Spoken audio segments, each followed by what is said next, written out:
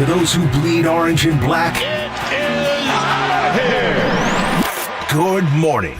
This is Murph and Marcus. Brian Murphy and Marcus the Waterboy Boucher. Streaming live at twitch.tv/thesportsleader. All right, Wednesday, let's go. What you got, man? What you got? You got a little all-star weekend rolling into town? Everybody ready to party? Everybody ready to party? Are you ready to party? You got Warriors at Mavericks tonight. Ooh, are we still feeling Clay? Is there any?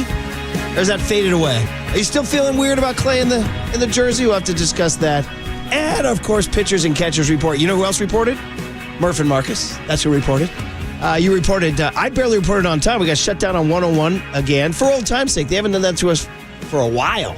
So it was, you just park your car, Marcus, on 101. Just sit there.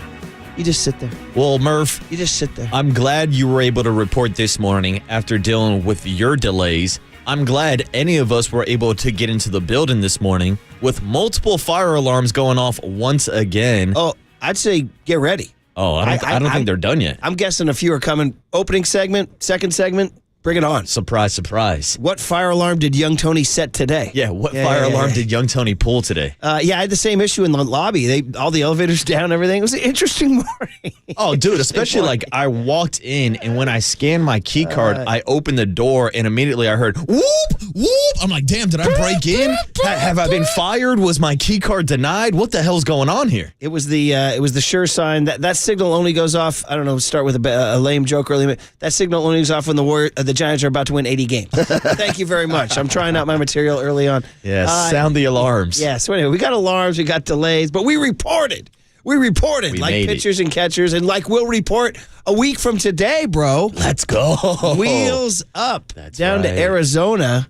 And we will do our shows Thursday and Friday from Scottsdale Stadium. And a week from Saturday, the first game on the radio. Yeah, Murph. John and Dwayne. And I'll be there, live in person. Super exciting for you. Hanging out in Scottsdale And that entire weekend. Your background is, how many spring training Cactus League games have you been to in your life? Nada. Absolutely zero. Well, we were there last year. I know, but we didn't get to see any games because they got us back on a bird and flew us out Friday after our show after that practice. So last year we went down for 2 days, but I didn't get to actually stay for the games. Oh, you're excited. Oh, dude, you're telling me. You asked the question, am I ready to party? Yes, Murph. Starting tonight for the NBA All-Star game all through the weekend, and then next week, get ready for a 2-week Waterboy bender. I mean, this is okay, all right. So, I mean, I just had the Super Bowl last week. We might just extend it to 3 weeks. Well, you're a young man. You're allowed to do these things, man. I love it. I'm basically the polar opposite of John Joe Curley. He's going dry January, leaking into dry February. I've been wet all 2025. Has he gone full sober? Is he just flat sober? Yeah. Is that it? I think he quit on us, Murph. At that point, you're supposed to like compliment people. You know, like hey, congratulations on your sobriety. Congrats. Yeah. Or now we're just ripping him for being a dork who wouldn't have a beer with us after work. I know. So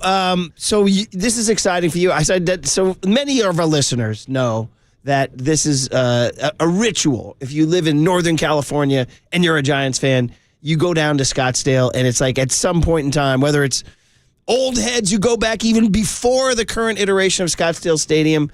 I never got to that one. That's one of my kind of misses. I never got to the old Scottsdale Stadium from the 60s and 70s and 80s. I didn't get down there till 93 when they had just opened what we go to, what was then new Scottsdale Stadium, and is now considered, like I say this every year, it's like the Fenway Wrigley of the Cactus League because every other facility is brand new.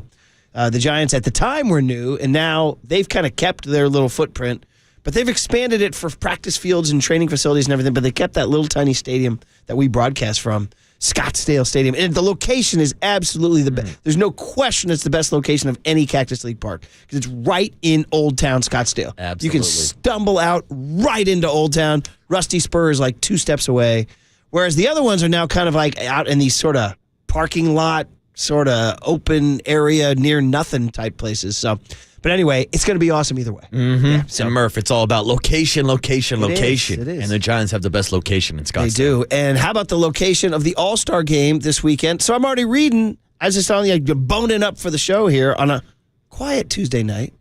Boning up for the show that already they've canceled the first event of All-Star Weekend. No. They can't be canceling events already. I mean, like, hey, how's All-Star Weekend? We're canceling things already, yeah. So because apparently... So it's supposed to be some rain coming in tonight, and then it's supposed to kaboom, crush us tomorrow. So the Warriors are playing the Mavericks tonight. They play the Rockets tomorrow, and then they break for the All-Star break. So there's going to be a big outdoor event. They were going to have a viewing party of the Warriors-Rockets. Ready for this? Performance from your guy, Pilo. Hey, Pilo. 707, say it backwards. And an appearance from Rick Barry. He would come out and say, people, this is crazy. Put on a raincoat, stay.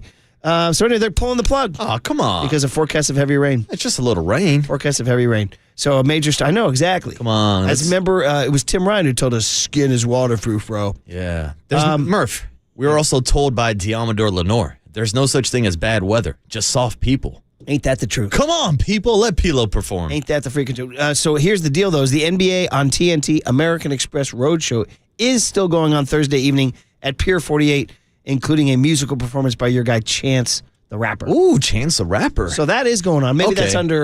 that's undercover. I'll still make it out to Pier 48. Would I you? want to check out those concerts. Yeah. Mill around? Yeah, especially if Chance the Rapper's performing. And I found out that we actually got the updated list of everybody who will be performing After at this year's I, All-Star festivities. We need to retell that story here yesterday. Yeah, we should re-rack it. So we had Adam Silver on yesterday. It was great. We really enjoyed him. He's super conversational, easy to talk to. For life. Doesn't always, tried to answer our questions, tried to josh, tried to riff with us, all that stuff. And then at the end, we hung up with him and we were like, hey, man, it's going to be great. And then we were talking about, we forgot to ask him about the halftime show, like Kendrick Lamar at the Super Bowl. What does Adam Silver have to offer? So I just quickly said, I can Google that. So we're talking, and I'm quietly Googling. I got it, Waterboy. And I start listing off these names. And I was listening off like Babyface and some other ones. And Marcus goes, hey, man, nobody local. Marcus got upset. Yeah, where's the Bay Area flavor? And I was like, I don't know. That's what we're going to do. Dude, the NBA was listening, like the handler for Adam Silver.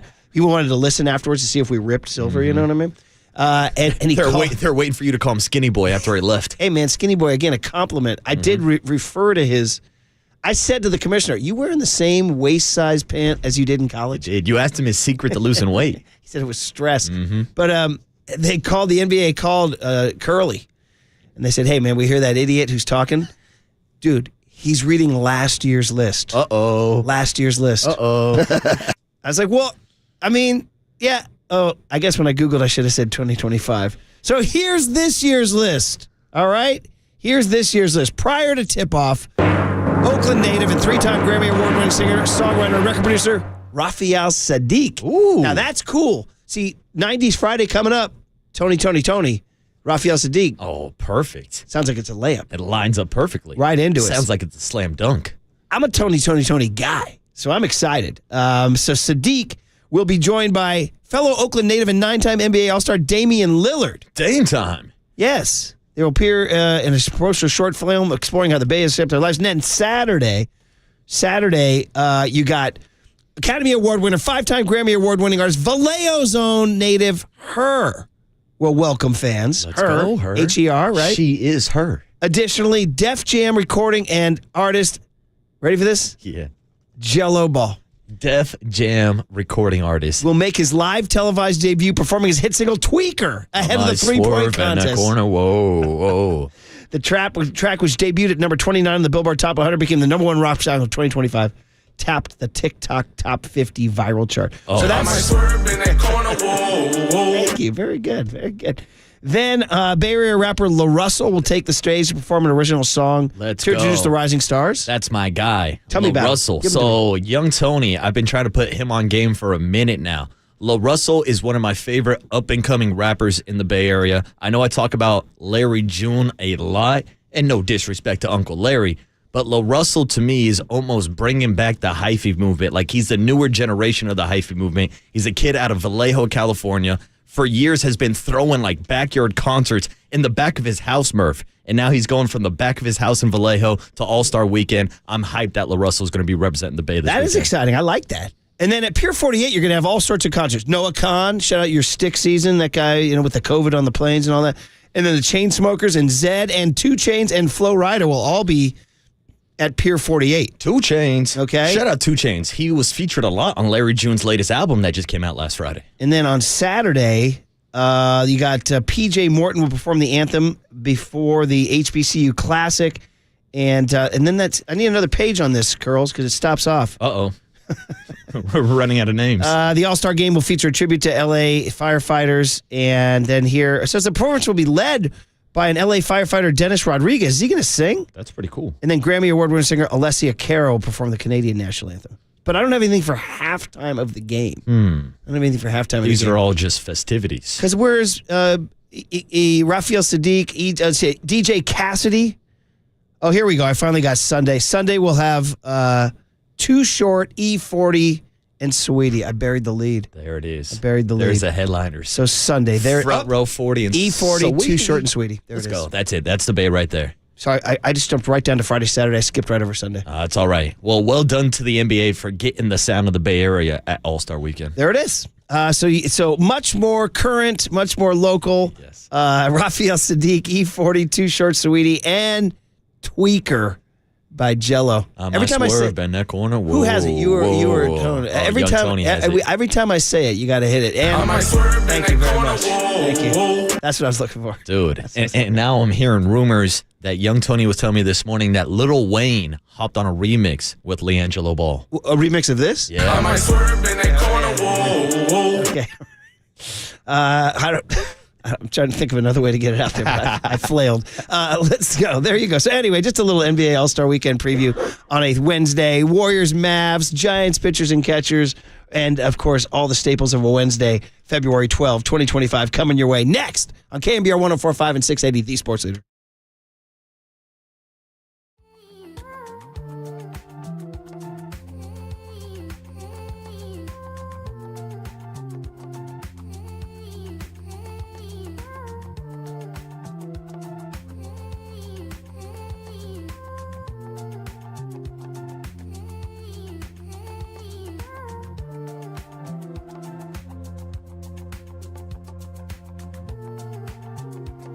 You know, with Invisalign, we say sometimes it's never too late to set them straight. I'd say when you're doing an Invisalign read at 6:12 in the morning, it's never too early to set them straight. So let's talk about Invisalign brand. One choice for me, one choice for you, one choice for my family. Invisalign clear aligners to make that smile shine. You know, maybe you're in your 20s, 30s, 40s, I don't know, 50s, 60s, 70s. And you're like, yeah, I still want to fix my teeth. Well, Invisalign's here for you. It's not just for teenagers. At any age, as 209 told us, with Invisalign, it's never too late to set them straight. Again, teenagers have them a lot faster than braces, sort of less complicated and less hectic than braces. So check them out. Invisalign clear aligners. You might win an NFL MVP award, too, if you use Invisalign. We heard that the other night. Invisalign is the #1 doctor-recommended brand. It's transformed over 18 million smiles all over the world. Check out the website, Invisalign.com. Now, from the O'Donnell Financial Group Sports Desk. Learn more at ODFIGroup.com. O'Donnell Financial Group, because planning is a process, not a product. Sorry, Murph.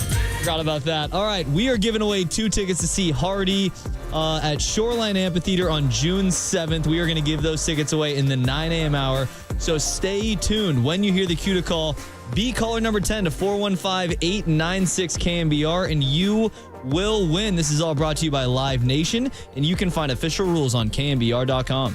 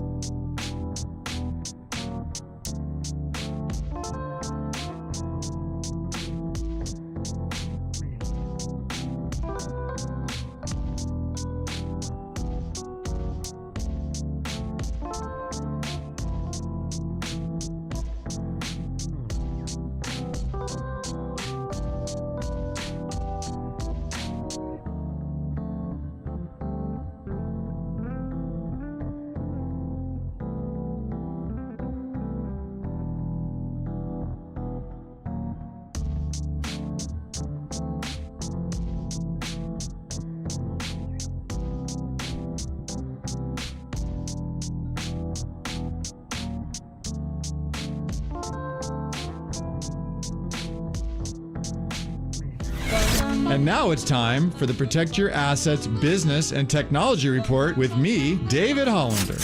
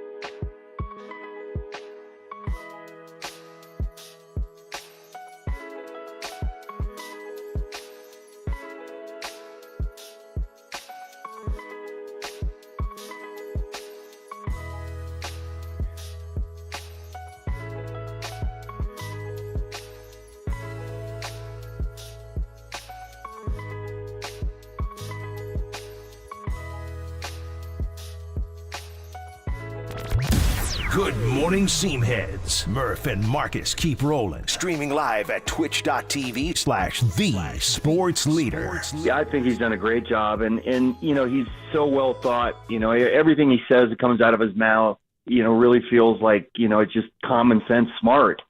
And, you know, sitting with him, especially in the winter meetings, you know, for hours at a time in there, listening to him go over players and potential deals and so forth, it's really good for a guy that's, you know, never done this before. It didn't feel like that. So he's got a great support system around him, just you know, great baseball thoughts, and his experiences, you know, that he's had as a player all come to fruition in what he's doing right now. So it's been great. Well, I never knew. Bob Melvin never knew he'd be rejoined by Jello and Lil Wayne. That's one thing I can say pretty sure. I know we've done Lil Wayne, Kyle Shanahan rejoins, but we've never done a Lil Wayne, Jello, Bob Melvin rejoin. That is the first time. And I wonder what Bob would say. Sometimes Bob Melvin, I've been in those dugouts, and if you hit him with one of those unusual ones, sometimes he'll just kind of stare at you and say, yeah, I don't know about that. Or he might, you know, get his chest real big and say, I might swerve in that corner, whoa. I might swerve in that corner, whoa. We have a theme today. Jello will be at Chase Center, and we're going to welcome him by playing that thing about 700 times. Listen, is this Lil Wayne in the remix, huh? Wheezy F Baby on the remix. Good chance to get young Tony on the mic right now. Say good morning to young Tony Farias. Well done. Good morning. Tony, good morning to you, brother. What's up, Tone? You sent this to the thread. When did this drop? Do you know? 3 days ago, I believe. Okay, all right. And this popped up on my Spotify feed, so at like 3:45, 4 o'clock in the morning, I'm bumping this on my way here. All right. Yeah. You weren't bumping Lane Dog's Folding Parlays? No. Okay. Stay tuned. Yeah. This is great, We found too. a new track by Lane Bentley, Clooney a Dog. It was about his blown parlays. It's called Folding Parlays. Wow. Yeah, I've yeah, been yeah. there before, Lane Dog. Maybe we I've should been play there it for before. Marcus. We'll play it for Marcus. We definitely should, but I do want to put out one anecdote, and I'll send this sound over. Maybe we'll play it in the cooler of content later today. But I actually saw an interview where Lil Wayne was talking about how LiAngelo Ball requested that Lil Wayne go back and change a verse that he did in his own remix. Like, we're at the point where LiAngelo Ball, G3, thinks that he's big enough to tell Lil Wayne, one of the best mixtape rappers of all time, to go back and change his own verse. That's a very Ball family thing to do, right? I mean, I can't remember when LeVar hit the scene. LeVar hit the scene. He just didn't give a blank. He just steamrolled everybody. Remember that he was talking? Wasn't he talking mess to like NBA legends? Wasn't he? Oh, he was Remember talking that? mess to everybody. Yeah, he would go on shows about, man, you don't know what you're talking about. Like, wait, you got 3 high school kids and you're talking like this right dude, now? he was out there talking about how he would beat Michael Jordan in a one-on-one game. He was just talking nonsense. So Jello tells Lil Wayne, go back and recut. Yeah, exactly. your verse. Lil Wayne, one of the greatest of all time. How about you revise it for me personally? Funny about the Ball family. I mean, they hit the scene. They were stunning, and they were undeniably incredible high school basketball players. Right? There was no denying that. They were like state champs. And Lonzo, the very first, my guy, the original dude. By the way, last night was a super fan night. By the way, I'm living on Peacock these days. If you're a Big Ten, if you're like me, a Big Ten basketball guy, yeah, that's right. A Big Ten basketball UCLA guy. and the Big Ten. Lifelong Big I'm Ten living on basketball Peacock, guy. bro. All those games are on freaking Peacock. I can't do Peacock. It's killing me. I want no part of it. I got to do it. And we lost at Illinois last night. Tough game. Came all the way back. Came up short. But the point is that Lonzo Ball came to UCLA and was great. And there was like a theory that the Balls were going to be good. And then Jello came. We had the incident in China. Yeah, how was LiAngelo's time at UCLA? Swiped the sunglasses. Your boy got involved, DJ T. He got involved. That's right. And then people are like, well, the balls are, and then LeVar, and then like, and then here comes LaMelo, and you're like, yeah, what? And dude, look at LaMelo. LaMelo's the best out of the three. Yeah, and now Jello has found his footing as a rapper, and now Lonzo's making his comeback. I know, and now we so have the balls are like the ball. This is like Ball Family 3.0. This is true, Yeah. and now we have LiAngelo Ball performing at Chase Center this weekend. But Murph, what if the Warriors would have drafted LaMelo over James Wiseman all those years ago? So maybe we would have had LiAngelo dropping hit songs years ago instead of this weekend. So my buddies can vouch. I just said to them, I wasn't adamant enough about it on the air, but I just kept saying, I was like, what if I was like, have you thought about LaMelo? Have you thought about LaMelo? And everybody's going, oh, you need a big. I'm like, I get it. I said ultimately, I support the Wiseman pick, but I said, I'm just saying, let's just keep an eye on those two. That's all I said. And then now my buddies are mad at me. Well, like, blank you, man. You spoke that into existence. Well, Murph, if you're giving a shout out to your buddies, I hope that I'm considered one of your buddies because I remember you on air talking about the options. Yeah, you definitely talked about LaMelo over James Wiseman at the time. And I remember we were trying to talk some sense into you saying, look, they got Clay, they got Steph, they need a big man. They need a big man. So we definitely talked about this on air. And then what really threw a wrench into the whole entire situation was Klay Thompson and that injury that happened on the day of the draft. And then we really started talking about the possibility of maybe drafting LaMelo, but they stuck to their guns, took James Wiseman, and the rest is history. You want about taking pressure off Steph? You got LaMelo on the other side of the court? My God. Brother, I just looked down at the Golden State Lumber and Building Materials text line. First thing, say 510, F the Ball family. I love texters early in the morning. Just like somebody who said on my Invisalign read that early, 831, never too early to fix those pearlies. Never too early. All right. Brush your teeth, kids. All right, good stuff. Anyway, so we got to get into some baseball, and we will, because we'll be down there a week from today. We're flying, doing our shows a week from Thursday and Friday down there. And pitchers and catchers reported. You see the Giants put out a picture of Patrick Bailey, who looked he looked different. Did he look? He looked more stylish to me. Definitely more stylish. Yeah, I mean, I've never seen him dress that nicely. You know, yeah. The hair looked pretty nice. So when I think Bailey, I think sort of a roundish face. I think scruff. And I think, of course, what the Washington crossing the Delaware on the headband. That's dude. it, dude. It's the headband. Dude, we got. So I mean, without the G-dub crossing the Delaware on the headband, and without the pudgy face and the scruff and the catcher's mask resting on top of his head, I didn't recognize him. And all of a sudden, I want to say, was he wearing like a sort of like a leather trench coat or something, or like a? No, it's just a nice little jacket, some brown pants. But to be honest with you, I was scrolling through this, and I thought it was Mike Connell from Digital. And so, did it look like he dropped a couple pounds? He does look. Or is it just the angle? No, that's like the question. Again, Debo he's walking in with a jacket. Yeah. You can't really tell. But I will say, facially, he does look a little thinner. People tried to make something out of the comments Mike made yesterday. Krukos made about the Pat Bailey needs to be in shape thing. SF Gate seized it. Slow day. You've said that. He said this before. Oh, yeah. And that's the thing. Like, if you're looking at the SF Gate article, it says, Mike Krukow calls out Patrick Bailey for being out of shape. I'm like, no. Let's get this settled and let's get the facts straight. Me personally, Marcus Boucher, asked Mike Krukow what Patrick Bailey needs to work on going into this season after we had multiple conversations over the last year plus. Hell, going back to Patrick Bailey's rookie season and talking about his body breaking down in the second half of the season. We talked about it last year at spring training when Patrick Bailey showed up heavier, but I question about whether or not it was the healthiest version of Patrick Bailey if he just put on more size versus putting on actual muscle. So once again yesterday, as pitchers and catchers report, I put it on a plate for Mike. I knew what his answer was going to be when asking about Patrick Bailey, and he said, look, it's the same thing that we've been talking about all season long. He needs to show up in better strength, in better shape, I should say. He needs to be stronger so that his body can last throughout a 162-game season. Yeah. This was not Mike Krukow going out of his way to call out Patrick Bailey for showing up to training camp, showing up to spring training, looking like Luka Doncic. You know what I'm blaming? I'm blaming the media. Yeah, it's the media. Blaming the media.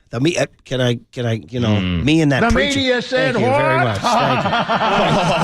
All right, guest list on Wednesday, 2/12/25, All-Star Week. They're already raining out Pilo at Thrive City. But Chance the Rapper will perform at Pier 48.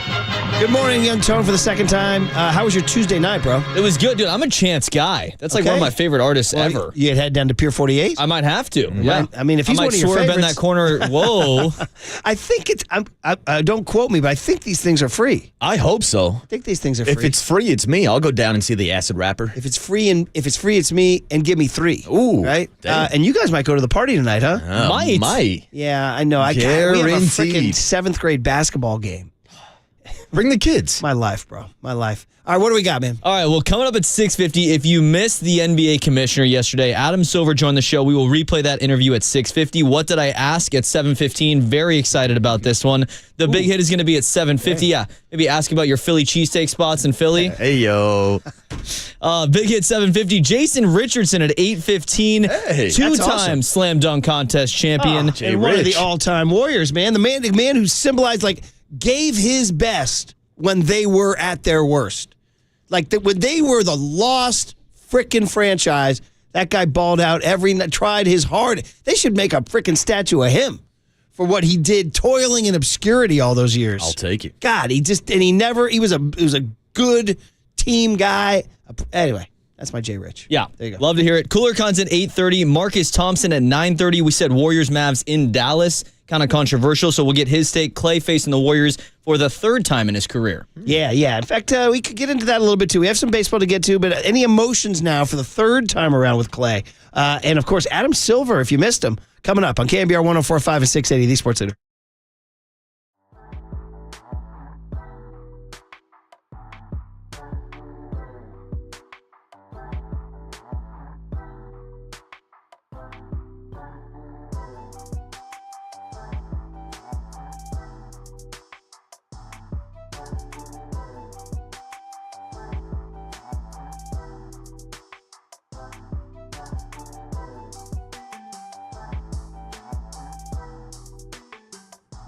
All right, let's talk about Provident Credit Union, bright and early, guaranteeing to grow your savings. And I'm not kidding. When I say guarantee, that's because of a locked-in rate. It's called the Pick a Term Certificate, and you get to choose the term and then just watch your money grow.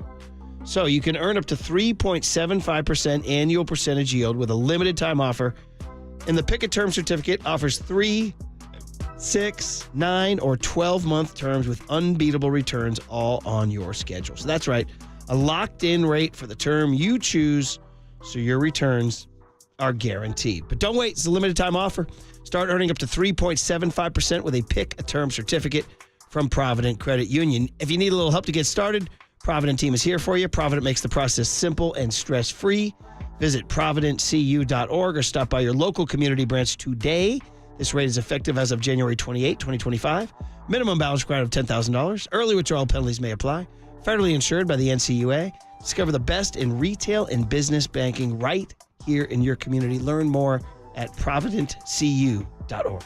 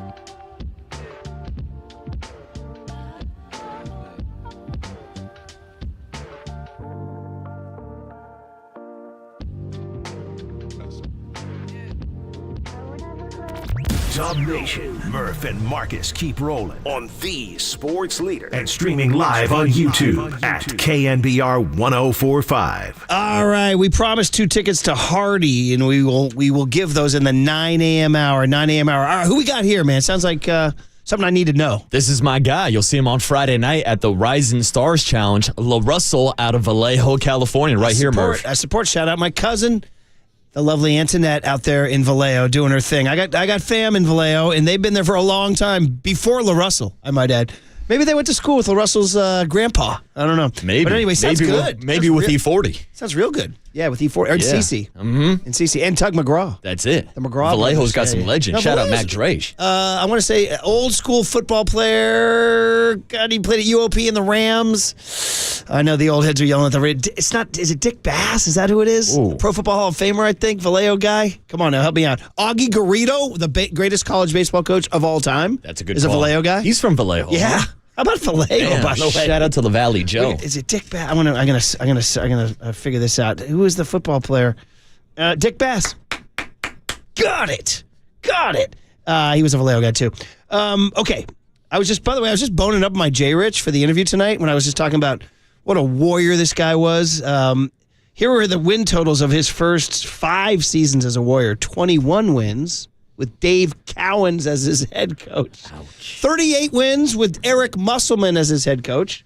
37 wins with Eric Musselman as his head coach. 34 wins with Mike Montgomery as his head coach. Thuggery dude. Another 34 wins with Mike Montgomery. Very good as his head coach. And then finally his last year as a Warrior was the We Believe year when he won 42 games with Nelly. So he only had 1 winning season in 6 years. I was boning up. I forgot he organized a letter of apology to the fans after the 05 season. He won the dunk contest twice in 02 and 03 and led the Warriors in scoring 3 straight years. So this is the guy, man. This is the guy. Just a great dude. And then they traded him. And then they traded him the next year after We Believe. So 6 years with the Warriors. Jay Rich, number 23, coming on the show today. And for me, Murph, really growing up, he kind of was the box office star. And I say that in air quotes when we're talking about the Warriors, because growing up, there were not a lot of stars for this Warriors team. I mean, the night and day difference between where the organization is versus the days of Jay Rich being out there, it was sick to see him out there in the slam dunk competition. I mean, I probably am too mean to this guy, but I mean, mean's the wrong word. The Chris Cohen years were just like the worst. I mean, he was the worst. He's probably the worst owner of my lifetime. Chris Cohen, the worst. That was a tough time. The less we speak of it, the better. Yeah. The less we speak That's of it, all the right. better. We don't need to talk about him, and we don't need to talk about John Fisher and the A's. Oh, well, there you go. There's another exactly. owner. If you want to talk about worse owners just in the Bay Area, not I don't even know. just all Cohen time. versus Fisher, it's still a rice for me. 808 KNBR. He got traded, by the way, right after the We Believe season for Brandon Wright. You guys remember Brandon Wright? Oh. There was high hopes for that guy. Yeah. It didn't really work out. Ouch. And then he went Charlotte, Phoenix, Philly, Orlando, all that stuff. Anyway, I digress. That gets us into tonight when Klay Thompson is taking on the Warriors for the 3rd time. So are we all in agreement? Like, where are we at now? Has the bitterness faded, or is it still weird to see Klay in the Mavericks jersey? That's an interesting question because me personally, I've never had any bitter feelings towards Klay Thompson. I think I've probably been the most vocal host at this station with my love for Klay Thompson and how I will never root against him.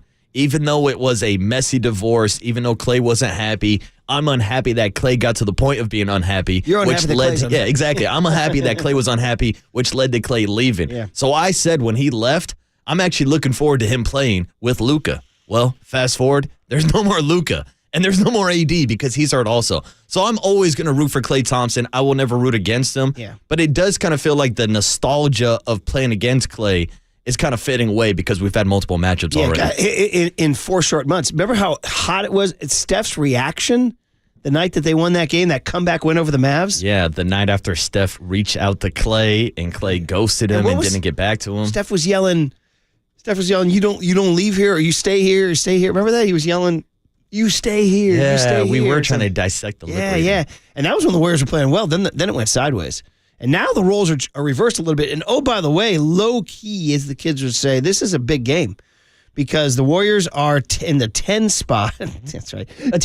A blinking 10. 27 and 26. The Mavs are in the 8 spot, 28 and 26. So you can figure out if the Warriors win this game, they go to 28 and 26. Mavs go to 28 and 27. Boys, the Warriors would jump up to the 8 spot, which is like That's like rare air right now for the 8 spot. Wow. Woo, we're in the 8 spot. I haven't seen the top 8 since the MySpace days. Yeah, dude, exactly. And what they're trying to get to is the top 6, which we haven't seen since the top 6 days. Yeah, since we haven't seen since Kevin Graham. Caitlin Clark killed it. And he was so right. Caitlin Clark isn't a star. No one wants to talk about Caitlin Clark. So anyway, so here's the deal. Klay Thompson still being Klay. And so he had to live through the trade of Luka Doncic. And we never really played this. This was his reaction last week. The trade was just last week, right? Yeah, it was. It feels like it was like 10 years ago. There was so much talk about it.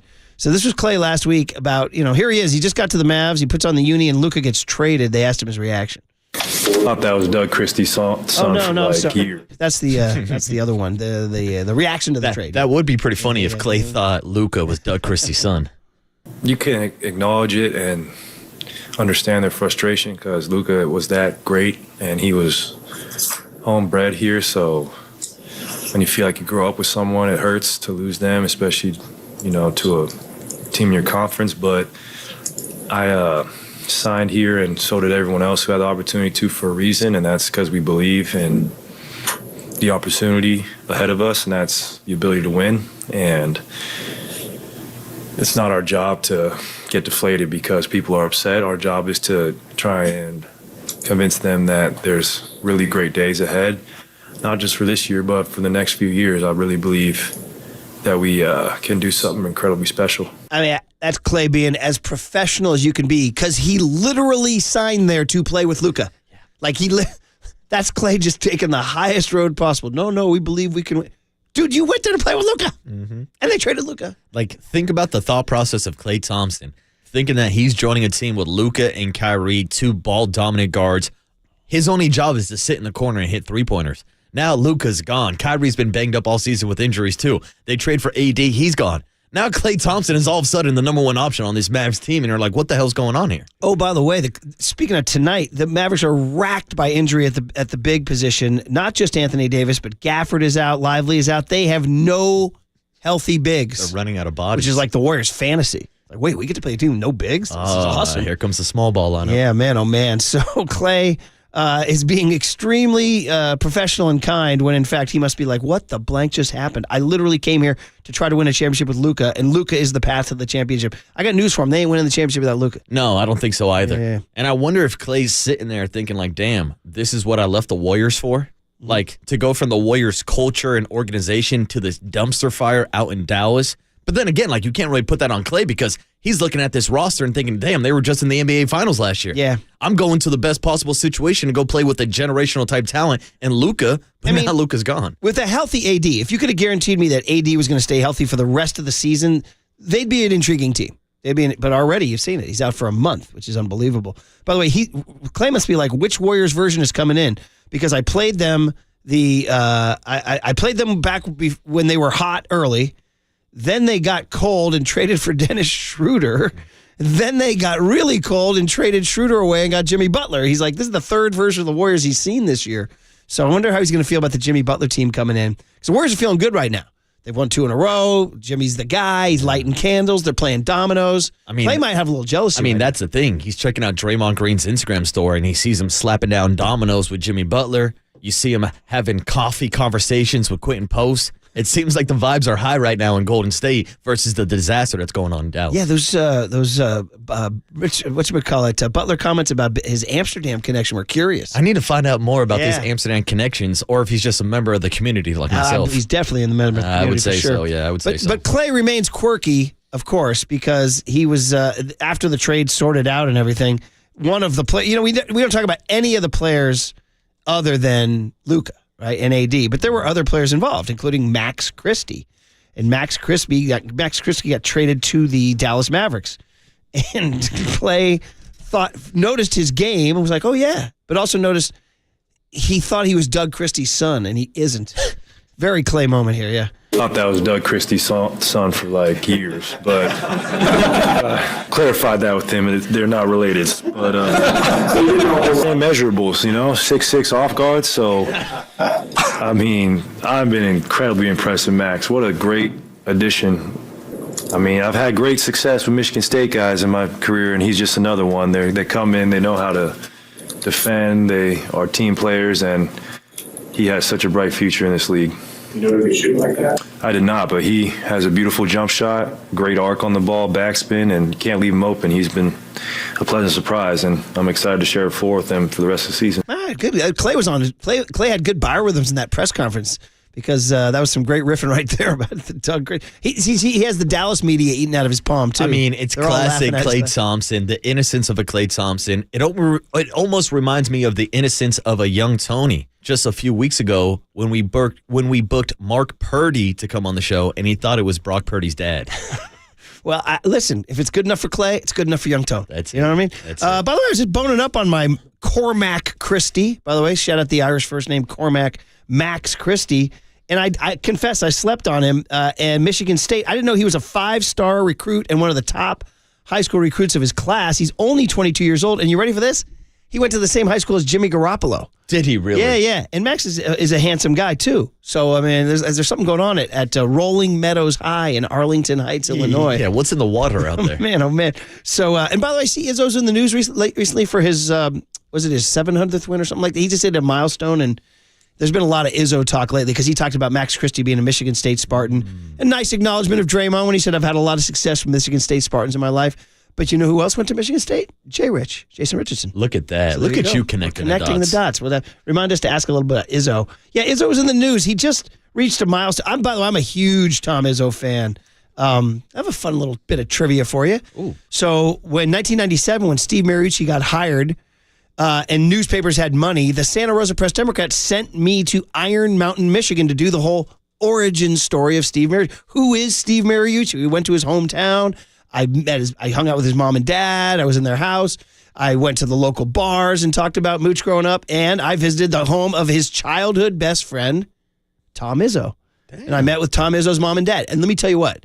You want to talk about like Iron Mountain, Michigan, the most modest home thing just a kitchen, a small living room, 2 bedrooms. That's it. And then just go out and go work in the mines. That's it. Just like working class, so not freaking Burlingame, Tiburon, Danville, that whole deal that we're talking here. And I just like the whole. So I've always been an Izzo. That's a long way of saying I've always been a big Izzo fan. Yeah, and I'm still perplexed that Steve Mariucci and Tom Izzo grew up together as best friends. Same years in school, all the way through elementary school, middle school, high school. They played hoops together. They played football together. They made a pact that one of them, they had a race to see who could be the head football coach at Notre Dame first. That was their bet. Yeah. This is phenomenal. Phenomenal trivia. By the way, neither one got there. No, they never got there. But I'm saying, afternoon show, be on alert. Tell Thin Tim to get his trivia takes ready because my guy Murph is asking fantastic trivia questions. He has a chance to pass Bobby Knight, and they lost last night. But there's been a lot of tributes for him lately, and I sent one of his speeches to the cooler, but we didn't play it because we always get sidetracked. Anyway, just wanted to get that out there because Clay mentioned Max Christie. We have Draymond Green, and Jay Rich is coming on the show. So there you go. Okay, well, speaking of basketball, the guy who runs frickin' pro basketball in our nation, Adam Silver, joined us on the show. That's right. What booking by John Joe Curley. That was incredible. Kid did it. No beers, but great booking. Yeah. What was the exactly? That's his phrase in life. Maybe there's John a Joe Curley, coincidence. no beers, just booking. Is there a coincidence that he's getting us better guests since he stopped drinking? I think we solved the issue. So Adam Silver, it was a fun conversation, and for you early crowd grinding it out next on The Sports Leader.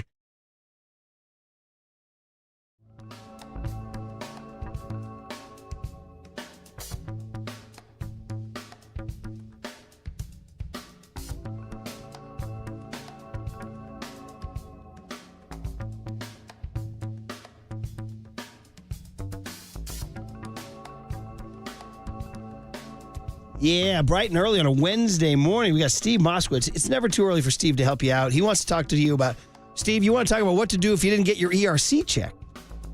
That's right. ERC has some really big payments to people, but they're just sitting there. And you've been waiting a long, long time, and you say, they forget about me? What's going on? There's 3 different ways to hurry up the government. We can explain all 3 to you.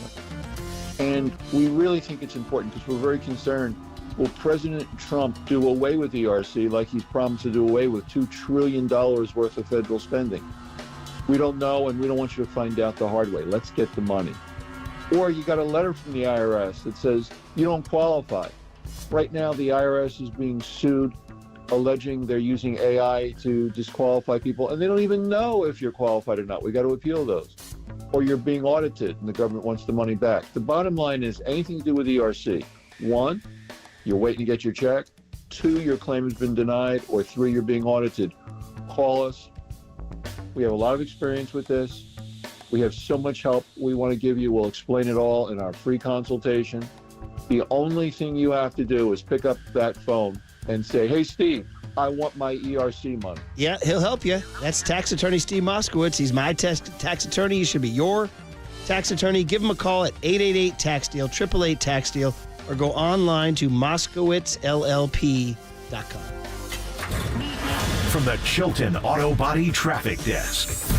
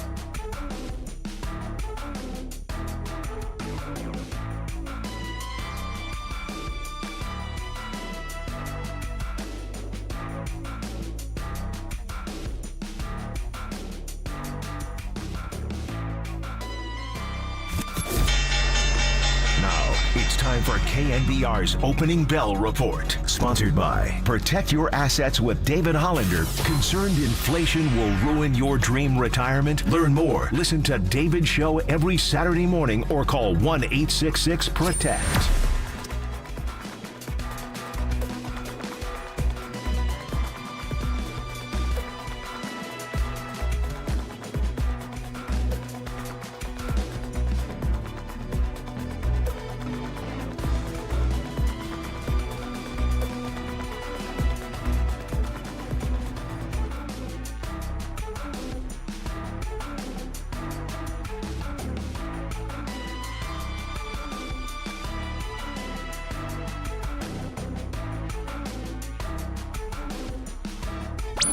Murph and Marcus continue live from the KNBR Casino Matrix Progressive Jackpot Studios. Casino Matrix. Progressive jackpots are here. Where are you? Just drop in. Please play responsibly. 1-800-GAMBLER. All right. So, yeah, man, yesterday was a big day for us. The mayor, Daniel Lurie of the San Francisco City and County of San Francisco, joined us and was quite chatty and enjoyable and hang loose to the point where some people are suggesting he gets the 5 a.m. to 6 a.m. spot on KNBR. I mean, Murph, we couldn't get him off the call. You're going 15, 20 minutes deep. John Joe Curley's yelling at us about the clock, and the mayor's out here giving takes on the Warriors, the Niners, and the Giants. It got so loose, I told the mayor to leave Santa Clara and come back to San Francisco with the Niners. How about that? I can't believe I'm asking you this question, but hey, here's the question. Let's do. I told you, when the Commanders, the Commanders are looking to move back to the District of Columbia, get out of that freaking suburban nowhere. And not that Santa Clara is suburban nowhere. It's a great city with a wonderful history. I know, dude. I'm just sitting here while Santa Clara is catching strays as Murph's trying to move the team back to SF. Both my parents graduates of Mountain View High School right next door. So I got nothing but love, and my grandma and grandpa Nani all live their lives in Mountain View, but not Santa Clara. Yeah. And Murph, anyway. I will say, since now I am a member of the 415, I'm going to turn my back on the 408 and say, bring the Niners back to San Francisco. See, look at you, buddy. I'm riffing, people. Calm down. You're I'm riffing. a city guy. I still got love for the 408. When Marcus is moving from the 408 to the 415, you know you're listening to KNBR AM and KNBR FM San Francisco, the sports leader, a Cumulus media station. So a lot of this stuff went viral yesterday, particularly stuff he said about Steph Curry. So Adam Silver, the NBA commissioner, and of course all of our NBA All-Star interviews are sponsored by U.S. Air Force. Start your journey today. Visit airforce.com or call 1-800-423-USAF. So we say good morning to the commish who was in New York packing his bags, getting ready to fly west. And so Adam Silver, commissioner of the NBA, welcome to Murph and Marcus. Good morning. I'm great. Good morning to you guys. Thanks for having me. No, it's a delight to have you, man. First and foremost, easy one, basketball in the Bay. What do you think of? I mean, we got We Believe. You got Rick Barry, the late, great Al Attles, Chris Mullen, Steph Curry. What do you think about when you think basketball in the Bay? Most recently, I think championships. I mean, that, and I think about the Chase Center, and I think about everything that, Joe Lacob and Peter Guber have done since taking over the organization. Of course, I'm always focused on Steph, who's a commissioner's dream. Just, in addition to being an incredible player, just a pleasure to deal with and does amazing things in the community. So many positive stories have come out of your community over the last several years. Yeah, and to your point, when we think about basketball in the Bay Area, we think about Steph Curry. But it feels like internationally, when people think about basketball now, they think about Steph Curry. So talk to us about what it's like having Steph Curry as a global ambassador for the game. It makes my job easy, honestly. I mean, he travels in the off season. He goes everywhere. I think he plays, most importantly, with real joy. In addition to the success he's had, he's so relatable as a player. I think in part, not suggesting he's small, but he's not a giant like a lot of NBA players. So I think kids really relate to him. I actually think the growth we've seen in girls and women's basketball is directly connected to Steph too, because he plays below the rim. So he plays a very relatable style of basketball. And I think also there's a sense too from kids, because of his work ethic, that you can, the harder you work, the better you're going to be, as opposed to things that that you can't control, like size. So I think Steph has been responsible for a surge in growth and participation. As you guys were saying, it's not just a Bay Area or even a U.S. phenomenon. It's clearly global, and those images of him, kids have smartphones all over the world now. So, wherever you are, people, know who he is. He's one of the most famous people on the planet at this point. I think it's a great breakdown, particularly about the women. He's been a very ardent and outspoken supporter of women's basketball, too. And now we have the Valkyries here in the Bay Area. So good stuff. Adam Silver is the voice you hear, our NBA commissioner. Our party is here in the Bay Area this weekend. We've gone over, before you came on, all the good stuff that's going on with the Boys and Girls Clubs and HBCU Classics and refurbishing elementary schools and all the good stuff the NBA is doing. Back to Steph, though, just a basketball question, Commissioner Silver, and that is the three-point shot. We're at a point now it's being shot more than ever. Absolutely gigantic numbers of the three-point shot. I'm about your age. We remember the two-point. We remember George Gervin in the two-point shot. So are you a little worried about the outsized influence of the three-point shot? I'm not worried about it. I mean, I begin by saying, look at the spectacular athleticism. So if we're around the same age, there was a time when, the concern was whether big men could make free throws, right? They were much more one-dimensional as players. And the fact now, putting aside Steph for a second, 7-footers in this league have to be able to make three-point shots to be successful, or at least have to be a genuine threat, because they, part of defenses now requires players to be covered wherever they are.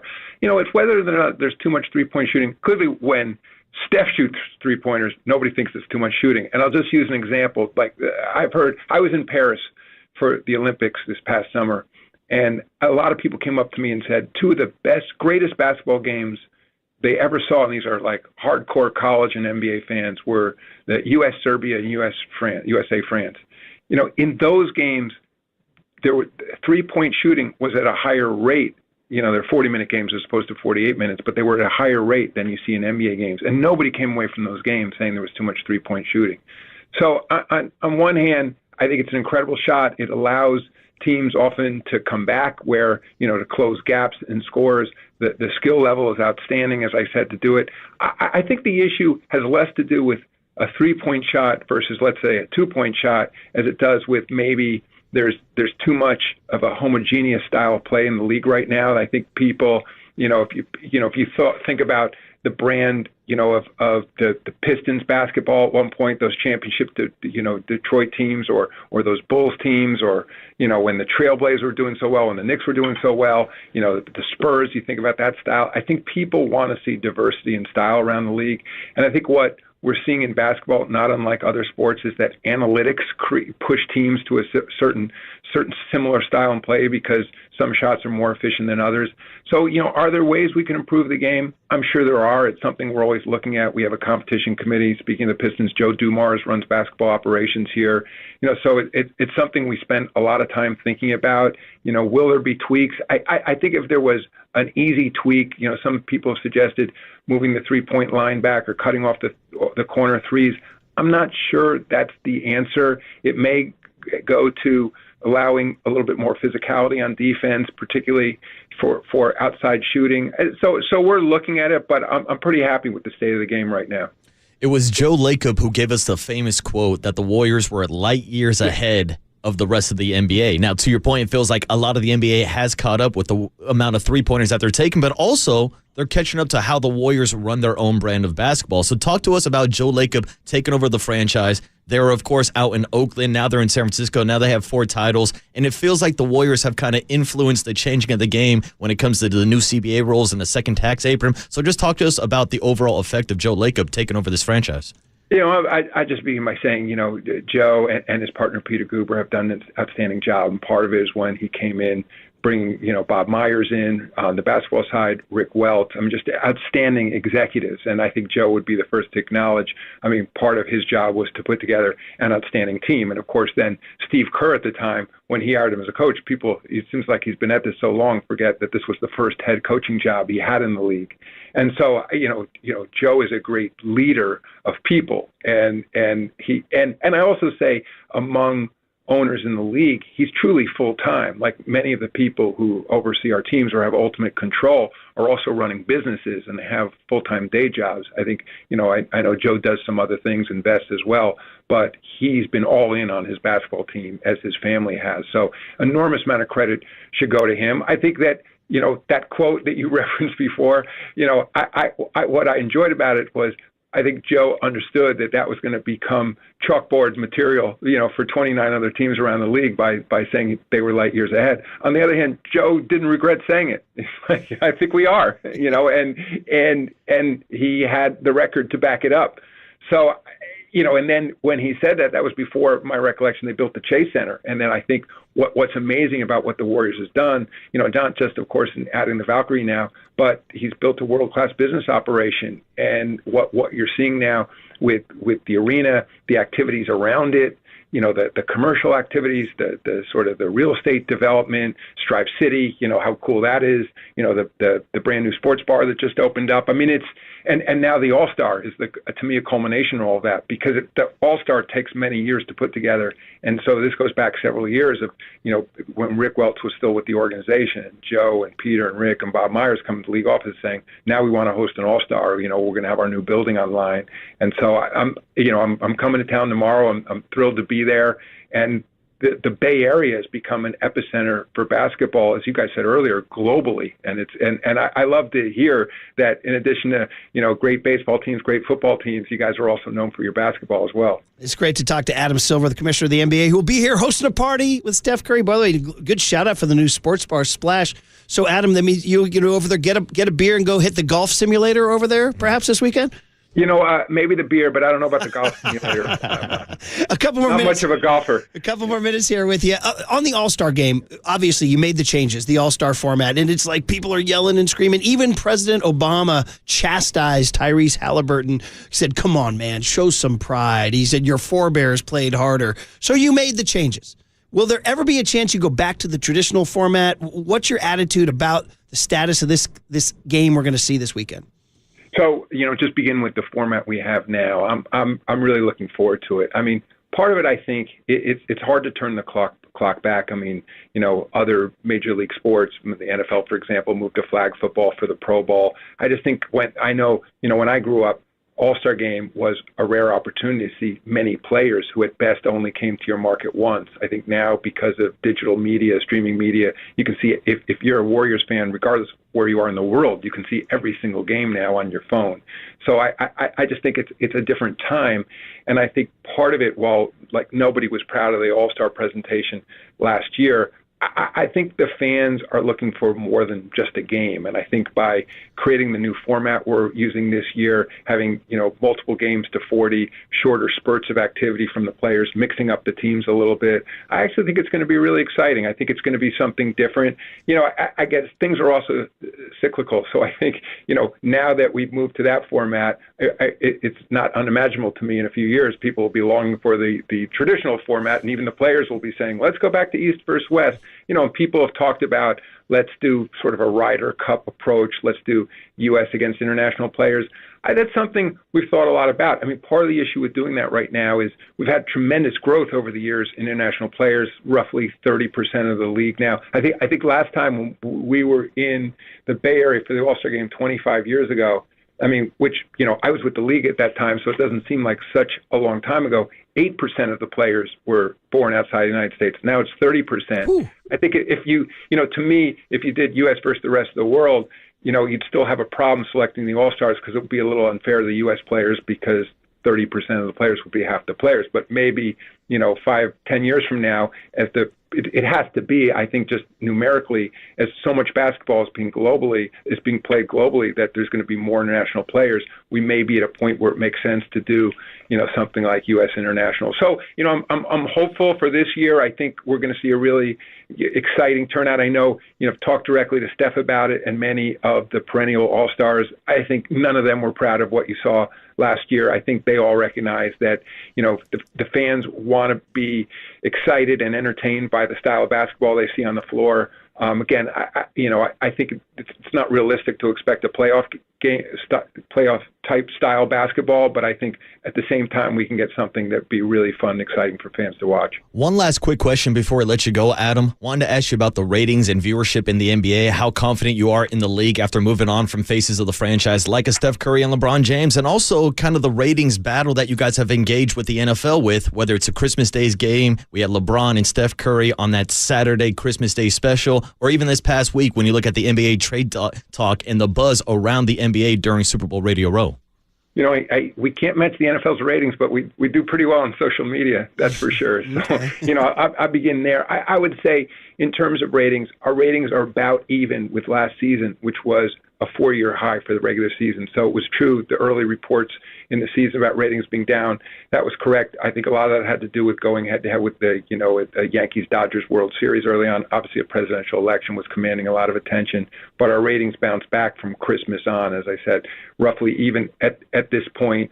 I'm not concerned at all about it. I think as next year we're moving to 3 new deals. One, our existing partner Disney, then moving to Comcast and Amazon. I think one of the benefits, I talk a lot about streaming and social media. Beginning next season, every single game will be available on a streaming service. And look, I'm sure it's the same for you guys. I know it's for me. A lot of the programming I watch these days are on my phone or my iPad. So I think making sure all the games are accessible, and that's as a global matter as well. The other thing, of course, ratings are a U.S. story. It's very important to us. But as we become more global, we're at the league offices not just focused on how many people are watching in the U.S., but how many people are watching globally. So I think it's a really solid story there. Other thing real quickly, what also excites me and my background at the NBA was I ran NBA Entertainment for many years. And I think we're just scratching the surface in terms of what you can do with streaming on games. I mean, we've seen some experimentation with Amazon Prime, certainly with Peacock, with ESPN. I mean, around the Olympics, Peacock was doing really fascinating things to make all the different Olympic events more accessible. I think what we're going to start seeing beginning next year is, a lot more personalization and customization with streaming. Like I said, if you're a Warriors fan anywhere in the world, the games will be very accessible to you. If you just want to watch Steph Curry, if you want to hear audio feeds from different people, not just your traditional play-by-play, and color commentary, you're going to be able to do that. More, different kinds of screens, the sort of gamification of sports, social media, merchandising. As I said, I think it's very early days in the next wave of sports production. Really good. By the way, just can't thank you enough. As a commissioner of the NBA, great conversation, generous with your time. So hugely appreciated here on KNBR. But we have to ask the really hard-hitting question. How does a man your age stay so fit? What is the secret, Adam? The lean, mean Adam Silver. What's the deal? You ready? Ready? Yeah. Stress. Well, it's 24 hours of it a day. You haven't changed your pant size since your college years, I don't think, have you? It's probably about the same. You are blessed, my man. By the way, last thing, when you hang up with us, is your first call down to Dallas saying, guys, calm it down there, right? I'm glad we made it through this interview and looking forward to All-Star. Good answer.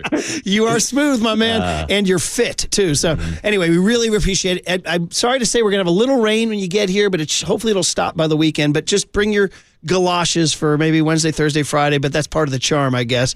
And then, of course, Chase Center will be a glorious host. So, thank you, Adam Silver, for your time, and have a wonderful trip out west, okay? Yeah, thanks for the packing tip, and I hope I see you around town the next few days. He's a smooth dude, man, Adam Silver, and he's a skinny guy, too. All right, hey, from one power broker to another, what did young Tony ask today? Next on the Sports Leader.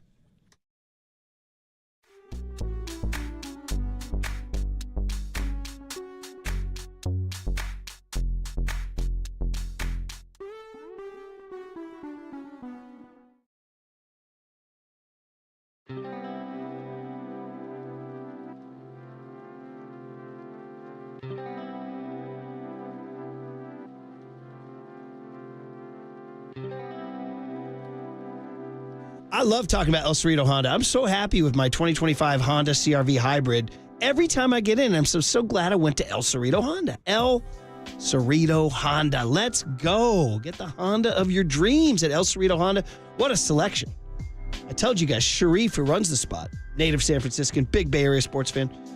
Sharif's like, what do you need? I'm like, well, I like the Honda CR-V Hybrid, but what about the colors? He goes, yeah, I got them.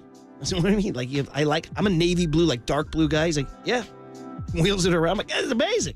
So Sharif's got the selection. It's the best selection they've had in years. I do want to make sure we all know we're talking about the same place. El Cerrito Honda, right off of 80 on San Pablo Avenue. Really easy to find. Whoop, right off 80. There you are. You can go to the website, elcerritohonda.com, and start shopping for the perfect Honda. And, of course, say hi to Sharif and Sylvia and all the great people there at El Cerrito Honda. They like to say that they're more than a car dealership. They're family, and it's true.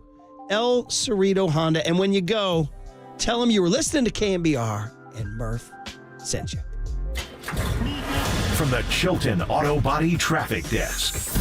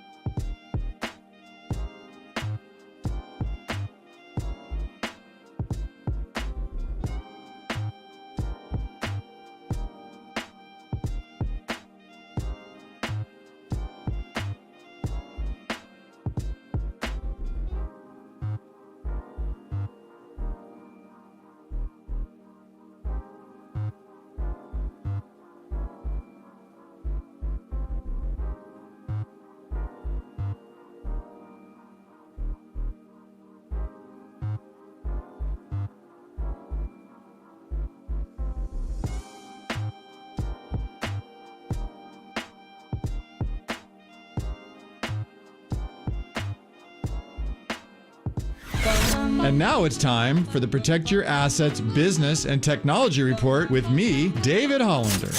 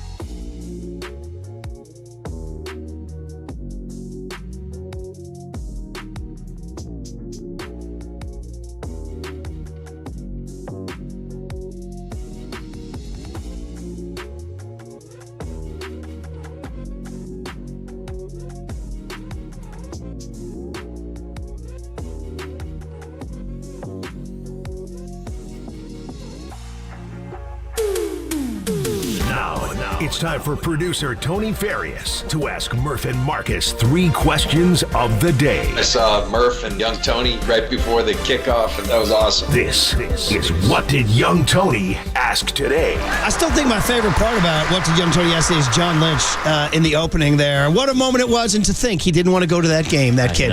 Here he is, young Tony Farias, or Farias if you're a gringo. Buddy, the day is yours. The segment is yours. It's a Wednesday at 7:19, which means we start to pivot. The week is starting to turn towards the weekend, and you have the questions that we need to answer. Yes, indeed. I have 4 questions today, and after I read the question, you're going to have 1 minute to respond. They don't call me 1 minute Marcus for no reason, Tony. Oh my God. Classic. If your time runs out, you're going to hear this bell. That is your cue to stop talking. Text line, YouTube chat. You guys can join the conversation too.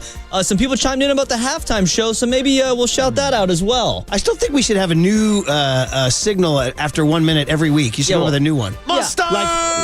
Or that Detroit Lions podcast laugh, or whatever. Yeah. Well, I make the rules here, all right, Murph? Yeah. You know what I'm saying? You're stepping into Tony's dojo. Speaking of cheesesteaks. Yeah. All right, here we go. All right, to quote the great Marcus Boucher, it was nice to see the NFL decided to schedule a football game around Kendrick Lamar's concert on Sunday. We heard a lot of people say it was the worst Super Bowl halftime show ever. Oh. I saw one person in the YouTube chat criticizing music, calling it diarrhea of the mouth. Peter Hartlob said it was up there with U2 and Prince in their performances. So let's settle the debate right now. Yes. I want you guys to rank your top 5 favorite Super Bowl halftime shows of all That's a lot. time. I don't know if I have 5 off the top of my head. Okay. I'm gonna go right now. First of all, great question. It remains a hot topic to this day. Okay, so number 1, you guys know me. I'm an old white guy, and Yes, you are. U2 2001 September 11. Where the Streets Have No Name, with those names rolling. You'll never, ever, ever top that. Number 2, though, has to be Prince. Where I told you guys when Prince said, you're all playing for second place. He was like Larry Bird walking into the 3-point shooting contest. So I'm going Prince, number 2. Now it gets very dicey because the rest of them kind of fall into a group. So I'm just going to go ahead and 3, just because I really, really enjoyed it. It was recent. Dre, Snoop, and Eminem in L.A., number 3. Okay, and then I'm going to go number 4, top of my head. I'm starting to panic right now. The Bruce Springsteen, the E Street Band, just for fun. And then number 5, because it was current and it was the culture. And I thought Serena was foxy. And I think anything that creates this much debate and also played not like us and said, say Drake, and looked right into the camera. I'm going to put Kendrick number 5. Say Drake. I could move him to number 4 because I panicked on number 4, but there's my answer. Yeah, Tony, I don't have an official ranking, but I know that Kendrick's performance will enter the top 5. I will say that Kendrick's first performance will also go in the top 5 with Dre, with Snoop, with 50 Cent, and all the legends. That might be number 1 to me because of the nostalgia factor. 50 Cent showing up upside down like he's in the club music video. That to me was one of my favorites. But I also got to show some love for Shakira and Jennifer Lopez. I definitely like that show, and I got to give a shout out to me as a kid, being a fan of Janet Jackson up there with Justin Timberlake. That also cracks the top 5, and I'm a Tom Petty head, so I'll throw Tom Petty and the Heartbreakers as one of my top 5 all-time Super Bowl halftime let me throw out, who did I throw at Springs? Bruce wasn't that great, as a matter of fact, so let's go Petty. Let's go Petty. Actually, anytime Bruno Mars is up there, it's good, too. He's up there a lot. He's been up there like 4 times. So, all right, Tone, there you go. Shout out Michael Jackson in 93 as well. That was a really good one. He's okay. He's okay. All right. Go on. Number 2 on the list. Jimmy Butler has decided to wear number 10 as a Golden State Warrior, and he was with Dennis Scott of NBA TV, and he told him why. Numero 10, DS. I think it's, Deutsch in Brazil, maybe. I think so. Neymar Jr., Paul Pogba, my little brother slash cousin, Marquise Grayson. I don't know, Sadio Mane, everybody, all the greats. They wear 10, so that's why my 10 is here. All the greats wear number 10. For those of you who are unaware, that number is often worn by a team's best playmaker in soccer, the striker. Shout out Lionel Messi. So who are your favorite players of any league to wear number 10? Ooh. Off the top of my head, maybe do I start with Phil Rizzuto? I don't know. Number 10 is kind of a random question, a random number. I know that it is used often in soccer, in the sport of football. I guess you got to go with Messi as the number 10 overall. Murph, I'll kick it to you because off the top of my head, I'm kind of drawing a blank on number 10 right number now. 10? Because I'm going to go ahead and take care of the old heads with this date in Giants history. Nice. First, number 10, I do believe, and I hope I'm not wrong, otherwise I'll lose all credibility, but I'm going to do this without Google searching. Do I not believe that the great Italian striker Roberto Baggio wore number 10 in the 1990 and 94 Italian teams that were just so iconic and so famous and captured my heart when I fell in love with the Azzurri? So I'm going to go Baggio. I'm going to give you 3. I'm going to give you Baggio. I'm going to go ahead 2 games in and say Jimmy Butler because I really like what he said. And then this is the one for this date. Come on, man. Everybody knows Johnny LeMaster. The much maligned Johnny LeMaster. And he wore number 10. Not only he wore number 10, but he was booed so heavily by the Giants fans that in 1979 for a game against the Montreal Expos, I believe, he came out. And instead of LeMaster, he had the word boo stitched over the number 10. Unbelievable moment. Mike Murphy gave him that jersey. He wore boo up to the plate. So he said when people were booing him, he said, yeah, they're chanting my name. Mm-hmm. So those are my 3. Baggio, Butler, LeMaster. Oh, and I also give an honorable mention to the future Hall of Famer Eli Manning, who wore number 10, Murph. And are we forgetting Handsome Jimmy? Did Handsome Jimmy wear number 10? Wow, you are correct. Yeah, for some reason I was thinking he wore 11. Whoa, you talking Italians? Making ladies dance wearing Niner pants. Jimmy number 10. Did David Lee wear number 10 with the Warriors? He did, yes, sir. Yeah, what do you got, buddy? Let me go Tim with my Hardaway. guy, D. Lee. Shout out Tim Hardaway. Oh, great call. Yeah. Walt Frazier, Steve Nash, DeMar DeRozan, Good call with Chipper 5. Jones. Nice. A lot of number 10s. Tyreek Hill, but I also had to look it up as well. I'm going to go Mount 10 more is Butler, Baggio, LeMaster, Garoppolo. Gary Sheffield as well, Marcus. All right, there you go. All right, number 3 one. on the list. One of the best events of NBA All-Star Weekend is the Slam Dunk Contest. The list of competitors this year is a who's who of athletes. We have Bulls forward Matas Buzelis. We have Spurs guard Stephon Castle, Bucks guard Andre Jackson Jr., and then, Osceola Magic guard Mac McClung. That is a real list. Who? So the NBA is all about stars, but no disrespect, the dunk contest has none. Frankly, hasn't had any since Vince Carter in 2000. So the question here is, how can we fix the slam dunk contest? Oh, wow. That's like a real question, not a riffing question. That's like he's actually asked us to give some meat. Well, I think cash would probably have to be the answer, buddy. I mean, what do you give, like $1 million or $2 million or $5 million to the winner?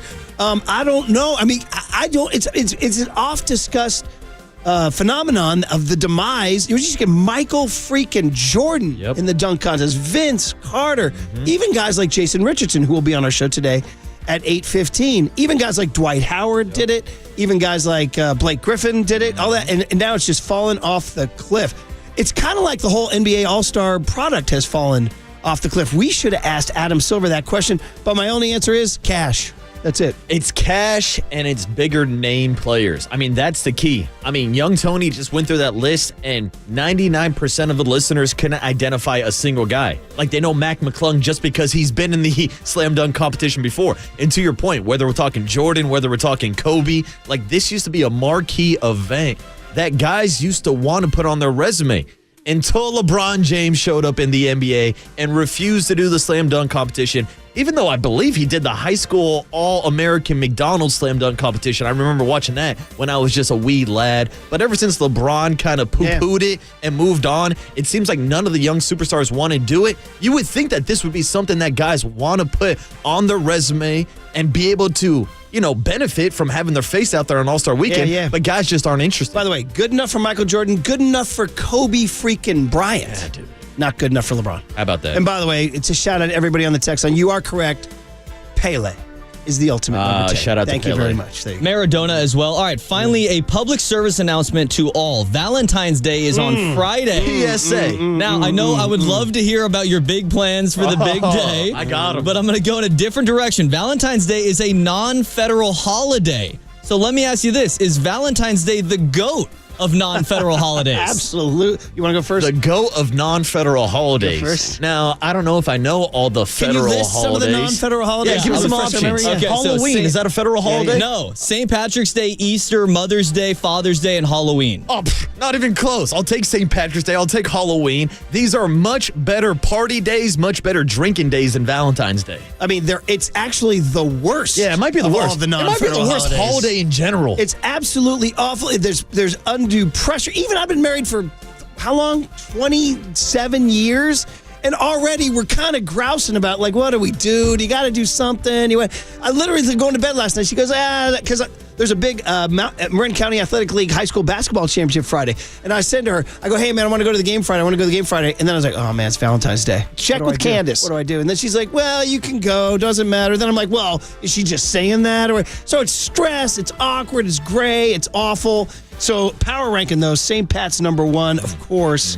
Got to go Mother's Day number 2. We all love our moms, right? Shout out to the mamas. Got to go Halloween 3 for the Reese's. Wow. Got to go Father's Day 4 for the U.S. Open, and got to go Easter 5 because it does involve some religious, cumbersome religious imagery. Yeah, Valentine's Day does not crack my top 5 at all. Worst. It's the terrible. worst. It's a manufactured holiday. It's the worst of them all. If you love your partner, you can tell them that every day. You don't need one day a year. That said, a guy like you could clean up on Valentine's Day for the Broken Heart Club. Exactly. Me and the 2 a.m. Angels. I didn't discover that until my 20s, that there were girls who don't have a guy. They go out, they call it Black Friday or whatever, Black Tuesday, and they go out looking to do some damage. Yeah, they're looking for the water boy. They're looking for guys like me. So what about you, Tone? Where is it? Is it the worst? Oh, it's St. Patty's Day all the way. I mean, I was trying to provoke with a question. You did to be provoke. honest. It was the worst. It was the worst. Which hot take? I might put Halloween above St. Patrick's Day. Okay, because everybody's sexy. Yeah, I like the outfits more in Halloween merch. Yeah. Well, you could be a sexy leprechaun. This is true. All right, well, there it is. What did young Tony ask today? On KNBR 104.5, Dwayne Kuiper next on The Sports Leader.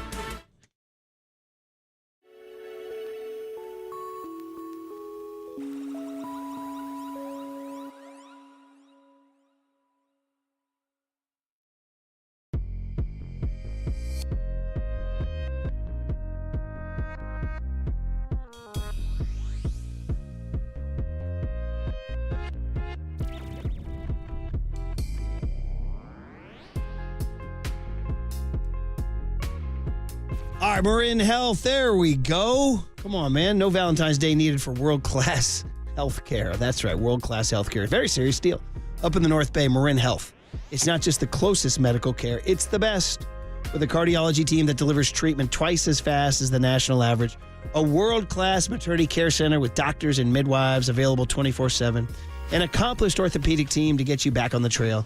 And a partnership with UCSF that expands our world-class capabilities. It's all right here to get you closer to being at your best. Marin Health, world-class care. Closer than you think.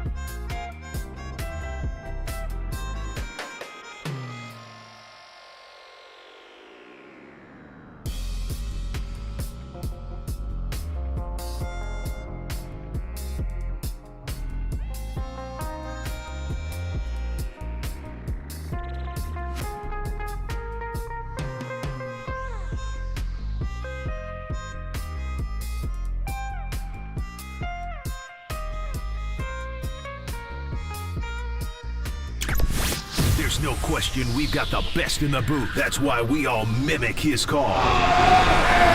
Time for Murph and Marcus to catch up with Kite on KNBR 104.5 FM and 680 AM. We talk about it, we talk about it, we talk about it, and we almost there. 1 week from today, Marcus and I will take off for Scottsdale. We'll do our shows Thursday and Friday, and then 1 week from Saturday, this man, Dwayne Kuiper, will be on the call, Giants Rangers from Surprise, Arizona. So he is Dwayne Kuiper. He's sponsored by your Northern California Honda dealers. See your NorCal Honda dealer now for sedan fine savings on every model. Good morning, Kuiper. Happy pitchers and catchers and all that good stuff. How are you, man? Hey, morning, Kuiper. Yeah, everything's good. They start today, right? They do. I mean, we saw pictures of them arriving in the parking lot. The Giants featured Logan Webb and Patrick Bailey walking in, and then I imagine we'll see some bullpen video today. Yeah, I'm sure you'll see guys running around, maybe doing PFP. And look, usually at this time of the year, there's also some of the hitters come in early, and that way they can get some swings in, do whatever they want, and they can leave when they want to. Because, once their responsibilities start, then they're under a time frame. But it's a good time of the year. And, like we've said in years past, it's the perfect time of the year to see what some of these young guys look like in a major league uniform. People we've been reading about. I mean, I want to stand next to Eldridge. I mean, I know that he's tall. I know that he's supposed to be 6'7", but what does that look like when you stand next to him?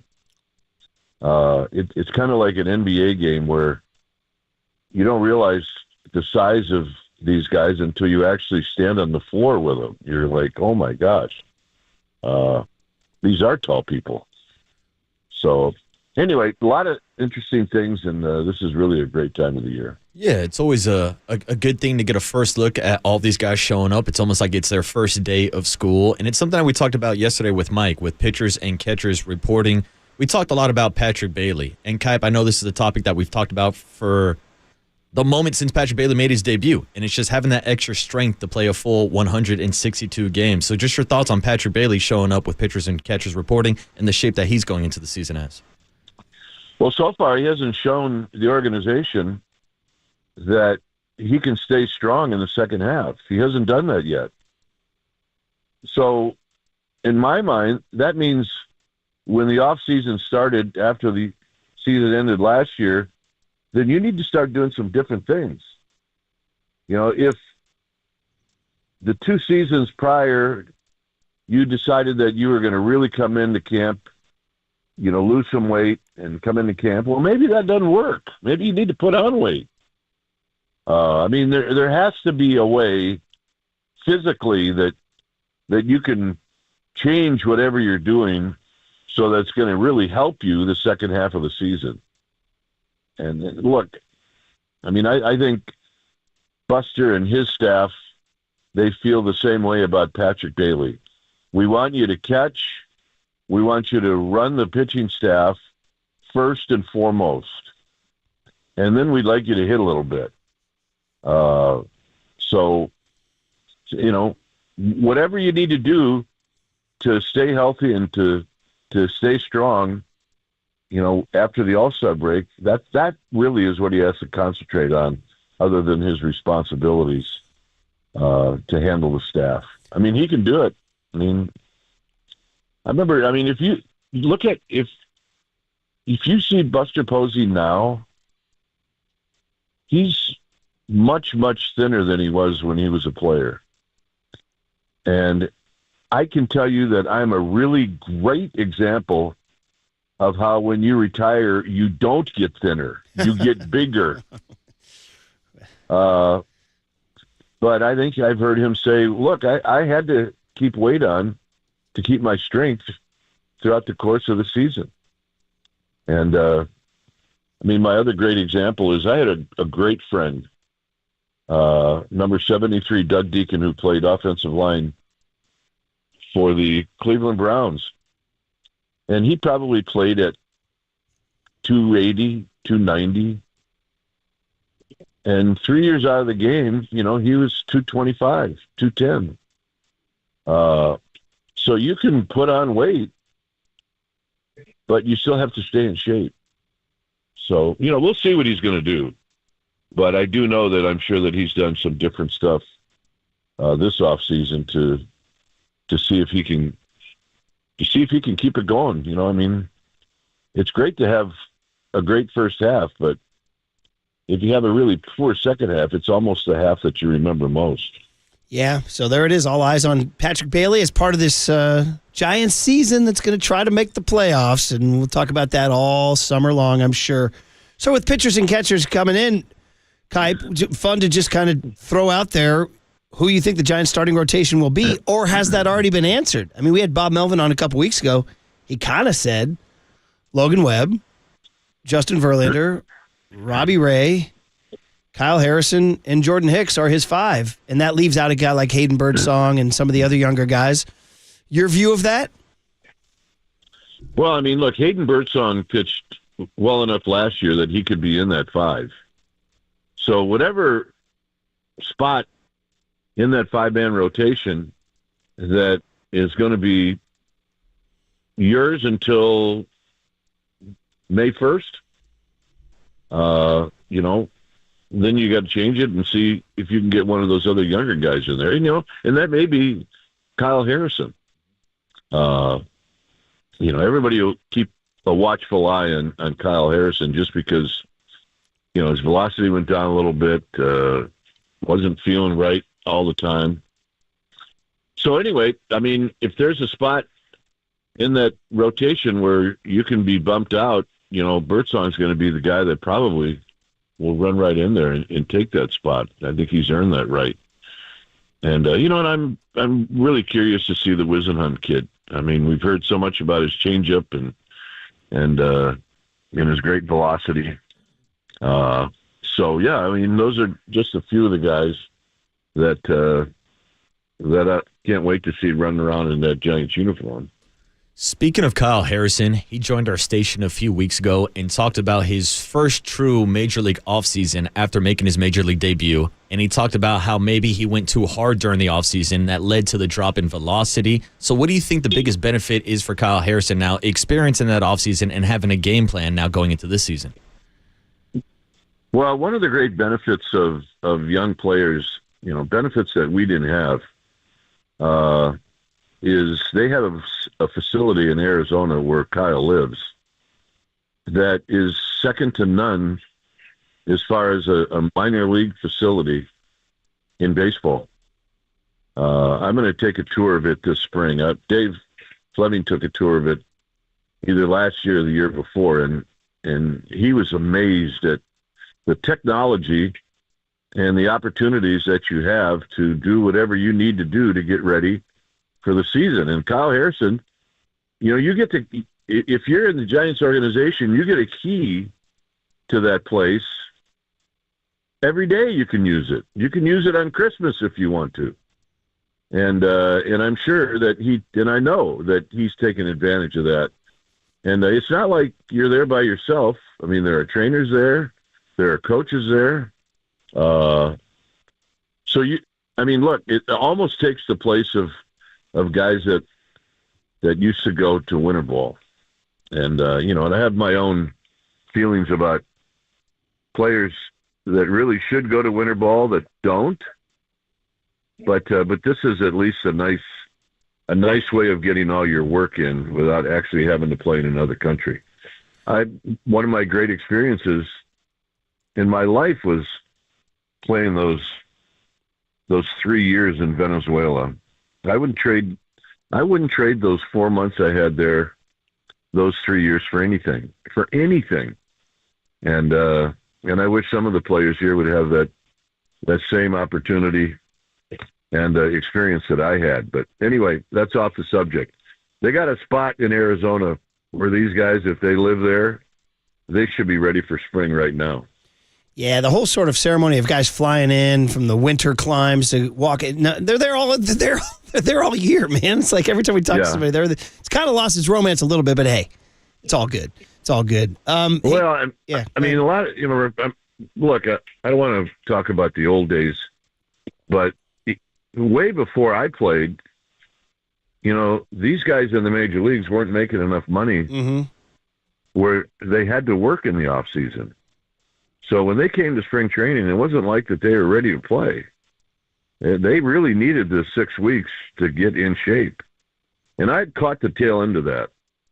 I told this story before. My first Major League Spring Training was with a bunch of veteran guys, Boog Powell, Frank Robinson, Gaylord Perry, that whole group. And the big thing back then were these plastic sweatsuits to lose weight, which now if you put them on, doctors will tell you you're going to literally kill yourself, right? Mm-hmm. Boog Powell, 16 pounds one day. No, come on. Yes, wearing that thing. Oh, my God. Well, that's how you have a heart attack. Yeah. That's how your organs stop because you're dehydrated. But push Boog Powell to the edge. It's like he's cutting for a wrestling tournament. And then when you're through with that, make sure you take some salt tablets. Oh, my gosh. They tried to kill us. They did. Oh, man. I think they tried to weed us out by giving us some of this stuff. But everything's so much better now. There are no excuses. And these guys, now they come and they're ready to play. The best spring I ever had, or the 2 or 3 springs, were coming right out of winter ball. You played some really important games in January, and now you're going to start spring in February. You're ready to go.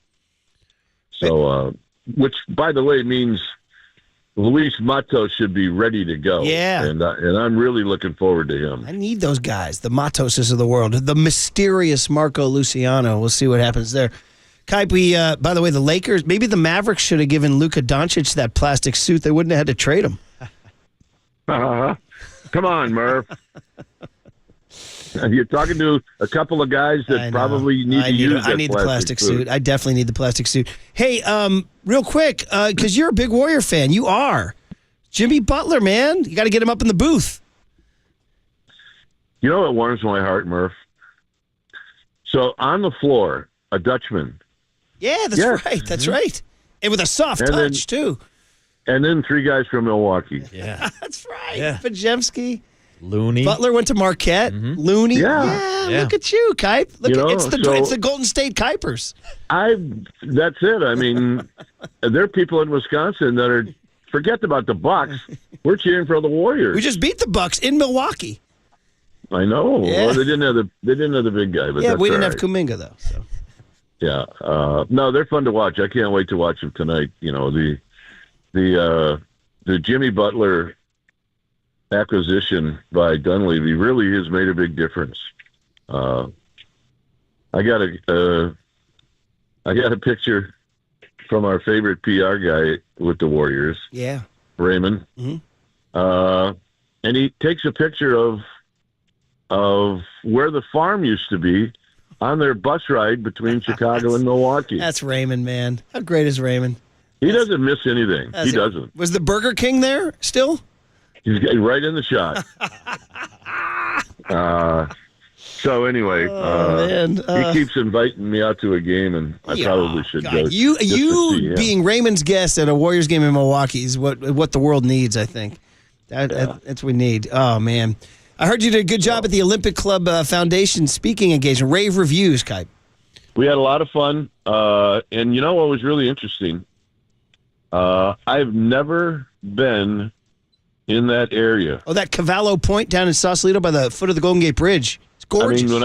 When I got off the bridge and started going down, I'm thinking this is a joke. You thought it was a setup. Where am I going? You thought it was a setup, right? And then you get to the bottom and it opens up, and oh my goodness, what a great spot! Jeez. Well, you need a night away and just kind of they got. Here I am giving them a free plug. They have nice rooms there, and Kipe, you might be able to just brew yourself a pot of coffee and go to sleep to the sound of the fog in the ocean. I know, and they got a couple of restaurants. I saw a bar there called Farley's. Yeah, named after the guy who did the cartoon that used to be in the Chronicle.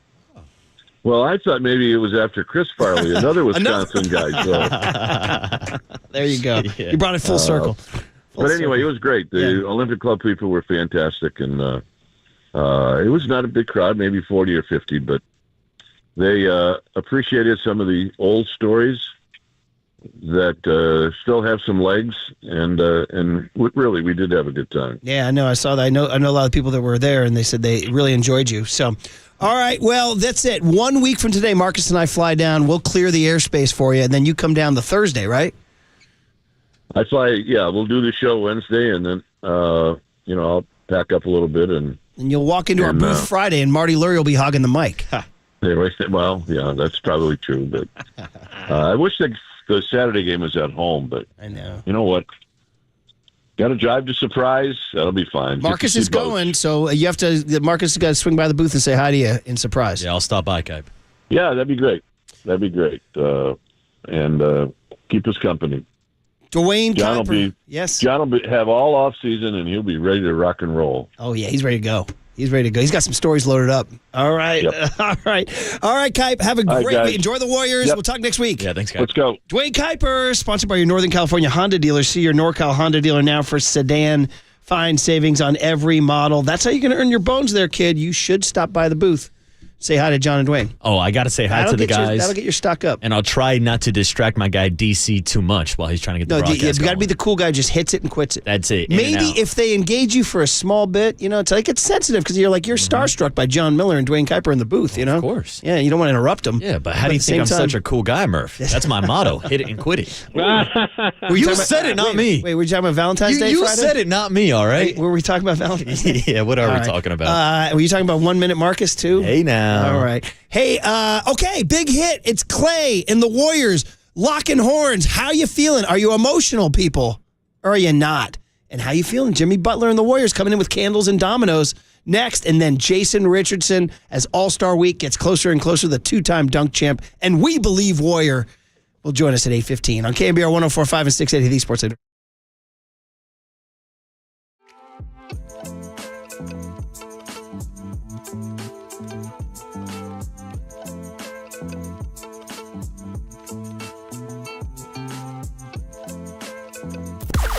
Now, from the O'Donnell Financial Group Sports Desk. Learn more at ODFIGroup.com. O'Donnell Financial Group, because planning is a process, not a product. We are giving away 2 tickets to see Hardy this week, and that is going to be at Shoreline Amphitheater on June 7th. We will be giving those tickets away in the 9 a.m. hour, so stay tuned when you hear the cue to call. Be caller number 10 to 415-896-KNBR, and you will win. Not now, but when you hear the cue to call. This is all brought to you by Live Nation, and you can find official rules on KNBR.com.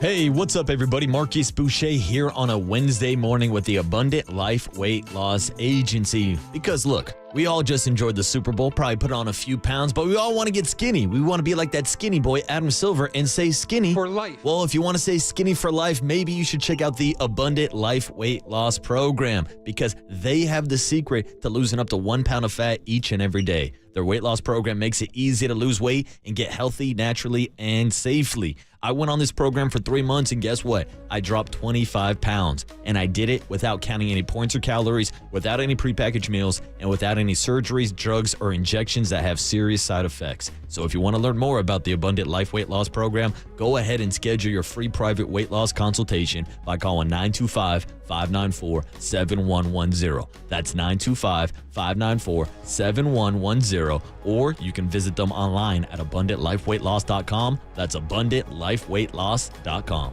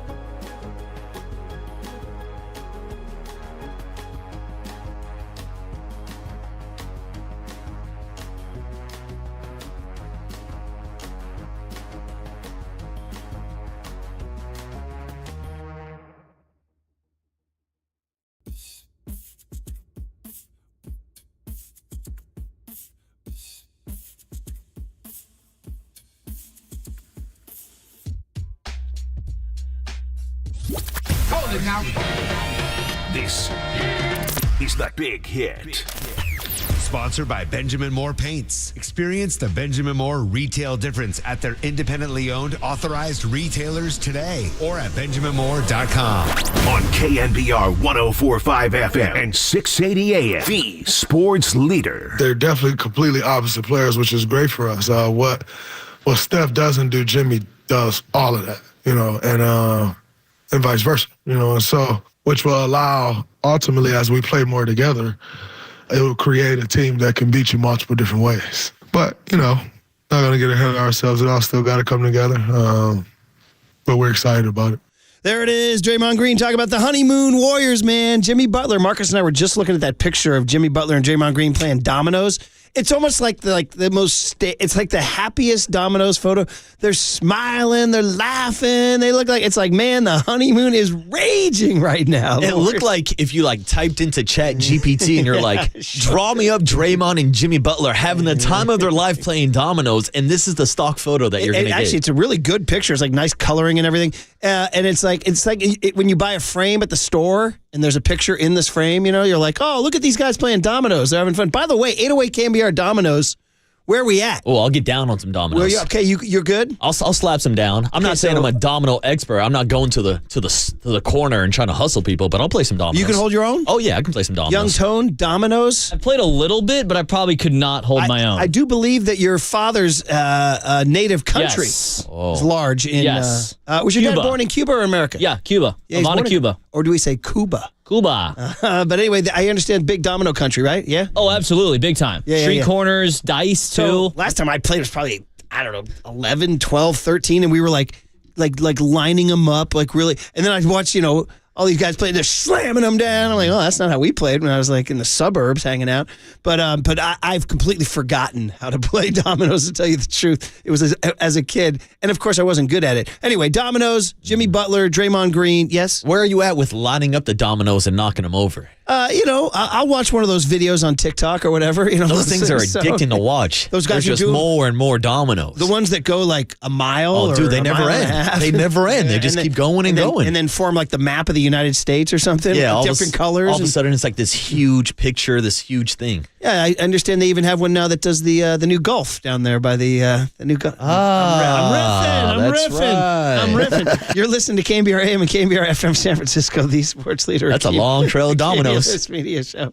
Okay, so it's a big game tonight. It really is, and I'm super curious if the Warriors win this one tonight.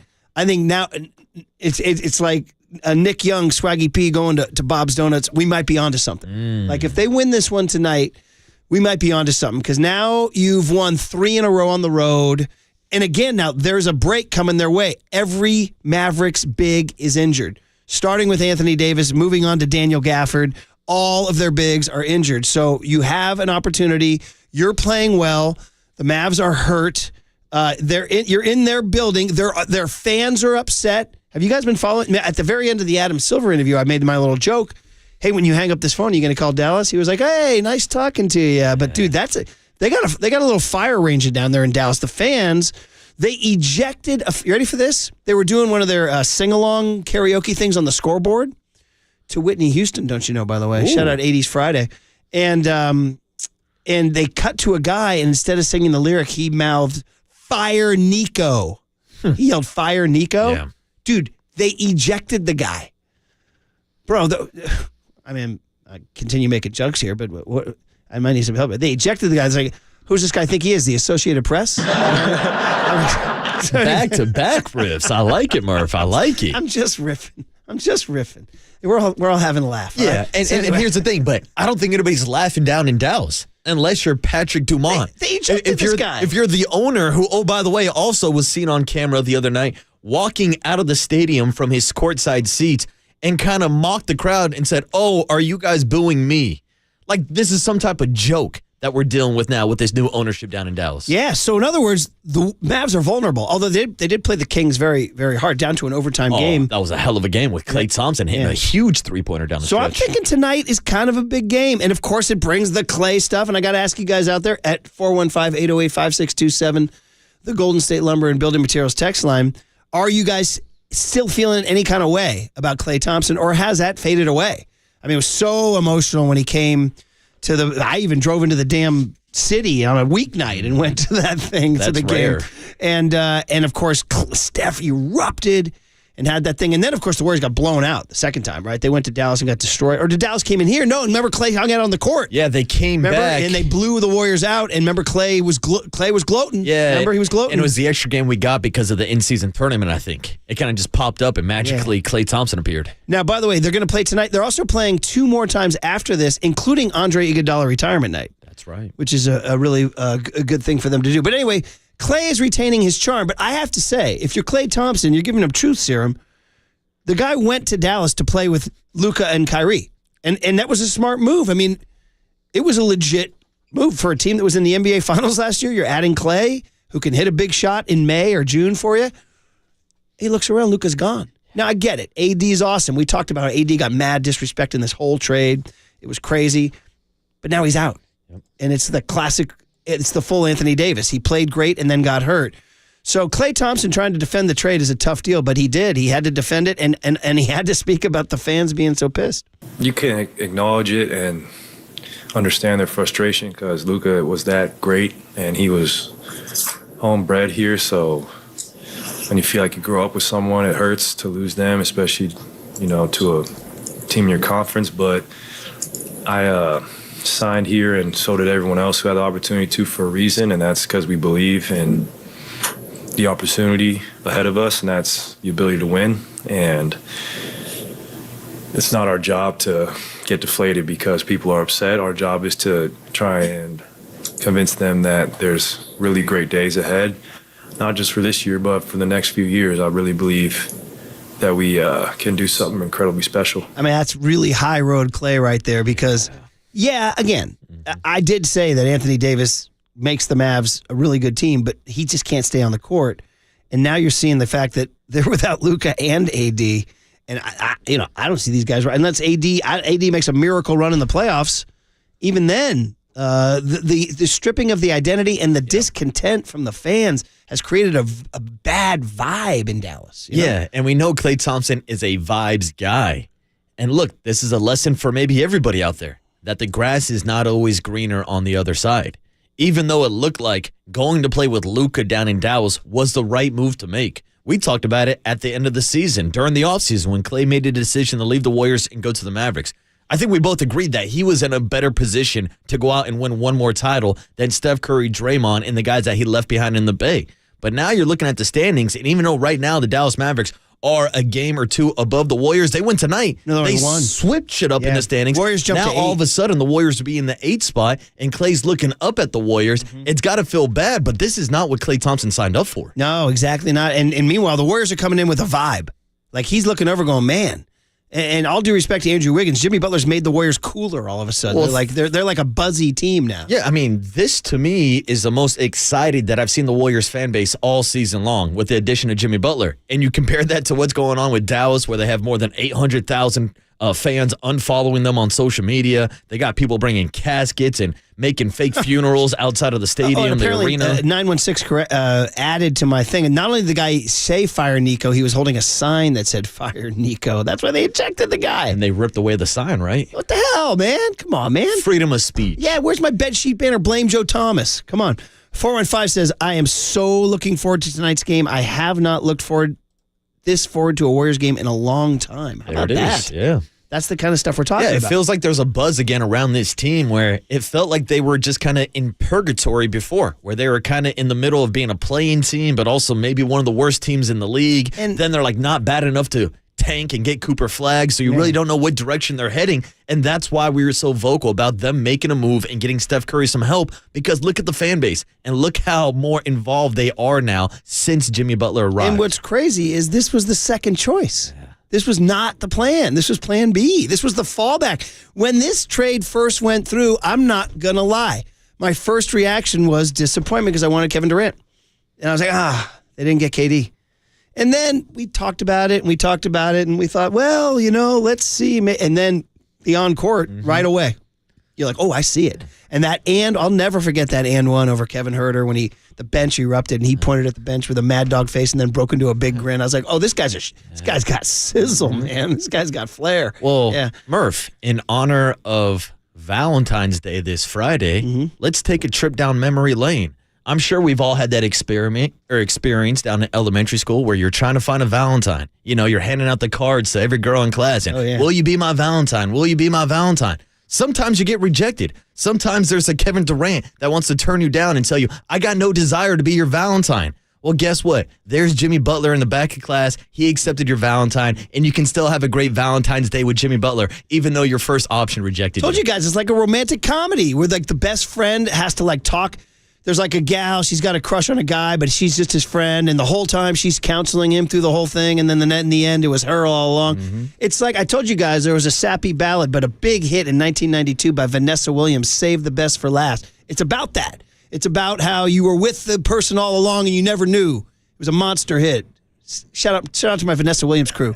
Sometimes the snow comes down in June. Ooh. All right, it's a real sweet, like it's a wedding first dance song. So how romantic. But anyway, romantic Murph. But this is a thing in life. Like you didn't know that person was the right one all along. Of course, we're reacting to 2 games. Yes, we are. So we are. But 2 wins they needed. Yes. You know, and if they got them in Utah for that game, I'll never get over. Yeah, and it's more than just the 2 wins. It's the style of play that Jimmy has now brought to this team. It's his ability to get to the free throw line. It's a sudden ability where now other guys are getting free throw calls. I mean, Steph Curry was averaging 4 free throws per game until Jimmy Butler showed up. And in just 2 games, he's now had at least 8 in both of those matchups. So just like the rest of the team is now feeling the effect of the free throw merchant that is Jimmy Butler. We have multiple texts pouring in on this thing on the Golden State Lumber and Building Materials text line. One of them brought up, and I lost track because it was a few area codes ago, but the irony is, do you remember Clay? The Lakers made a huge play for Clay, and he turned down the Lakers. This is true. He'd be with Luka. Forgot about that. Damn, Clay. Isn't that crazy? Damn. 214 says, I live in Dallas, and my Mavs friends are crushed. Not happy campers down here. See, they've lost the PR war for sure. 916 says, Jimmy Butler reminds me of 2021 Debo. The way he's played the first 2 games, now he's lifting the whole team. Man, 2021 Debo, the guy who used to be just blasting through tackles. I know. Felt like such a long time ago. We'll have to discuss Debo at a later date, too. 707 says, if Clay never leaves, do the Warriors still get Butler? No, because they'd be riding the final timeline into the sunset. Speaking of which, we have some sound from Draymond Green, right? He was on his podcast with Baron Davis talking about the trade and how he realized that with 2 years extension for Jimmy, they now have their expiration date. Like, this is it. And Draymond said it hit him. Like, we got Jimmy Butler. Like, this is no small deal. It's Jimmy Butler. Steph, he looked like he got belief. After the trade, he looked at me and he said, man, it's crazy because it just dawned on me that, like, this is it. Yeah. Like, this is the last run. Last ride. Like, and I said, let's do it.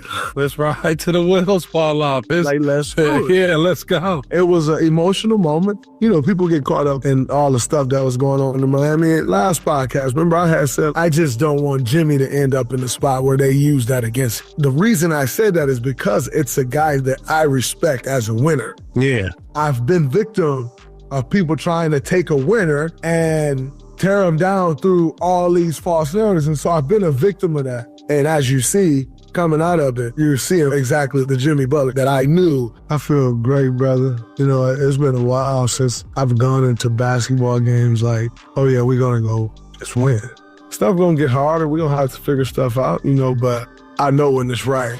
Man, oh man, those some deep thoughts. He knows when it's right. From Draymond. And by the way, Kuminga, when he comes back, geez, man, it's been a while. Right? We haven't seen that guy in over a month, and we're not going to see him again until they don't play until like the Friday after the break in Sacramento. I don't know if he'll be back then, but it'll be very interesting to see how he fits into this whole deal. No doubt, especially when we saw the other night against the Bucks. Steve Kerr went with the small ball lineup. He went with Jimmy and Steph. Also, Buddy Hield out there, Draymond Green, and it was Moses Moody who got into the starting lineup. I'm curious if they will use that same small ball lineup, but with Kuminga instead of Moody in that situation. And I'm interested to see if it plays out. I saw Marcus Thompson in a tweet the other day. He said, play the man, Moses Moody. We'll talk to Marcus about that at 9:30. But we got to get going. Finally, the last text on this Warriors-Mavs preview big hit. 408 says, simply put, Dallas is reeling. We need to show some killer instinct, come out swinging. I love me some Clay, but it's time to stomp them out. It's going to be a big night tonight. 6:30 tip is the tip in Dallas, so it'd be fun, man. Okay, speaking of belief and Warriors and fun stuff and Michigan State Spartans like Draymond Green, that's all by way of saying Jason Richardson. Starting our All-Star Week hits coming our way. Jay Rich, two-time dunk champion, and of course, a great We Believe Golden State Warrior. Next on our show on The Sports Leader.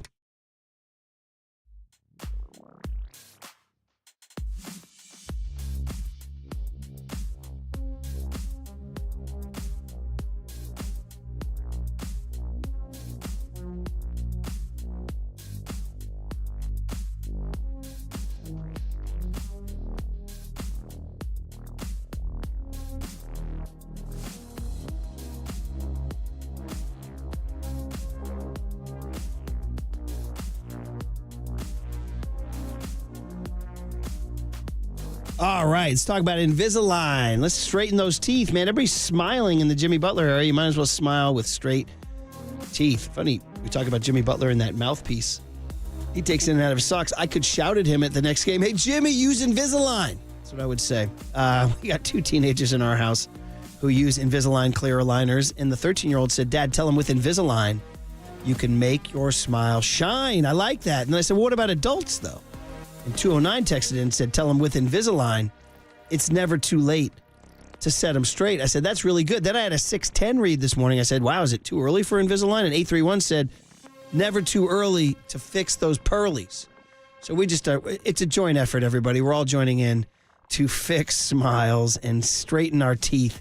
So choose Invisalign treatment. Invisalign's the #1 doctor-recommended brand. It's transformed over 18 million smiles all over the world. Check them out at Invisalign.com.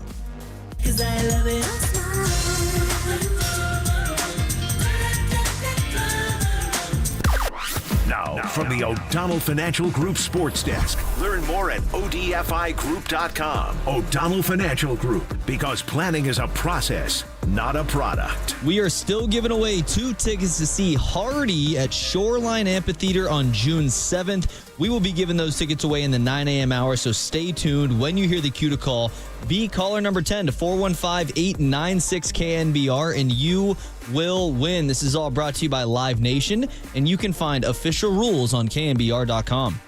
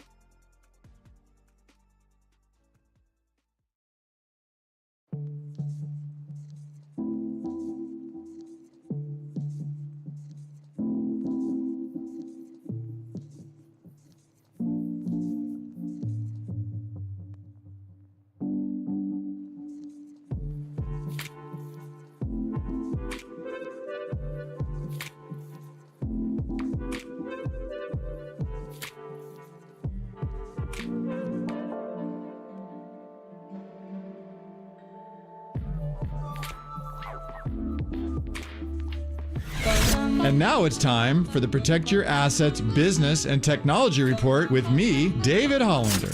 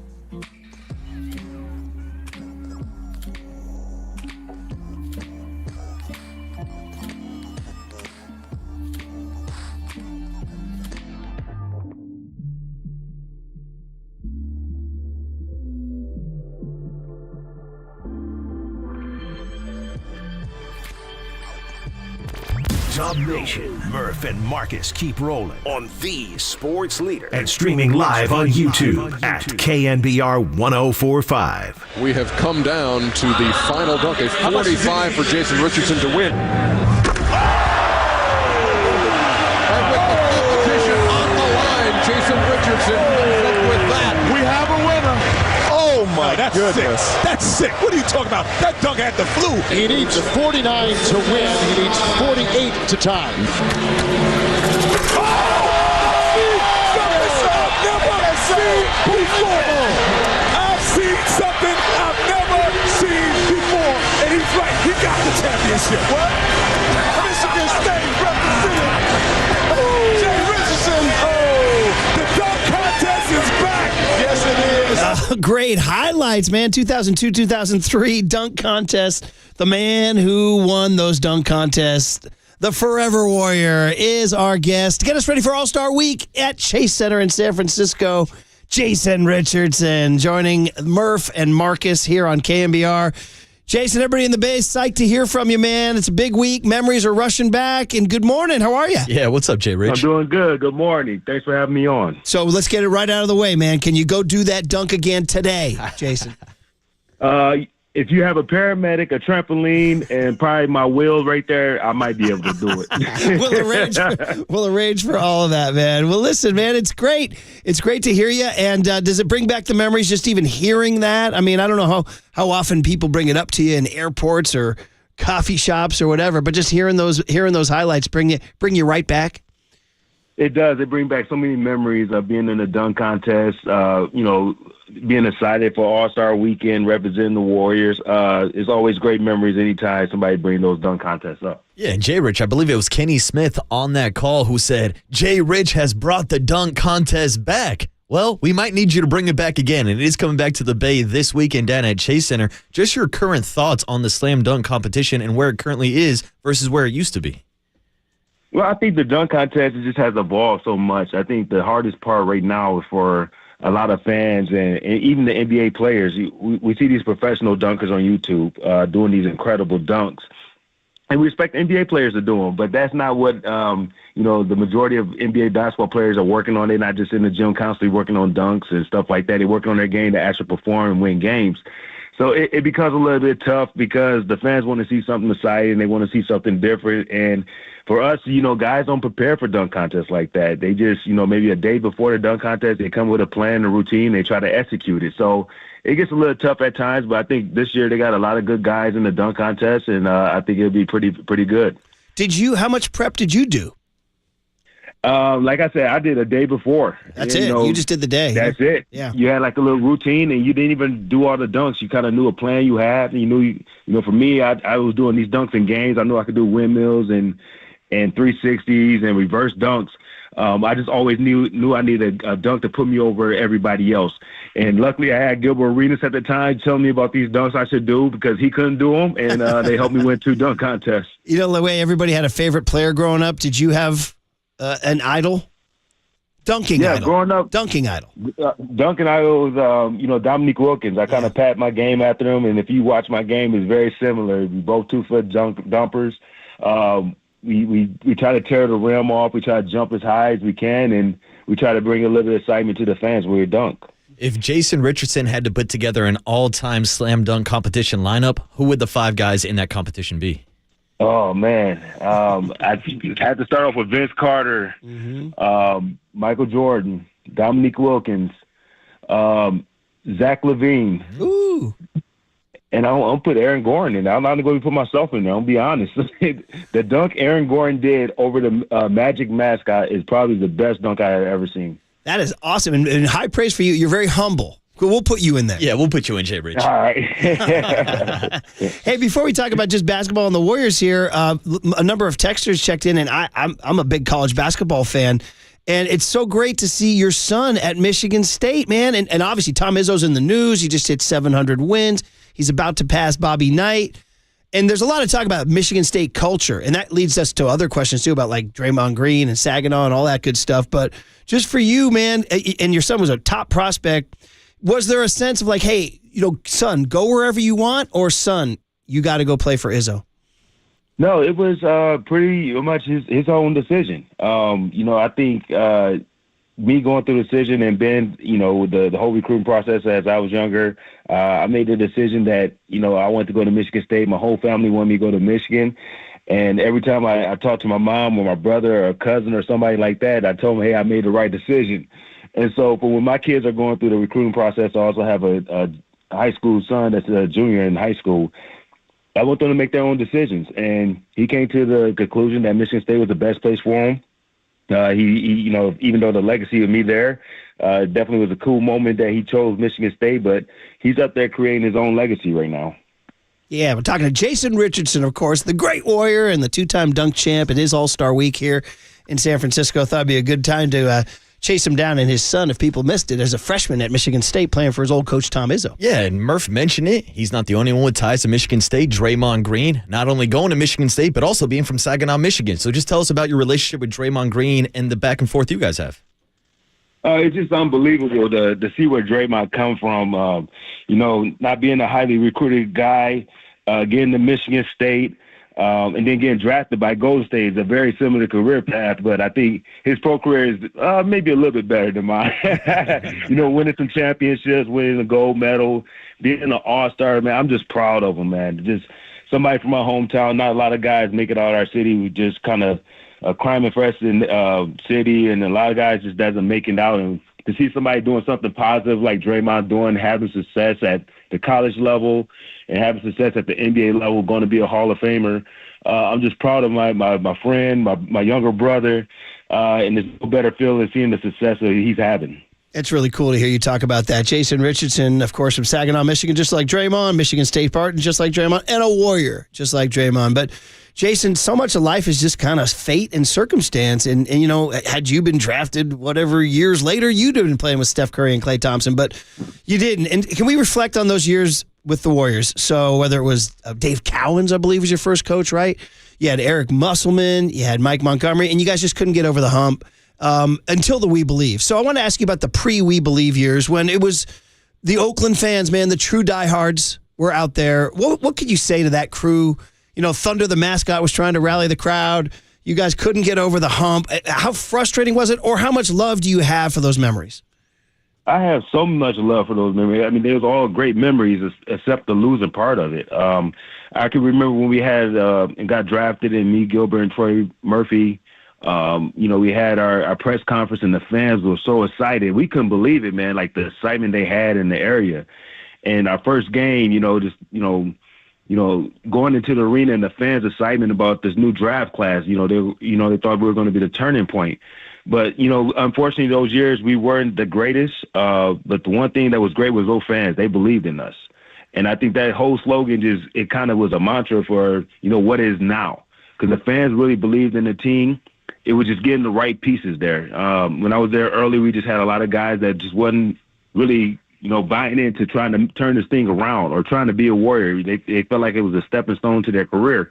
But I feel like that We Believe team was the start of what it is now. Mm-hmm. Guys really coming together. Guys really want to stay in Oakland. Guys realizing this is an amazing place, amazing fan base, the best fans in the NBA. So, and although I didn't win many games those 6 years I was there, always is grateful to the Bay Area. They are loyal fans. They always supported me even when I went to other teams. They always respect what I did on the floor, how hard I play, how I represented the Warriors at, the All-Star and the dunk contest, the rookie challenge games and stuff like that. So it's always going to be fond memories of the Bay Area. Jason Richardson is the voice you hear this morning on the UMA guest line ahead of All-Star Weekend this weekend, not only at Chase Center, but also some events over at Oracle out in Oakland this weekend. And I love that the NBA is honoring both sides of the Bay. And Jason, I know you didn't get a chance to play at Chase Center, but it is a big topic when we are talking about this Warriors fan base and the difference between the energy and the vibe between Oracle and Chase Center. So maybe if you can just expand on your last answer and talk about the passion of those Oakland fans who not only no longer have the Warriors, they also don't have the A's or the Raiders to root for. Yeah, which is tough because I believe that, those fans were there from the beginning. They was there with the Raiders went to the Super Bowl and lost. The A's in the playoffs, us with the We Believe in the first couple of championships the Warriors had there. Just a definitely loyal fan base over there. Just the heart and soul of what the Warriors organization or the Bay Area sports fans are.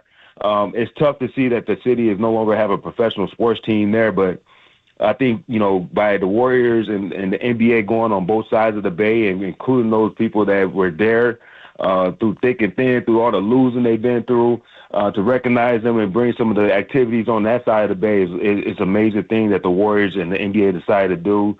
And I hope they could continue to praise that side because they've been the heart and soul of the organization. Jason, a few more minutes here. Jason Richardson, of course, two-time dunk champ, and of course, We Believe Warrior, and a true Warrior when the diehards were out there. I got to tell you, Jason, we get texts on the show. And people are just texting in filled with full love and nostalgia for you, dude. So it is out there for you. Know that if you ever need to pick me up, just fly to the Bay and walk around. You'll feel it.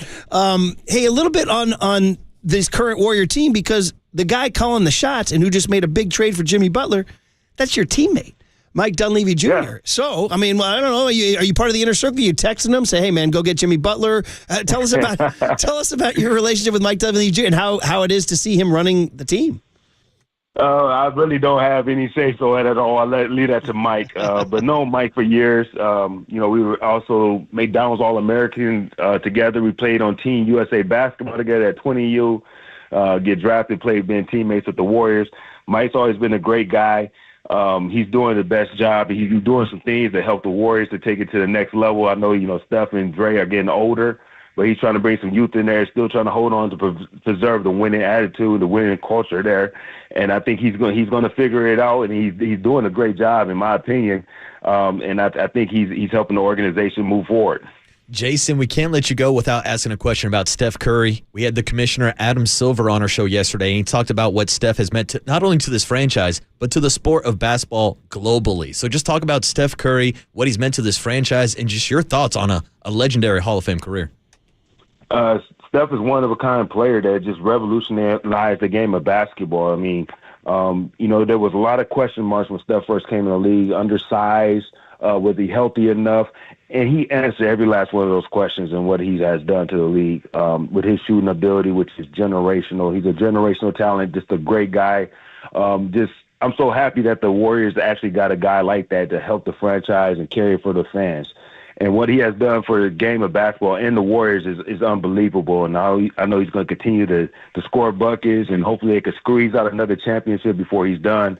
But Steph is this unbelievable guy and unbelievable basketball player. Jason, just before you go, We Believe Warriors, the number one moment in your mind right now. What comes to mind? Baron Davis dunk. I'm trying to remember the replay. Where were you right at that moment? I was at the three-point line coming down court, and I was on the right-hand side, and Baron he drove baseline. And when he rose, it just looked like he was going to go into like a layup, and then he cocked back, and I'm like, oh, he's going to try this. And when he dunked, man, it was just crazy. I never have seen or heard the arena that loud in my life. No matter what sport, it was just the most loud and crazy thing I ever seen. And it was one of those memories you would never forget. And you're like, hey, I won 2 dunk contests, and he's doing that?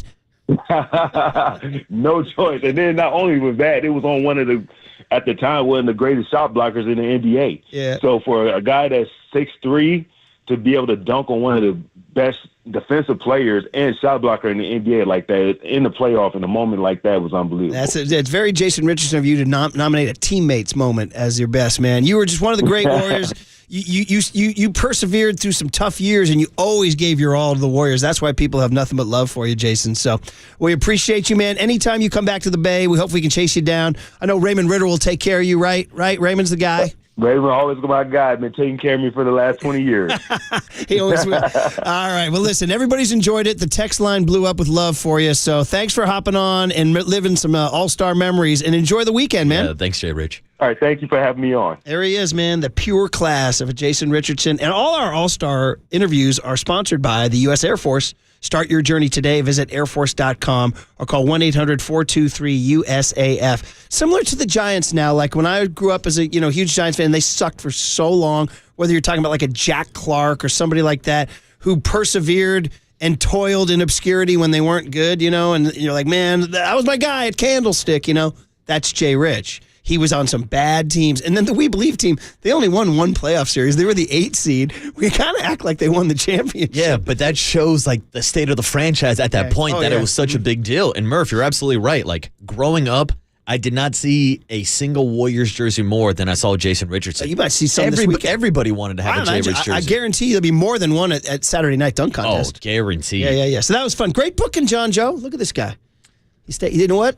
You're only as good as your next guest, buddy. I'm telling you, ever since John Joe Curley got off the booze, he's been booking nothing but grade A guests. Hey, we got to keep him off. We got to start hiding the demon rum from him. I know. I got to lock him out of my office. All right. Cooler of content's always loaded. Then Marcus Thompson on the Warriors at 9:30 on KNBR 104.5 and 680, the Sports Leader.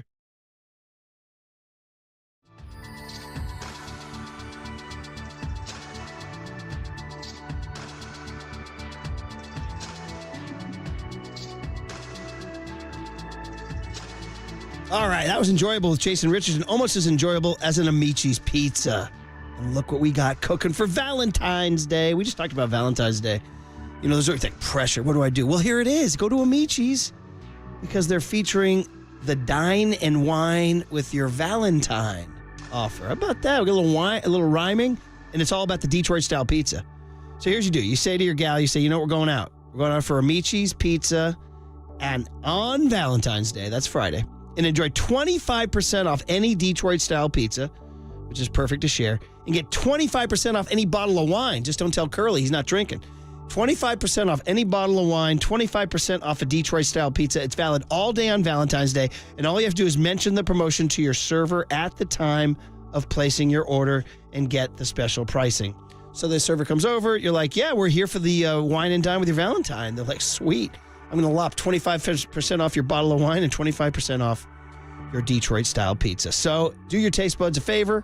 Dine and wine with your Valentine this year. Amici's delivers. I just want some pizza.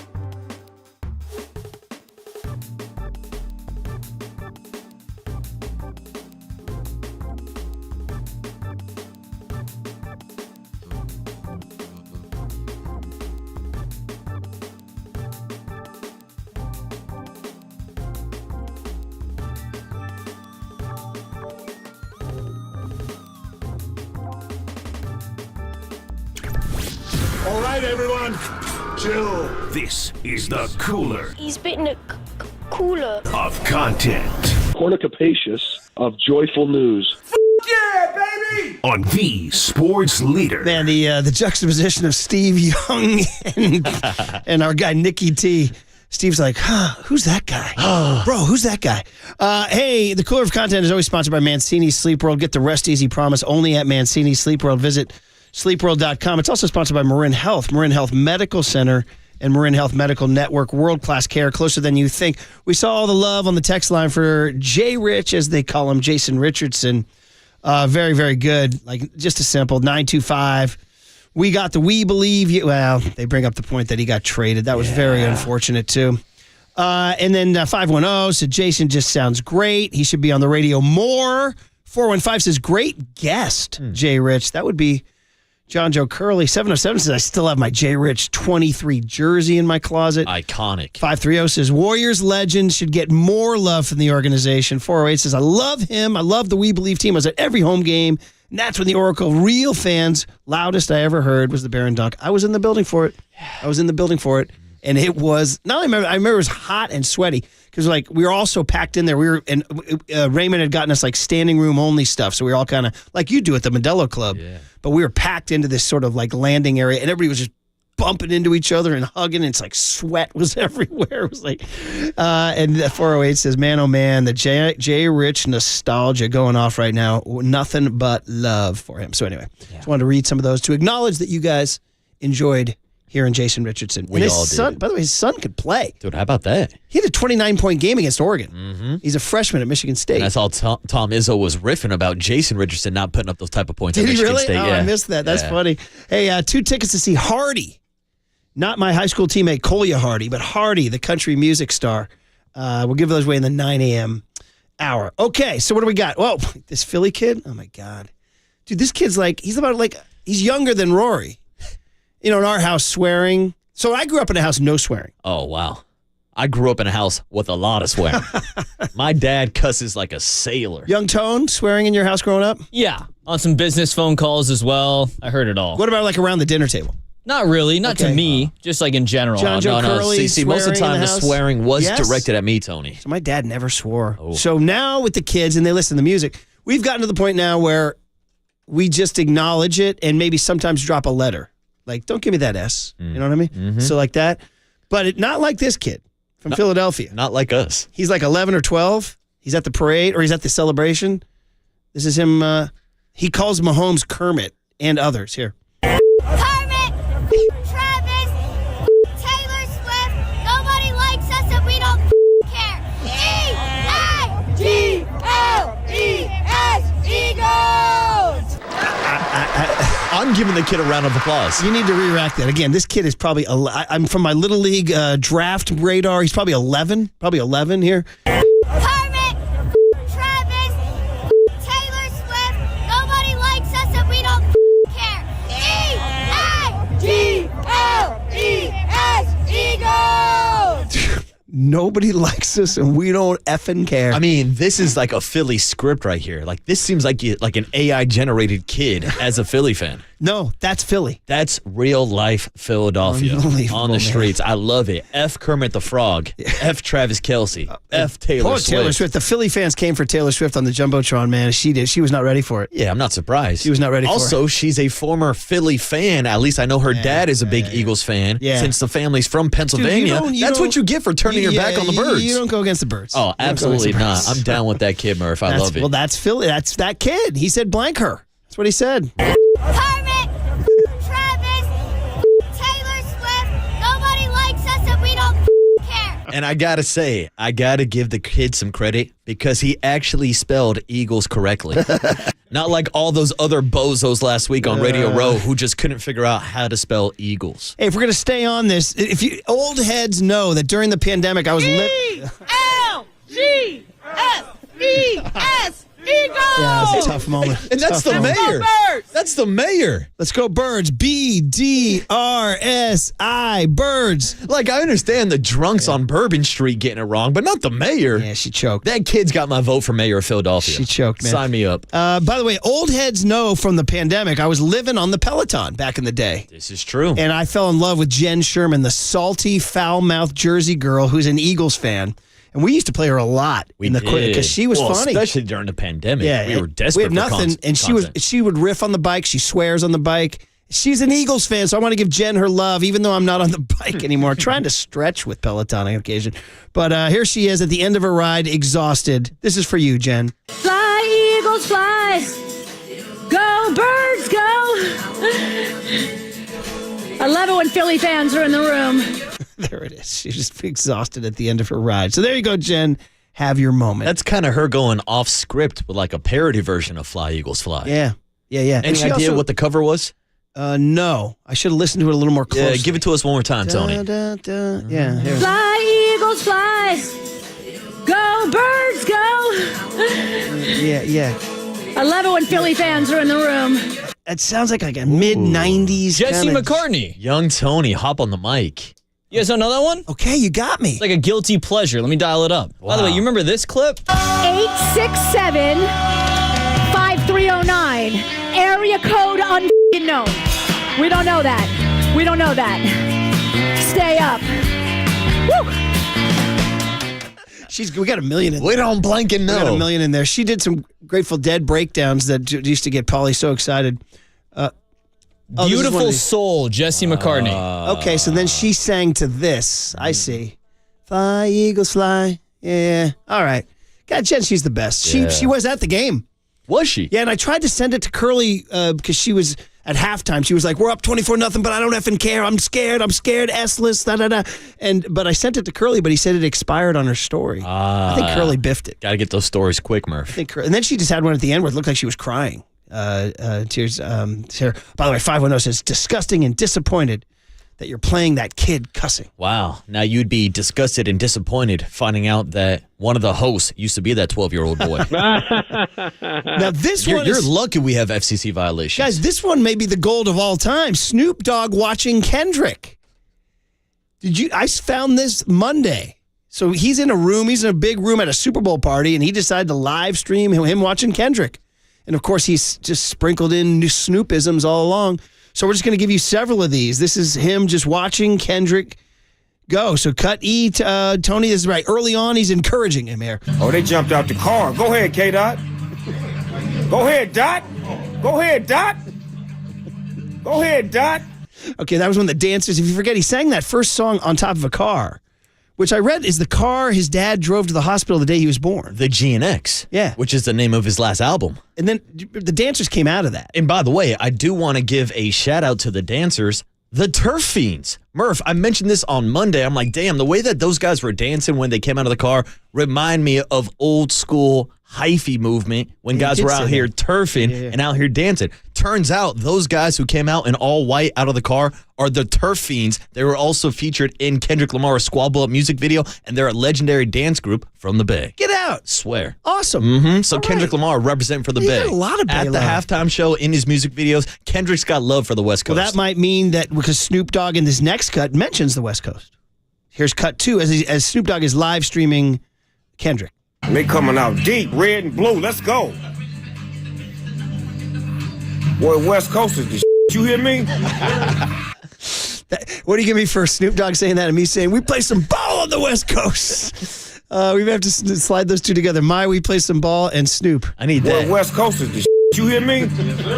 West Coast is some guy in the back S, going, you hear yes, me? sir. Yes, sir. That's the type of stuff that make the hood go crazy, Murph. You know me and I in the hood. You know me in the hood. So here's a third one. He's excited as he continues to watch Kendrick. Get him, Doc. Hey. Hey, keep that horn on me like a mossy. Get him, nephew. It makes me dance.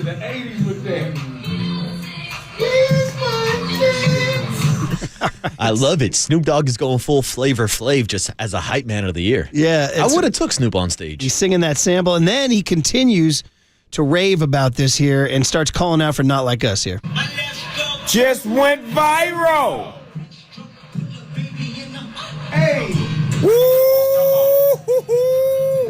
Go ahead, Dot.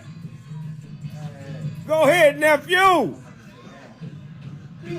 He just moved up, man. Come on. He top 3 Super Bowl all performance right now. He may be number 1, cuz. If he do that record, he number 1. And then guess what? He played the record. Oh, man. What is it about Snoop? This guy was doing the Olympics, by the way, in July in Paris. You know, doing his, like, eating baguettes and stuff. I mean, his coverage of the Olympics, I've mentioned a few times, he used to call UFC fights on Dana White's Tuesday Night Contender Series. He had some phenomenal play-by-play of UFC fights. I mean, this guy is commentary gold. Yeah, he really is. And remember we used to have that hockey one? I love how they move so swift on the ice. Young Tone, given the clock, and maybe because tomorrow we might need some evergreen stuff, maybe just like saving it's like hoarding your pennies for another. He was suggesting another one, but I said maybe we'll save it for tomorrow. No, that's it. Give people another reason to tune in. That's it. We can end with Snoop because anytime we hear Snoop, we put that on Sports Talk Radio. Put that on Sports Talk Radio. Yeah. We used to have the one on the phone. Nephew, we used to have, Pecan used to play that back in the 00s. What's up, nephew? Didn't he used to say, on the phone, nephew? Yeah, Pecan used to play that if we had like a caller or something. He would scream, on the phone, nephew, and we laughed. Well, there you go. Philly Kid. Oh. We got a little Jen Sherman and then a lot of Snoop Dogg. Awesome. And shout out to the 650 on the Golden State Lumber and Building Materials text line. They say Waterboy is correct. The Turf Fiends were actually interviewed on Channel 2 News yesterday by Alex Savage. That's awesome and a perfect way to promote the legendary Channel 2 KTVU weatherman Bill Martin, who's signing off this month after an incredible career and comes on our show Friday at 8:30. And that means we're getting hang loose Bill Martin. Get your surf and your beer on, all right? 9 a.m. Curly just corrected you. My bad. 9 a.m. Bill Martin, the guy. The guy behind the guy in front of the guy. That was fun. All right, so here's the deal. Marcus Thompson's going to join us at 9:30. Topics until then. All-Star Weekend coming our way. Giants pitchers and catchers report. And, of course, the Warriors at Dallas tonight. Are you over the Clay stuff, or are you still feeling it? 808 KNBR is the phone number on the Sports Leader. Boy, West Coast is the shit. You hear me? Yes, sir.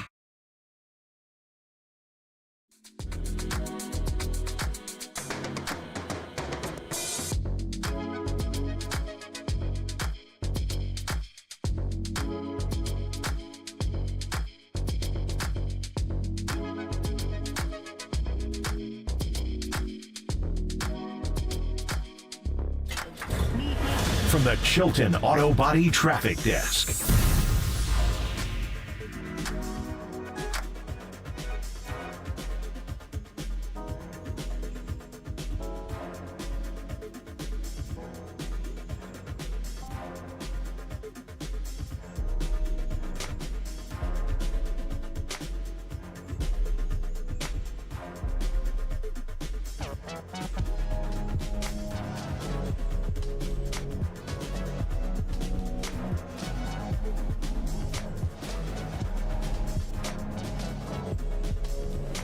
Hey, what's up, everybody? Marcus Boucher here on a Wednesday morning with Prize Picks, the best place to get real money on sports action. With over 10 million members and billions of dollars in awarded winnings, Prize Picks has made daily fantasy sports accessible to all, and it's highly accessible this weekend if you want to get some action on the NBA's All-Star Weekend. I'm talking Rising Stars game, I'm talking three-point competition, I'm talking a slam dunk competition. They have all those options available on the Prize Picks app. But if you want some action tonight, how about we look at the matchup between the Warriors and the Dallas Mavericks, and the matchup between Klay Thompson and Steph Curry. And I got to go with my guy Klay Thompson. Without AD and, of course, without Luka on the court, to have more than 14 points tonight against the Golden State Warriors. Put it in the books and join me on Prize Picks by downloading the app and using the code word LEADER to get a $50 bonus instantly when you play your first $5 lineup. That's code LEADER on Prize Picks to get $50 instantly when you play your first $5 lineup. And the best part about it, you don't even need a winning lineup to receive the $50 bonus. It's guaranteed, and it's only on Prize Picks. Run your game.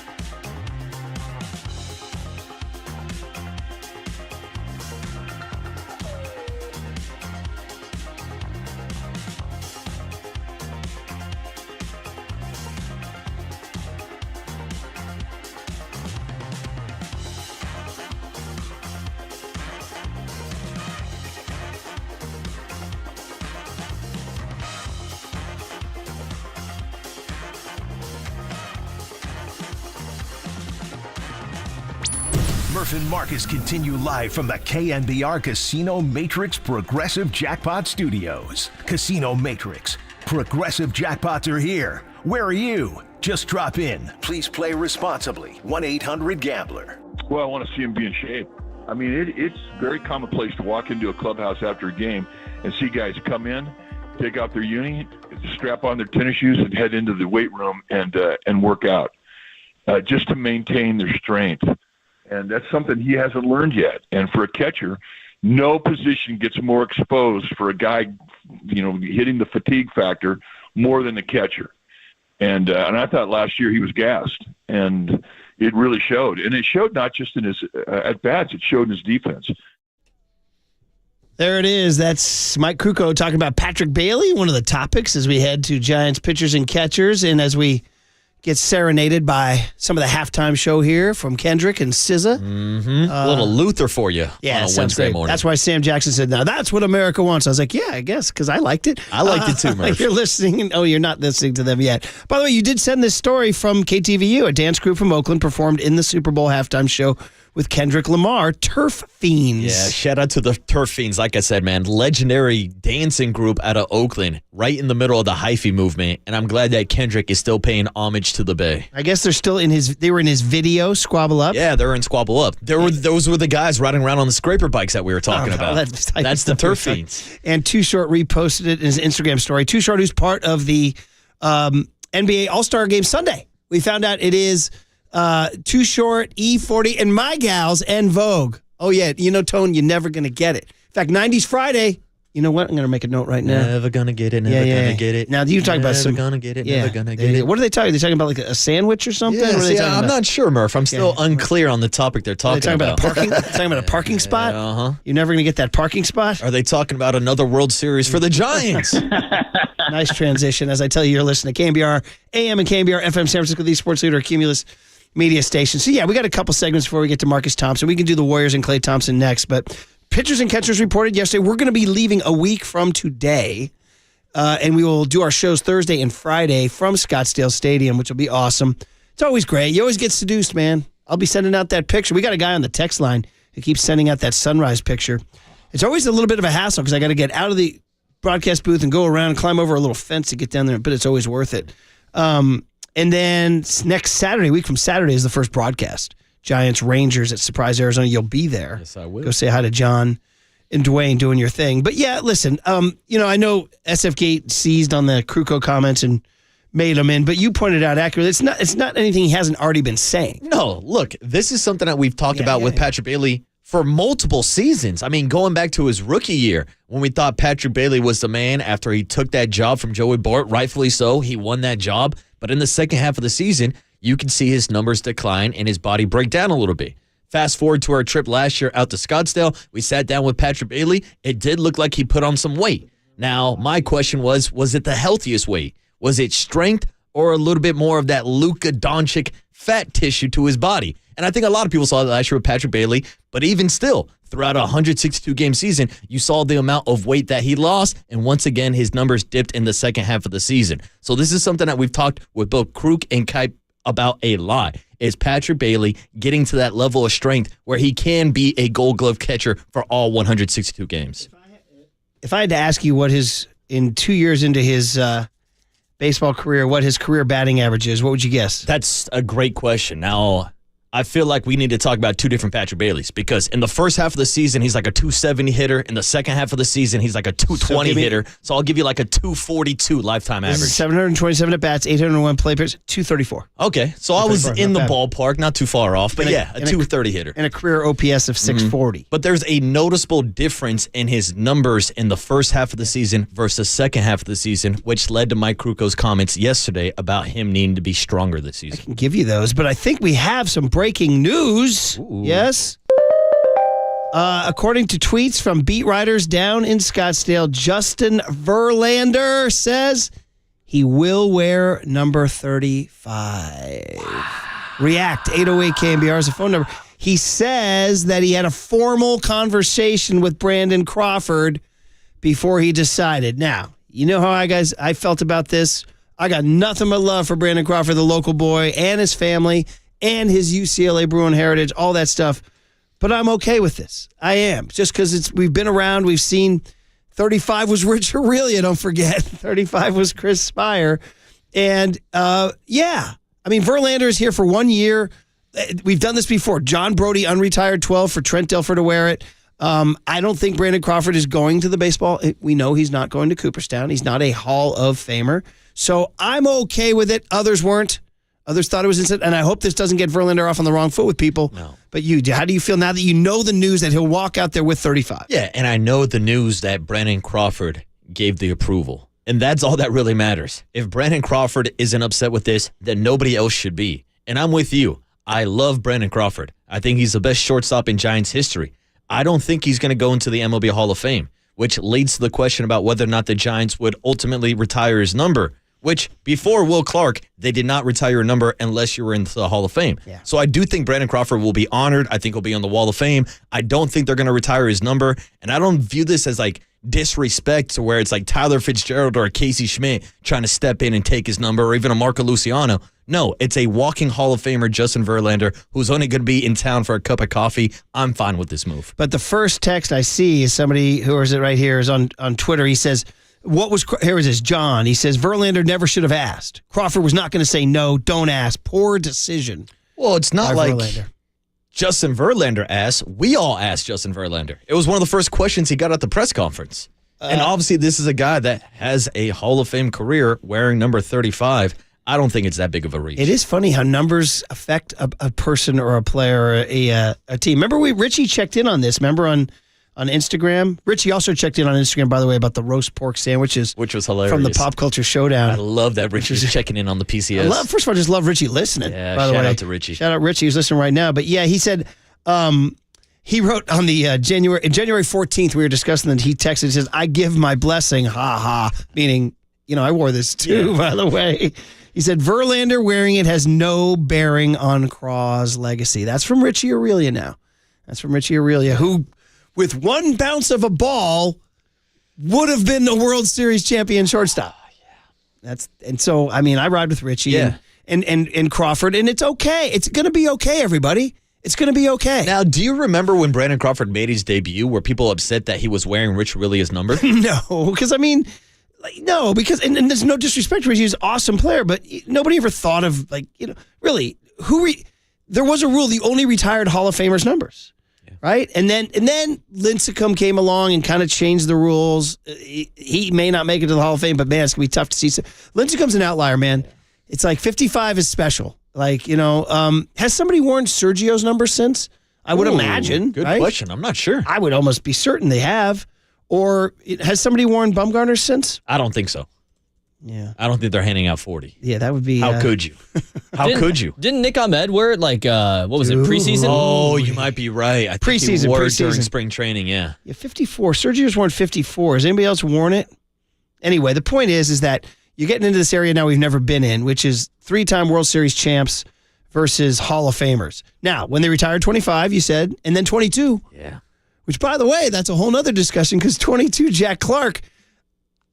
Listen, no, I've never done this. I don't care, but I mean, have you ever compared Jack Clark's numbers and Will Clark's numbers? Oh, we're going Clark versus Clark. I might have some fun doing this. I mean, I love, and by the way, we're due for a Will Clark hit, Curls. Absolutely. Yeah, well, he'll be down there. Hopefully, we'll be down there when he's down there. Oh, yeah, he might be roving around as one of those roving instructors. I'm just going to give you guys this. First of all, Jack Clark spent 10 years as a Giant. 10 years as a Giant. He hit 277 with an 836 OPS. Okay, 277 with an 836 and a 359 on base. Okay, so that's it. And then I'll give you Will Clark here. And by the way, home runs, he hit 163 in 10 years. Let's give you Will Clark as a Giant. I bet his batting average is higher. I bet Will Clark's batting average is higher as a Giant. Will Clark as a Giant hit 8 years, hit 299, and actually had an 872 OPS, so higher. Okay, higher batting average, higher OPS, and higher on base. All right, Will, you win. Wow. It's funny. I think of Jack actually as a little bit more of a masher, and actually Will hit more home runs in 8 years than Jack. Put some respect on Will Clark. I was really hoping for like a spicy segment chopped up by the digital boys. 808 KNBR. Brian Murphy says they retired the wrong Clark's number. They got the wrong Clark. See, 623 says this is a rage-baiting topic for trolls only. This is a Hall of Famer. Oh. Says the Hall of Famer should not be an issue that Verlander's wearing it. And 415 says, don't forget Brandon Crawford actually stole 35 from Davy Cruz. Wow, that's big great time. Knowledge. 707 says I think it was respectful that Justin talked to Brandon in person. Another 707 says it's a freaking jersey number. Everyone calm down. All right. Or if, as the kids would say, it's not that deep. There you go, buddy. 415 says, I hope Crawford said, you can wear it, but just don't stink it up. That's pretty good. That's pretty good. 925 says, just another reason the Giants should have signed Jack Flaherty. I don't know what that was for sure. That's another reason? 303 because he wouldn't wear 35? 303 is talking to me. Says, I need Dennis Littlejohn sign off as well. That's a brief backup catcher in the 78-79 corridor there. Maybe 415 says, maybe 35 will bring Verlander luck. And 925 says B-Craw doesn't own 35. It's the biggest non-story of the offseason. And here we are talking about it once again. All right, so back to the topics at hand from the Giants. So in general, listen, this is going to be one of my themes I'm going to be wrestling with. And that is, Ken Rosenthal and all them, Buster Olney and that crew are writing their stories on Jeff Passan. They're writing their stories on teams entering spring in payroll. And the Giants are one of the top 5 teams in percentage payroll cut. Oh, okay. Percentage cut. They're you're saying. 5th. Okay. And it's not a huge number, but it's they are one of the top 5 teams who have reduced their payroll. Now, do they have numbers on where that actual payroll ranks amongst other teams? Yes. Like, are they still a top 10? It's 11th. It's 12th. Pardon me. It's 12th. And it's behind, of course, the Dodgers. It's also behind the Padres and the Diamondbacks. Oh, that's a bad look to be Not behind the D-backs. far behind the Diamondbacks, but you're behind the Diamondbacks. Yeah, but still, man, you want to talk about market size. You want to talk about what the Giants mean to this market. You want to talk about a market that just saw one team leave, the Oakland A's. I mean, Bay Area is still top 5, top 6 markets in the entire country. And you're being outspent by the D-backs? Yeah, I told you, I walked off the elevator the other day and saw the Jock Blog headline on the screen and said, Giants cutting payroll, not amazingly great news. And I was like kind of laughing because I am sort of trying to control my rage on this whole thing. That, we were sold this bill of goods that the lot Mission Rock, it's called Mission Rock, right? The property development area down there? Mission Bay, yeah. That was going to inspire waterfalls of revenue. Waterfalls of revenue. By the way, speaking of which, quick digression. John Joe Curley, did you mention that Ike from Ike's Sandwiches is coming in? Ooh. When is that, Tony? When is that? Friday. We're still waiting for the time. Well, is he promoting his place down in Mission Bay? Mm-hmm. Because he's got a spot. And I've been there multiple times. I'm a card-carrying member. So when you pay for those sandwiches, you say, can you put some of this towards payroll, please? Yeah, exactly. Because Ike's paying rent to the Giants. Yeah, that's the thing. You know what I mean? You're paying money to Ike, and then Ike's paying rent to the Giants. Mm-hmm. So the Giants could use that rent and put it, I'm trying. I told you guys I'm trying not to get too upset. Be cool, Murph. Be cool. You can't be out here riffing about how Ike has a better lineup with sandwiches than the San Francisco Giants have. So what the Giants did was they signed Adames, and then they pretty much turned out the lights, which I'm struggling with a little bit. Turn off the lights. Yeah, well, they did. The party's over. Well, is it over? Is it over? I mean, the party's just supposed to be starting right now. I mean, they're going to try to get by on Buster Posey, throw to the right freaking base, which, by the way, they didn't always do in the last couple of years. Hit to the right side, hit the sac fly that you need, put the ball in play when you have to, lay down a bunt when you can, get a base knock instead of swinging for the fences, all that stuff. I mean, is that going to get them from 80 to 87? Buster Posey might tell you yes. He might tell you pitching and defense is how they won 3 World Series titles. Now, I don't think that rotation matches the rotation that the Giants had back in the day when we're talking about Timmy and Mad Bum and Matt Cain and so on and so on. It's a good rotation. I don't think it's one of the best rotations in baseball like Farhan was trying to make us believe last year, and that's when they had Blake Snell on the staff also. So to me, this year really is going to be about the development of the homegrown talent, and I think that's a major reason why the payroll has kind of jumped back a little bit too, because instead of throwing money at a Jorge Soler or a Mitch Haniger or a Michael Conforto, I don't mind seeing Luis Matos out there getting the opportunity. I would have done something to first base. I agree with you there. And I don't understand why. Okay, so maybe Goldschmidt, we don't know. Did they make a play for Goldschmidt, and did he choose the Yankees? Quite possibly. Quite possibly. Yeah, and that's fair because I think most people would agree the Yankees are closer to winning a World Series, and that's what Paul Goldschmidt would be looking at in his career.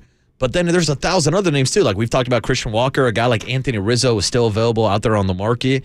I mean, look at the contract that Pete Alonso got. Only 3 years, right? Yeah. You would think that would have been the perfect type of contract to, build that bridge to Bryce Eldridge. Now, again, it comes down to whether or not Pete Alonso would accept that type of contract with the Giants versus the lineup they're putting together right now with the New York Mets. But I'm with you. I think when you're looking at the biggest hole on this roster, it's at first base and DH, and just the fact that they don't have a lot of power in this lineup. Christian Walker was out there and signed a deal the Giants could have signed. Now, again, did they offer it to him? I don't know. I mean, that to me was a big miss. And then the Corbin Burns thing, obviously, was a huge deal. We all thought, let's go back to December, bro. We all thought he was coming. Yep. We all thought he was coming. They were the favorites. Then you're like, did he not like the 2-year opt-out? Okay, maybe. That goes against what Buster's trying to build. I mean, I'm barely buying that. Giving Buster a wide berth and giving him the benefit of the doubt. But it is a bummer that Greg Johnson and them gave Buster the team and then said, yeah, you get one present. You get one dessert. You get one cookie for dessert. That's it. Make it a good one. No, it is Willie Adames. Willie Adames, great signing, right? Phenomenal signing. Top 50 player in Major League Baseball. Yeah, MLB Network just released their top 100 players, and the top 20 has not been released, but you're looking at the top 50 to 30 right now. They have 3 players on there. Logan Webb, number 50, Willie Adames, number 41, and Matt Chapman, number 38. So you're talking about Willie Adames, a guy that was the number 1 shortstop on the market this offseason. And immediately after Buster Posey got hired as the president of baseball operations, we had him on the show for an interview, and I straight up asked him, what's the number 1 priority this offseason? And he says it's shortstop. I'll say it here. I'll say it tomorrow. I'll say it again. We need a shortstop. They went out and got the best shortstop on the market. I mean, other than that, the lineup's the same. So the lineup's better because of Willie Adames in the lineup. I just needed a little bit more, particularly at first base and DH. Yeah, I think the lineup is better with Willie Adames. I think the lineup will be better with a healthy Jung-Hoo Lee, and I think the lineup will be better this year going into it when you have your 3-hole hitter. We're assuming Elliot Ramos coming off an all-star season. Well, I need him big time, and I need Lee Jung-Hoo Lee and that whole crew, and I need Matos and Luciano and all this stuff. We're going to be down there next week. By the way, I remember I asked what about Sergio? I got a text here that says, good morning. They gave away 54 like 2 months into the following season, and multiple people have worn it since. That text is from Sergio. Oh, that is not what's up, Sergio. What's up, Sergio? Good morning, brother. Yeah, good morning, Sergio. We need to play some golf, dude. We need to play some golf. We're overdue for an interview. Yeah, let's get Sergio We on. might see him down at spring training. Disrespect, man. Respect 54. Yeah, put some respect on What, you didn't like 2012? What, you didn't like Miguel Cabrera? Come on. All right, Still guys. looking at that fastball. Here's the deal. We got a little Warriors-Mavs vengeance match tonight, and 2 teams headed in opposite directions, ? And what does Klay Thompson have to say about it? Next on the Sports Leader.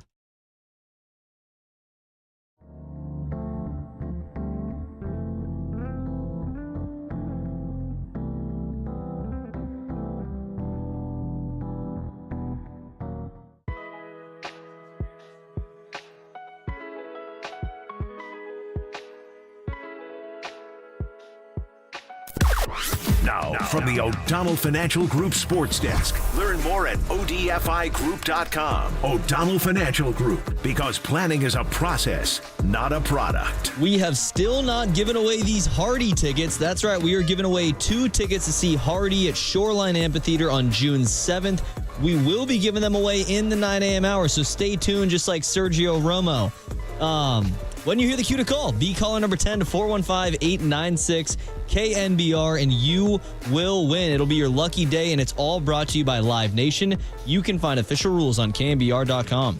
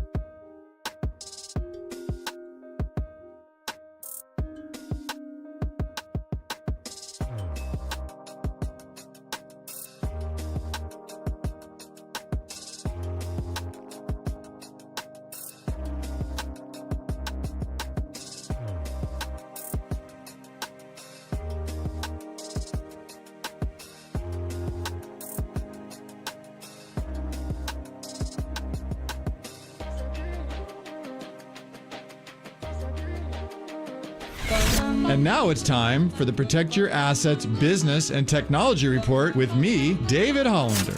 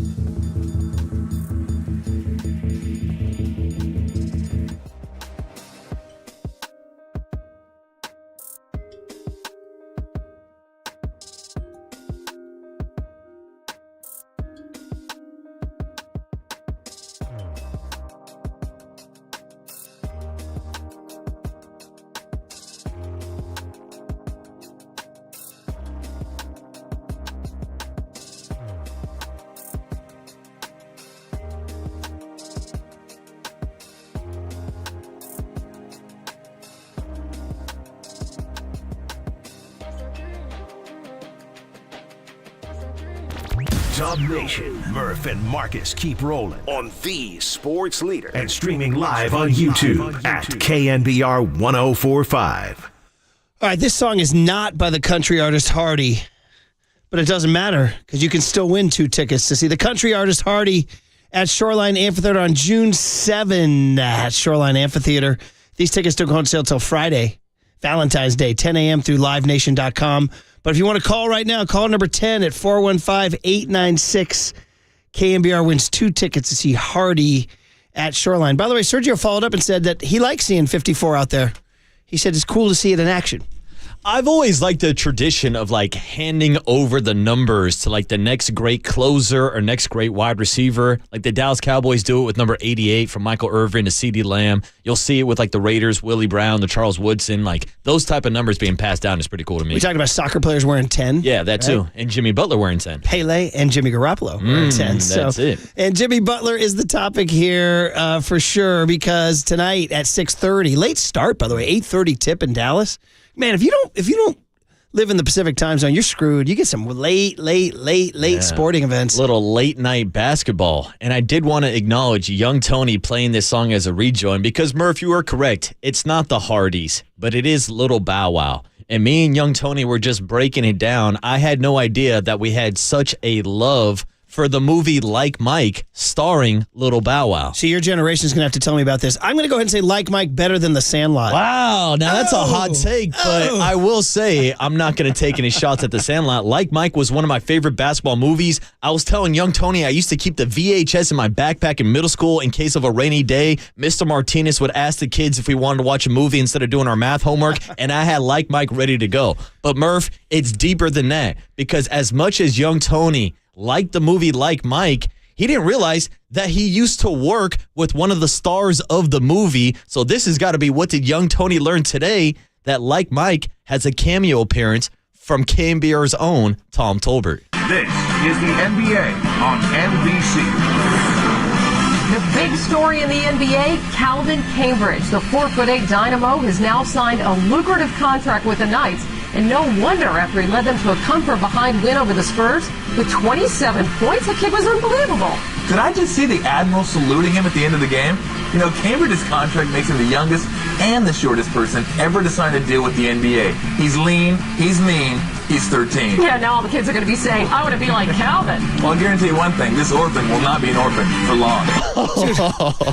This guy, how did, Thin Tim and Brian Smith and all those guys who had all those, he always played the Arizona Wildcats.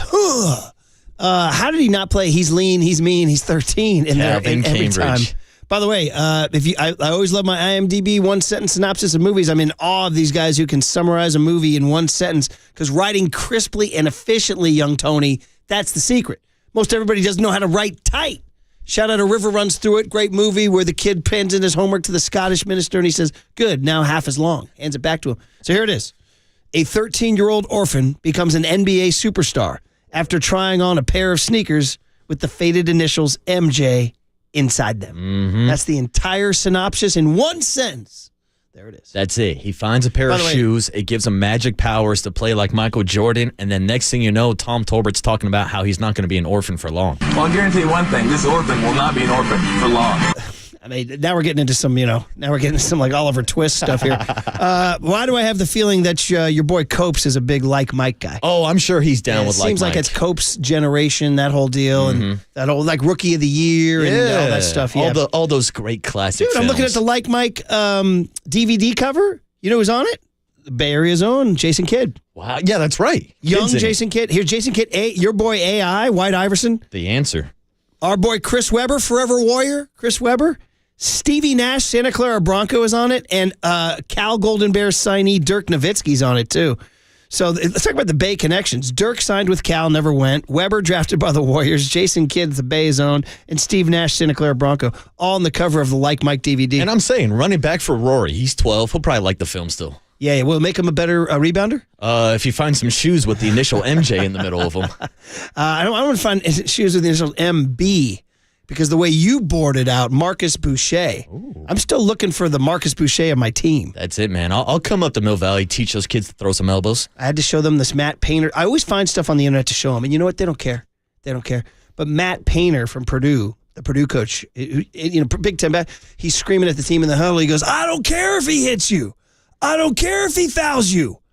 Go get the ball. And then he pauses and he goes, this game is not for the weak. So I'm showing it to the kids. I've been saying it to the kids all week. Anytime I go, this game is not for the weak. This game is not for the weak. It's not. Oh, where's my Fortnite? Where's my phone? See, that's sad because I think I've told you the story before about when I coached a third grade basketball team. Shout out to the kids down at Resurrection down in Sunnyvale, like a whole team from the same school, so they got to play together. And Murph, I was coaching the third graders. Yeah. We had a matchup against the fourth graders. Okay. And boy, oh boy, those kids walked into that matchup with fear in their eyes. I said, kids, there's nothing to fear except for fear itself. Today's the day we take down the fourth graders. Yeah. And one of the kids looks up to me and goes, Coach, can we throw some elbows down on the block? See, where's that kid? I said, abso-blank-and-lutely, kid. We went out there, we upsetted the fourth graders. That's incredible, man. See, I had a second grade team that played. We were really good, and we had this third grade team called us out, and dude, honest to goodness, in all my years, might have been the most intense game I've ever coached in my life. Parents were hyped. Second grade versus third grade. And the third graders are like, we're the blank. We heard you guys are good. We're gonna punk you. And our second graders are so good. It was a tight game. It went all the way to the. I mean, people were losing their minds. So yeah, do you have a little dog in you? Yeah. Do you have a little dog? You got to play for that playground seniority. Leads us to tonight. Do the Warriors have that dog in them at Dallas tonight? I mean, I haven't seen the spread. Do you ever look at NBA spreads? 6.5. The Warriors are favored by tonight. Tonight? Tonight, 6.5. Wait, what? Yes. They're at Dallas. Mm-hmm. This is correct. Klay Thompson. Yeah, but now they got Jimmy Buckets on the team, Murph. The line opened at 4.5. It's moved 2 points. Dubs minus 6.5 tonight. And Dallas has no bigs tonight. Nobody. All of them are out. All of them are out, which is like, fantasy for the Warriors because anytime they run into. If they make the playoffs and run into like Jokic, we have big trouble. Well, especially when we're looking at Jimmy Butler's game and him as a rim runner. I mean, who the hell's going to stop him tonight? Well, I mean, we say famous last words, right? Yeah, of course. Watch Klay Thompson have like a magical performance where he becomes a shutdown defender once again. Anthony Davis, Derek Lively, Daniel Gafford, and Dwight Powell are all out. You won't see all them. out. The Warriors are entirely healthy except for Kuminga. Going into tonight. And it's for Klay, like I'm telling you guys, I know it sounds silly to talk about the standings because the Warriors are buried so deep and they're in the 10 spot. But if they win this game tonight, they literally jump up to the 8 spot, which all of a sudden becomes kind of appealing. Because if you finish 7 or 8, you get 2 cracks at the play-in bracket. And that's our whole thing, is that Jimmy's going to make them better in the play-in bracket, going to make them better. By the way, they've done this whole thing without Kuminga. And when Kuminga comes back, just the ferocity of his athleticism is just going to be such a big thing. Now, yeah, will they have to mix and match about him moving the ball and making sure that Jimmy can do his thing and Curry can do, but I foresee only positives. And then they got to go to Houston right after that. And so these are tough back-to-back games, but so far winning these last 2 on the road, I'd like to see them go get tonight. Dallas is right now there's poison in the building. Fans are upset. They're heckling their thing, although they played well against the Kings. Yeah. They had the Kings on the ropes in overtime, but the Kings, too, have hit a bit of a skid, too.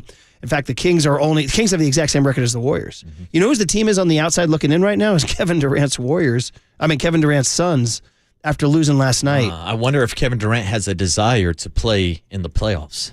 What do you mean, too? Well, because he said he had no desire to play with the Warriors. Who knows if the Suns even make the playoffs? Yeah, that was weird, man. I wonder what that whole story was. He also said no to Memphis, though, too.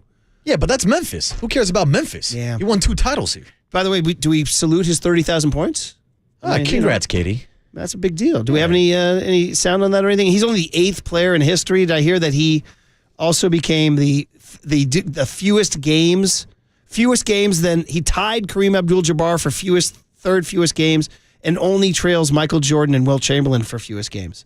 Now, again, all that stuff is put up against the 3-point shot. Yeah. I mean, so all that. But yeah, he's 36 years old, and he just joined the 30,000 club. So here it is. Who's in it? LeBron James, Kareem Abdul-Jabbar, Karl Malone, Kobe Bryant, Michael Jordan, Dirk Nowitzki. Big Dirk. Wilt Chamberlain, and now Kevin Durant. Julius Erving also there if you combine his ABA numbers. But, by the way, where's Steph on this list now? Where is he? He's got to be closing in soon, right? I would assume so. But anyway, shout out. Listen, Overnight Dave said he thought that was the quietest 30,000 of the 8. Do you agree with that? Do you feel Durant's 30,000 is quiet? Yeah, well, it seems like nobody's making a big deal because I didn't know until you just brought it up a couple seconds ago. Well, also NBA milestones don't get the same stuff as baseball milestones. By the way, Steph is a little bit down there. On that topic, this might be good for a sports radio segment in the middle of February, even though I know we got a break. It's an argument I used to get into a lot with my buddies. What's harder to do? Score 30,000 points in the NBA or 3,000 hits in Major League Baseball? Well, based on the number of people who've done it, it would be harder to score 30,000 in the NBA just based on the number of people who've done it. That's a good argument. But I will also say it's harder to hit a baseball than to score a bucket in the NBA. Yeah, now baseball's been around longer, too. And how many have done 3,000 hits in the last 50 years? Yes. A lot fewer. A lot fewer. And you also look at the opportunities where baseball players, they do play more games, to be fair. But also, I think most NBA players will give up more shots during a season than baseball players will get at-bats. Because you're only getting 4 to 5 at-bats per game, while meanwhile, Kobe can go out there and throw up 40 shots in a game. But I'll tell you how many guys have 3,000 hits in baseball. It's a longer list than the NBA list. Yeah, but I've always made the argument that it's harder to do in baseball than in basketball. Well, I mean, just talking about the actual 33 players have reached 3,000 hits. But how many have reached it? Miguel Cabrera was the last, I guess. Derek Jeter, Miggy. Dave Winfield. But some old heads. Albert Pujols. Lou Brock has 3,000. I remember that, too. There's only 3,000. So, yeah, 3,000 versus, 33 versus 8. So it's harder to score 3,000. It's hard to get a bucket in the NBA, buddy. Steph is at 27, and he is at 24,000 points. So he needs to get 5,401 points. He's bearing down on Patrick Ewing for 26. At least that's the list I'm looking at. That could be. I also looked at last year's All-Star music list too. So don't trust me on that. Yeah, don't trust I probably the should have gone to sources. Basketball Reference. So anyway, just wanted to get you guys ready a little bit for tonight's game at 6:30. And somebody says the sportsbooks are begging you to take the Warriors on this thing here. The sportsbooks are begging you to take the Mavs, pardon me. Plus 6.5. Plus 6.5, yeah. It's just two different organizations right now, the dark cloud of the Dallas Mavericks and the optimism surrounding Jimmy Butler and the Warriors. And the injuries on the Mavericks for sure, man. So, all right, guys. Well, listen, it'll be fun. 6:30 tonight. I'll have I think I'll be home by then to check it out. So we got a 5 o'clock tip. So I'll be home in time for that. You guys will be at that party, though, right? That's right. We'll be at Chase Center, even though the Warriors are not playing tonight. Okay, well, listen. Marcus Thompson, man, a lot to talk about. We haven't talked to him since the trade. So the morning crowd gets the MT2 trade talk. Next on the Sports Leader.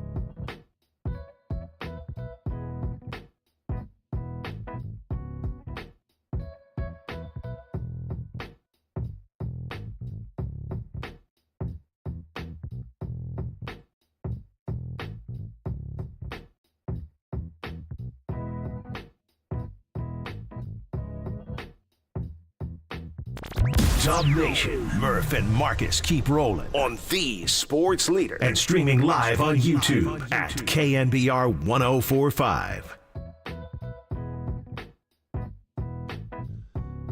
All right, All-Star Weekend coming to the Bay. Should be exciting.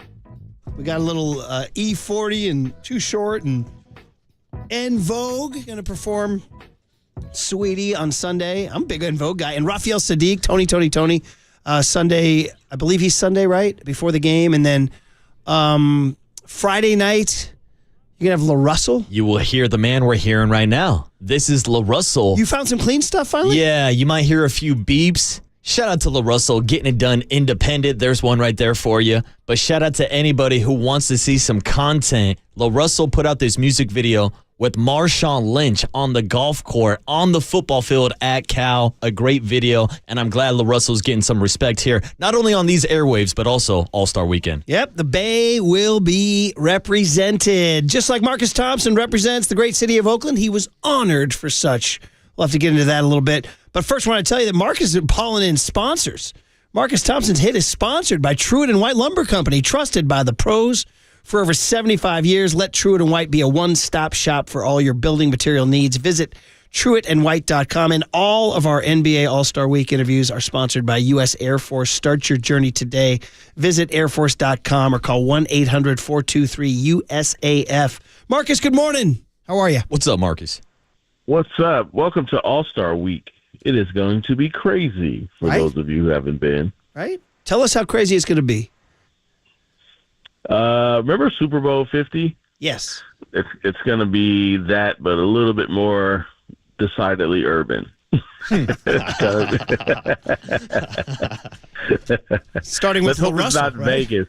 Yeah, exactly. Let's hope it's not Vegas. Raphael Sadiq, by the way, is going to be part of it. Very excited. Very excited about that. That has me hyped. Yeah, that's you're talking my language here, man.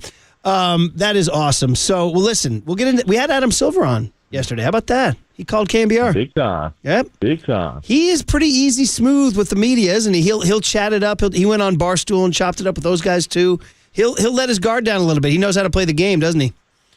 Oh yeah, he's got the handshake down and everything. Like, he's a master at the code switching thing, because he can hop back and forth. Right? He'll be the commissioner, then he'll be one of the homies. And players love him, right? Especially the ones who interact with him regularly.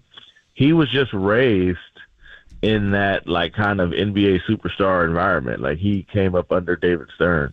So he spent a lot of time as the good cop, right? David Stern's bad cop. But Adam Silver's he's a cool dude if you know him. He is way cooler than he appears. I know, right? He looks like he wouldn't be cool at all, right? He looks like, I'm not talking to that guy.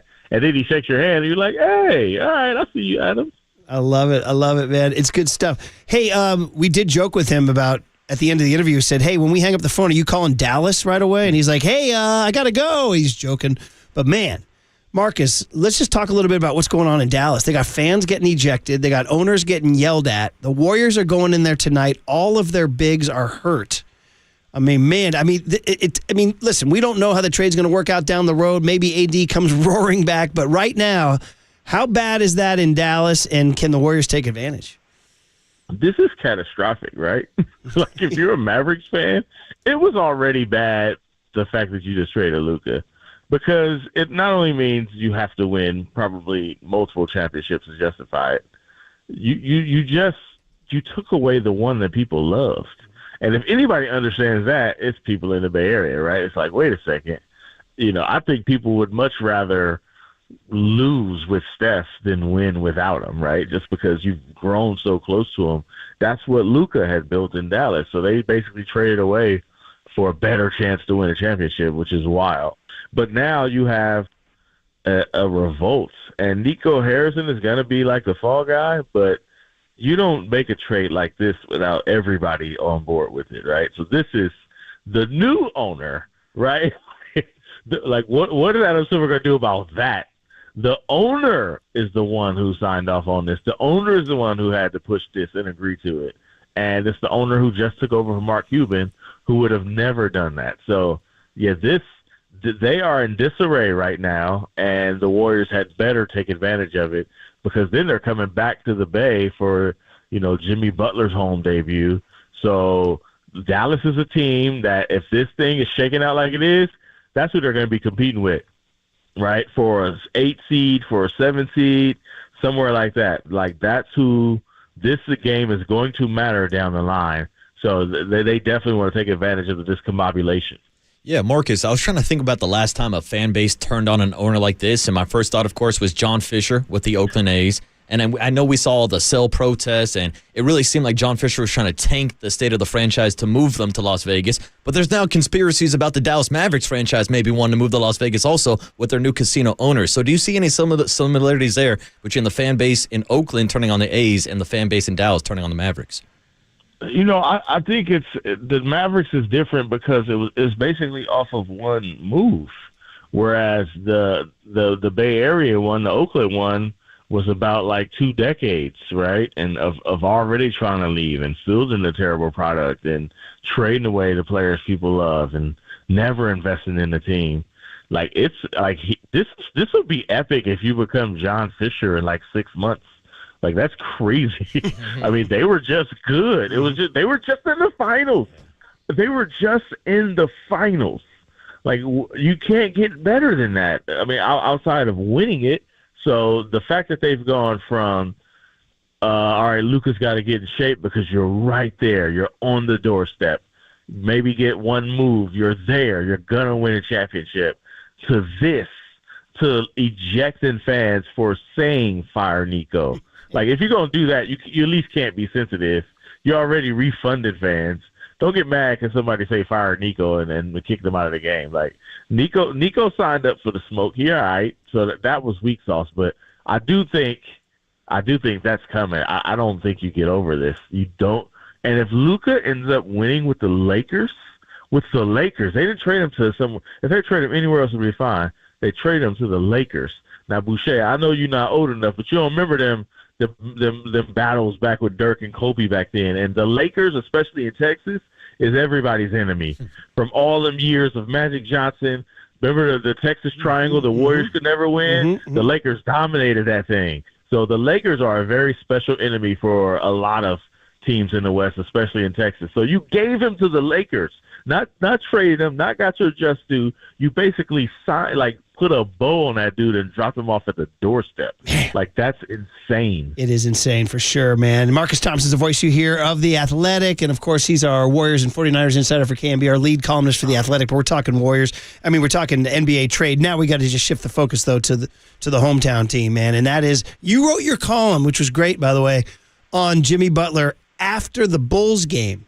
I mean, you even wrote it before the Bucks game, which reaffirmed almost everything you wrote, which was like, whoa, look at Curry with pressure off him. Look at this team making its official last push, and look at this honeymoon. And then, Marcus, then Milwaukee. They kind of doubled down on everything. So give us your Wednesday morning take on the Jimmy Butler Warriors. How full is this honeymoon here? Oh, it's rose petals on the bed, baby. It's going down. Like, you know what I'm saying? It's the champagne cart and like chocolate dipped strawberries. Like, Joe is feeding him strawberries right now. Like, this is better. This is better than anybody could have imagined. Like, the way Jimmy is responding and the way the team is responding to him, there are so many layers of this thing working that you just didn't foresee, But to me, the thing always, the reason why you had to do something is because it was very clear Steph was dying out there. Like, it was just like, you just got to save Steph. And immediately the impact on Steph is so visceral. Like, he looks like a different person. And he even said after the game, like, every possession isn't so hard. Right? Like, that's how hard it was. That's number one. But then you start looking at how these other dudes are playing. Jimmy hasn't even been great yet. He's just done, his thing pretty well. But we've seen what Jimmy looks like when he's dropping 40 and taunting fans and going crazy. He hasn't even done that. He was 4 for 12. But look at how other people are playing around him. Like, just his presence alone. This is the type of stuff that you don't really you forget about it until he's there. And I know the acquisition of Jimmy Butler was not this universal. Everybody loved it. I know Joe loved it because he's a Joe Lacob type of player, right? That like is basically a more skilled, like more offensively skilled Draymond. That same kind of fiery, maniacal personality. Like Joe loves those guys. So you know Joe loves them. But with that money and that history, it was not this universal, let's get him in here. As a matter of fact, it was tough to say bye to Wiggins. And if they didn't do so poorly, Wiggins would still be here, right? If they were 5 games over 500, Wiggins would still be here. But having seen them both, you could see Wiggins don't give you this. Wiggins might give you 20, 25. Wiggins is going to play good defense. He's going to be a great teammate. He doesn't change how a whole team flows.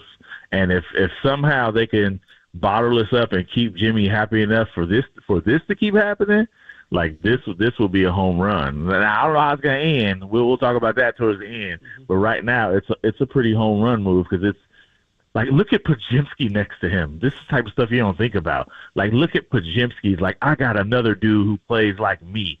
And then Kuminga is like, I can't wait to play with this guy. All of a sudden, everybody's hyped to play. Dennis Schroeder and Wiggins just wasn't doing that for you as much as Wiggins was beloved.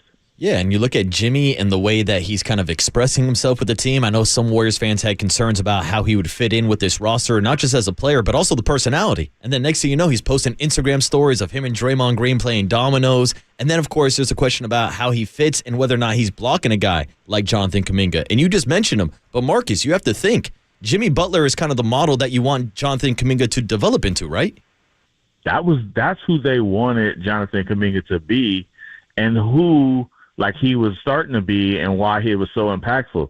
They just don't have anybody inside. They don't have a center inside. They don't have a guard who just constantly drives. Like Steph is the best driver, but he's getting double teamed and he'd rather shoot threes anyway. And Kuminga was the guy getting downhill, getting fouls, and it's why he was having a good year. And Jimmy is like a 10 times better version of it, right? He just does it at will. Like, when the last time you seen a wing shield off a guy in the paint? Yeah. It's like, man, just throw it. I know he's right here, but just throw it. I got it. Yeah. Like, you just don't see that. So, to me, he's like the antidote for what the Warriors offense needed. Like, they needed easy buckets inside and free throws. And Jimmy's like, I could do this all day. He can't shoot threes, right? But he could do this. And if they have that inside-out game, like it's pretty potent. And he's still tired. You can see him out there gasping. Yeah. Like Jimmy's a 40-minute guy, and he can't play 40 minutes right now. So when he gets in shape, it should be pretty special. The beat writers had a great anecdote. They said they walked in Chicago, and Kuminga pointed at Butler and said to the beat writers, "I like this guy." I mean, that's the kind of he brings this energy. You either have charisma or you don't, right? He's got it. Yes. He's got the it. It's crazy because when he walked into the press room, like when he did his first interview, and Jimmy's got the aloe deal. Yeah. So he just walks in with the aloe sweatsuit on, like all understated, and you could feel when he was coming. Like, it was crazy. Like, we're sitting there waiting, and then there's a certain buzz and energy. It's like, okay, here comes Jimmy. And when, like, you just don't feel that with dudes, right? Yeah. That's when I was like, oh, yeah, this is Jimmy Butler.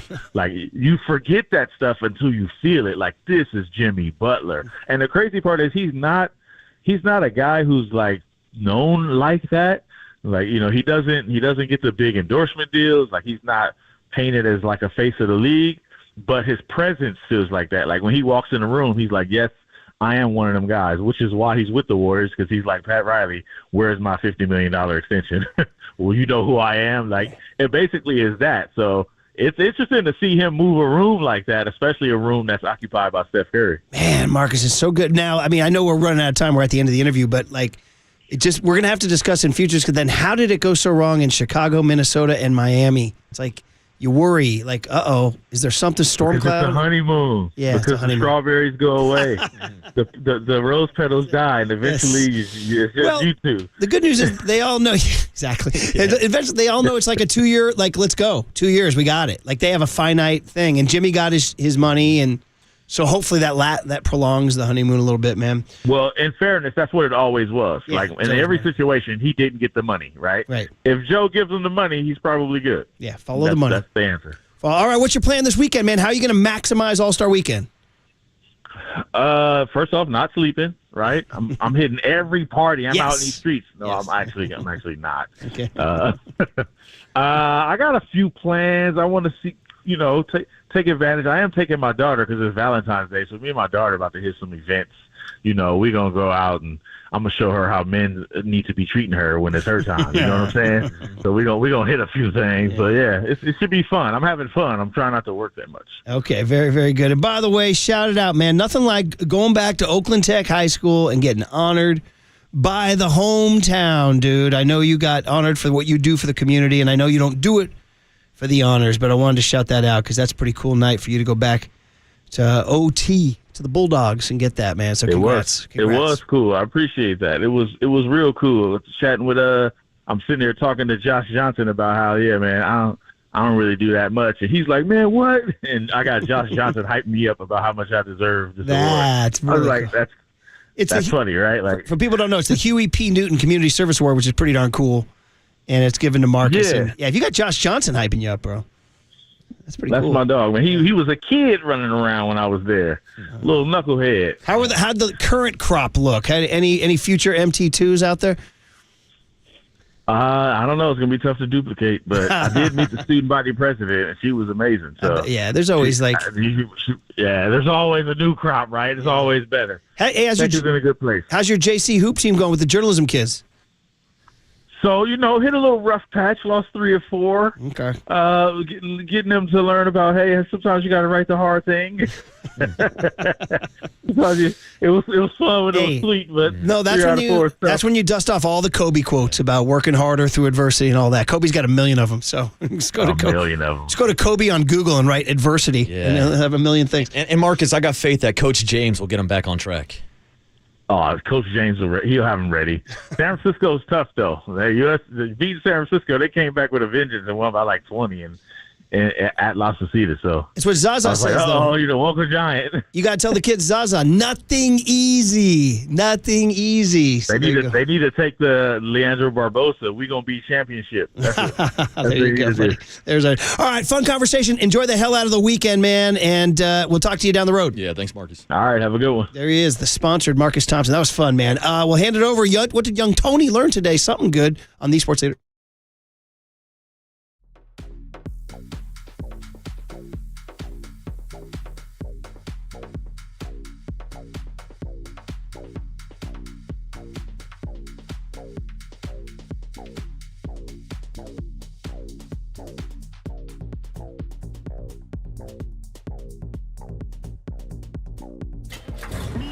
From the Chilton Auto Body Traffic Desk.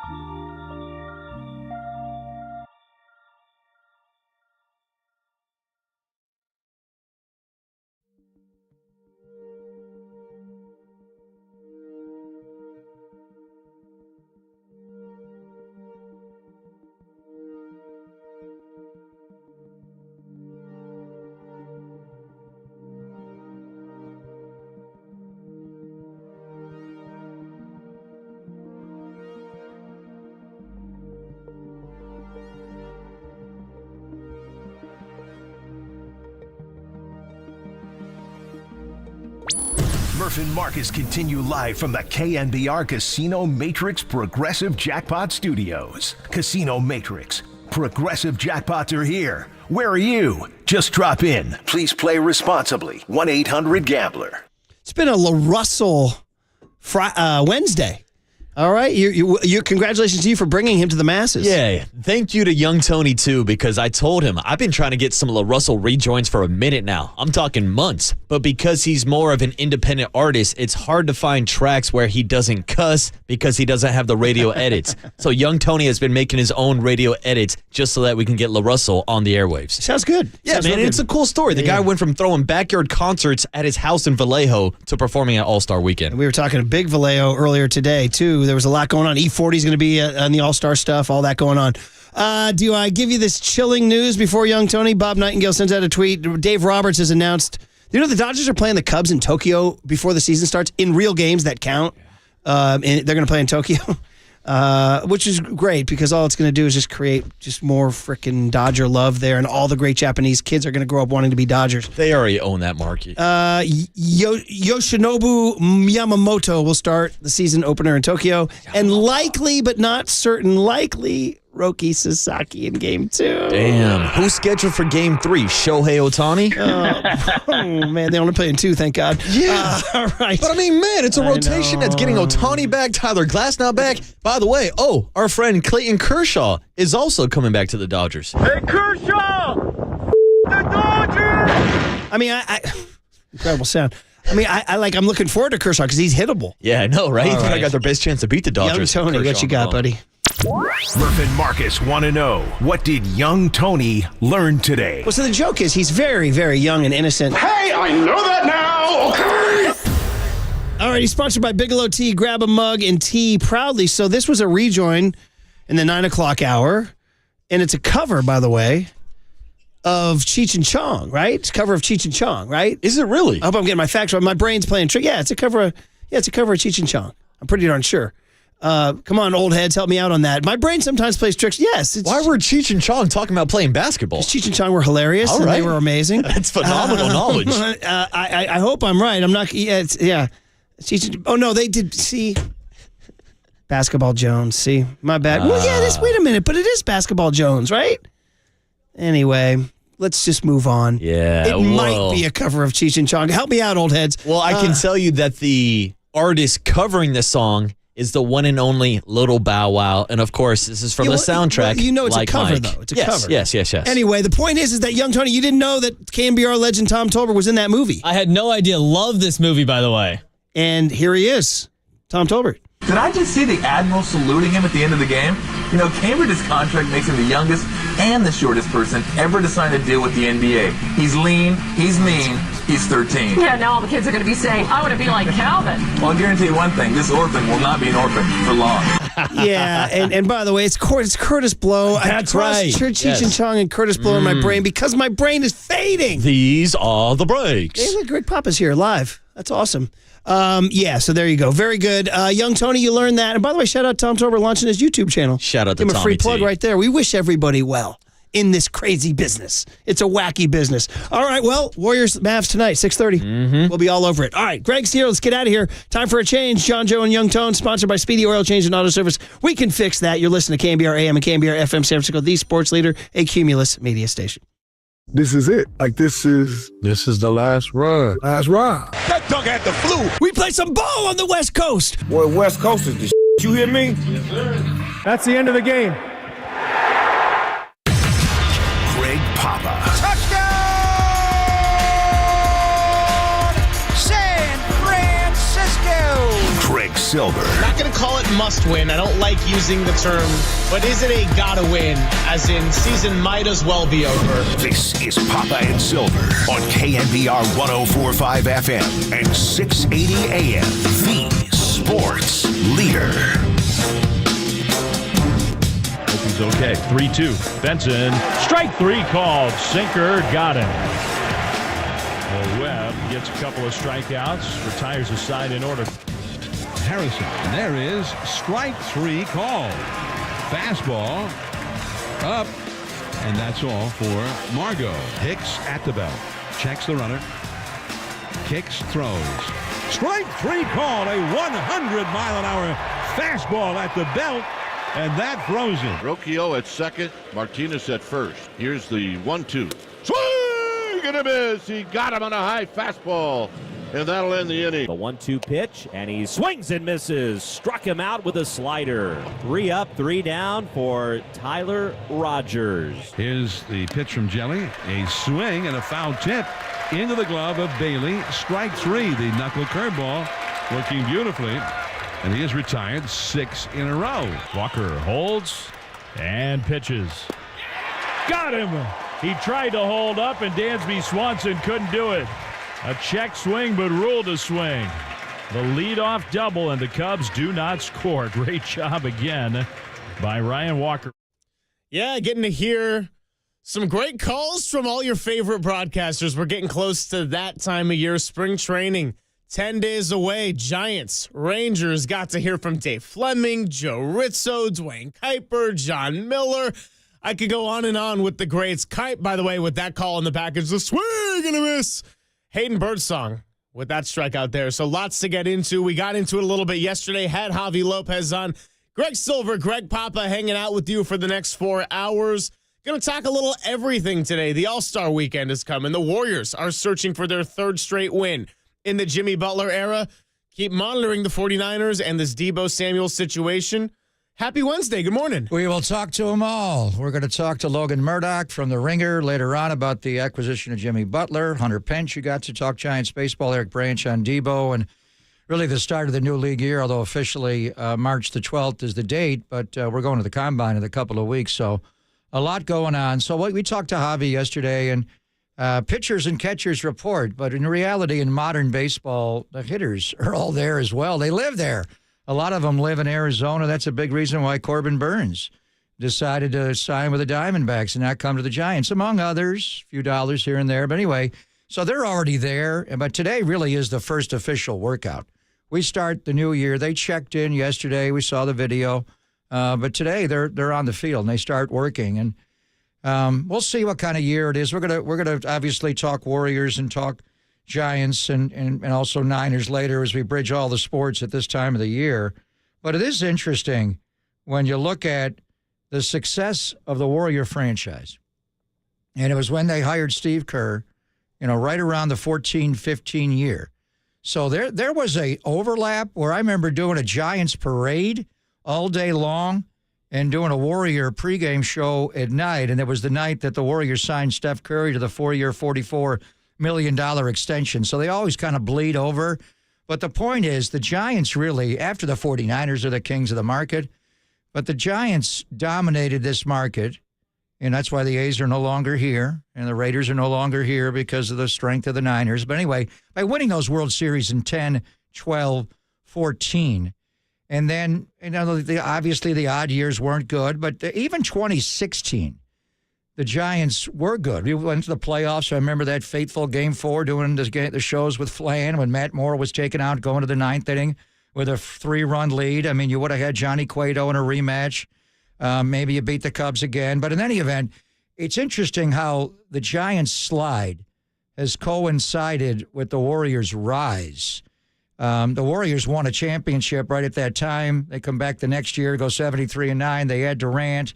For 5 years, they ran the league, this marketplace. Their ratings, when they got off to that 24-0 start, and ratings aren't as important right now because of the way people consume. There's other ways to add it all up. But the ratings the Warriors had that year when they went 24-0 to start, almost every game was a Niners Sunday rating. I'm looking at these like they're getting 15s every game for a basketball team off a championship. And that coincides with the Giants' slide. The reality is, the last 8 years, this team has had one winning season. In 2017, after the run in 2016, Johnny pitching well, one in the basket, lost 1-0, coughing up the Game 4 at home with Matt Moore in the 3-run lead. You come back the next year, you were a playoff team. They lost 98 games the next year. 2018, they lost 89. 2019, they lost 85. This is the Bruce Bochy. Last 3 years, we look back on Boch, but there was a transformation going on. You bring Cap in, the whole world shuts down with the pandemic. You're one Austin Slater base hit away from making the playoffs, but you missed it by one game. Milwaukee somehow with the same record got in, even though nobody played the same schedule. Weird. But anyway, again, you're below 500, 29-31. Then this 21 season comes, and it's the most machine-like performance I've ever seen from a baseball team at the other side of the bay. And we watched the A's have some great teams, and the Giants as well with Felipe, 100 wins, but they won 107 since that time. 500, and they had to play well in September to get there to 81 and 81. And then 23, and it cost Cap his job. They didn't play well at the end against Arizona, won 79 and 83. And even with Bowmel last year and the optimism of all the new, they go 80-82. So now we push reset. It's Buster. There's some new pieces, obviously, getting Chapman signed for the long haul and Willie Adames and Verlander. But isn't it interesting the way the Niners are a different entity because of the power of pro football, and they've been here the longest and never moved away. It's, the inception of the All-American Conference in 46. But just when the Giants started it, they've always dominated. But the 10, 12, 14 years, and there was a little overlap with the Warriors at that time, but then right at that time, the Warriors just become the it team, not just in the NBA, but in all of America. Then you add Durant, you want to shut down the league, and the Giants' numbers are down, down, down. They've had one winning season in the last 8 years. It was a great year. So it's always, and the thing about baseball, Greg, it's a business more than anything else. It's about popularity, enough star power. They do enough bringing in Adames and Verlander. We like these kids, but you are competing with the Warriors. And a week ago, Joe Lacob pushed them all in. He tried to go all in for Durant, and now maybe Durant will be traded over the summer. We'll get into that. But, football's different, but there's a real battle for the business of Bay Area sports fans between the San Francisco and Golden State San Francisco Giants and Golden State Warriors. And the Giants had it for a long time, but the Warriors, during this Steph Curry dynastic run, have kind of stolen a lot of their dollars, a lot of their eyeballs away. Outside of 2016, we haven't really had it where it's both teams causing a lot of optimism either in winning seasons. I mean, 2021, when the Giants had their 107 wins, the Warriors weren't a bad team per se, but that was Clay's second missed year with the Achilles injury, and they got bounced out of the play-in team. Nobody thought of them as the perennial championship contender. Their season was cut short in April. So very two different years. And, yeah, that is the reality. We'll see what the Warriors can do right now. If they win tonight, they can jump back into the 8th spot. And, meanwhile, the Giants fighting for a winning season here again. So would like to have at least one of them give us a little juice here in the Bay Area. And right now, this is the time when pitchers are reporting. You're getting Ryan Walker back. You're getting videos of Patrick Bailey looking a little more stylish than I remember. Logan Webb's back to go and be that Giants ace. But this is the 0-0 phase. This is optimism. And the game's got to be played at some point. We're going to be monitoring it. And look, as far as what the Giants are in their roster right now, I'm in the phase where here in February, going to embrace the youth movement. I'm going to embrace some of the reasons for optimism we saw in the flashes of a Tyler Fitzgerald or an Elliot Ramos, or even a Kyle Harrison, Hayden Birdsong, guys that we saw come on the scene last year. Maybe didn't sustain it over the course of 6 or 7 months, but still a lot to look forward to. And Willie Adames, yeah, big signing. Outside of that, didn't do a whole lot. We'll see what happens with Justin Verlander. And, oh, by the way, he will wear number 35. Yeah. Oh, he is. Is that official? That is official. So Craw approved that. So that's great news. He should wear it. He's and maybe you'll retire it for Craw. And we talked about retiring it for all the shortstops, Chris Spire and Richie Aurelia and the whole thing, because that's a shortstop's number. He can retire it for KD too. Too soon. He has to finish his career. How about going to 30,000 points last night for Kevin Durant? Right. What a career. We'll get into that a little bit. But any idea by the pictures you're seeing on Patrick Bailey? Has he gained weight? Has he lost weight? Is he the same? Kike was pretty critical of him this morning, and Mike the other day. He did win a Gold Glove. We haven't talked enough about that in the middle of the 49ers season. We saw his defensive brilliance immediately when he got up and his pitch framing. But he's worn down offensively the last couple of years. Last year he tried to get heavier, sustained weight. I don't know what the right weight is. He's listed at 210 pounds at 6 feet tall. He's obviously elite, and he sets up the pitching staff. And when this team wins, and you know what Buster wants to do, it's pitching and defense and timely hitting, obviously. But you got to get back to who you are. And he's, Buster had to learn when he first got here. I remember in Florida State, he's looking in the dugout for the pitch calls. He didn't call his own game. He played everywhere when they first brought him up in 2010. He came up in 2009 at the end, but they brought him up in May of 2010. Benji Molina was the guy. And Buster didn't take over until they traded Benji to Texas right around the 4th of July. And then Buster took off, hit a bomb in Milwaukee. And what a year, Rookie of the Year. And they win the World Series. So we thought Bailey defensively is Buster's comp. They're different, but a lot of the similarities, smaller build, quick release. Bailey's got more of a sidearm sling, but he's a great pitch framer. But offensively, he's no Buster Posey. And he is, how many games do you want him to catch? Can he handle 120, 130, 140? He is a switch hitter. We asked Pat Burrell flat out, should he give up switch hitting? And he said no. He doesn't think he should do that, but that's a lot on a guy with all the analytics and metrics they give you how to get hitters out, and then you got to study pitchers as a hitter, and you got to do it with 2 different swings. So I don't know what he weighs, but hopefully Patrick Bailey will sustain what he's able to do because he has good first halves. I mean, when he came up a couple of years ago, he flipped the whole fortunes of the season. He and Casey Schmidt coming up together, and it's a big year for Casey, a big spring. And the young guys, Ramos broke through, made the All-Star team last year. Mato said that 1 week where how many RBIs did he have? Like 13. It was National League Player of the Week.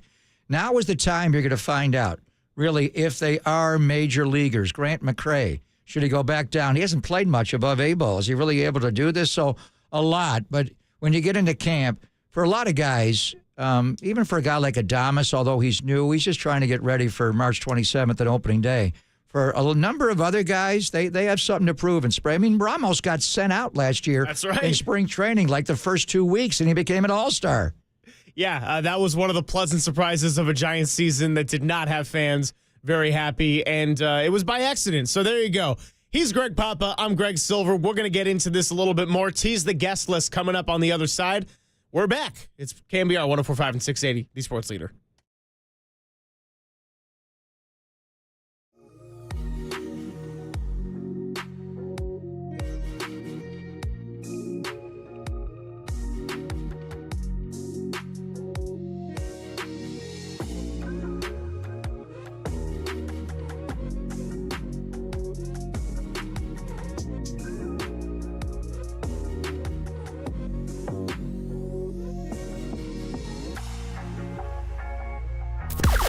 Now, from the O'Donnell Financial Group Sports Desk. Learn more at ODFIGroup.com. O'Donnell Financial Group, because planning is a process, not a product. It's that time of year, Giants fans. The itch is back, and baseball season is right around the corner with pitchers and catchers reporting. Let us know, who are you most excited to see this spring training? Is it Marco Luciano figuring it out in the outfield? Is it Bryce Eldridge showing off the big stick? Or is it Kyle Harrison looking to make that jump to be a fixture in the starting rotation? Let us know your thoughts. Give us a phone call at 415-808-KNBR. That's 415-808-5627. Or join us in the YouTube chat, the only place to let Bay Area fans chime in and join the conversation instantly at KNBR, the sports leader.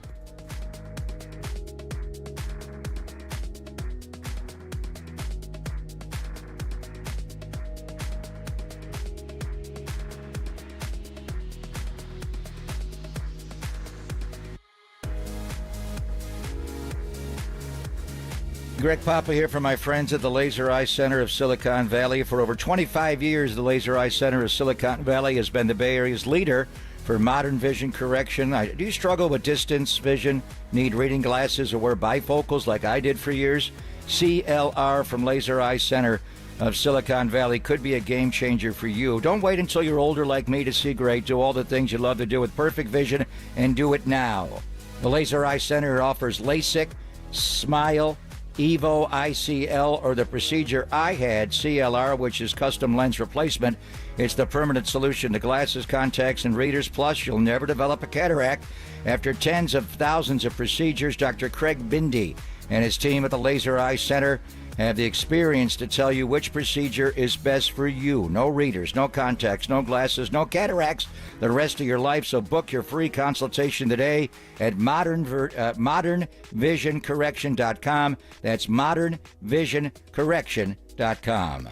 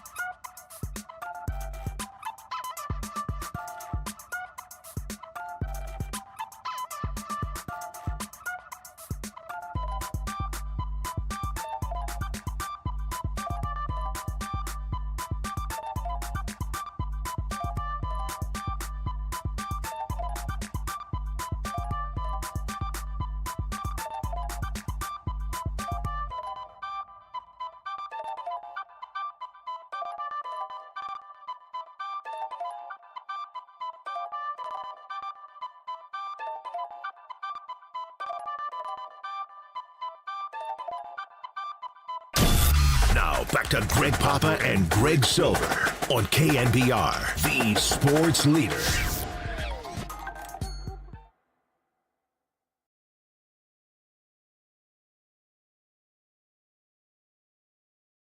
Well, I want to see him be in shape. I mean, it's very commonplace to walk into a clubhouse after a game and see guys come in, take out their uni, strap on their tennis shoes, and head into the weight room and work out just to maintain their strength. And that's something he hasn't learned yet. And for a catcher, no position gets more exposed for a guy, hitting the fatigue factor more than the catcher. And I thought last year he was gassed, and it really showed. And it showed not just in his at-bats, it showed in his defense. That was Mike Krukow on the morning show yesterday, generating a couple of headlines around the Bay Area. I don't think it was meant to be as calling out Patrick Bailey, but the reality is Patrick Bailey, for the last 2 seasons, has had a tough skid post-All-Star break. Before we get back into our pitcher and catcher talk on the San Francisco Giants here on Pop and Silver, time to tease the guest list. We got Hunter Pence hopefully joining us around 10:50 if all goes well. There with the lines of communication, Eric Branch of the San Francisco Chronicle will be coming by at 11:50. We'll have our Silver Linings playlist at 1:15. Logan Murdoch of The Ringer will be coming at 1:30. And we also, with Papa in studio today, we got Walter's Wednesday Whip Around. So that's a good chance for me to welcome back our guy, Walter. He fled the country for the Super Bowl. Dude, I was worried you weren't going to come back. Like, I thought you were going to like a Vancouver Grizzlies, legacy event or something. What's going on? Yeah, I almost didn't come back, but it was a nice trip. It was a nice trip, nice Super Bowl, watch it with the family. It was fun. Did the BC Lions play in the Super Bowl? Were they even in the Grey Cup this year? I do love the Canadian Football League. So, and you got some snow like I did. So good to have the Wednesday Walter Whip Around. Looking forward to that. We also have a surprise guest coming up. For those of you who have been in the Bay Area for a long time, when I first moved here, well, I was here in '86, but there was a show on Saturday nights on KNBR, a Tony Salvador creation called The Regular Guys, Streak and Salsa. And Andrew Saltzman is in town. So they were guys who were part of the sales staff here, and they had them do a Saturday night show. What was it, like 9 to 10? So I was doing the Warriors then, just started doing the A's then. They called me to be a guest. I said, I'll do it on one condition. You get a case of beer You order in like 3 pizzas. I brought the whale, the great Russ Costanza, who actually took more phone calls. So everybody in the Bay Area loves the whale, huge Niner fan. Anyway, those guys were on the air in the early 90s, went to Sports Byline USA with Ron Barr for a long time. And Andrew, you know what he's doing now? He is running the Atlanta Hawks. He is the president of business enterprise and chief commercial officer of the Atlanta Hawks. We'll talk about the big mistake to hire Grant Liffman in the front office with Landry Fields. But for those of you that have been around a long time in the Bay Area like we're going back in the early 90s. We're going to talk to, and we're certainly Salsa will be appearing. I think we're going to get Streak as well and find out what he's doing. So Streak and Salsa, the regular guys, will be joining us, I think, at 11:30. We're going to do that. Okay, fantastic. Good to know. I was going to say, Walter, when's the whip around going to be? We got to schedule that one around all of it. But there we go. So nice little full Wednesday here after a very mellow Tuesday. I was trying to figure out what to do with my life yesterday. Went to the gym a little bit. Didn't do anything that hard because I'm a softie and I'm weak, and that's okay. You know, some exercise beats no exercise. Kind of flipping through the channels, a little college basketball. Saw the Kevin Durant 30,000 points, but very mellow night. And so I thought, walking to the studio, hey, why not talk some Giants baseball? Got to get excited about something. Well, it starts today. The pitchers and catchers reported yesterday, but they're on the field. And for Patrick Bailey, he's working with the pitchers. He's also getting in the cage. So you heard what Mike said about him. And I was a little surprised that he won the Gold Glove this year. I actually thought he was better defensively the year before, but he wasn't up long enough the year before. I think he just barely met the requirements for innings caught and all that. But when he came up in May, I remember that series. I mean, Casey Schmidt came up against Washington, and he just took over at third base. And then it was watching Bailey behind the plate. And I remember we were doing the show on the patio for a day game and just sitting behind home plate and watching him. The softest hands of any catcher. You felt like he was catching with a pillow. He reminded me so much of Brock Purdy. Just the way he handled himself. The not a big talker, but a big doer and a quiet guy in complete command. I actually thought his defense fell off. And you heard Mike talk about it. He wasn't as strong defensively last year, and he won the Gold Glove. So it's just the kind of thing where he had a full year of work. He's terrific defensively.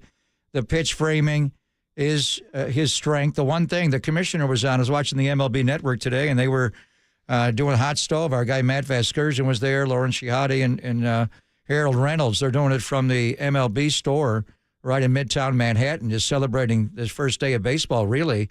And the commissioner was on, and he was talking about the ABS system, the automated balls and strikes, which I've seen at the minor league level a couple of different times. Sat right behind in Vegas with my Boothang, Marcus, and we had the guy that ran the whole thing. He showed me how they did it, and it is really good, and it's quick. The midweek games, they do it in the minors, and on the weekends, it's a different system. But anyway, it's a challenge system. They're going to use it in spring training this year, and the commissioner said we're probably not going to use it for the year, but a few years ago, they did roll out PitchCom. And I remember seeing it at a Royals game on a Saturday night against the Dodgers. I'm like, what's Salvador Perez doing? Is he Secret Service? What's he got the bug, the IFB in his ear for? And then they used it. It started right away that year. They rolled with it. And I was like, whoa, there was some adjustment to get used to. So now it's kind of second nature, the PitchCom, and you don't have the sign stealing like the Astros scandal. But anyway, the ABS is coming to baseball.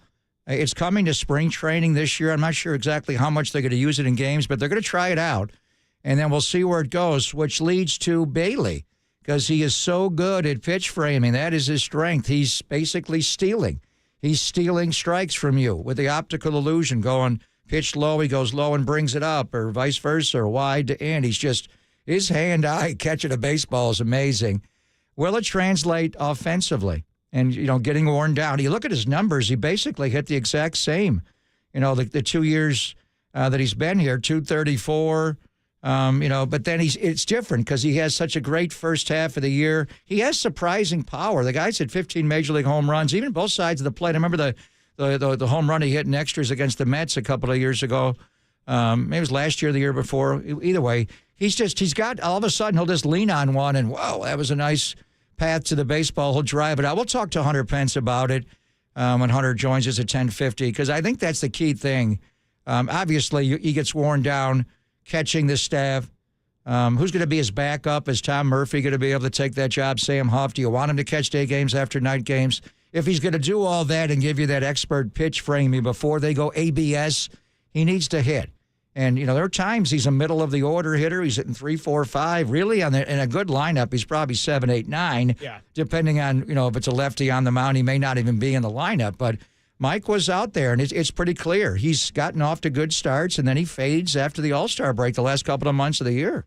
So I was reading Grant Brisbee's column about Patrick Bailey's second half of last year in particular, and he kind of does a deep dive into this. And I thought this was a really good read because, and I'll get to my larger point here in a second, but essentially it was, if Patrick Bailey, first year, that was fatigue, no doubt about it. This last year, he was looking at other signs of fatigue, like does the bat speed slow down? Do you see more fastballs because he can't catch up to them? Is the swing get longer? And the answer was essentially no. On top of that, defensively, there weren't a lot of signs of fatigue, and he ends up getting a Gold Glove. And so I think Brisbee's point was it might not be just as simple as, Patrick Bailey wore down and got fatigued.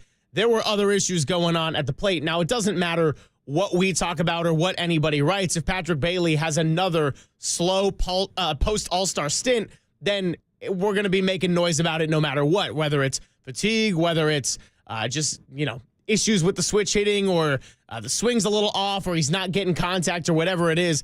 The month of September really was okay, but that month of August, Papa, when he had that brutal stretch, was so bad that it made it all look really bad when you look at the stats kind of in the big picture at the end of the season. And it was obvious he was tiring. His bat speed, you could see it decrease, and it results in a lot of it is mental. You go out of the strike zone and chase.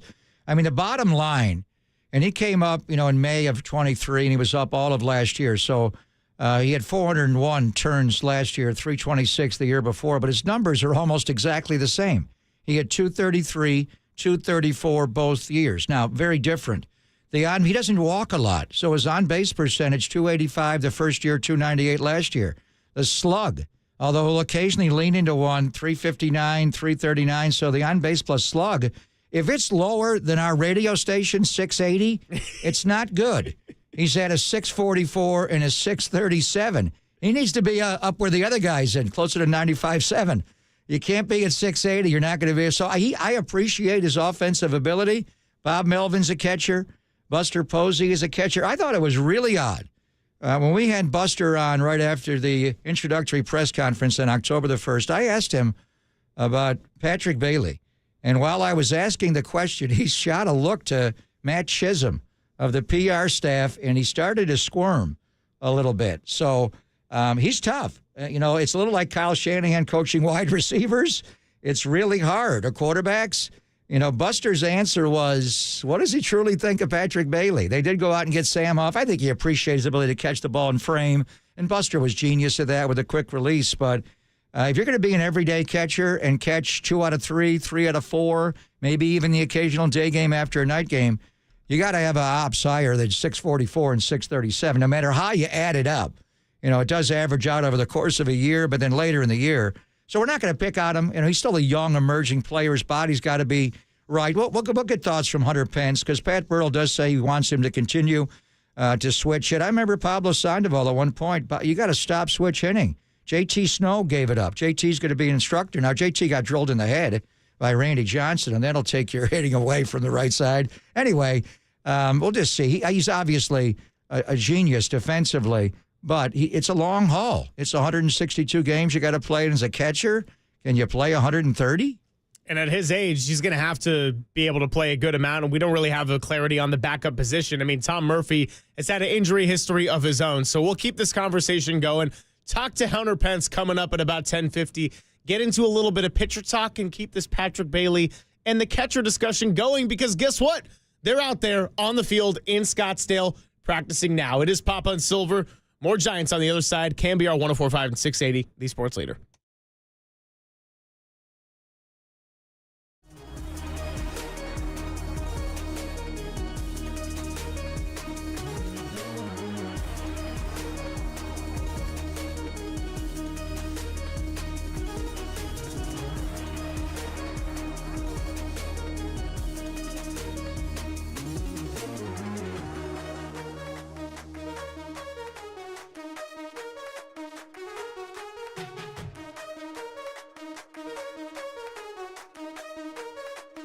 Hey, it's Greg Papa here. The faithful knows all too well. Sometimes the season doesn't go the way we want it to. Injuries, setbacks, tough breaks. It's a reminder that life doesn't always go as planned. One moment, everything's on track, and the next, an unexpected challenge turns your world upside down. That's when you need a team you can count on, like Habas Law. For over 35 years, Omar, Tariq, and the Habas Law team have fought for people blindsided by life's toughest moments, right here in our very own community. When the odds are stacked against you, Habas Law steps in, taking on big insurance companies with relentless determination to deliver life-changing victories. Habas Law doesn't just settle cases, they rebuild lives, fighting with compassion, grit, and an unshakable drive to make things right.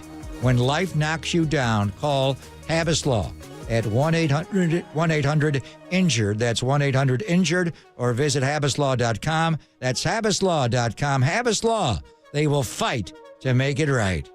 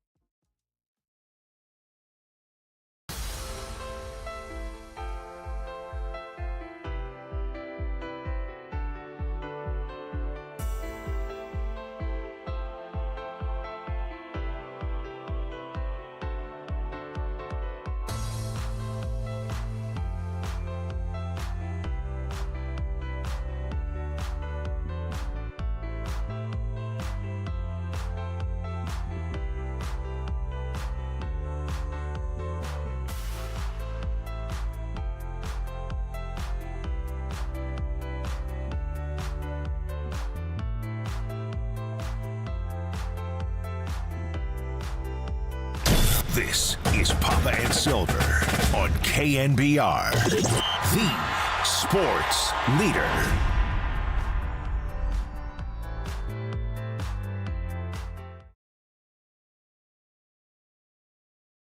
Here it comes.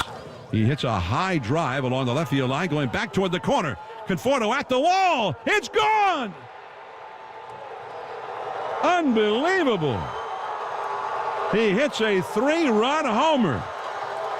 A 3-run rally, gift wrapped from Camilo Doval, who just could not throw a strike. He walked 2 guys, and then he had a 2-strike count. And then gave up the 3-run homer. What a nightmare. All right, so here's a fun story about that highlight, or I guess I'll call it a low light here on Papa and Silver as we welcome you in. Hanging out from 10 all the way up until 2 o'clock. So, Walter, you probably don't remember this, but I was actually filling in for our guy, Danny Dunn, that day on this show. Now, Bill Lasky, our buddy who does extra innings on the weekends and also was doing a handful of sports phones, was ill. So I was asked and very privileged to be able to do a sports phone that night and fill in last minute.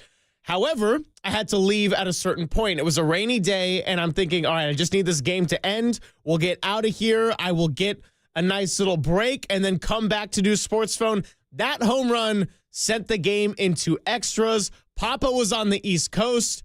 Where was I? On the East Coast, Washington, right? No, I was in studio doing the game. Oh, that's right. That's right. You were in the studio that day. Oh, I remember this day. Well, that cost me about 2 hours of my life. Yes. They did win that game in extras. They did win that game. It was a double rain delay that Kyle Harrison started. I remember well. Yeah. And I actually, because I was doing Giants pre and post there in that time and doing the show, whenever there's a rain delay, do you want to go in the studio and be on TV? Do you want to go on radio with John? It was a weird day. And Camilo Duvall, John's call, you could hear his disdain because of the walks.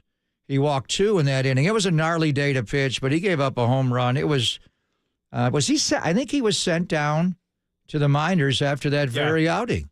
I think he went down because I remember talking to Sean Estes about it on the air, and it was pretty clear. The discussion was he needs to be removed as closer. But it was never he was going to be removed from the roster and sent back down to AAA. This guy was an all-star in 2023. He had one of the great years in Giant history. He saved 39 games that year. He had overpowering stuff. I mean, the 21 year, I remember him taking over as closer late in the year. It was him that gave up the hit to Cody Bellinger, the buggy whipper, and faithful Game 5. So he was just rising where he was going to be a star. And they started last year with the histrionics of the spotlight, and here comes Camilo, and it just never worked out for him. He just squirmed all year, and it was the walks. He lost command of the strike zone. I mean, last year he walked 39 in 59 innings. That is nearly 6 batters per 9. That is not good, especially as a closer. And he'd walk himself into trouble and then give up a bomb. So I think one of the key things pitchers and catchers report, spring training is important for him. Brian Price is no longer the pitching coach. JP Martinez, who is bilingual, takes over.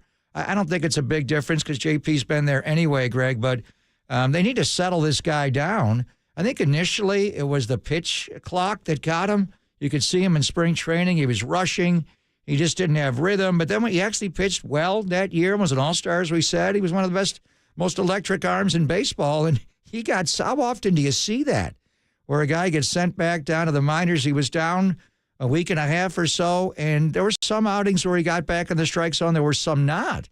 He has just got to figure out a way to more consistently deliver the baseball. So I think this spring training is huge for him. He could go back to, I don't think Ryan Walker's going to lose his job to start the year. You never know. But he could go back over Tyler Rogers and be the number one setup guy and eventually get back to being a closer. He could lose, not be able to refine command and lose the strike zone and lose his spot. Sending him down, is that an option even anymore? And then trading him? So Buster likes him because he caught him when he came up so electric in 2021.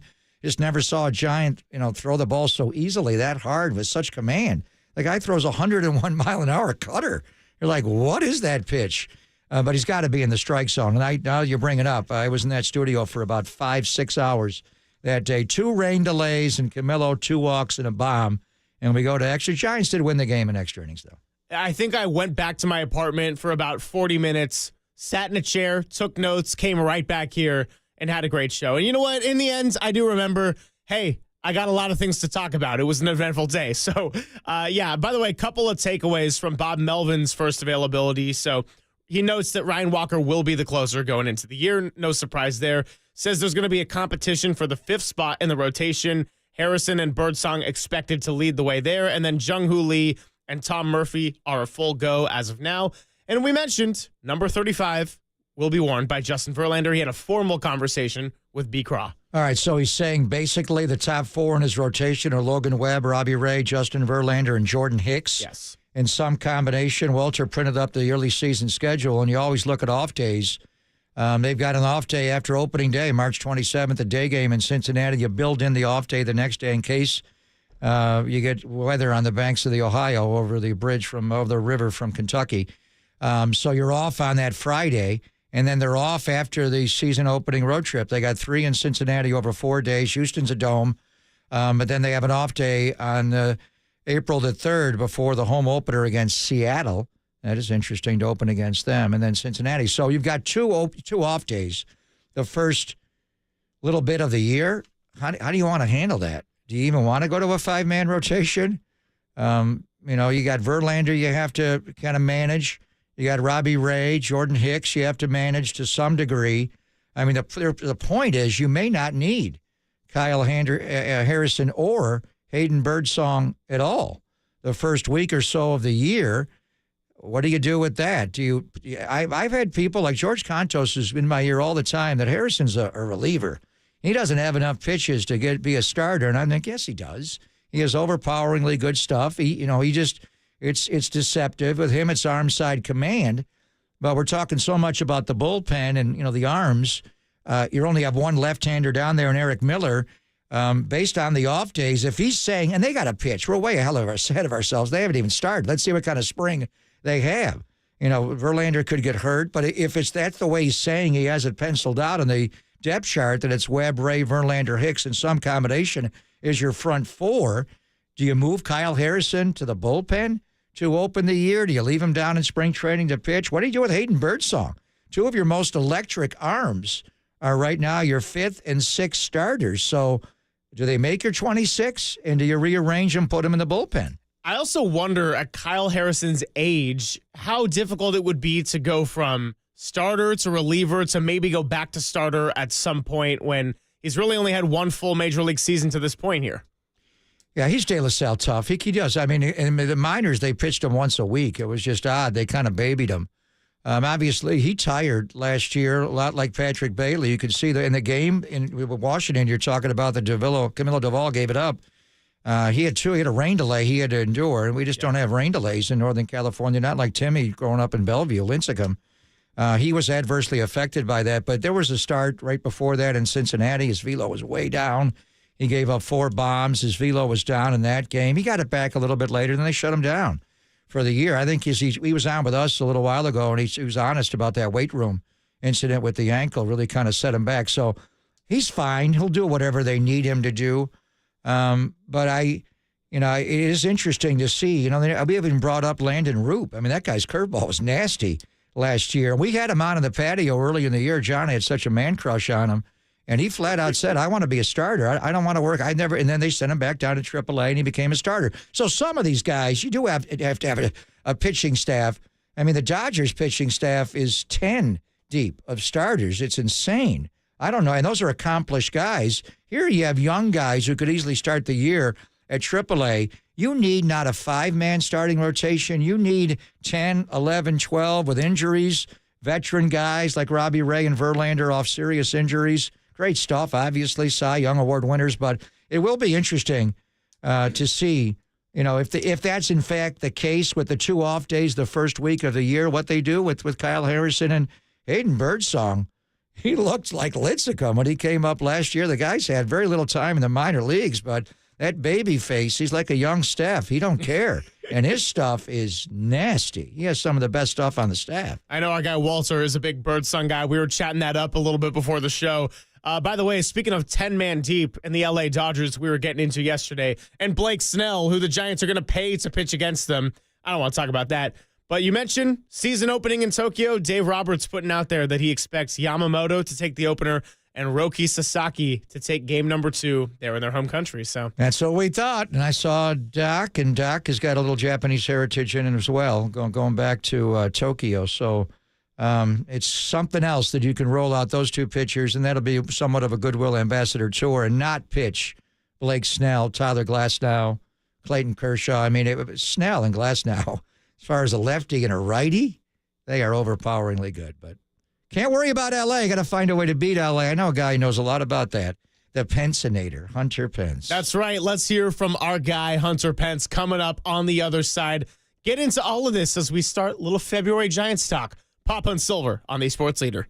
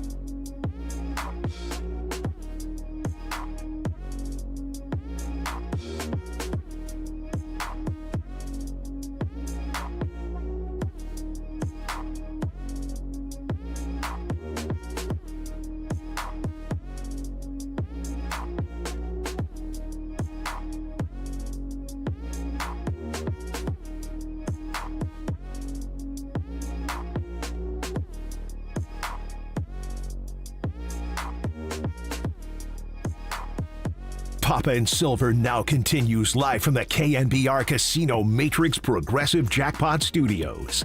Casino Matrix. Progressive jackpots are here. Where are you? Just drop in. Please play responsibly. 1-800-GAMBLER.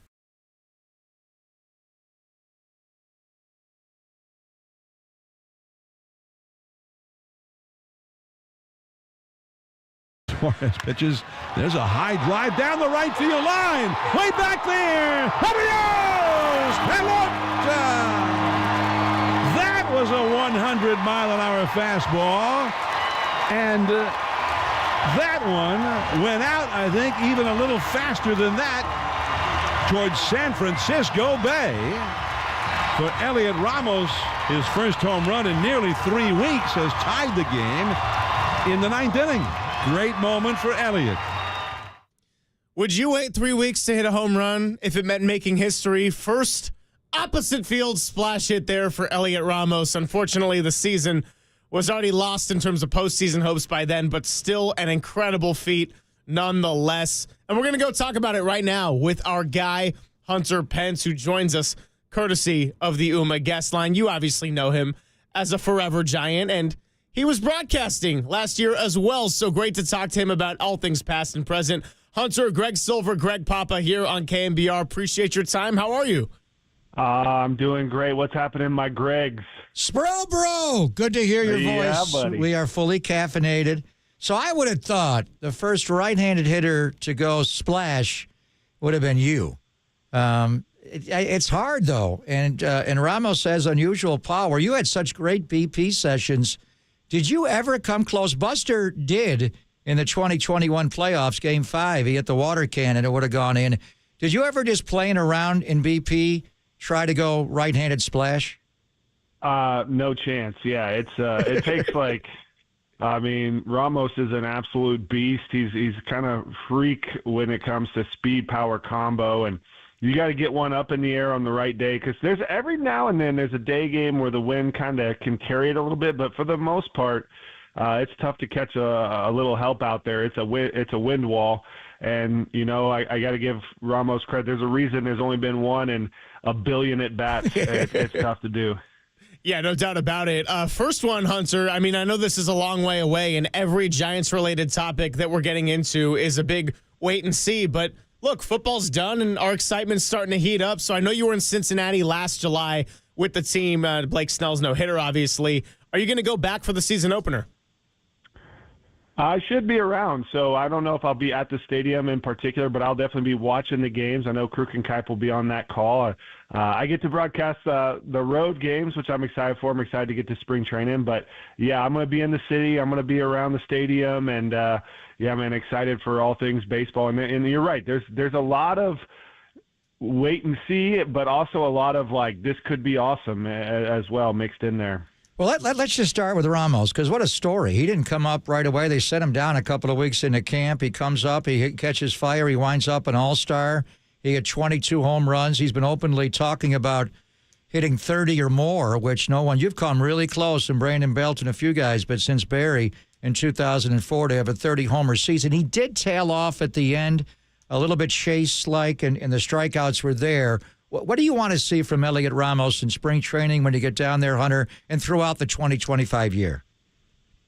Yeah, I think there was a lot of growth there. I think we saw his talent kind of give us that flash of what he's capable of. And really, you saw somewhat of a Miguel Cabrera approach and where you saw him really work into right center. He could take an inside fastball and leave the yard the other way and then ride that hit that bat path on the off speed and do the pull homer thing. But just that beautiful staying inside the baseball. He has enough power, trusting himself. I think the poise and the timing, you saw his body kind of slow down, not trying to force it to happen.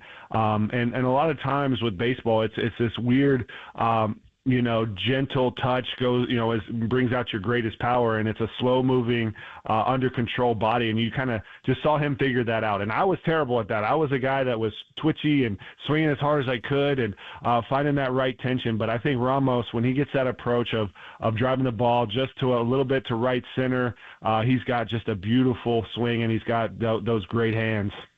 Talking to Hunter Pence here, and I want to shift to the defensive side, an area you know very well in the outfield. Just kind of want to get your early evaluation on what the Giants have going in to 2025 and who might be ready for opportunities, whether that's Jung-Hoo Lee getting a full season, we hope, in center field, or guys like Matos, Grant McCray, maybe even Luciano getting some reps out there if those starting three aren't playing on some days.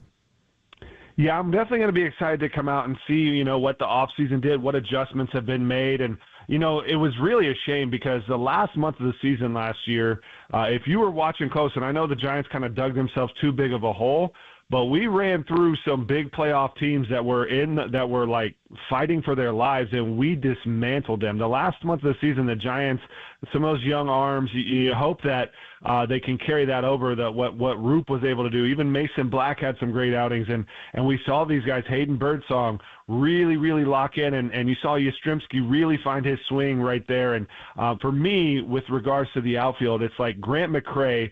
The speed-power combo is incredible. If he can make some adjustments on getting the ball in play, I think you're looking at one of the best athletes, one of the best defenders, and really just one of the electricity potential that he holds. If he can dial it in, is going to be one of those guys that breaks out and could change the whole franchise, if you ask me. But it also, if he doesn't figure out the swing and miss, doesn't make the right adjustment, you see a lot of these talented players, it could go either way. So I think he's going to be one they're going to have a big eye on. Luis Matos is one that didn't have the year that was expected. You saw him come into spring training last year, so strong, a lot bigger, and he's a very young guy, and he could be another one like Ramos, who we saw the potential. It kept not happening, and all of a sudden one thing clicked. So for me, I think there's definitely a lot of talent that could change the season for us, but it is a very big, I like what you said there, Greg, is a wait and see. Yeah, I remember the road trip you're talking about at the end of the year to Baltimore and Kansas City. The Giants wound up taking 2 out of 3 from both spots, and those were playoff teams in the American League, so they did prove they could hold their own. But a lot of these guys did wear down. We talked about Ramos. Matos said that one week, Hunter, where he caught fire and was the National League Player of the Week. And we were talking earlier about Patrick Bailey because pitchers and catchers are reporting, and he's obviously brilliant behind the plate. He won his first Gold Glove in his first full year in the big leagues, but he has worn down. Early in the year, he gets off to a good start, and then he fades, and it's hard to catch the amount of games he does and to have to deal with the swing from both sides of the plate. Being a switch-hitting catcher is really demanding. What are you seeing from him from the start of the year to later in the year when his bat seemingly does lose a little speed? Yeah, really it looks like he's trying to do too much. He's trying to force. He's getting fooled. He's chasing a lot of changeups in the dirt, and I think that's kind of a product of he trusts his hand. He has such good hands. He thinks he can hit everything, and a lot of times you don't trust the umpire to make the good call. And so I think it really is just more experience. And I think Buster said it best, is like more importantly than offensively coming out and changing, he changes the game by working the pitching staff. He changes the game, with that Gold Glove defense, holding runners, keeping us in the game, allowing everything else to settle in. The offense, he's got such good hand-eye. It's gonna dial in with more and more experience. He's got to stay healthy. I think it's really crazy to be like, oh, every catcher should just be the same at the end of the year as the start of the year, because these guys are taking, foul tips off their fingers, their wrists. Buster was an absolute freak. Like he couldn't move his hands sometimes and could still hit. It's just like you don't ever really see that. And catchers, you got to be one heck of a crazy mentality to do that, because they take an absolute beating. So I think that's pretty typical, and this is why your catchers need to be defense first. And so that's the thing that I think Buster wants to see, is handle the pitching staff, lead from behind the plate, and the offense will come when, if all things align.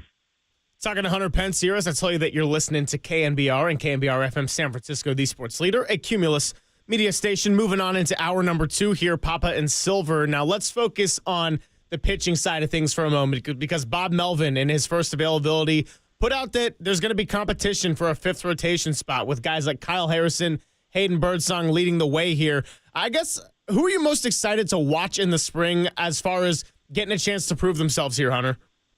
You know, and Greg, I'm going to correct you here. We actually swept the Royals. We won 2 out of 3 versus the Orioles, and then we knocked the Diamondbacks out of the playoffs. So it was like a 3-city road trip of all teams in there, and it was led by Landon Roop, who had some extraordinary outings. Hayden Birdsong. I think the one thing when you watch Hayden Birdsong, he's got that 97, 98 fastball, the ridiculous changeup, and the high spin rate curveball. But the one thing that a lot of the analytics say is that the plane of his fastball, hitters were seeing it a lot better than the 97, 98. So I know that they were going to try to dial in and get his fastball into kind of a different metric, and you worry about making that adjustment. Does it do something to his body? Is it not natural? So I know that, JP Martinez is definitely getting in on how can we make this fastball command and also deceptive to hitters versus them seeing it so well. So I think that's going to be a huge one. I think Landon Roop, the competitiveness, the fire that he has, it's kind of Jake Peavy intensity, which I think, is going to be intense. And I think competition is one of the best things you can have. Too many comfortable positions is not always ideal. It is nice to have veterans here and there, but I think it's a nice little mix. We have some young, potential explosive talent. We have some guys that had really showed flashes, but want to have a full, consistent season. So I do think that there's a ton of excitement, and you're right. Mason Black's another one who creates a lot of funky angles, very smart pitcher. But Hayden Birdsong, let's see what he did with the fastball. He has the off speed that can carry him no matter what. We are chatting with Hunter Pence for the first time. I think you've been on the station, but I don't think we've had you on the air since October the 1st when Buster Posey was introduced as the new president of baseball ops. I know what reverence you have for your former teammate. He was savant-like behind the plate, catching, and what he did offensively is the centerpiece of your World Series teams. So just talking to him in the offseason, the job, just give me early thoughts on him. And I know he's invited a lot of the old guard, his World Series champion teammates back. We had Javi Lopez on yesterday. Hunter, he's going down in early March. So give me your thoughts on Buster, and what are you going to be doing on the staff around the players in spring training? Yeah, I mean, for now, it's just I get to do some volunteer coaching. I get welcomed, and he's bringing back a lot of the guys that that we played together. Seeing Scudero come back and really, the knowledge and the wisdom, and this guy knows baseball on a different level. The team player, Yusmeiro Petit. These are two, kind of unsung heroes that obviously they both had their crazy moments, but when you're in the thick of it with someone, recognize the baseball IQ of these guys, what they added to our team.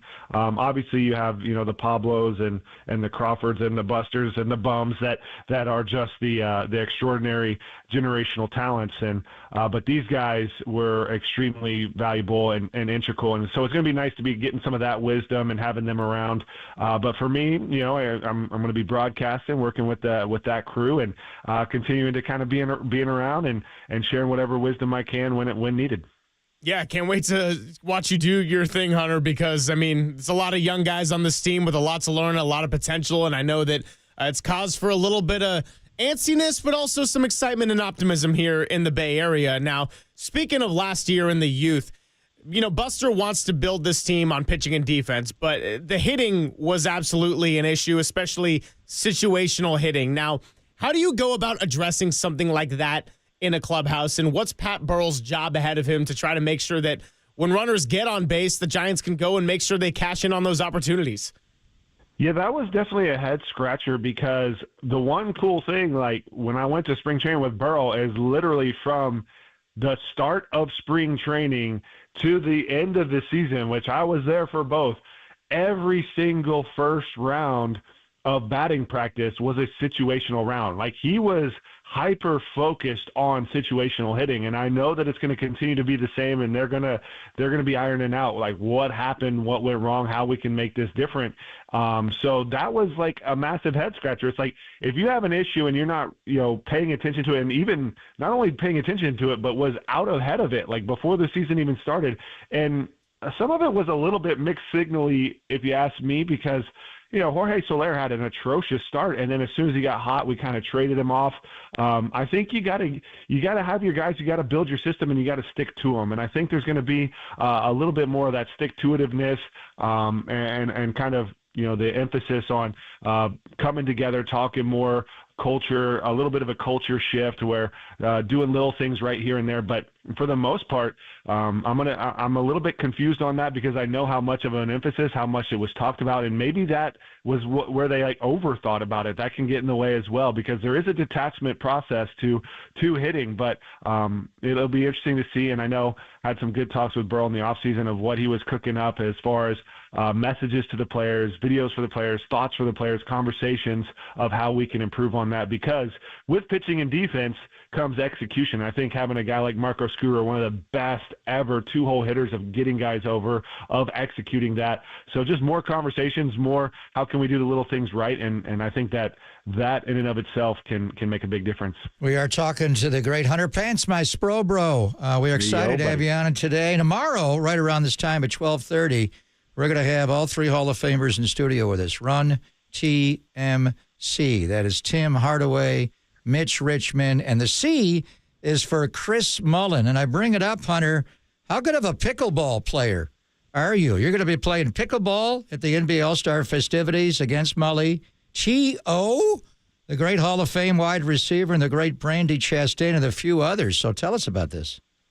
Yeah, it's going to be exciting. We're going to be playing at the Warfield on Saturday around 1 o'clock is when it starts. It's going to be kind of a unique mix. You have a celebrity matched with a pro pickleball player, and we're going to be they're going to make a pickleball court out of the stage, and there's going to be lights and music and little different rules. You just play for 11 minutes. Every point counts, and one of the things within the game is if you get hit in the body, obviously the point is over. But in this particular game, just to amp the stakes a little bit, if you get bodied, there's going to be 2 points. So if you're asking my skill level, very amateur, very mid.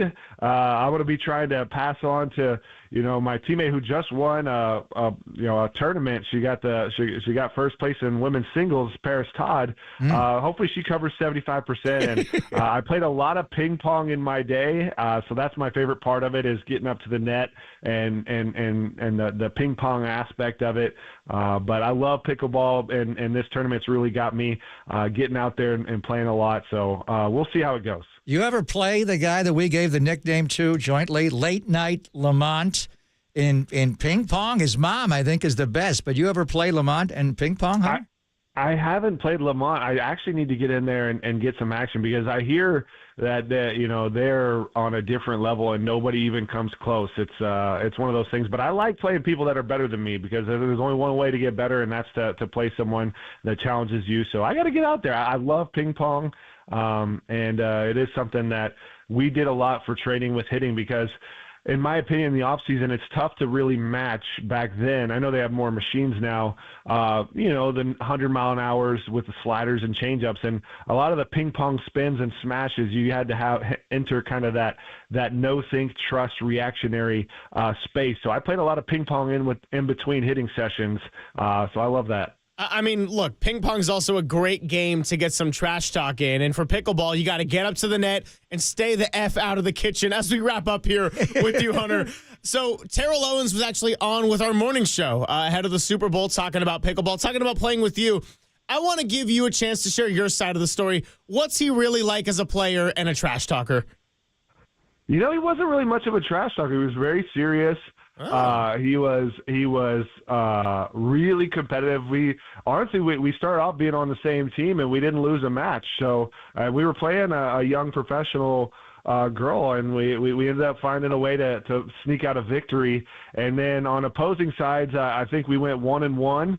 So it's a pretty even matchup. I would say he's more mechanically sound than I am because I think he's been practicing for a while and he understands the technique. But I think just a baseball background, I have like a hand-eye edge on him, but he's a freak athlete and he's an intense competitor, And it was awesome that he came out to, and set up a little session. We got to shoot a couple little social media videos, and he was hilarious. But I can tell you saw him on the football field getting mad if he didn't get the ball and getting on coaches. I don't think that was an act. That was just hyper competitiveness. You can feel that from him. He cares, and it's going to be fun to get the opportunity to compete on a pickleball court. I don't think I could be his teammate as a left-hander because then you got the forehands if you're on, lines up, and then it's like you're fighting for the ball. I would not want to get in T.O.'s way whatsoever. Regardless, all that aside, Hunter, really appreciate you coming by Papa and Silver today. We'll do this a lot more throughout the course of the baseball season, and as I said, it's a wait and see with this group. Yeah, there's a lot to look forward to. You're absolutely right. Thank y'all for having me, Greg and Greg. Thank you, Spro Bro. Get some caffeine, baby. Let's go. Yeah. Who doesn't love a good caffeine, by the way? I love he drinks caffeine. more coffee than anybody I've ever been around in my life. Even the new Jimmy Butler in the Bay? Oh, Jimmy Butler, we got to get that. He's another Spro Bro. I don't know. I haven't been around Jimmy. I don't know how much he drinks. But Hunter Pence would come in and go right to the coffee machine in NBC Sports Bay Area. And I go hot water because I'm drinking coffee all day. Yeah. Usually around 4, it's off the coffee. And he's just Spro Broing it all the way. And he's shooting double espressos. So I love He's it. got a little Dan Campbell in him. Dan Campbell, Hunter Pence, Jimmy Butler. By the way, he's got his own brand, Big Face Coffee. So Jimmy does? Yeah, got to find a way when he opens up one of those stores here in San Francisco. I'll be big on the Big Face. That'll be the show sponsor of Papa and Silver. In fact, why don't we talk a little bit about Jimmy Butler before we got our little surprise guest, and then Eric Branch. We're getting into all the Bay Area teams today, and that was Hunter Pence. Moving forward, it is Papa and Silver on KNBR 104.5 and 680, the sports leader.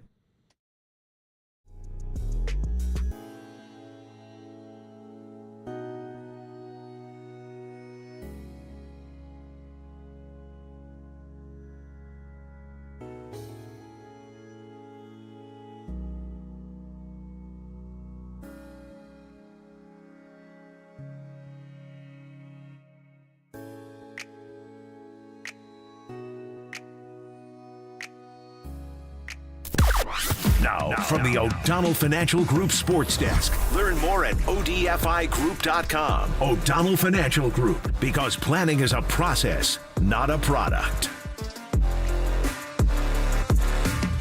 It's that time of year, Giants fans. The itch is back, and baseball season is right around the corner with pitchers and catchers reporting. Let us know, who are you most excited to see this spring training? Is it Marco Luciano figuring it out in the outfield? Is it Bryce Eldridge showing off the big stick?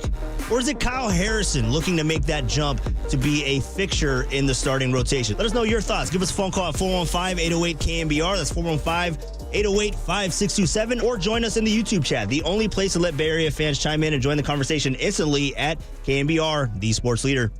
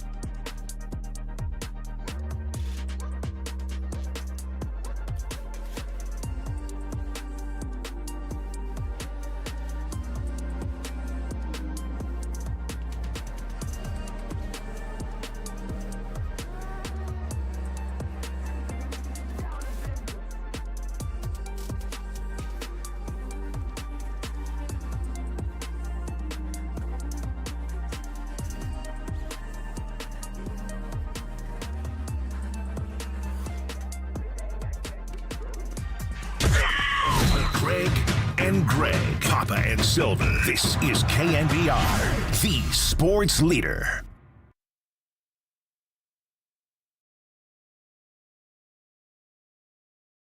Hey, Jimmy, are there any regrets on how this whole process played out? Only one. I just opened my coffee shop in Miami and can't go there no more. So we're going to have to figure out a way to get one in San Fran.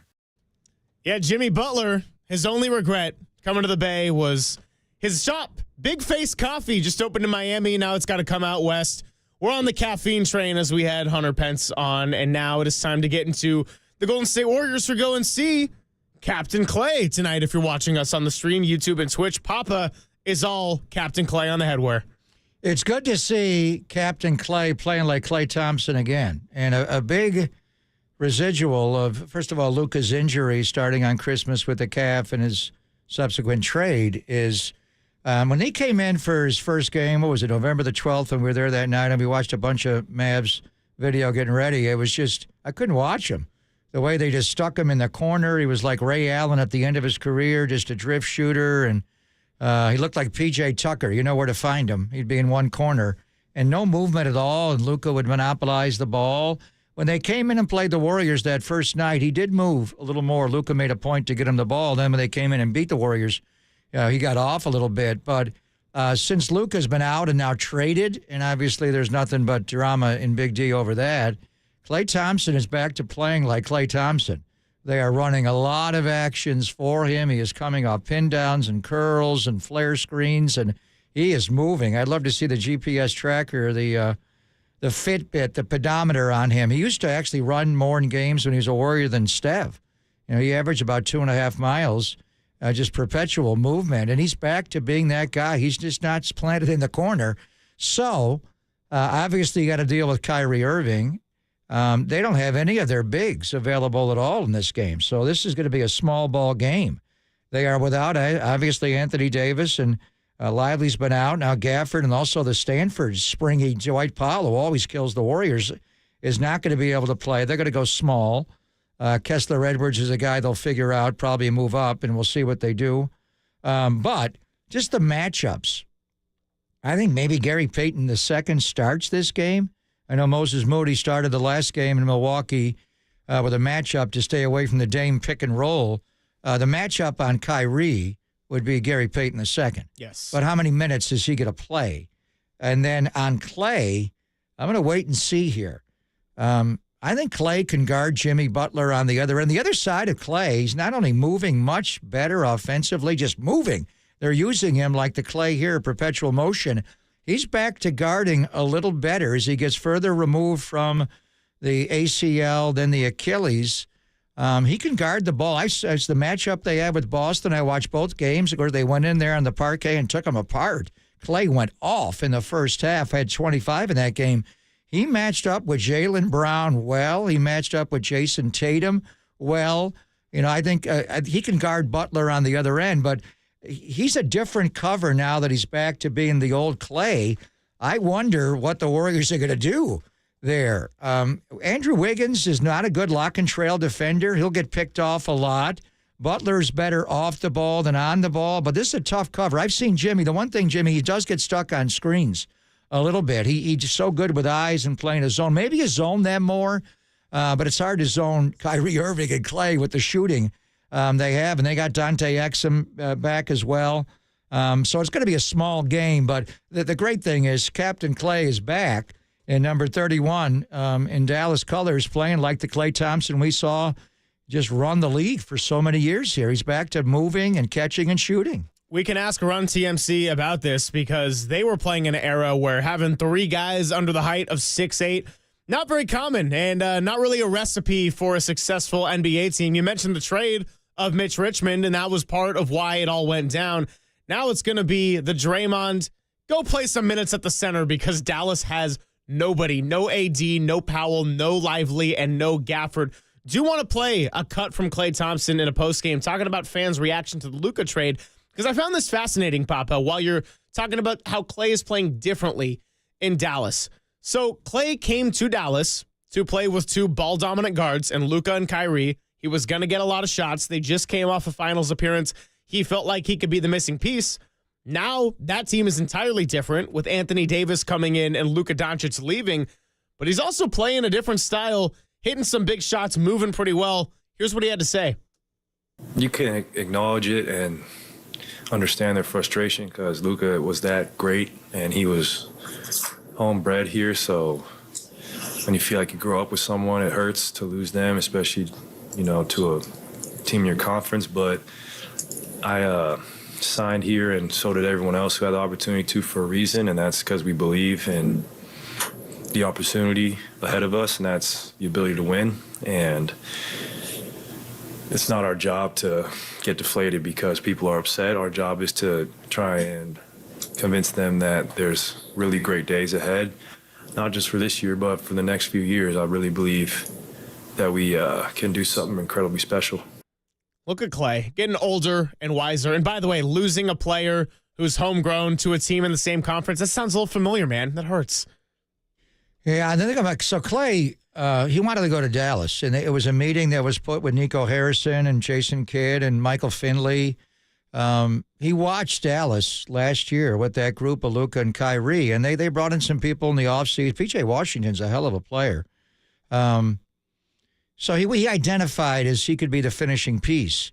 Now it's all gone. Luka's gone, and it's what's going on in Dallas. I'm anxious to see, how much the Warriors broadcast, Phil Policino and Tommy Edza cover that. They have some videos. Nico Harrison coming in, getting booed. The video of the karaoke on the big screen, and the guy mouths, "Fire Nico," and then gets kicked out of the building. Their new governor was very outspoken about culture, and he kind of called out Luka, and he got booed lustily coming in. So, it reminds me a lot of Jason Kidd. I remember that day after Christmas when he was traded to Phoenix. It's like, what are you doing? You're breaking up the Triple J's over Tony Braxton? Really? You traded the wrong J. Trade Mashburn. Trade Jimmy Jackson. Do not trade Jason Kidd. And then they traded Porzingis. They've done things in this, but the Luka one struck hard. They're different. Now, I did watch the game Saturday afternoon. Anthony Davis, wow. Was he off to an amazing start? He was dominating the game on both ends. They were playing Houston. Şengün, he blocked his shot at the rim and ripped it away, and then he's taking step-back threes, and then he got hurt, the adductor. He's going to be out a long time. He's not playing tonight. None of their bigs are playing. I like the trade from a now standpoint. Anthony Davis is averaging 25 points a game. I know Luka's at 28. This guy is a two-way force, one of the best two-way players. But if you don't play, you don't play. But for Clay, it's all different. I think when they get Anthony Davis back, at some point you would think he would come back and stay healthy. I think they're a better team. They're a more traditional team now with Kyrie. You got to stop Kyrie and all the ball screens tonight. That's why GP2, can Moody get a turn? I want to see what Jimmy does on him. Can he stop the ball? But Clay's playing like Clay, just perpetual movement. Losing Luka, and he wanted to go play there. But I think they're a more well-balanced team. And Clay is guarding better. They got some guys that can lock you up. We haven't even talked about the guy that Clay thought was Doug Christie's son that is not, Max Christie. That guy can guard. He can get into you. So he'll have some big defensive assignments tonight. I wonder if he has a more prominent role and matches up with Steph Curry a little bit tonight. There'll be times when Clay gets switched on to Steph, and Steph flat out guarded Clay. When they came in early in there, that was the first matchup. So now with Jimmy back, and maybe a little bit different, but you got to stop Kyrie Irving. You got to stop the new old Klay Thompson. I mean, even with the injuries, I think this is the Warriors' biggest test that they've had with Jimmy Butler, because you faced Milwaukee on the road, but you didn't have Giannis Antetokounmpo.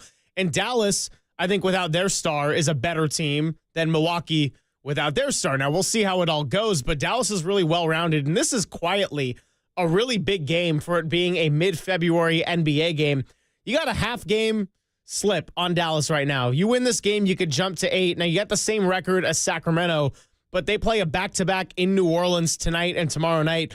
New Orleans, 12-41, can't expect the Kings to lose one of those games, although the Pelicans did end up owning them last year, beat them 5 times. So we'll see what happens there. But, yeah, this is quietly really big, and the Warriors have a chance to hold on and squeeze out some momentum prior to this All-Star break. As far as they start tonight, you anticipate it's going small. You got Draymond at the 5. You're going Jimmy Butler. You're probably going Steph, I'd say Buddy I'd go Hield. Gary Payton tonight. True. So do you go? You want to play Jimmy Butler? I mean, the reason they did not start Quentin Post the other night was the pick and roll. Yeah. With Damian Lillard, and you'll get that with Kyrie. I think there may be a point where they're going to go small because of all the big injuries that you may want to punish them. So Quentin Post is going to play. He won the game for you in Chicago the other night and really outplayed Vucevic at critical moments. So I think they'll go small. They could go big, knowing that Dallas is small. All their bigs are out. But I would think Gary Payton, we may have a 33rd different starting lineup already. What number we at? It's unbelievable. But I think the guy who matches up the best with Kyrie Irving on this team is Gary Payton II, now that you don't have Wiggs. And then we'll see what Jimmy Butler does. New guards, Clay, certainly. But these two games are important. We've been talking about it. You mentioned the standings. Dallas is right there, 28 and 26. The Warriors are 27 and 26. Then you're doing the Texas two-step, and Houston's way out there at 33 and 20. But they're starting to lose. They had a 6-game losing streak recently. They've lost 6 of their last 7. They're beatable. So if they could get these 2 wins and come home for the All-Star game, and this is going to be a celebration of Warriors basketball and Joe Lacob and the trade that he pushed through along with Mike Dunleavy, his former teammate in Chicago when Jimmy was younger, to get Jimmy Butler here. To go into it after the trade with a 4-game winning streak would be amazing, because you got the NBA is coming here to watch the Warriors play, and we are going to be visited by a guy. I can't believe he is now the chief commercial officer. What does that mean? Of the Atlanta Hawks. He is a really, really big deal. And Mark Silverstein, our friend from years ago, retired radio executive, they had a show in the early 90s on this station that I kind of jumped in on a Saturday night with the great whale, Russ Castanos, called The Regular Guys, Streak and Salsa. So we're going to check in on them, and can't wait to talk to Streak, our friend Mark. And Andrew is essentially the president of the Atlanta Hawks. He generates all their revenue. We went there when the 49ers played the Falcons a couple of years ago. He took me out to a martini dinner. I barely made kickoff by Sunday morning, but he is now essentially the president of the Atlanta Hawks, and they're in town. He's back in town for NBA Tech Summits and all that. So we'll get the NBA festivities underway with one of the leaders of the Hawks, Streak and Salsa. Regular Guys back on KNBR. Streak and Salsa, indeed. We'll hear from him next. Is Papa and Silver on the Sports Leader.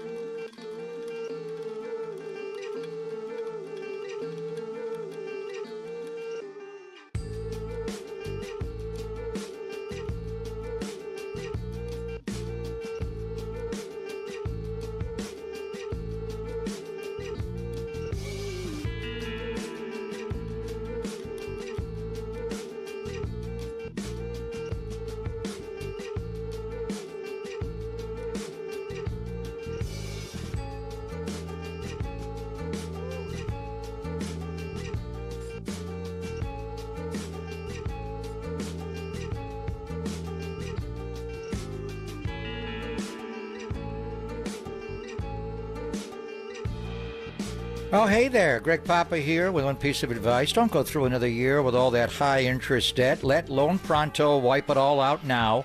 Loan Pronto's rapid equity loan makes it easy to pay off all your credit cards or tackle that 2025 home improvement project. Get cash in your pocket fast. You get no appraisals required, no paperwork, no waiting. And Loan Pronto's AI-driven technology gets you approved and funded in as little as 1 day.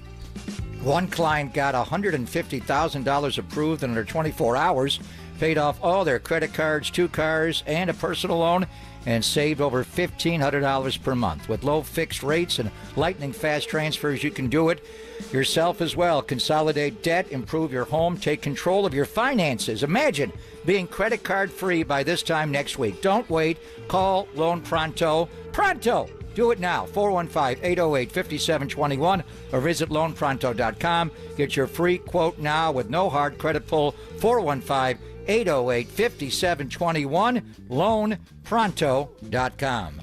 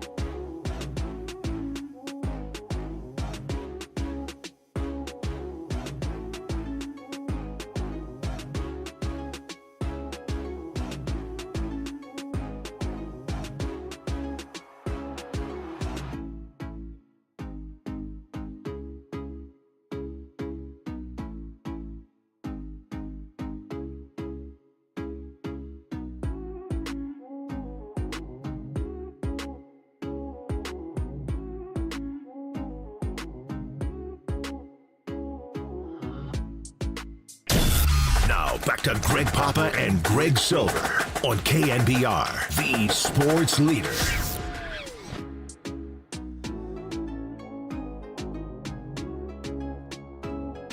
You know, some days I just wake up, kind of roll out of bed, and I'm so happy to do this job every single day, Papa. But I do ask myself, what are we going to talk about today? What's on tap? No big stories last night. I walk in and I learn about guys named Streak and Salsa who now join us courtesy of the UMA guest line. Yeah, that's right. Mark Silverstein. The regular guys. And Andrew Saltzman. Back on KNBR. Back on KNBR. What's going on, Streak and Salsa? How's this for you? It's where it all started. 55 Hawthorne Street. I walk into Bob Agnew's office. I say, your station sounds awful. The average age of your host is deceased. Pete Franklin should be in a grave right now. He says, you think you can do better? I said, I know I can do better. He said, well, put something together. Me and my sales manager at the time, Mark Streak Silverstein, come up with an idea. We're just two regular guys talking sports.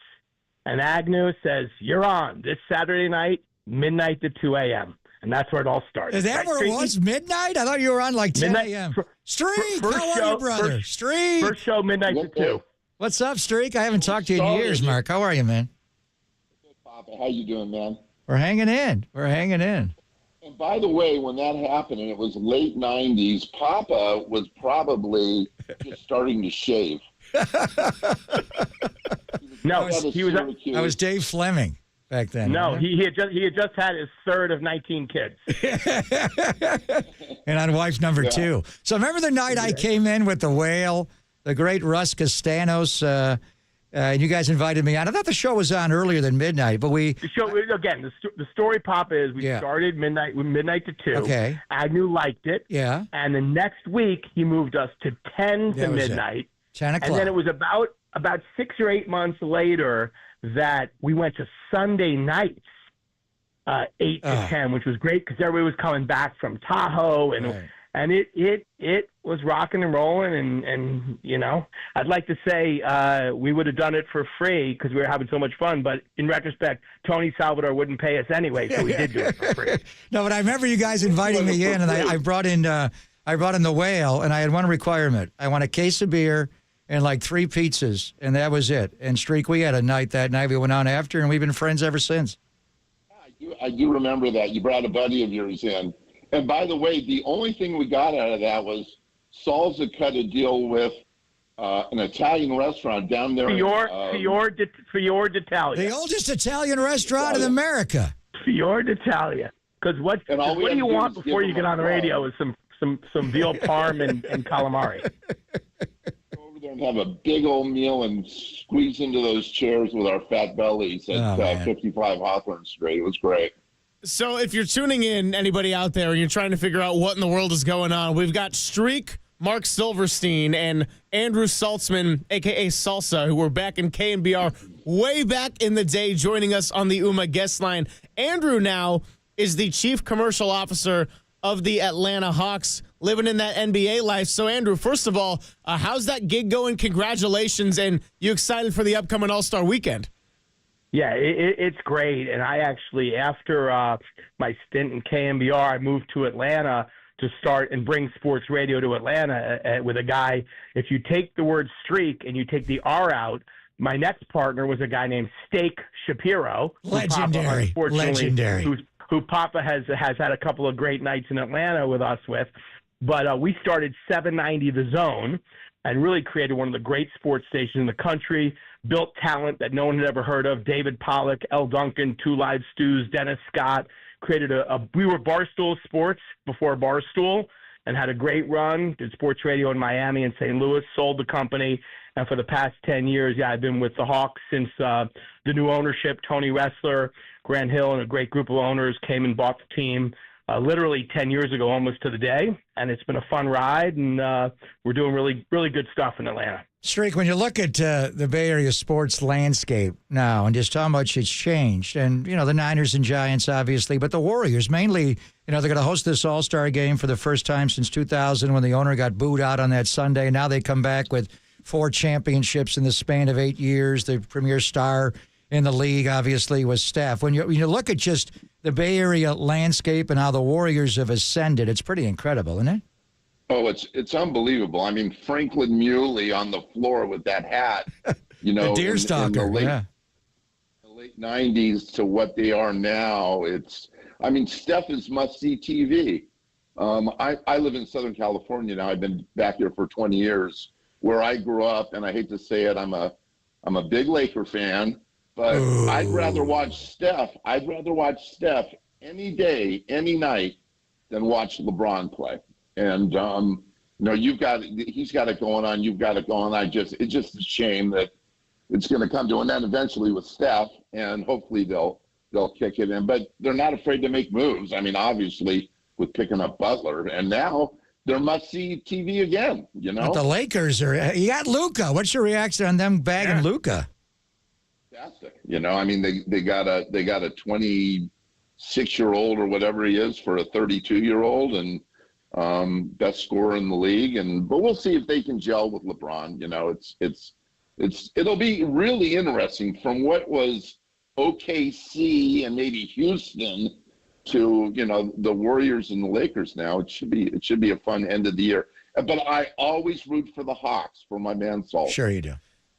Yeah, so Salsa, so while we're talking about the Hawks here and all these different NBA teams, I mean, what was your reaction to Trae Young initially not making the All-Star team? I know he ended up being a replacement, but a lot of, ice Trae. People weren't happy about that around the league. Yeah, no, listen, he's having an incredible year, and to watch him come in the league, it's fascinating because he's the age of my oldest son, which is interesting just to think about, where these kids are when they come in the league. Came after 1 year at Oklahoma, and just to see his maturation, he I believe is the best passer in the NBA. I mean, he just has eyes in the back of his head. He's incredible. He's got great court sense, and he just seems like he's really come to his own. So I was certainly, as we all were, disappointed he wasn't on the original team, but to come in as a reserve when Giannis went out seemed perfect. So we're thrilled to watch him on Sunday. I remember meeting him when he was just finishing up his 1 year in college, and the Warriors were in the finals, and it was Steph Curry's agent. They had the same agent together, and I thought, God, you're so much like Steph. When Steph came to the league, he was so small. Do you see a little bit of Steph Curry and Ice Trae, Andrew? Yeah, I think, Steph is also, he's got about 2 inches and maybe, 20, 30 pounds. So he's a little bit bigger.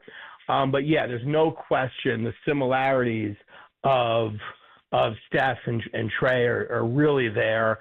Amazing range.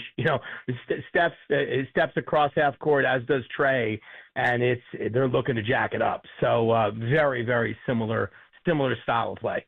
Kind of like you guys. You get across half court and you're looking to jack it up.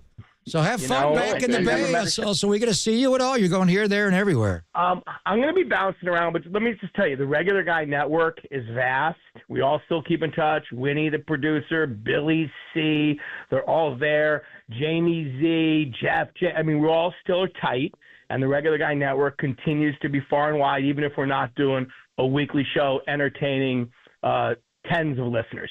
I would say millions, but it was really like tens of listeners. Entertain ourselves when we get together, and it's usually at a dead show at the Sphere. Oh, nice! I took Streaky to the Sphere. How is the Sphere? I haven't been there yet. Why didn't you invite me? The Dead at the Sphere? The Dead at the Sphere. I took Streaky. I said, you got to come. Me and Winnie took Streak down to the Sphere. Stayed at the Wynn. Charmaine was there. It was on. It was tremendous. And they're coming back this spring, so we'll be there again. Well, hey, appreciate you guys coming on with us. We got Joe Walsh as a nice little outro. And, hey, have a great time at the All-Star Weekend. I'm glad that we got 2 regular guys on the station because our show definitely has none of those. Regular guys rule. Keep rocking, boys. Take care, Streak. Salsa, I'll see you. I mean, their concept is the concept of dirty work. Well, there are a couple of regular guys, sales guys on the staff, board ops, producers. They wind up ascending to being on the air. And now Andrew Saltzman is essentially the president of the Atlanta Hawks. What a story. That's pretty incredible. So, yeah, great to have those 2 on with us as we get ready for the All-Star festivities. And I got to say, it's 2 years in a row now where I've been in a city as they're getting ready for the All-Star weekend. I wasn't at the All-Star festivities in Indy last year, but I flew in for other reasons right before. Yesterday, walking around BART, whether it's the Indy airport or BART, and just seeing all the All-Star messaging, borderline propaganda out there, just getting shoved in your face. I love it so much. It's a good reminder that we are right here in the middle of something cool, something that brings people together, and something with a little history to it. But enough of our basketball talk. We'll get into that a little bit later, perhaps revisit it in Walter's Wednesday whip around. But before we get to that, Eric Branch of the San Francisco Chronicle joins us next. Papa and Silver on the Sports Leader.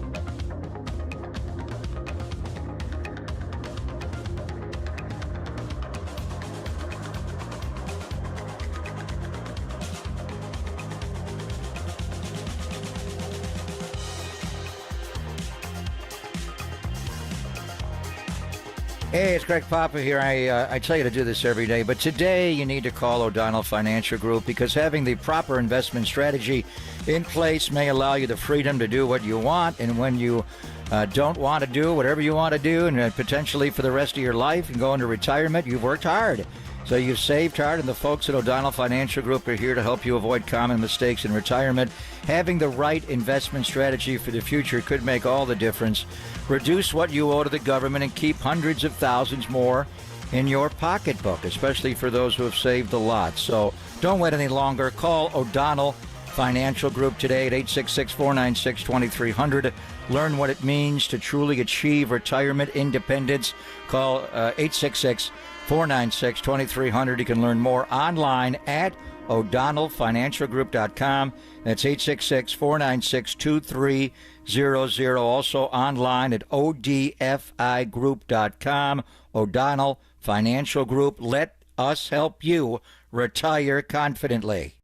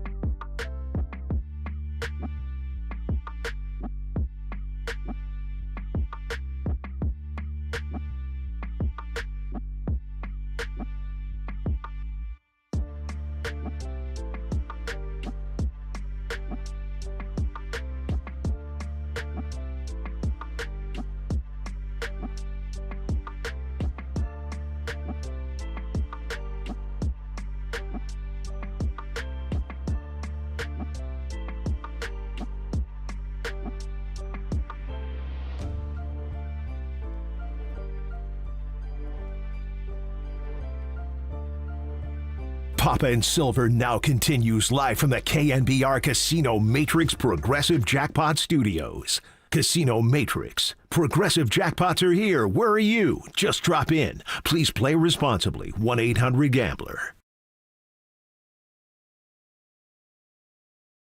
The San Francisco 49ers are expected to explore a trade for star receiver Deebo Samuel. His status certainly has been on again, off again with the 49ers. Has been a little frustrated with his role. They have drafted at the receiver position and locked up Brandon Ayuk. Not be surprised if he's on the move. Nice little music on music there with Adam Schefter's voice and a little Walter rejoin music. Anyway, let's get back to more serious things as we're talking about the substance of the cut. Deebo Samuel requesting a trade from the 49ers. Here to help us get into any and all of it is our good friend from the San Francisco Chronicle, beat writer Eric Branch. And I think Branch was with us on our first ever Greg and Greg show, if I'm not mistaken. So good to have you back on the UMA guest line. How's it going? Is that right? I didn't realize that was part of history. You're an answer to a trivia question. It was right after the 49ers lost that terrible home game to Seattle. And Gino went night-night. And that wasn't the end of the year, Eric. It really, I think, was when Deebo dropped that dig route against the Rams. And they lost 12-6 in that game. So follow up on the reports over the weekend. Ian Rappaport and Adam Schefter spoke to him. The Niners have been down this road before with Deebo's asked for a trade. I think he was on the market in some form last year. They did not pull the trigger on it. Do you think now is the time to officially trade Deebo Samuel? Well, yeah. I mean, the situation, like, when we go back to his trade request in 2022, that was, clearly a negotiating tactic, when you're involved in, which were then contentious contract negotiations. And this could almost be read as kind of a face-saving tactic. I think even before, this revelation that, Deebo made his second trade request, there was plenty of speculation going back some months earlier whether he was going to be on the team, in 2025, meaning were the 49ers going to ask him to take a pay cut, if he didn't accept that, would he be released, similar to Eric Armstead last year, or would he be traded, without this request? And obviously we know the reasons why. A very, subpar, certainly by his standards, performance last year, and coupled, I don't know how much some of the other incidents, the social media complaint about the lack of targets, the shoving of Tabor Pepper, but, all in all, it was, a pretty disastrous year. So, yes, and it leads me to believe with Deebo's desire to leave and what may have already been the Niners' desire to have him leave, I think it's a fait accompli that he'll be elsewhere at some point this offseason. Talking to Eric Branch here, and before we get into your column about the Eagles, how they rebuilt, how the 49ers can kind of try to follow that blueprint themselves, I want to stay on this Deebo Samuel element of it because they can look to rebuild the lines. They can look to do a lot of different things. They addressed the defensive coordinator and brought in Gus Bradley to assist Robert Saleh. But if Deebo Samuel is off this team next year, what's the 49ers' answer as to how to address that and fill that void with Deebo? Because he still is a very valuable piece for this team. He was a big part of Kyle Shanahan and how he schemed things up. If there's no Deebo Samuel, I mean, where do they go and fill that void? Is it with the emergence of a Ricky Pearsall in year two? Is it through the draft? Is it trying to acquire another player in a Deebo type of trade? Well, I think even without Deebo, a lot of teams would look at the 49ers' top three receivers and say, yeah, yes, please, we'll take that. When you have Ayuk, when you have Juwan Jennings, and you have Ricky Pearsall. That's not necessarily a big three, but it's not bad. But that said, Ayuk is coming, is still rehabbing from a complex knee injury. Ricky Pearsall, showed, some promise after understandably, kind of difficult, slow to progress rookie season, but, it's not like he's arrived yet.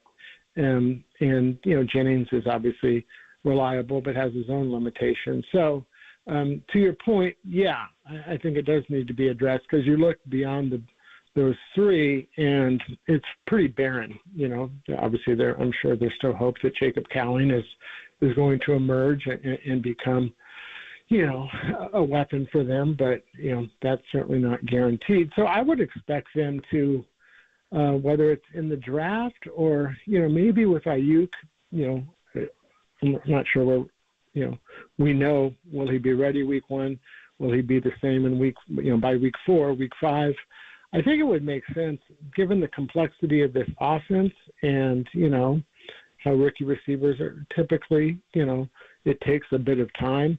I would think, given Ayuk's situation, it would make more sense for the 49ers to get like a mid-level free agent wide receiver. I'm not sure they're going to be able to spend big bucks, for someone, or even if they really need to. But maybe a guy like Amari Cooper, who, obviously has been great, but I think he could be, had for, a decent price, or, someone lesser than that, but someone in that range. How about Cooper Kupp? Could they make a trade with the Rams to get Cooper Kupp?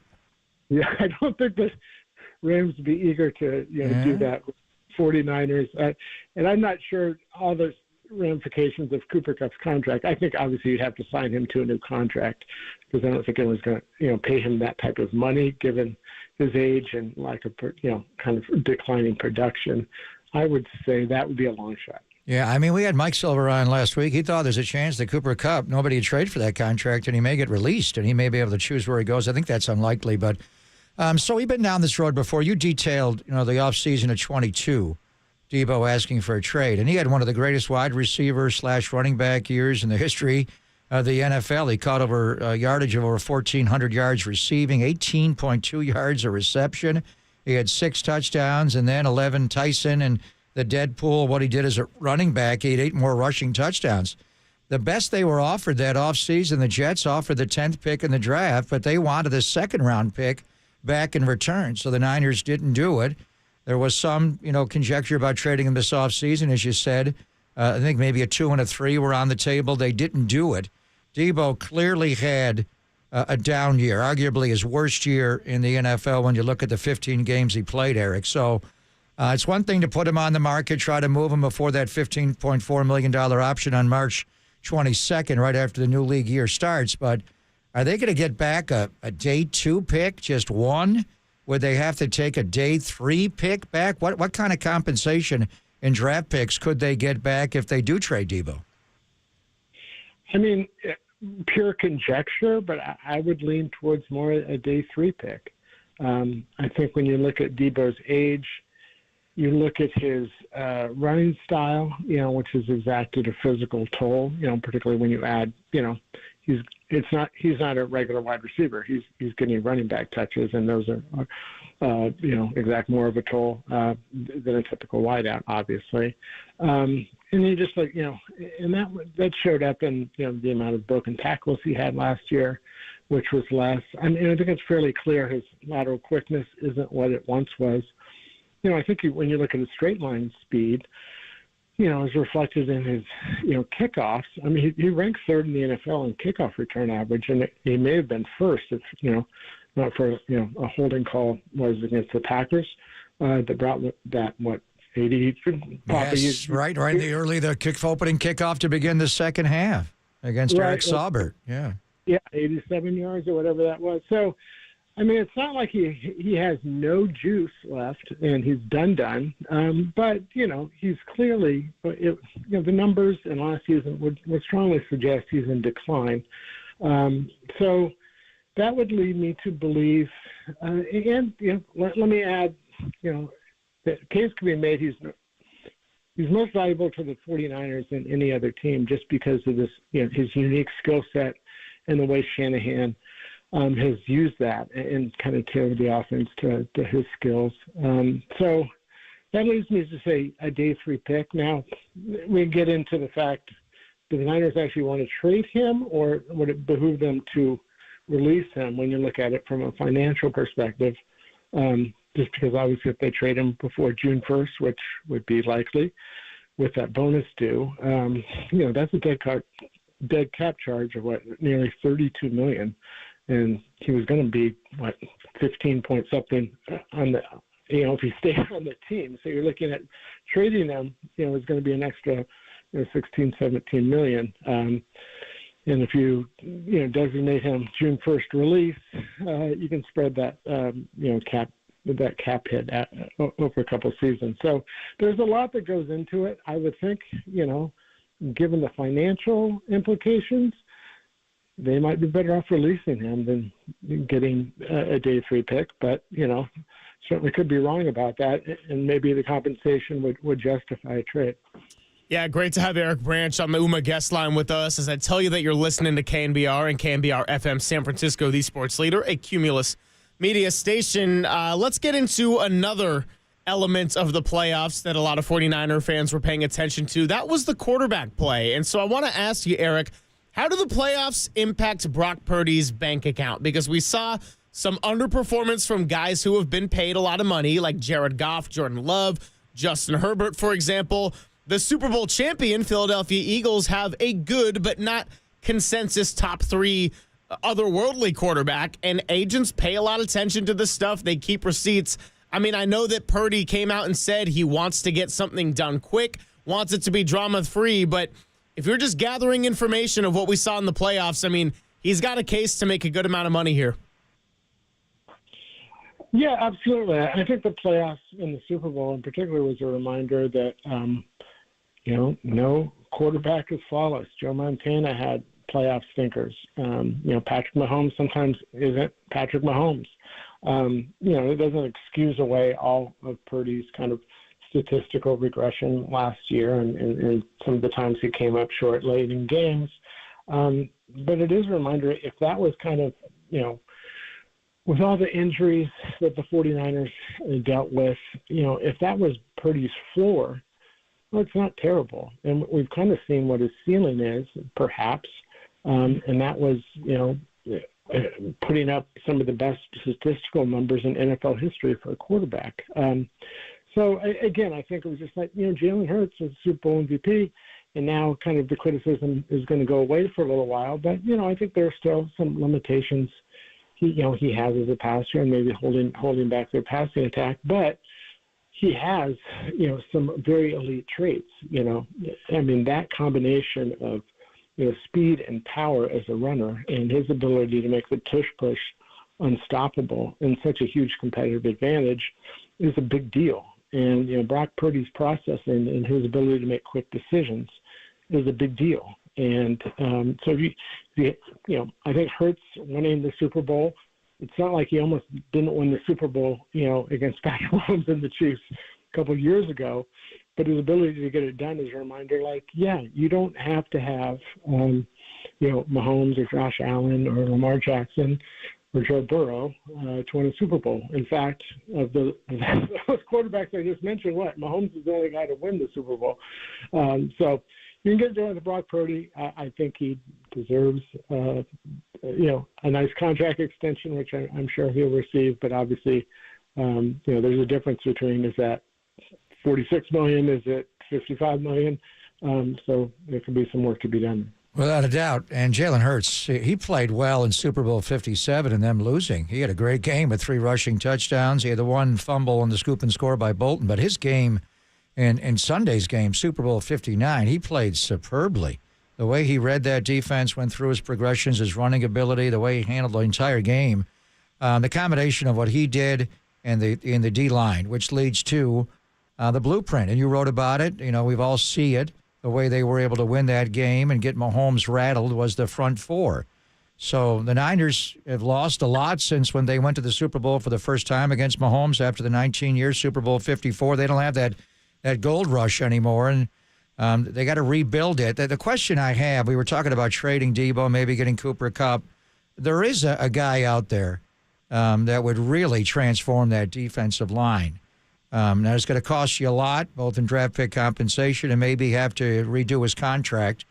But Myles Garrett, when he got to New Orleans at the Super Bowl, penned a letter. Sounds like he's serious. He wants to be traded. Certainly there's going to be an adjustment in this contract. So are the Niners in on Myles Garrett? Can they afford to get him as far as the draft pick compensation they'd have to give Andrew Berry, the GM of the Cleveland Browns, and also U.S. compensation if they have to redo his deal. And you've already given Nick, over $30 million. Can you afford to have two DNs making that kind of money? Even if I squint, I'm having trouble seeing it. I mean, just for the two factors you mentioned there. One, let's just take the compensation. I think, Myles Garrett does have, 2 years left on his deal, but he's going to, I would assume, want that reworked because he's, vastly underpaid. And I would think he would want to get paid more than Nick Bosa. So, during an off season where you're already have to do some financial gymnastics, that might be a real tough thing for the 49ers.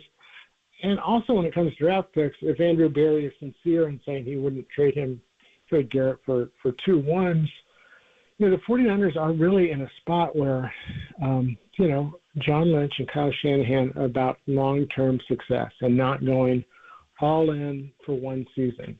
It's something they talked about, last month after their season ended. And say you give up 2 ones and something else for Myles Garrett. That's, kind of going – the Niners already suffered from the Trey Lance trade.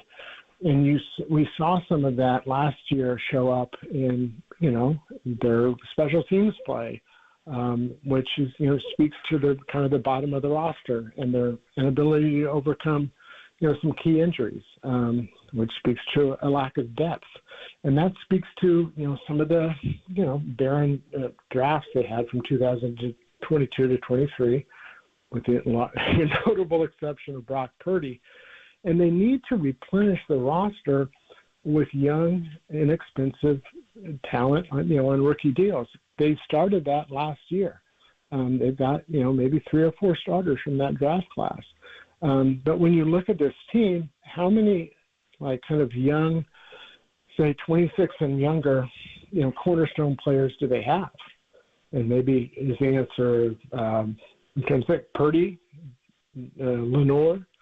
I'm sure there's someone else I'm forgetting.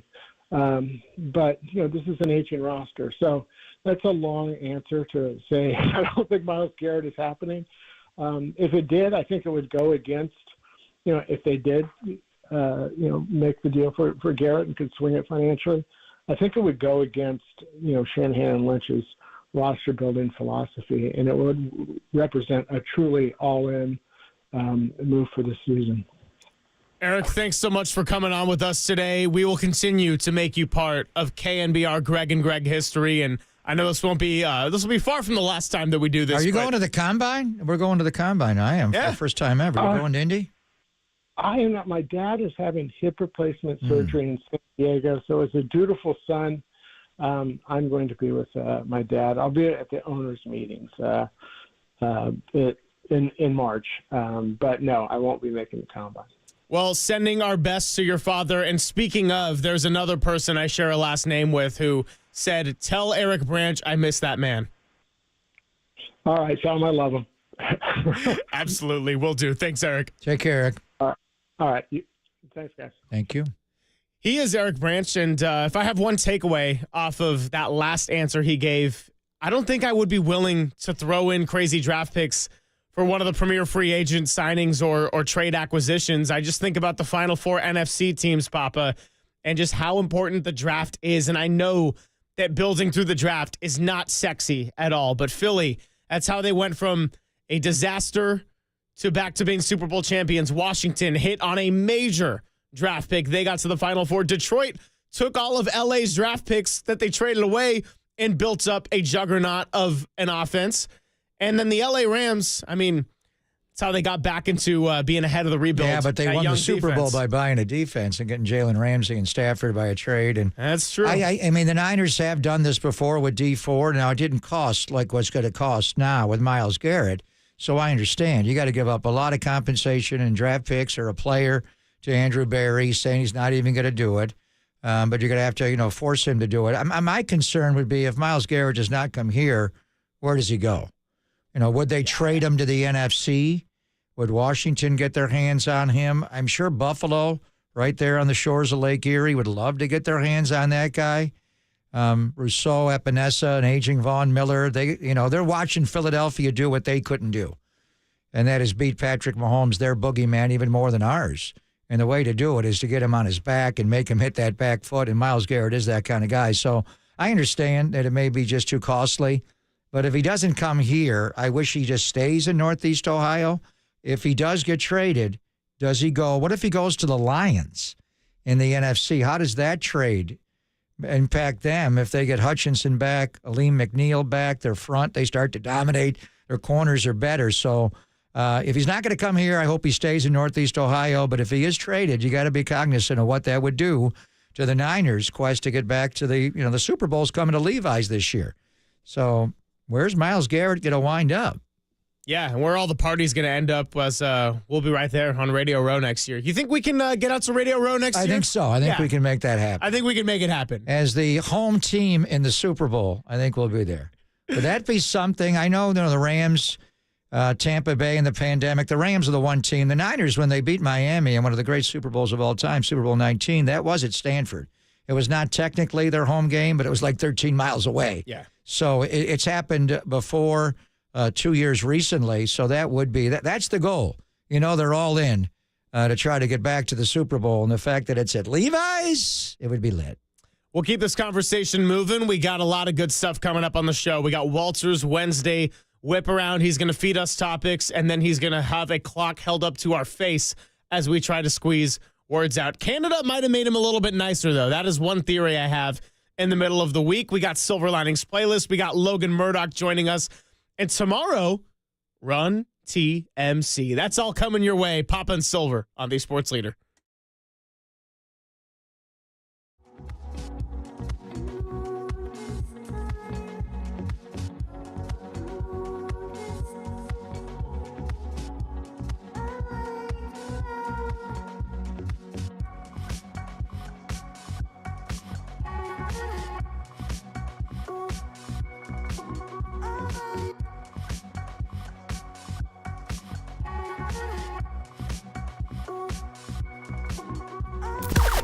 Now, from the O'Donnell Financial Group Sports Desk. Learn more at ODFIGroup.com. O'Donnell Financial Group, because planning is a process, not a product. The Warriors are back in action again tonight and go for 3 wins in a row, something that they haven't done since 2024. Yeah, it was November 15th, but you get the idea.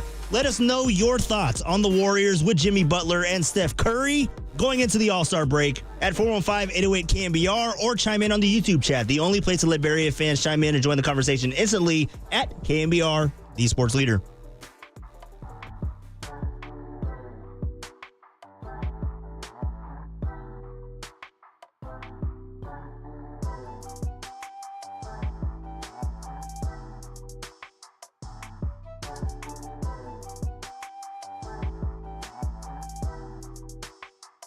Greg Papa here from my friends at the Laser Eye Center of Silicon Valley. For over 25 years, the Laser Eye Center of Silicon Valley has been the Bay Area's leader for modern vision correction. Do you struggle with distance vision, need reading glasses, or wear bifocals like I did for years?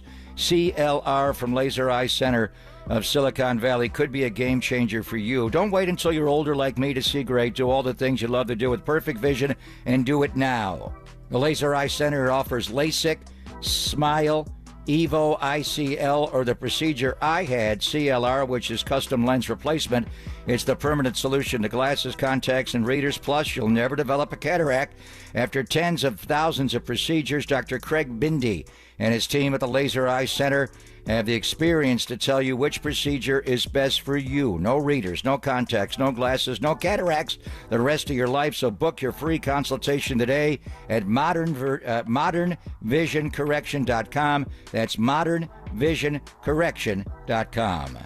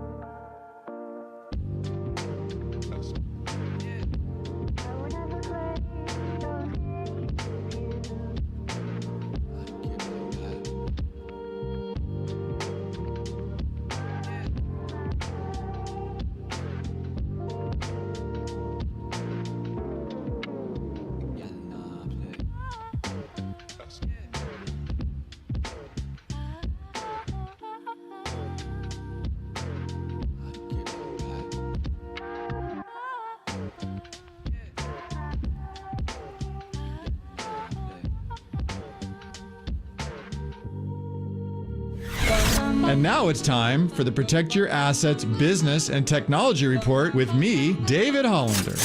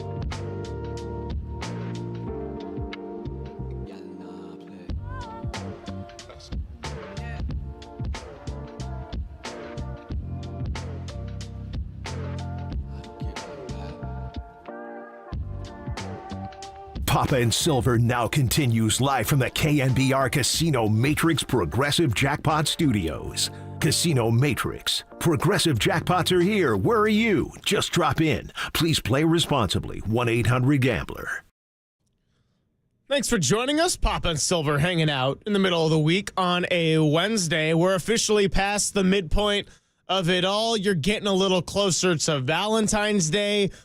Gentlemen out there, this is a reminder that regardless of how much you might care about this individually, you need to care about 15 to 20% more, okay? Treat your ladies or your significant others nicely. It is important. And we got the All-Star Weekend coming up, so maybe you take them out there to Splash, the new bar out there in Thrive City. Maybe you take them inside Chase Center to watch the dunk contest full of a bunch of rookies and not Jason Richardson, not Vince Carter, but hey, the Rising Stars Challenge, TMC, there's still going to be big names out there. All that aside, we are resetting the show and want to revisit where we started off, the Justin Verlander conversation out there. Susan Slusser putting out a piece on Justin Verlander. First, let's just play a piece of sound. It's out. He's wearing number 35. It's happening. He was originally asked about it when he did a little presser on Zoom with Kate Upton's name in the square. That was a good story, but here's what he had to say back when he joined the team officially. Yes, it has come up. I'm still putting a lot of thought into this. Obviously, Brandon has had a legendary career there. I know that Buster reached out to him personally, and he gave his blessing, but I haven't spoken to him yet personally. I also, I don't know. How do the fans feel about it? Does anybody have a feel on that? I don't know. I don't want to come in on a bad foot, But I would love the opportunity to wear my number for the San Francisco Giants. I mean, like I said, I understand the magnitude of the franchise. Like, one of the most storied franchises in Major League Baseball. So to get to wear like your number for that franchise is pretty cool. But at the same time, if there's another player who's come along and done something special, this is an interesting question, and I really don't have the answer yet. I think I'm hopeful that when I speak with Brandon, I'll get a little more clarity. I know, it's different hearing it from Buster and saying, "Hey, I spoke to Brandon. He gave his okay." But I don't know. I just want to talk to him person to person and really try to get a feel for it. And I can pivot one way or the other. Look at Justin being all polite there. And that conversation has been formalized, and he will wear the number 35, and he does wear it because of Frank Thomas. So number 35, and he's got, how many, 38 wins to go to get to 300? Not quite 35. 262. He needs 38. Yeah, he and Brock Purdy have a 262 number in common. So Susan Slusser's got a great story up online at SF Gate, the Chronicle, and she talked to him, and he said he had a great conversation with Brandon. Really getting his blessing was really important. You mentioned Frank Thomas, significant others. I mean, his is Justin, is Kate Upton, Justin Verlander, and she's the one that actually stitched. I had no idea that he wears 35 in honor of the great Frank Thomas. When he first came up with the Tigers And just briefly, at the end of the 2005 year, he did wear number 59, but when he came back the next year, and he dominated right away. He was the Rookie of the Year that year and finished 7th in the Cy Young, his first full year in the bigs. Wow. He's worn 35 ever since. I did not know it was because he grew up idolizing Frank Thomas, who we did see at Ricky's Memorial. I don't think they even recognized him in the crowd, that the Big Hurt was there, Hall of Famer, and obviously on Oakland A. He had a big year with the A's, and Frank was always large and in charge when he played, but he's got huge now, the former tight end at Auburn where he played with Pat Dye. But in any event, Verlander's got 35, and all the reports are they did finish up a workout today, and Patrick Bailey did catch him, and he just had pinpoint command, as you would think. Talking to Tony La Russa at Ricky's deal and at Ricky's event with Billy Bob, and also talking to Dusty, because he managed him. We had Dusty on the air. Yeah. The one thing with Verlander, and we'll see about his velocity and spin rates and all that. I thought he kept later in the year in September he was throwing a little bit harder, but the big thing with him is command. As Tony said, he's older now. He's going to have his 42nd birthday coming up in a few weeks. Well, you're different. He may not throw as hard, but I think he can still hump it up there occasionally at high 90s, mid 90s. But the main thing is command. He knows what he's doing. And sometimes, like Jimmy Butler right now, he beats you with his mind more than he beats you with his body a lot. He is physically strong.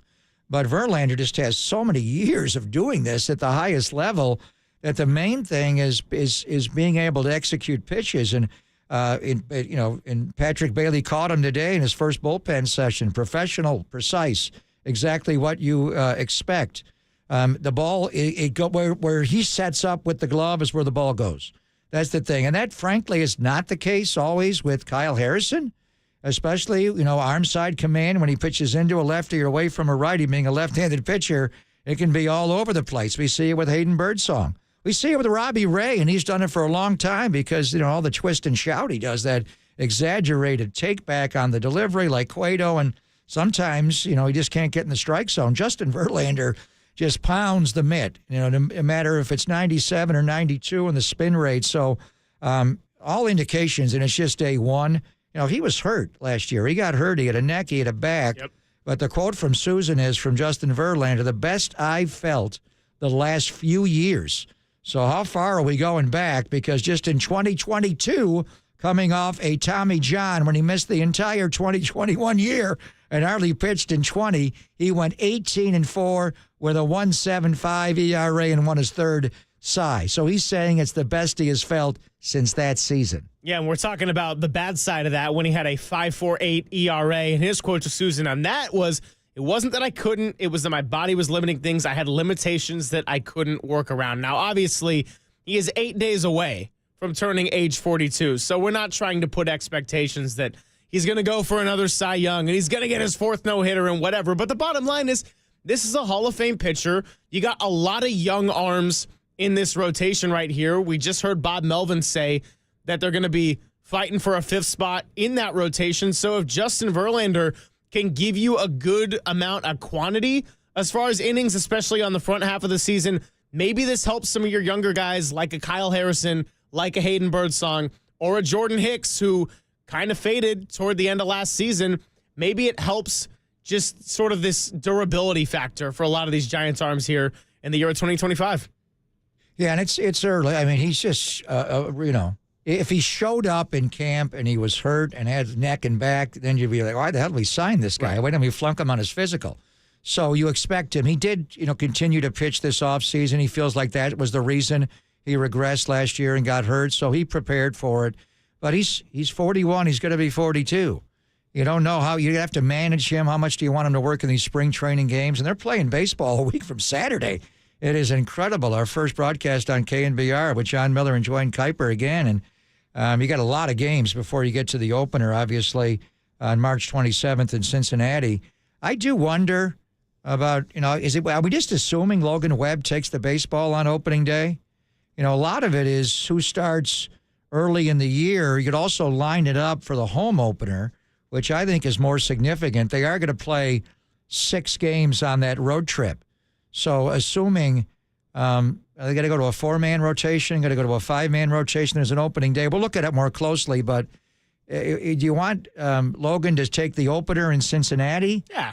Or do you want Justin Verlander? I mean, we're talking about headliners here on opening day. This guy's pitched in the biggest games. So you could possibly give it to Verlander and then have, Logan pitch the home opener. You'd have to line it up a little bit. I'm not sure, but you're talking about Justin Verlander here. So we'll see. But the good thing is he feels great. He's got number 35 on his back, and it's the best he's felt in years, and let's go. How about we leave the opener conversation up to the discretion of Brandon Crawford, and we'll just have Brandon Crawford be the advisor on every such matter of the season, just like the jersey number. Really? He's a shortstop. Stay in your lane, bro. JP Martinez will pick that. Or maybe the manager, Bob Melvin, will. Or maybe Buster Posey will decide. We'll figure it out. Maybe Farhan Zaidi back with the Dodgers. Too soon? Okay. February 12th. We don't have to worry about this till March 27th. Boy, they got a long spring. How many games they playing? Damn. Yeah, Punxsutawney Phil with a long winter training, as he predicted. But we got Walter's Wednesday Whip Around coming up your way in about 20 minutes. So we'll revisit a note on the Golden State Warriors on the other side. Draymond Green's podcast always got some kind of clip worth playing. This one I did find very interesting, though. He talks about Steph's reaction when the Jimmy Butler trade went down. We'll play that for you next. Pop and Silver on the Sports Leader.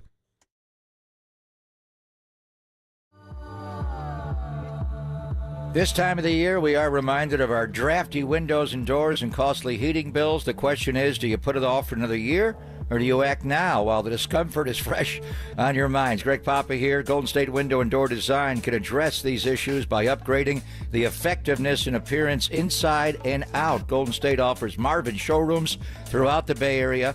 They also partner with respected brands like Anderson, Fleetwood, Milgard, Awake, and Weather Shield. With their extensive inventory and vendor list, Golden State can offer a good choice of price options. So start online at goldenstatelumber.com and then click on products for windows and doors. Take a virtual tour of the nearest Bay Area showroom, then talk with your builder or designer about the best options. Golden State's sales staff have extensive knowledge and will provide you an enjoyable experience. Family owned for 3 generations. Golden State, when you succeed, we succeed.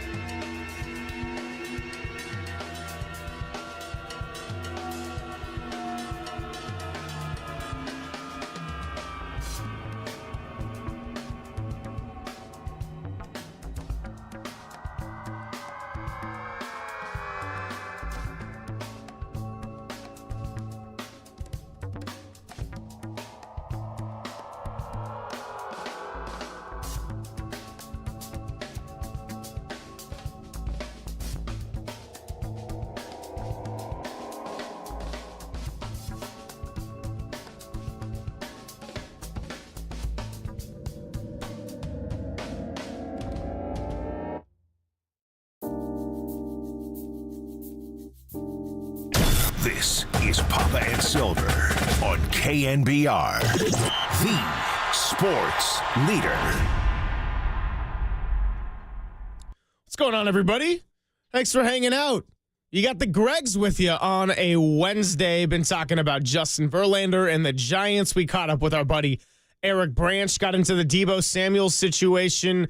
49ers rebuilding it all in the offseason, and wanted to play a piece of sound here from Draymond Green because, as you know, his podcast is everywhere. He shares Steph Curry's reaction upon the Jimmy Butler trade, saying, man, this is it.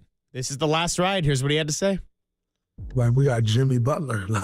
Like, this is no small deal. It's Jimmy Butler. Steph, he looked like he got belief. After the trade, he looked at me and he said, man, it's crazy because it just dawned on me that, like, this is it. Yeah. Like, this is the last run. Last ride. Like, and I said, let's do it. Let's ride to the wheels fall off. Like, let's do it. Yeah, let's go. It was an emotional moment. You know, people get caught up in all the stuff that was going on in Miami. Last podcast, remember I had said, I just don't want Jimmy to end up in the spot where they use that against him. The reason I said that is because it's a guy that I respect as a winner. Yeah. I've been victim of people trying to take a winner and tear him down through all these false narratives. And so I've been a victim of that. And as you see, coming out of it, you're seeing exactly the Jimmy Butler that I knew. I feel great, brother. You know, it's been a while since I've gone into basketball games like, oh yeah, we're gonna go just win. Stuff gonna get harder. We're gonna have to figure stuff out, you know, but I know when it's right. Heavy confidence after 2 games with Jimmy Butler. By the way, I need someone like Baron Davis to just ad-lib my life for me. Yeah, nice. One last ride. Let's go. Walter, push that button. Anyway. He's Lord Barron. We got to get him in studio as well with Run TMC. Mully's the one that brought him to the Bay. He made the trade with Charlotte owner George Shinn to get him back in the epic set down. So that's interesting what Draymond has had to say. A lot has changed in a week's time. I mean, a week ago at this time, the KD thing was hot, and would Draymond have gone the other way in that trade? It didn't go that way, and KD didn't want to come here. And you wind up with Jimmy Butler. And the way it ended in Miami, when you read there was an exhaustive piece last Friday in The Athletic about the end of the Butler run in Miami and his interactions with Pat Riley, and Pat breaking down and crying and bringing up his dad dying. And the whole thing got weird. So, we're blaming Jimmy because he's the player and he gets suspended. And I remember going to watch the Heat and sat next to Big Andy, Pat Riley's GM, and I didn't see where that trade was coming. And they suspended him twice more, indefinitely the last time, and it just got ugly. So there was a lot of bad juju around Jimmy at the end of Miami, and he wanted to go to Phoenix. He wanted to do a deal there. He didn't want to do a deal with the Warriors in any event. Durant doesn't get traded. Things have a way of coming around. In reality, as he comes here, they do the extension, and now he's a Warrior. Logan Murdoch is going to join us from the Ringer coming up at 1:30, good friend. And you just read a piece that he wrote about the Warriors situation just a week ago, and it is dire. I mean, Steve Kerr has a quote, we are in an almost impossible situation. We are at a fading end of a dynastic era where no matter what the team does, it's going to be hard. This was just days before the deadline. And the Luka deal was made, and LA's energized. AD goes to Dallas. I know he's hurt, won't play tonight, but eventually he will play, and he's a dominant player. And you thought, how do the Warriors do this? How do they do this? I mean, the losses were piling up after the 12-3 start, and then they lose in Salt Lake City, they lose in LA, but they get Jimmy, and now magically it's a different course. Now they played Chicago, they traded Zach LaVine, they're in a rebuild stage, whatever they're doing there. Milwaukee did not have Giannis. They just traded Chris Middleton. They did have Kuzma. So those were 2 winnable games. Tonight, even with Dallas' situation, you may be able to get. And Houston's not playing well right after this. And going into this, they've lost 6 or 7. You come out of it, you got, the relook Sacramento after the big weekend. But it's amazing. And it's just 2 games. We got excited about the 12-3 start. And the next thing you know, they lose 20 of their next 30. And that's the reality of the NBA. Are you really good enough to make the push to the Super 6? But that was Draymond relaying Steph's reaction. I would have liked to have gotten just Draymond's reaction to getting Jimmy Butler. Well, that's Logan Murdoch, because when we were talking to Mark Spears he brought up the point that are they going to get along, those two dogs? And I think the Warriors should charge tickets to watch practice. They don't practice anymore in the NBA, but I'd want to watch a Jimmy Butler, Draymond Green practice than more than a game. So we'll get into it, Logan, where it's at now that we're past the deadline. The buyout market may not be fruitful for the Warriors. We'll see. But Logan also had a note in his piece. I'm not sure. I've never heard this. I may have lost it over the summer traveling or during football season. But he writes that league sources say Draymond Green nearly went to the Grizzlies in the summer of 2023 in a sign and trade. That was when Draymond's deal was up. It was after the Jordan Poole mess. He went and played golf with Steph and Clay while they went up against Mahomes and Kelsey in Vegas, and they eventually gave him the 4-year deal at $100 million. But the deal that the Warriors were talking about in the sign and trade to Memphis involved Dylan the Villain coming back the other way, and we're going to see him tomorrow night, Steven Adams and Tyus Jones, who I do like. But is that enough?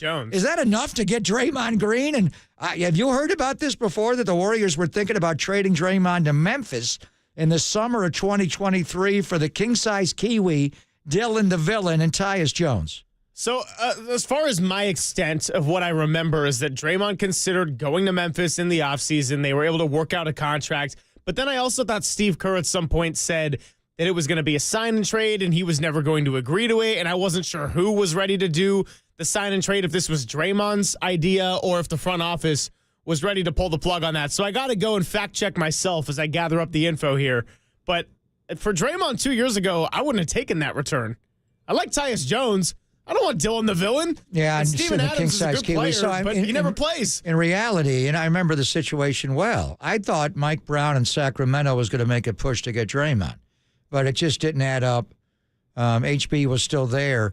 So he played golf in that shootout in Vegas on a Thursday, and he was hanging out on the golf course with Stephen Clay, so it looked like he's not going anywhere. He was part of the broadcast team with Charles Barkley and Brian Anderson were there. So he signed literally minutes after the deadline, where you could legally tamper in late June. He signed like 4 minutes. I remember we were on our show. We were joking. It may have been like 2 o'clock right after we got off the air. Maybe it was 3 o'clock. But like literally at 3:01, they came to an agreement to re-sign Draymond. Now, you're not supposed to be talking to anybody before, so I guess they could have been talking, and Bob was still there. Had Bob retired yet, resigned yet? I think he probably did that because they lost to the Lakers around Mother's Day. So Bob did retire before it was Dunleavy's call. But Logan's got to give me the facts on this because I never heard this before. I wonder how true it is because they did sign him minutes after he was signable. That would not be a great return. But more importantly, we'll get into it with Logan Murdock, our great friend, and now working for the Ringer. Are we concerned about Draymond and Jimmy? On the floor, they play very well together, and Jimmy's got a lot of Draymond in him, both offensively handling the ball, even more so, and then defensively, the way he plays with eyes and a zone concept. Like Draymond's your middle linebacker, but Jimmy's your free safety. But do we worry about just having two dogs, two alpha males? Steph is in his own way, but he's different. He's more diplomatic. Draymond's not diplomatic. And Jimmy, as we know, when you push him, he's going to push back. Do we worry about those guys being teammates? I mean, this is what you sign up for when you make a move for Jimmy Butler, though. And I think the Warriors, if their goal is to get a top 6 seed, get into the playoffs, you want dogs. Andrew Wiggins was a very solid two-way player, but you said it before. He hardly even talks. He hardly even opens his mouth. You see the video of the Heat having a little party, doing a little drum circle, and Wiggins is just so mellow, kind of chilling in the corner over there. So you traded personalities in addition to trading the type of player. I think it's what you sign up for, and as long as the Warriors are able to win, I don't think it's going to be too much of an issue. Now, here's the deal. Well, of course, as long as they win, but they're not going to play Chicago and Milwaukee without Giannis every night. His schedule will get more challenging. Right, and they are 10th place. They have not won 3 straight games since November 15th. They have not had a 3-game winning streak in the entire time that I have been on the show. So maybe I'm the problem, Walter, but the bottom line is what I like, and this is not to overreact. I'm not saying the Warriors have all of a sudden fixed everything. It's not, Kevin Durant would have solved more problems than Jimmy Butler does, but they have been able to win games in ways we were not seeing before. They were down 24. Steph Curry earlier in the year had a quote that was, "We're not built to play from behind." they also weren't built to protect leads. And in Milwaukee, they controlled the fourth quarter. They built a lead. They protected it. They got to the line. Jimmy Butler was a big part of that. So I'm not overreacting to a 2-0 stretch with a new player, but I am surprised pleasantly and do think it's worth noting the ways in which they have been able to take advantage of these two games, win 2 straight, see if it's something that they can keep building on as we head into the All-Star break. So a week ago at this time, I was not in favor of this deal. I'm not sure Steve Kerr, Steph Curry, and Draymond Green were. I didn't want to give up Andrew Wiggins. I didn't want to give up the draft picks. The other players could go. I didn't see where it made you better. Now, a week later, you can see it. And this is where you have to give a lot of credit to Mike and his staff and Joe and Kirk Lakeup. You can see a player on another team, but it's difficult at times to envision him. If we put him on our team, with Durant, it's obvious. With Jimmy, there's more subtleties to what he does. Yeah. And it's just so far, it is working. But they did get behind big in Chicago. They did come back in that game. Milwaukee, they controlled it. He's just a different player. So I do want to see there's still some on-ball defensive. That was the main thing. I didn't want to trade Wiggins. And, obviously without Schroeder going and you don't have Kuminga right now, how many ball stoppers do you have where you get beat? Kyrie Irving is going to come at you downhill all night. Without Luka and AD and without their bigs, he's going to run pick and roll and just charge you. And how many minutes can Gary Payton play when he's off the floor? Can Jimmy keep him in front of him? I don't know. And then you got Clay coming off screen. So we'll see. But they have a chance to flip the fortunes of the franchise going into the All-Star break, All-Star weekend that they're hosting. And it's so important to this ownership and obviously everybody involved with the Warriors. The way they lost in Utah, the way they lost in L.A., the Jimmy trade, at least for the short term, and I think it's worth it just to have this kind of vibe going into the All-Star game. Because if you had lost these games, didn't have Jimmy Butler, do you come back in Chicago? Do you beat Milwaukee? You're looking at a possible 0-for road trip. They maybe would have gotten 1 or 2. But now everybody talking about the Warriors and hosting this game and the dynasty is long gone. Charles Barkley's going to say that anyway. But if you go into this All-Star break with a 4-game winning streak, 4-0 after you got Jimmy, it may just be for the short term, but it does change your fortunes. Yeah, there's no doubt about it. And we'll probably get into some of this next, although I don't know exactly what we're getting into next other than the fact that Walter is going to have the keys to the car. It's Walter's Wednesday whip around. Walter, how's the whip? Is it feeling nice in a Ferrari, or is this like an old beat-up truck? It's getting warmed up right now, but we're going to be ready to go. Okay, I like it. Well, you got about 5 minutes to make it happen, and we'll do that next. It's Papa and Silver on KNBR 104.5 and 680, the sports leader.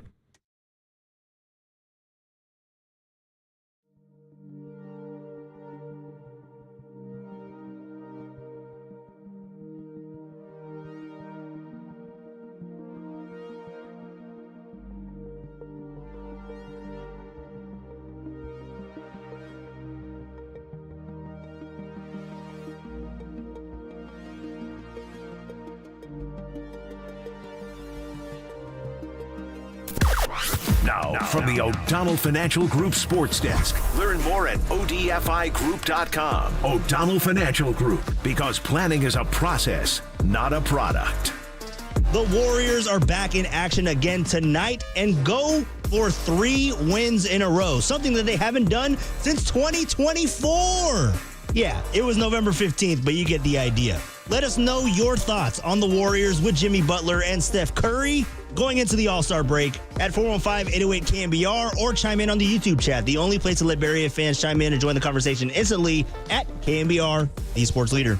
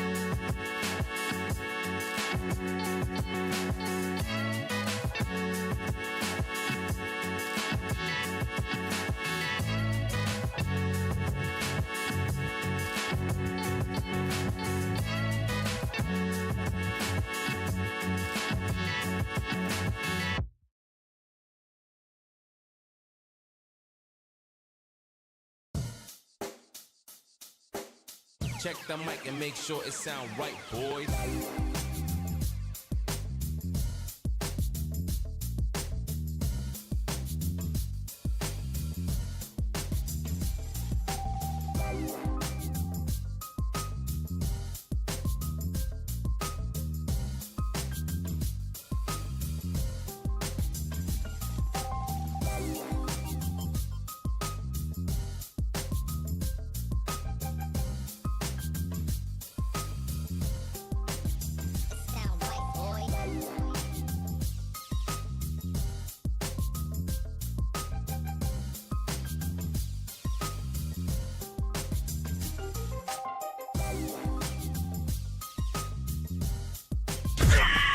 Greg and Greg, Papa and Silver. This is KNBR, the sports leader. You know what that music means?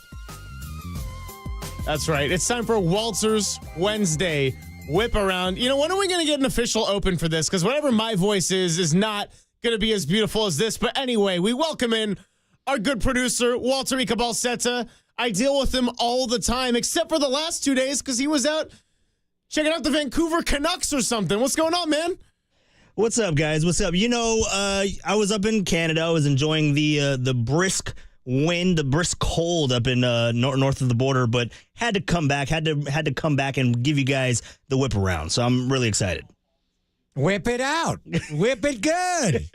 Yeah, how many minutes we going here? I lost last time, didn't I? You did lose. No. He smoked You me. won the first time. It was 2-1 both times, so I'm taking this one seriously. What's the rules here? Well, you won when it was 2 minutes, right? And you lost when it was 1 minute? Yeah, I need more time. Is that what happened? It? Yeah, I think that might be the strategy. Well, we're doing it a longish segment, so we go into Let's 2 go minutes, 2 minutes. 90 seconds, 60. What do we got each? We'll do 2 minutes. We'll do 2 minutes 2 here. minutes Keep is it good. Keep it a nice round The 2 number. minute warning. It turns out, though, that the pitch clock seems to be my recipe for victory.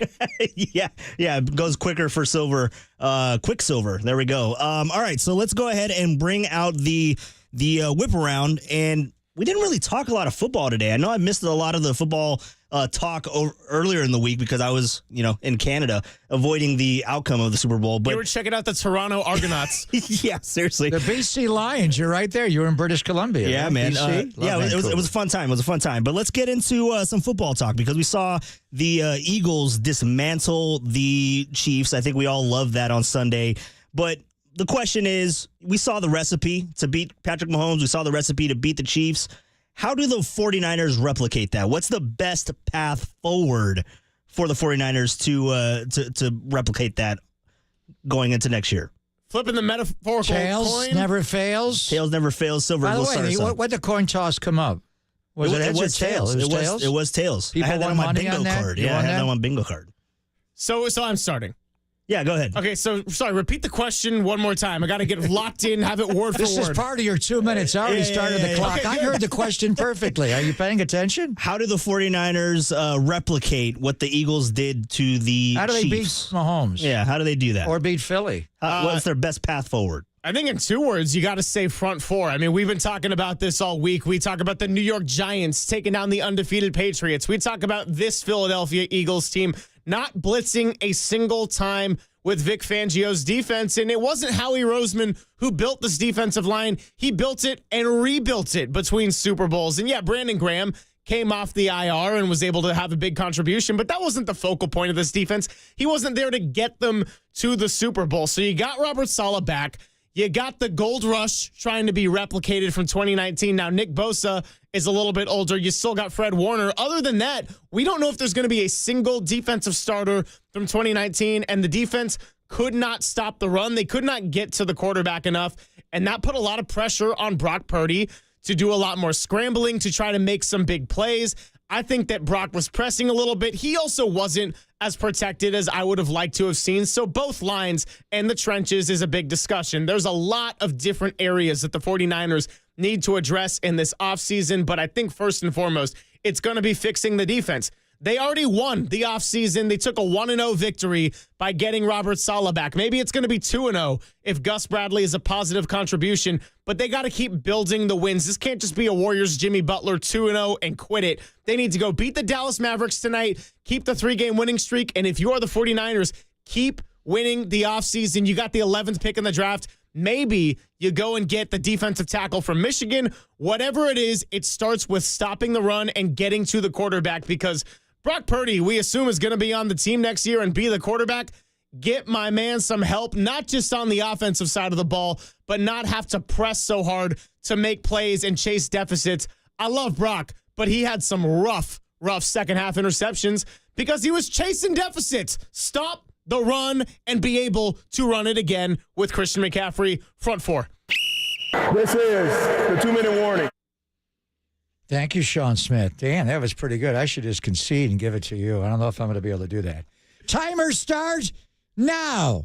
I know we all want to just magically reappear at Levi's and play the Super Bowl in our backyard, but you've got to get there. The reality is this team lost 11 games this year. They finished dead last in their division. They are picking 11th in the draft. You're not picking 31 or 32. You got a lot of work to do. How did Philadelphia get there? They ran Saquon Barkley. So before we get to the defense, and it's obvious what you need to do there, you got to get Christian McCaffrey back to being Christian McCaffrey. I remember when they traded for Christian McCaffrey, I wanted Saquon Barkley at that time. I appreciate who McCaffrey is, but you could see what was happening with the Giants and Daniel Jones and Quan, and they were going to keep one and not the other. They tagged him. They gave the quarterback $40 million a year. That's a lot of dimes to Daniel.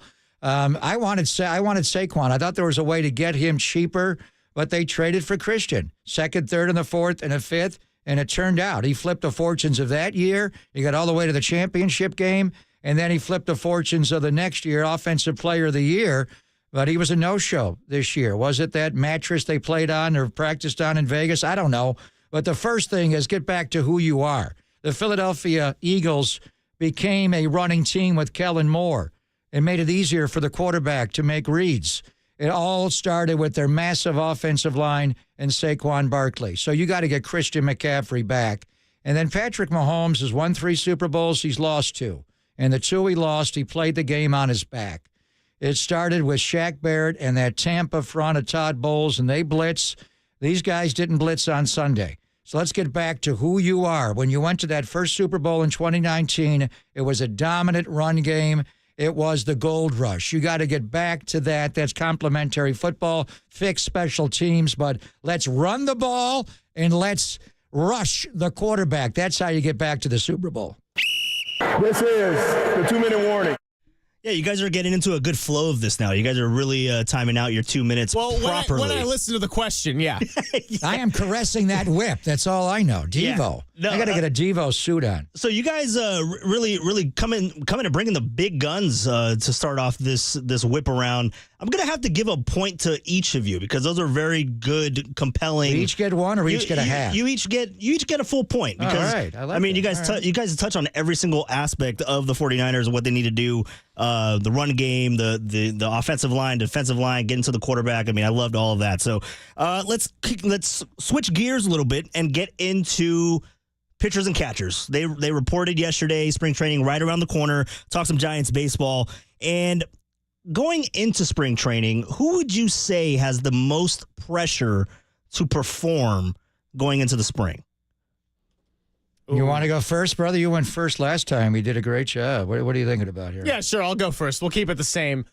I will say the man we talked about at the top, Patrick Bailey, has the most pressure when it comes to the later half of the summer. If we're talking about most pressure in the spring, there's a handful of candidates. I'm going to award it to the 2 years ago All-Star and last year AAA time spender Camilo Doval. Why do I say that? Well, because he couldn't find the strike zone. It was bad. If you got the ABS system coming, by the way, Patrick Bailey can't rescue you all the time. You got to find the zone and you got to use the heat. We know this kid is incredibly talented. We know he's worthy of a light show at Oracle Park. But Camilo, he's not going to get the closing role to start the year. It's already come out and been said by Bob Melvin that it will be Ryan Walker. Why do I say Camilo Doval? Well, because he's going to be a high-leverage pitcher no matter what. You got the Dodgers. You got Betts, Freeman, Ohtani. 2 runners on, got to go deal with one of them. Put in Camilo Doval, go and get a strikeout. You can't do that without hitting the strike zone. He is an incredibly talented player, but he also was a mess last year, and the Giants couldn't afford that in their bullpen, which was already getting used a lot. So with Camilo, and by the way, I'm going to say this at the end of it too. It's not just that Camilo Doval needs to do this for his own sake. I also think the Giants organization benefits from Camilo Doval having a strong spring, because if this team is not winning games at the rate that we want to see in the Bay Area, and I'm not saying I want this to be a reality, but we could be talking about a trade scenario, and if Camilo comes out and has a strong spring, he's able to have a little bit more steadiness on the mound, that could be a really valuable trade piece that could net Buster Posey some flexibility as he looks to rebuild this team moving forward. So high leverage pitcher, trade value as a backup plan. I think Camilo Doval is my number one pressure to perform in spring training. This is the 2-minute warning. 2 minutes is a long time, isn't it? I think we should go back to a minute, actually. Everything else just rolls on. You stole my guy. Timer start now. I was going to take Camilo Doval because I think the story of him being an all-star in 23 and then being sent out of the minors after that fateful home run in the rain in Washington doesn't happen very often in baseball. He needs to have a good spring. He could be on the trade market. But since you already took him, I'm going to take the guy we had on this show recently, Tyler Fitzgerald. And it was Fitz magic when he came up. We saw him a couple of years ago come up late in the year, hit a couple of bombs, learned to play center, mainly a shortstop. Going into spring training last year, and right after the 49ers lost the Super Bowl, I had to get out of here. So I went right to Arizona, and Matt Williams told me, I said, who's your shortstop right now? It was not Marco Luciano. They thought it was going to be Tyler Fitzgerald. But ultimately, they didn't feel comfortable doing that. They brought in Nick Ahmed, and they moved him around. They played him a little bit here, there, and he just didn't, he wasn't comfortable. Sent him back down to the minors. He came up, and they allowed him to play shortstop, and wow, he gets 5 homers in 5 games, something only Bonds has done. He had a stretch there where 17 home runs in a limited, as far as games played, only the guy in franchise history to do it was Willie Mays. So you're talking Bonds and Mays. Now, as time went on, situationally, he failed, and we talked to him about it. He struck out a lot. He doesn't have the natural hole in his swing that Yaz and Matt Chapman have. He just was striking out a lot in big situations. Now he is changing positions. He is moving from shortstop. He learned to play center. He says he's played a lot of second. He'll be a better second baseman. That's a different position. I want to see how he handles the double play. I want to see how he comes across the bag. He does have speed, and we're immediately just giving him this job. I like Casey Schmidt. I think he's a better defender. I like the improvements he made. And Tyler's older. So he could wind up, not on this roster. So I think the spring for Tyler Fitzgerald, right now you're the second baseman, but he has to keep that job. Otherwise, he could lose it. This is the 2-minute warning. You guys are coming out of the gates swinging. I loved both of those answers, but I'm going to have to award the this round to Papa. I'm going to have to give that to Tyler Fitzgerald because the reason being, I mean, you got Ryan Walker, you got a couple of guys in the bullpen that even if Camilo doesn't perform, it'll be troublesome, but it'll be okay. Tyler Fitzgerald, I mean, you talk about Casey Schmidt and you have Brett Wisely, but I don't really like those options offensively, so I think that there's a lot of pressure on Tyler Fitzgerald to perform. So I'm going to go ahead and give that to Papa. Last question here, but then I have a bonus question at the end, just something fun to get into. But let's get into the dubs. Going into the All-Star break, last week we were kind of looking at what the Warriors were going to do, whether it was going to be KD, whether it was Jimmy Butler. Ends up being Jimmy Butler. But my question to you is, what do you consider a successful outcome for the Warriors post-Jimmy Butler trade for this specific season? All right, timer starts now. Realistically, you get into a playoff series and you square up with somebody. And I'm just saying that because, of course, you want to go and win a playoff series. If you get in and you get swept, that is never, ever a good look. But we got to be honest about what the Warriors are. I'm not drinking the Jimmy Butler Kool-Aid or his big face coffee for that matter and just acting like, oh, he's solved and it's all okay because they beat the Bucks on the road without Giannis Antetokounmpo. They're probably going to suffer defensively down the line, not having Andrew Wiggins. But we've seen how the offense has transformed. And you sign up for Jimmy Butler. You sign up for maybe a little bit of drama, but you also sign up for the dog and the competitor. And right now, this is all in the honeymoon phase. We talked about this yesterday, Walter.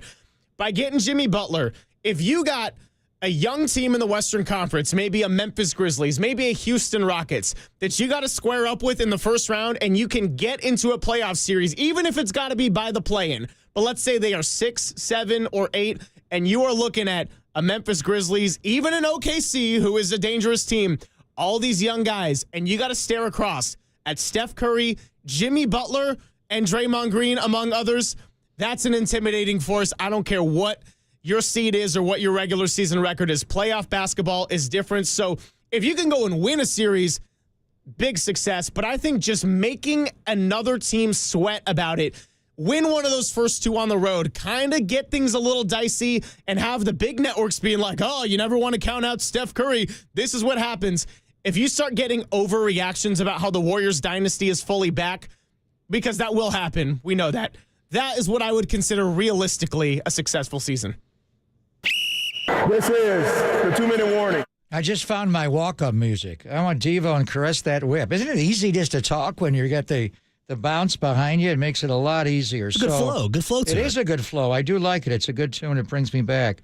What they need to do is win. You think Joe Lacob did all this and invest all this money, give this guy a 2-year extension to lose? They need to win, and they have won the first 2 games, and they need to win tonight. The Dallas Mavericks injury report: Anthony Davis out, Daniel Gafford out, Derek Lively II out, Caleb Martin out, Dwight Powell out, and Dante Exum and P.J. Washington questionable. They better play. So win tonight, go to Houston, deal with Dylan the Villain, and win. Can they get to that Super 6 spot we've been talking about, where you're actually in the playoffs, not in the play-in, and not playing golf?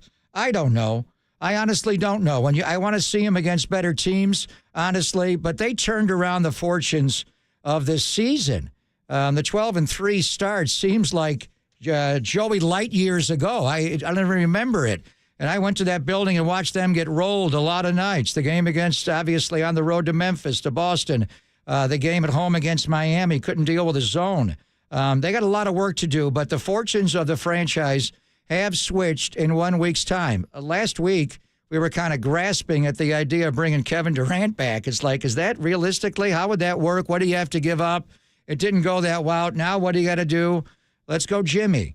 And we were all conflicted, frankly. I was not in favor of it. Now, after 2 games, we are, but that's not enough to get you back into this race. You lost 20 out of 30 over a long stretch of the year. Right now, you're in the play-in barely. And if you're in the 9-10 as opposed to the 7 and 8, that's a tough world to live in. 9-10, you got to win twice. You're one and done. 7 and 8, you get 2 cracks at it, but you don't realistically want to be in that.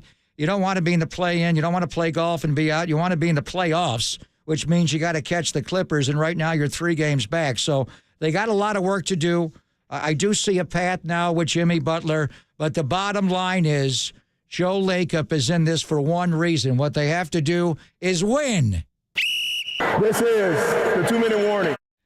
Great answers by both. I think I also have to give this one to Papa, just because, dude, Warriors, I mean, they have the level of success that they've had over the last couple of years. You can't just get into the playoffs and scare somebody. You need to go out there and win championships. They're in the business of championships. So I'm going to go ahead and give it to Papa. So it's a 3-1 scoreboard right now. Yeah, 3-1 scoreboard. But I do have 2 more. I got the empty netter at the end.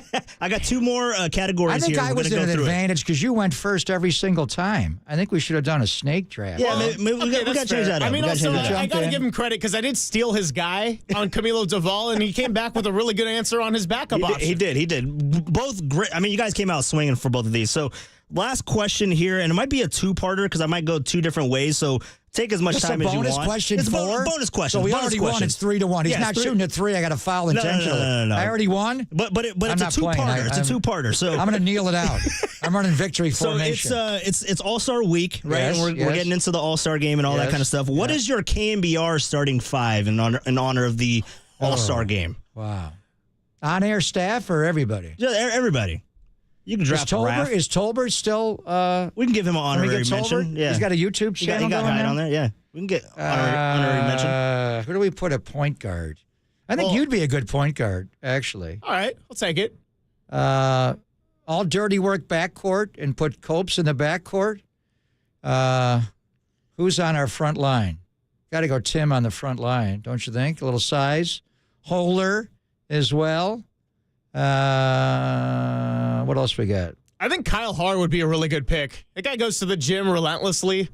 You know, I've never actually met him. Is he in the building today? I've talked to him so many times doing Niners and yesterday. I haven't actually seen him. I don't think he's in the building right now. Is he here? He's pretty Is jacked. he ever here when I'm here? He is. So we're going to take Can he shoot? Or is he a pick setter? I think he could shoot. I'd take young Tony as a coach. You show up with the clipboard and the suit. Tony'd be good. That's a lot of pressure. Tony'd be good. So we're going to play 95-7. We should take them on? Let's do it. Nobody drafted Dieter. What's going on? I'm going to Bo Dibley. That's all I know. Big Dieter right there? No. Dieter as well. I forgot He's about a lock him. at the Forgot 5. about JD as well. Yeah. Oh, I'd take JD. I think he could hit some threes from the corner for sure. Plus, JD, you know him. He'd get like laser focus on actually wanting to win the game, like very seriously. And you kind of need that. You need a little bit of he'd be a little Jimmy Butler in him, you know? Go out there, laser focus. And Walter would definitely be involved. Oh, thank you. Well, I was waiting to get drafted. I'm just sitting here. I'm just sitting here on the line waiting to if get we want to picked. win that point, we should have drafted Walter first. Damn. Well, what position are we putting Walter at? Is he our stretch four? I can't say your last name, so I didn't want to take you. Ika Balsetta. When John Miller kicked that one, I said, if John can't say it, I ain't trying. It's a hard one to say. It's a hard one. Yeah. All right. Well, I'll give you guys Wait a minute. half a point. How about the boot thing? We didn't take Marcus. nobody took Marcus. Nobody What's going took on? I got to look at the roster before I pick. Yeah, I was going to say, we needed the full roster. We I should have get taken why Marcus the number dirty one. work dodgeball draft, as infamous as that was, I get why it was hard now. You're like up here, we're doing a segment, we got the whip it music. It's easier to talk, harder to think, though, when you look through the KNBR staff. So, yeah, I don't know, man. Jeff Tamalier just texted in from Tower of Power, lead guitarist. He was a baller in high school. He averaged like 30 a game. He said he would start. And I do agree with that. Except, I'm down with that. Jeff, you're not on the staff technically, but we can bring you in as a ringer. I'll take Tacky from the YouTube chat as a super sub, by the way. What about our paid guests? Do they count as well? Like Mark Spears? We're getting Mike Silver Mark involved? Spears. He played in college. Mark can set a mean screen. Matt Mayoko, what can he do? Mayoko was a great baseball player in college, I think, as well. I don't know. He's a St. Mary's guy, so we got to take Mayoko. Who else? Bags? If we're going to go guests, we're on TMC, man. They're coming in tomorrow. Good That's one. the obvious one right there. So, yeah, that'll do it for Walter's Wednesday whip around. Hey, Walt, good stuff. Good to have you back. 3-1 Good to be final. back. I came back just for this. Just for this, I came back. So I'm up 2-1 now in our best of 7. I know. It's okay. It's all right. It's whipping me into shape. Iron sharpens iron, as the old saying goes. We'll do a quick Silver Linings playlist on the other side before we get to our buddy Logan Murdoch. It is Papa and Silver whipping it on KNBR 104.5 and 680, the Sports Leader.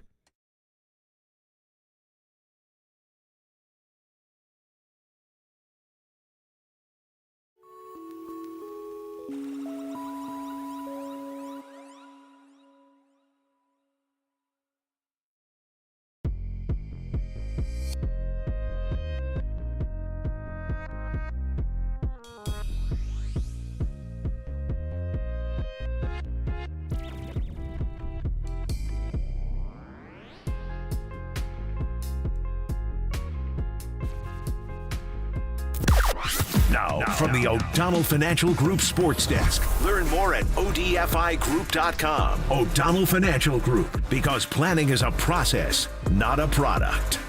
The Warriors are back in action again tonight and go for 3 wins in a row, something that they haven't done since 2024. Yeah, it was November 15th, but you get the idea. Let us know your thoughts on the Warriors with Jimmy Butler and Steph Curry going into the All-Star break at 415-808-KNBR or chime in on the YouTube chat, the only place to let Bay Area fans chime in and join the conversation instantly at KNBR, the Sports Leader.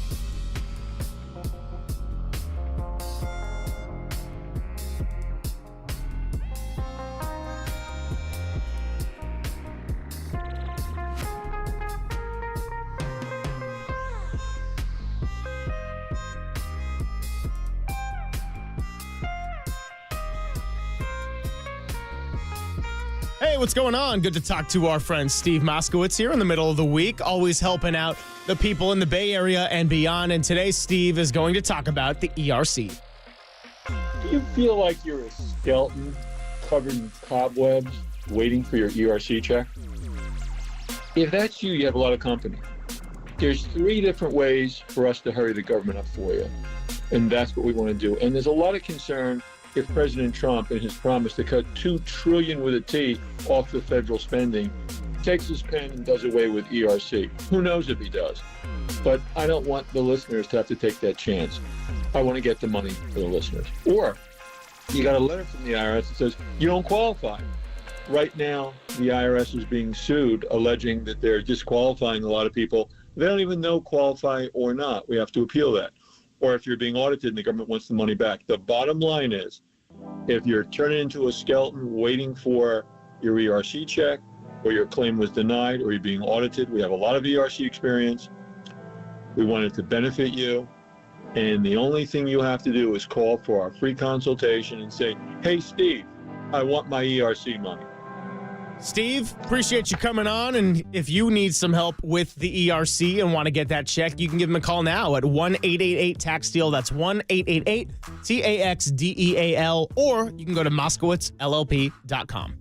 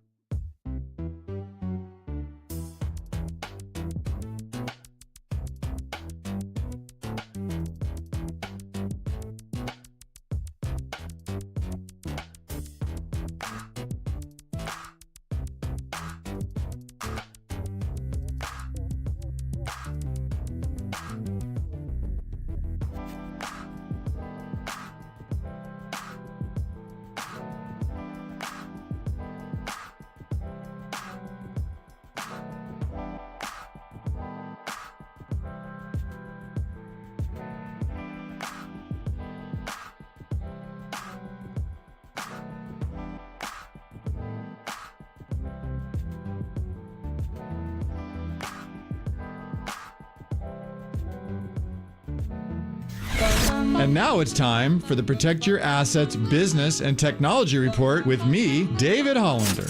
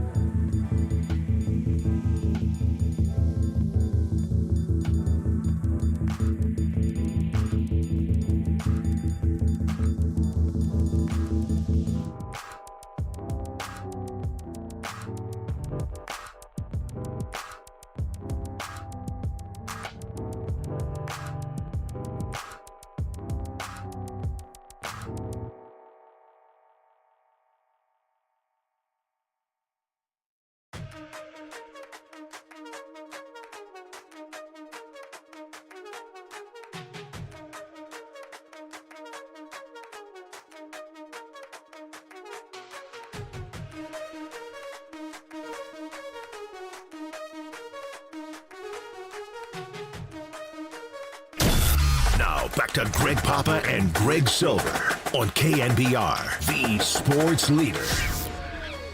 Silver Linings Playlist with Greg Papa and Greg Silver. Oh, what is happening? Quick little Silver Linings playlist before we talk to our buddy Logan Murdoch coming up. Big thank you to everyone tuning in. Papa and Silver got another half hour before we hand it off to Dirty Work. Now, it's hard to pick songs, Papa, when you're just kind of flipping through channels thinking, what's even happening? And then I thought about our interview with Mark Spears, the Hall of Famer, and he shouted out a bunch of Bay Area artists who are going to be here. So the voice you're hearing right now is one Raphael Sadiq, an R&B singer from Oakland, California, and he rose to fame as the vocalist for the R&B group Tony. Now, this song is called Be Here. It's a little bit, I don't want to call it a deep track, but, you know, on the Spotify, when they list the most streamed songs, this one came in around like number 6 or so. And as I was walking around yesterday, because I did decide to take a nice little public transportation into the studio before the rain hits, and tomorrow is going to be a doozy there. So stay dry, everybody, and plan accordingly.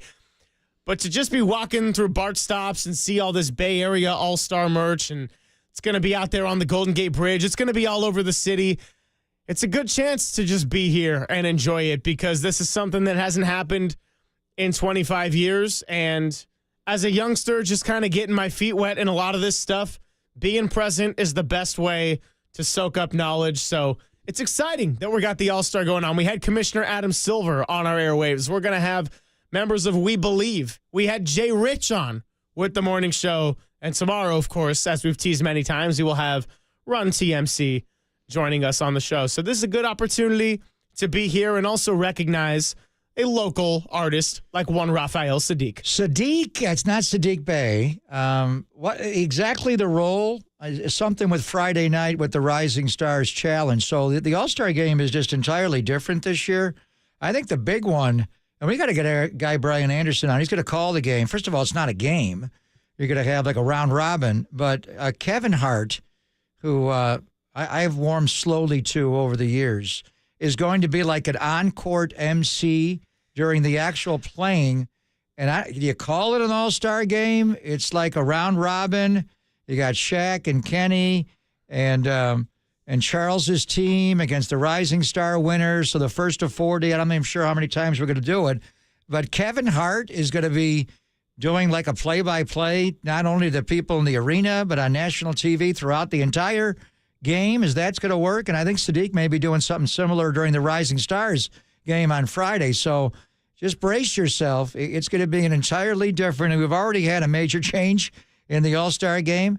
It's going to be even more dramatically different in all forms of entertainment. There's a video out there that I actually haven't watched yet, which shame on me for not doing, but in the NBA YouTube account, Raphael Sadiq and Damian Lillard do a little welcome NBA All-Star to the Bay. If you want to spend 2.5 minutes, I don't know, good time if you're needing to kill time, if you're scrolling through your phone, don't want to go to sleep, go into the bathroom. Hey, however you spend your time with 2.5 minutes. But yeah, that's it's exciting and a good chance to welcome back some of the locals and also honor some of the people who have had the Bay Area become their home, like one Stephen Curry.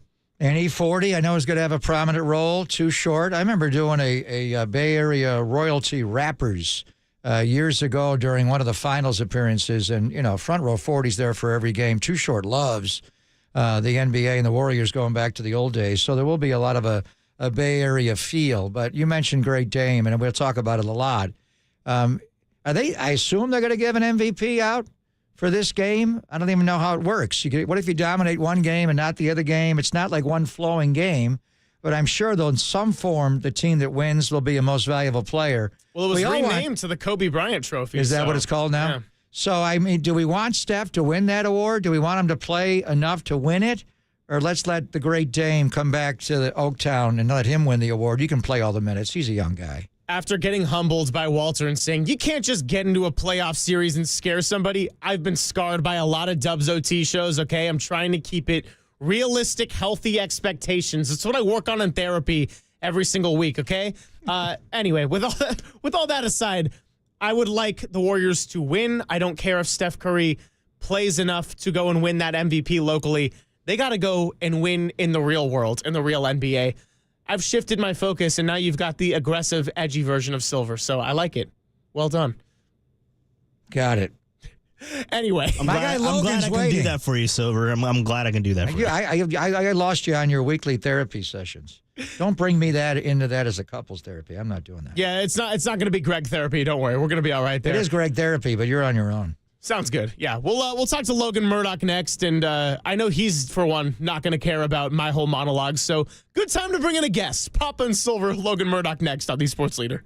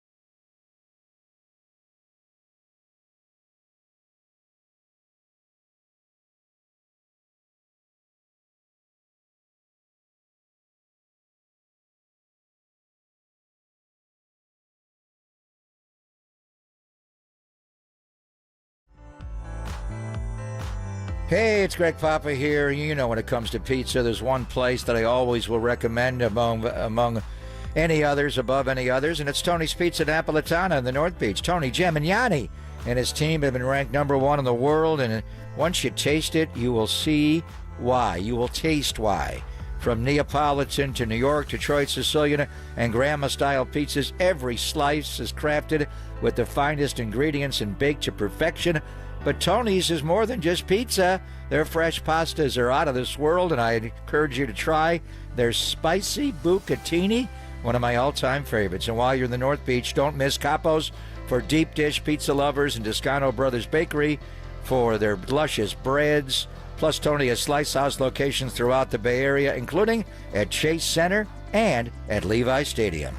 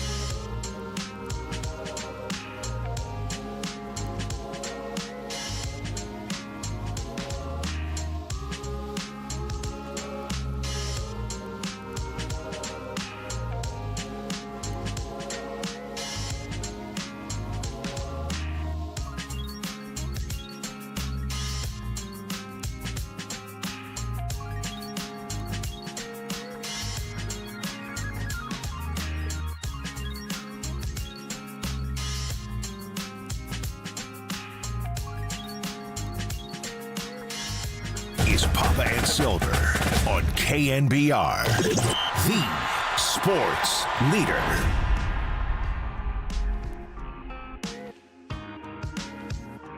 Like, we got Jimmy Butler. Like, this is no small deal. It's Jimmy Butler. Steph, he looked like he got belief. After the trade, he looked at me and he said, man, it's crazy because it just dawned on me that, like, this is it. Yeah. Like, this is the last run. Last ride. Like, and I said, let's do it. Let's ride to the wheels fall off. Like, let's do it. Yeah, let's go. It was an emotional moment. You know, people get caught up in all the stuff that was going on in Miami. Last podcast, remember I had said, I just don't want Jimmy to end up in the spot where they use that against him. The reason I said that is because it's a guy that I respect as a winner. Yeah. I've been victim of people trying to take a winner and tear him down through all these false narratives. And so I've been a victim of that. And as you see, coming out of it, you're seeing exactly the Jimmy Butler that I knew. I feel great, brother. You know, it's been a while since I've gone into basketball games like, oh yeah, we're gonna go just win. Stuff gonna get harder. We're gonna have to figure stuff out, you know, but I know when it's right. Well, you know, I always say coffee is for closers when we are approaching the end of our show and have our last guest of the day. Maybe Big Face Coffee is for closers, particularly today, because that's Jimmy Butler's brand. And we are being joined by someone who wrote a big story about the Golden State Warriors and their predicament prior to that trade. It is the Ringer's own Logan Murdoch. You can catch him in the Ringer online. You can catch him on the Ringer NBA podcast. And he joins us now, courtesy of the UMA guest line. Logan, thanks for hanging out with the Gregs. How's it going?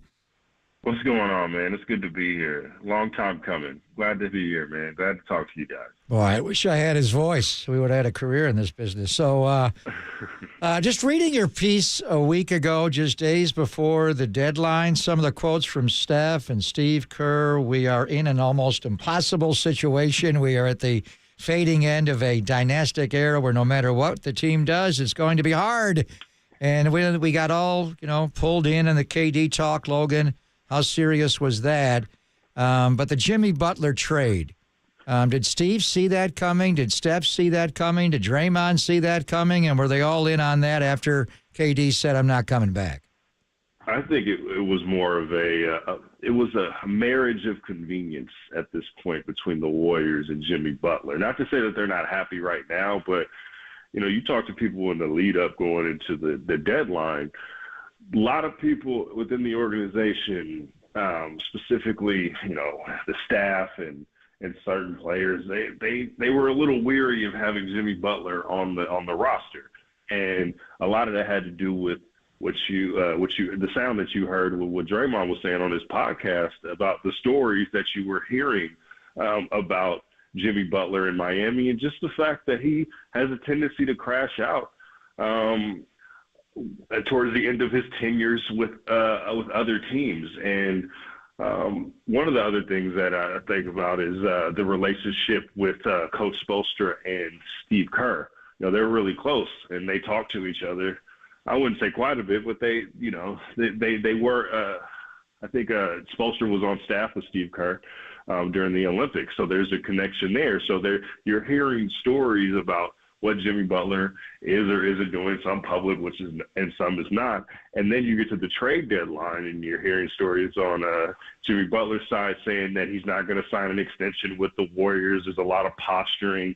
And then, the Warriors make a push at KD, who, everything that, I've heard and people have heard, KD didn't really have any intentions of coming back to the Bay Area, and rightfully so. It didn't really end well for him out here and not wanting to come back to this circus.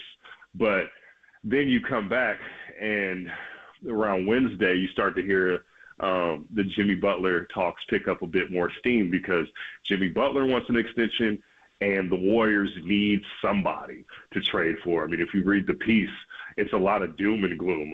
I talked to Steph after the game against Boston where the Warriors never really had a shot, and just how Steph was talking, it felt like he was down and out. And then in the reporting before that, it seemed like Steve was, it was a really sad state of affairs. And then, so they needed to do something. And Jimmy Butler was at the right place at the right time, and the Warriors were going to pay him. And so now, like Draymond said, this is it. This is what the next step will be, and we'll see what happens. But I will say this. It's been a really great first impression from Jimmy Butler for the Warriors in a Warriors uniform. So we'll see how that goes, but it's a good start so far. Yeah, talking to Logan Murdoch here about the honeymoon phase of Jimmy Butler coming to the Bay Area. And you wrote a great piece on this, particularly focusing on Steph Curry. You said Steve Kerr feels like they were in an impossible situation and predicament. So why do you think that there was a hesitancy from Steph, Draymond, and Steve to go and make a move with the way the season was going? Because I know it's all good and well right now, but there were reports coming out that those guys were a little hesitant about how Jimmy Butler would fit in the locker room, and then Jimmy said he wasn't looking to sign an extension there. So it is all good right now, but why do you think that it was kind of a little iffy leading up to the actual trade? I mean, because one, you're trying to get a guy like Kevin Durant, which is somebody that is already within the Warriors family, right? Like he's gone, but he will be a Warrior for life, and that is somebody is always going to be the first choice. The Warriors are always going to push for that. Another thing is, the Warriors always had an eye out for Giannis Antetokounmpo or a star of that ilk, right? And if you make a trade for a star player like a Jimmy Butler, if it goes bad, it's going to be harder and harder to move his deal. So the Warriors they had a lot of things that they had to balance in this way, right? And by the end of this trade deadline, it was either we get Jimmy or we continue the season the way it has been. And this has been a pretty gloomy season after the 12-3 start. So they needed to make a move. And I think everybody, no matter what their reservations were, everyone in the collective in the building were like, hey, we got to make a move. And they went ahead and made the move because it was either that or stick with the same program this season, and no one would be happy with that. And they gave up Andrew Wiggins, who I was a big fan of. I didn't like that part of it, but Jimmy has fit in. And, when we were talking about Durant, the word was everybody's available except for Steph Curry, including Draymond Green. They didn't ultimately make that trade. So your piece a week ago and looking at where they are now, 2-0 under Jimmy, is so interesting how they've been able to temporarily flip it. But there's one line that you wrote that I am unaware of. I don't know if it's common knowledge around the NBA, but you're right. League sources say Draymond Green nearly went to the Grizzlies in the summer of 2023, and that was after the year where, the punch to Jordan Poole and the trade to Poole. Eventually, Bob Myers left. They wound up giving him a 4-year, $100 million deal almost immediately when the legal tampering period started. So I don't know about the timeline here, but you said Draymond nearly went in the deal to the Grizzlies in the summer of 2023 in a sign and trade. It would have brought two of Draymond's major antagonists, the king-size Kiwi Steven Adams from OKC and Dylan the Villain from Memphis, now in Houston, and also a very good player, Tyus Jones. So were the Warriors serious about trading Draymond a couple of summers ago? And as we proceed forward, is that a chip that Joe Lacob may approve of?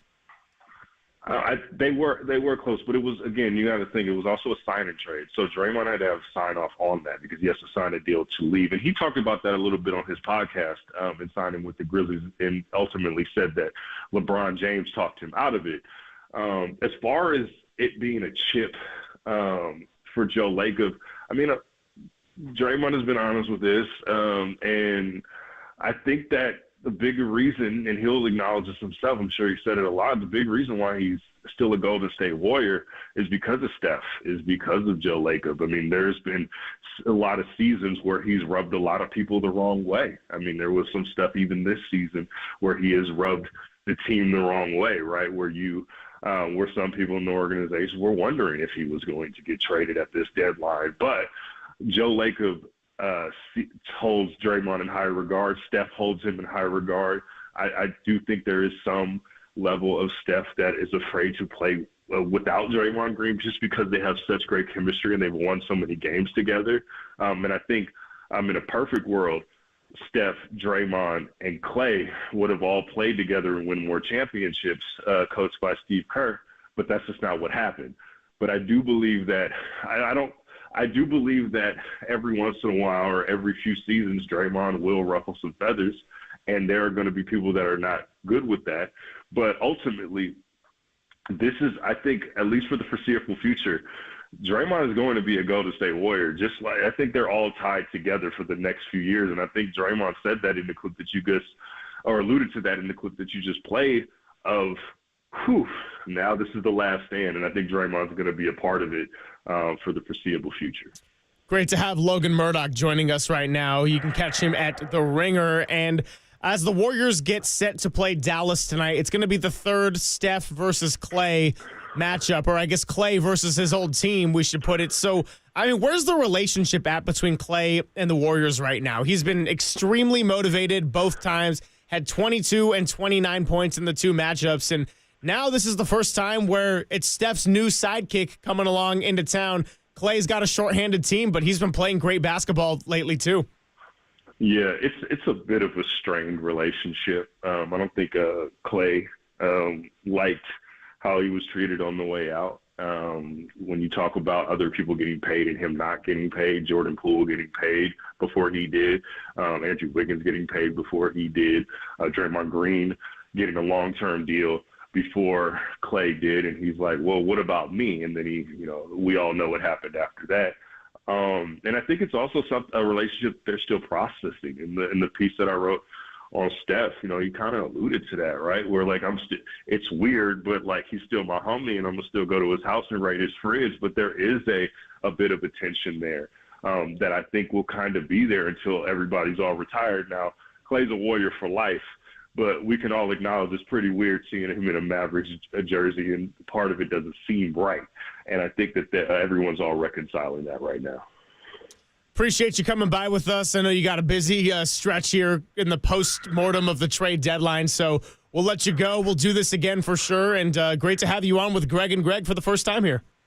Thanks so much, Pop. Yo! You know what it is. I love you. I know dog. what it Good is, to man. see you, man. Love you, man. You know what it is. What do you got going All-Star Weekend? Who are you hanging with? What's the plans? Well, we got a Real Ones live show on at the Punchline on Saturday. I saw that, like 1 to 3 in the afternoon. It's doors open at 1, and the show starts at 2. So me, Raja Bell, and Howard Beck are going to be talking some hoops, man. It's going to be good at the Punchline. Awesome. Okay, we'll have to go. Are we and check invited? That out. Do I have to get on the guest list? How do we sneak in there? I mean, you good money in the bank. You got my number. What's up? We were texting at 5 a.m. this morning. You were up early, man. I was impressed. I'm locked in, man. I'm grinding. I'm still trying to get it, Pop. I'm still trying to get it. I wake up early to get it. You got it. Good to hear your voice, man. Love you. You love you too, man. Talk to you soon. Appreciate it. That is Logan Murdock of The Ringer. You can catch him everywhere, including apparently at 5 a.m., going on the early bird Papa schedule. The Punchline. Think of all the great acts that have played the Punchline. Yeah, it's pretty impressive. Well, we'll wrap up the show coming up on the other side and get ready to hand things off to Dirty Work. Papa and Silver, KNBR 104.5 and 680, the Sports Leader.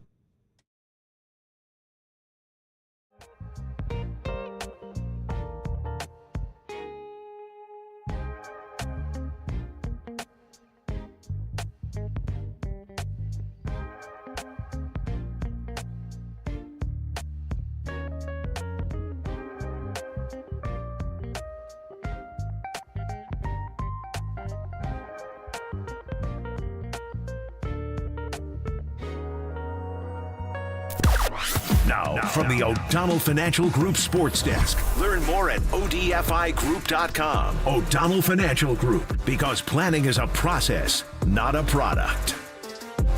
The Warriors are back in action again tonight and go for 3 wins in a row, something that they haven't done since 2024. Yeah, it was November 15th, but you get the idea. Let us know your thoughts on the Warriors with Jimmy Butler and Steph Curry going into the All-Star break at 415-808-KNBR or chime in on the YouTube chat, the only place to let Bay Area fans chime in and join the conversation instantly at KNBR, the Sports Leader.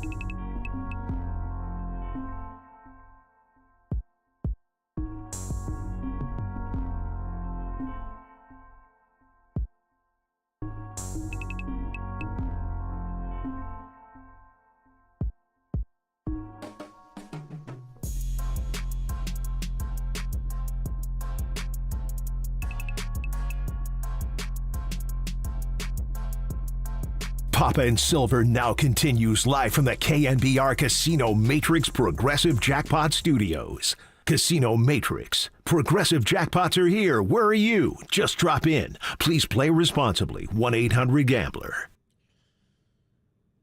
Little Kendrick Lamar. Humble. Halftime show. Super Bowl 59. Who's going to do it at Super Bowl 60 in the Bay Area?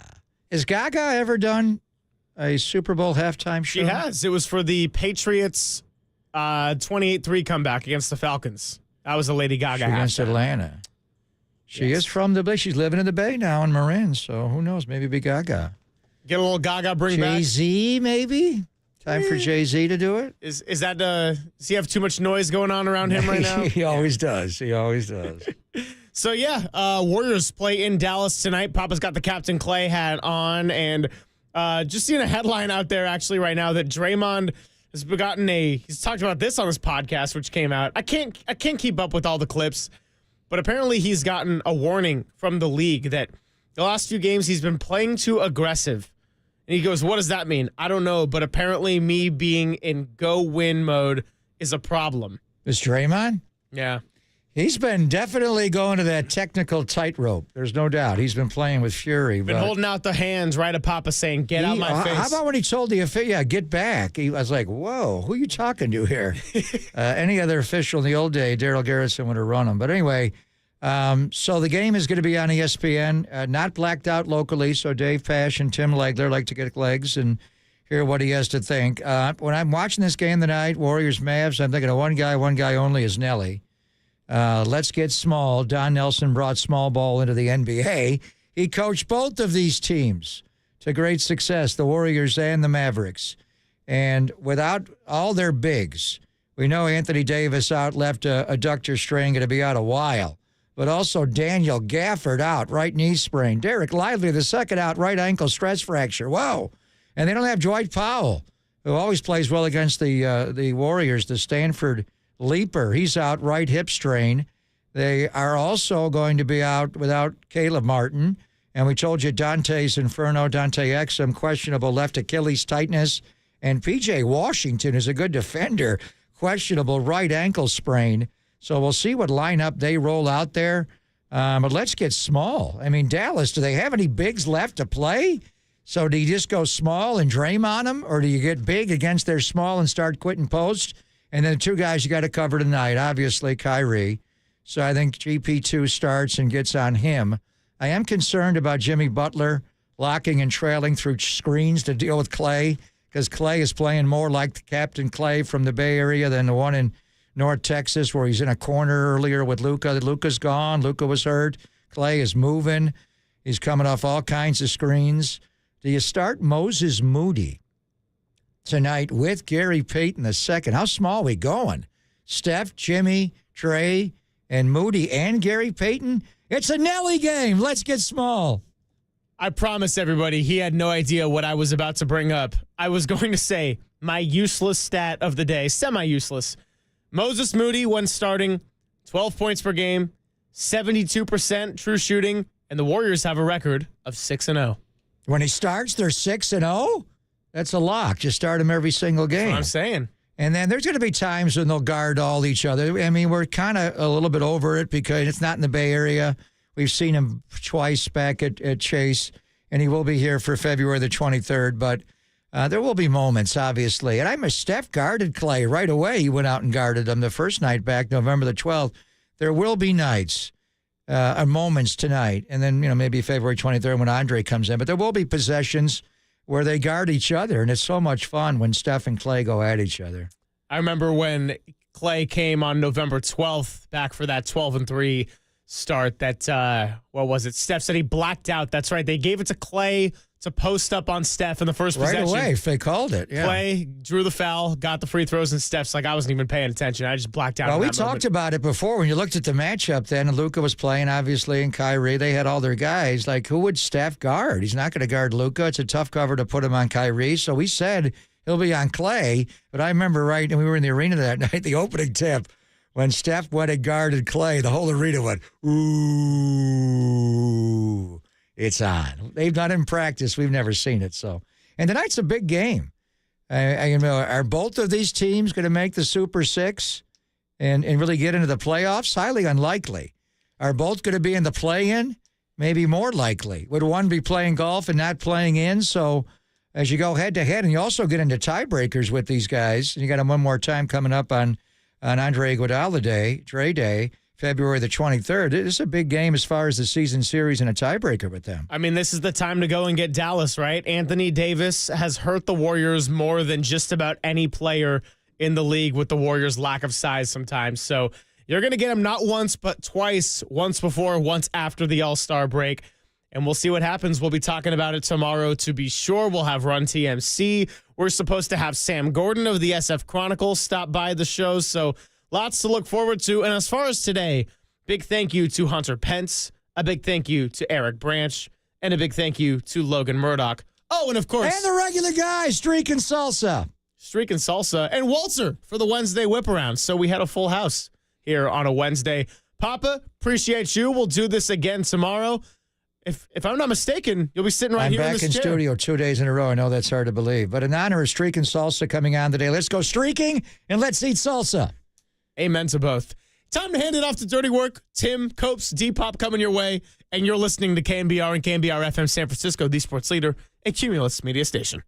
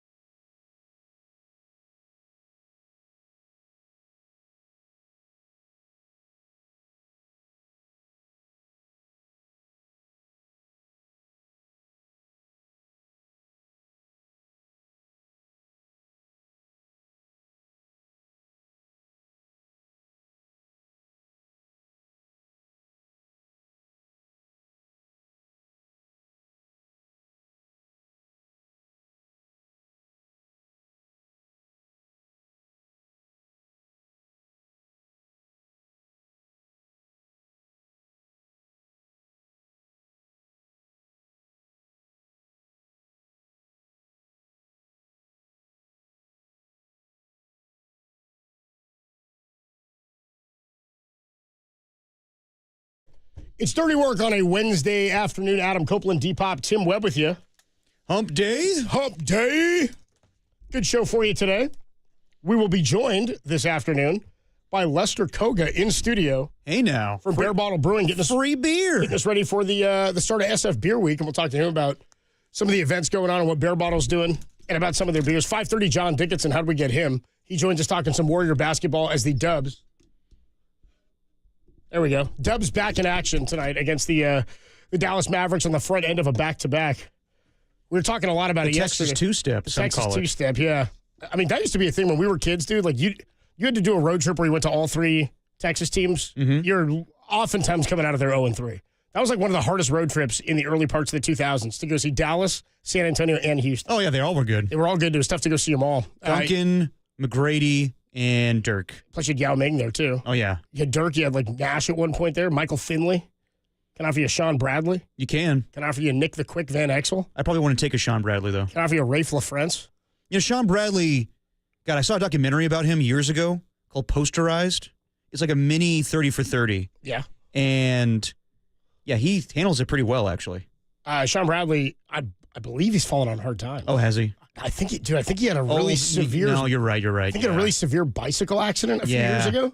And he may be paralyzed to some extent. I don't know. He is. Now I'm remembering the rest of the documentary. I feel like I don't know if that was part of the documentary. I believe so, but I believe he handles it in good spirit. But I want to say he was the inspiration for the Blue character in Space Jam. Like all those guys were based on actual characters. Well, yeah, but he's one of the guys the Monstars take his powers. Yes, that's true. So they're all based on. He's one of the guys. Charles Barkley's the red guy. Oh no, Charles Barkley's the orange guy.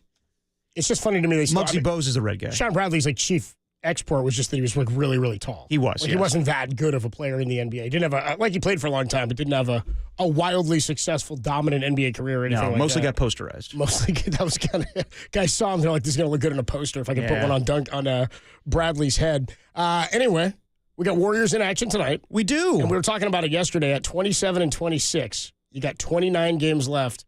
What's it going to take to get to the 6th seed? What's the record you want to see after 31 games of Jimmy Butler? And I said to you yesterday, 20-9 would be sweet.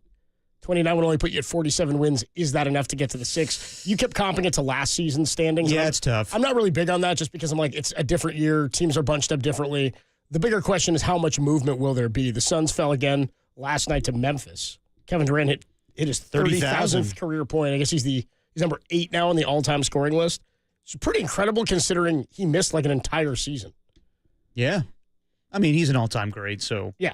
Another good accomplishment. He was kind of poo-pooing all the trade talk before the game. We'll play a little bit of that on the sound score. And Brian Windhorst also had a comment where he said the thought around the league, he said Kevin Durant knows it, the Suns know it, and the league thinks it or knows it. The Kevin Durant will be traded this summer. That's what Brian Windhorst was saying. Man, that would be nice. Would be nice to have him again. Well, don't forget about Tim's his conspiracy yesterday. It wasn't even a conspiracy. The thought was, you could trade Jimmy Butler and picks for Giannis. I was like, well, yeah, but the Bucks have to say yes, and Giannis has to want to leave. You would do that in a heartbeat, but I think that Milwaukee would do everything in their power to accommodate Giannis in staying. So we'll see about that one. I'm highly skeptical of that one. What'd you get into last night? What did I'd recorded a little podcast, so didn't have time to watch anything. But I know you went to a screening of Captain America: Brave New World. Is the title? I did. I went to see the subtitle. Yeah, it's a title. Captain America: Brave New World. First Anthony Mackie movie as Captain America. Alrighty. Yeah, he's not a super soldier. People should know this. No, he's Captain America. Yeah, he didn't. Well, Captain America's a super soldier, but he took the serum to make him a super soldier. Yeah. Okay, this guy you're did not. getting in the weeds here. I'm not getting in the weeds. That's who Captain America is. He's not a normal guy. He was like given a serum to become a super soldier. And Anthony Mackie was not given a serum? He's like Batman where he has like a jetpack. He in fact declined the serum. I believe he was offered the serum and said, no, I'm good. Okay. Which is an interesting decision when you got to go up against a Red Hulk. You know what I mean? Yeah, so in this one, if I could quote from Walk Hard, the Hulk has a twin brother. He's not green. He's red. He's red. Red Hulk, different guy, not a twin brother. There is a whole Hulk family thing in the comics. She-Hulk. Yeah, dude, he's got a kid. He's got a couple of kids. She-Hulk, though, is I think it's his niece. Is She-Hulk? You ever tap into that show? What, She-Hulk? Yeah. I watched it. I've watched just about, I think, every Disney Channel or Marvel. Marvel content that's come across Disney. WandaVerse or WandaVision? Watched it, liked it. People didn't like WandaVision as much. I watched it. It was pretty good. Watched Agatha All Along or whatever it was called. Just finished that one up. Agatha? Yeah, there you go, Agatha. Yeah. Yeah, we got to get her back, dude. Dude, I enjoyed it. Like, I know that a lot of people post Thanos are kind of out on Marvel, and it's gone a direction people aren't happy with. You're killing off characters. People get expensive. Bringing back Robert Downey Jr. as Dr. Doom and all that. Yeah, you know what? As a movie fan, like I know that the comics suggest that maybe it makes sense because I guess Tony Stark turns into Dr. Doom. I don't know that that's a... Is that I mean, if it is, it's like one time. That's what that's what my comic book nerd friends tell me. I think people are theorizing that is the case in like a multiverse thing, but I don't know that actually has ever happened. I just think Dr. Doom is a totally different guy. He's actually related to Kang in a different generation. I just think that's incredibly lazy. Like that would be like if The Godfather 3 came out and Marlon Brando's a different character, and he's like, oh no, he's He's not Don Corleone. He's playing somebody else, yeah. He's a different character. It's different than just recasting somebody because he's like the most known Marvel character / actor. Yeah. Tony Stark, Robert Downey Jr. He was the first one, right? First Marvel movie to launch like that. And then when they sort of started the MCU, I think maybe the Hulk one was in there too with Ed Norton. Anyway, to recast him as somebody different, interesting. Yeah. That's like kind of similar. Like Chris Farley in Wayne's World. He's a security guard. Wayne's World 2, someone totally different. And I, for one, did not like that. Well, when they recast a role, you can go to Don Cheadle in Iron Man 2. That's true. Terrence Well, Howard. they replaced him. Because Terrence Howard, I think, had like a bunch of crazy demands. And they didn't want to meet the demands. I've seen a couple interviews with Terrence Howard. Might have just had a bunch of crazy that they were out on. Anyway, I enjoyed it. Thought it was good. Some of the things with the Captain America movies is they're like superhero movies, but they're kind of like spy espionage movies. Winter Soldier is one of the best ones. Anyway, I enjoyed it. Good storyline. And I had a good time. Thought it was cool. So how many, if we're going to do like a Copes rating system, like Siskel and Ebert have 2 thumbs up, how many O's would you give it? I would give it out of how many? 5. Out of 5 O's, I would give it like 3.5 O's. All right, so let's. Oh. Just a little bit. Just you want to cut that one off? Just a little bit. Yeah, just a second. Come on, just to Tim. see how it feels. Come on. There you go, Tim. Nice, nicely done. Good work there on the fly. Yeah, I would give it like 3.5 O's, and I'd recommend if you're a Marvel fan or you've been following the MCU, I'd say go see it. I enjoyed it. Okay. Yeah. Do you have to see the other ones to know what the hell's going on?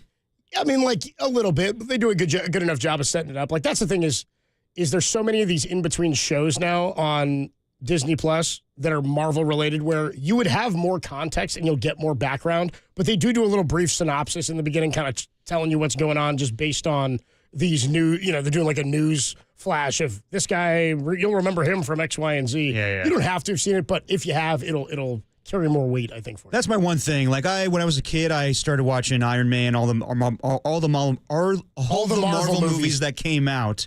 But after a while, there were so many, and it was hard to keep up. Where I was like, okay, I had to see this one to get the details on the next one. Like after a while, it was just too much for me. I don't knock them. Like I'm not gonna be like Martin Scorsese, where like it's not cinema. They're very well done movies, and I respect them. They're popcorn movies. Yeah, but they're not for me. It's fun. Yeah. Nobody's going to yuck your yum. Just exactly. Don't yuck my yum. Yeah, you yuck your yum all the way you want to, my friend. Don't yuck my yum. 707 checks in and says, dude, it's like when they switched out Aunt Viv on The Fresh Prince of Bel-Air.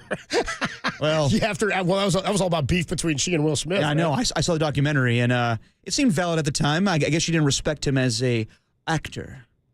Oh, he was a rapper. That's true. Yeah. Yeah, if you've seen the documentary on HBO Max, he's mouthing along with the other line, so he knows his spot, and people are like, Will, you got to be better That's than a subconscious thing, too, I think, that people do with acting. They start mouthing the words before their lines are supposed to come up. It's a subconscious thing. 209 checks in and says, don't forget in Batman, what is it, Batman, The Dark Knight. Yeah. The downgrade of Batman going from Katie Holmes to Maggie Gyllenhaal. Dude, 209, I'm with you all the way. Thought Katie Holmes was cool in the first one, Batman Begins. I'm not a Maggie Gyllenhaal guy. Didn't hate where she gets blown up. You know what I mean? Didn't hate the scene where the Joker gets her. Well, are we doing it because she's not as good as an actress or something else? Oh no, I've never really been a fan of her in anything. No, I'm not. I don't have anything against her. I remember when that came out. I'm like a fan of Katie Holmes, but I was like, oh, Katie Holmes, cool. And I thought she was fine in the first one.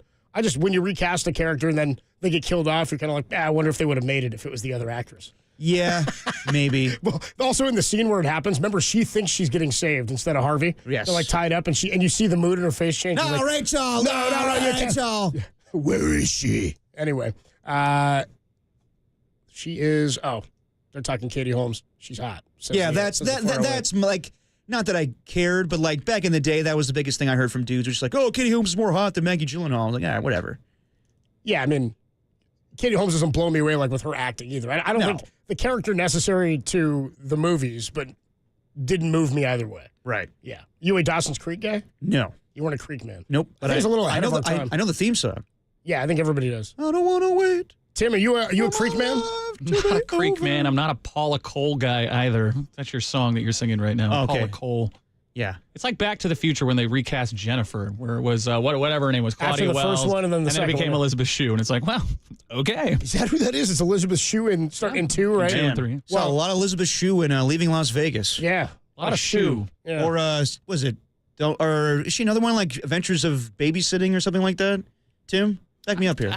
I'm not a babysitting guy. I'm not a Paula Cole guy. I'm not a Creek guy. All right, fair enough. You're What not a about shoe Seventh man. Heaven? I got Pacey. What are we doing? All right. Yeah, I used to get down with Seventh Heaven.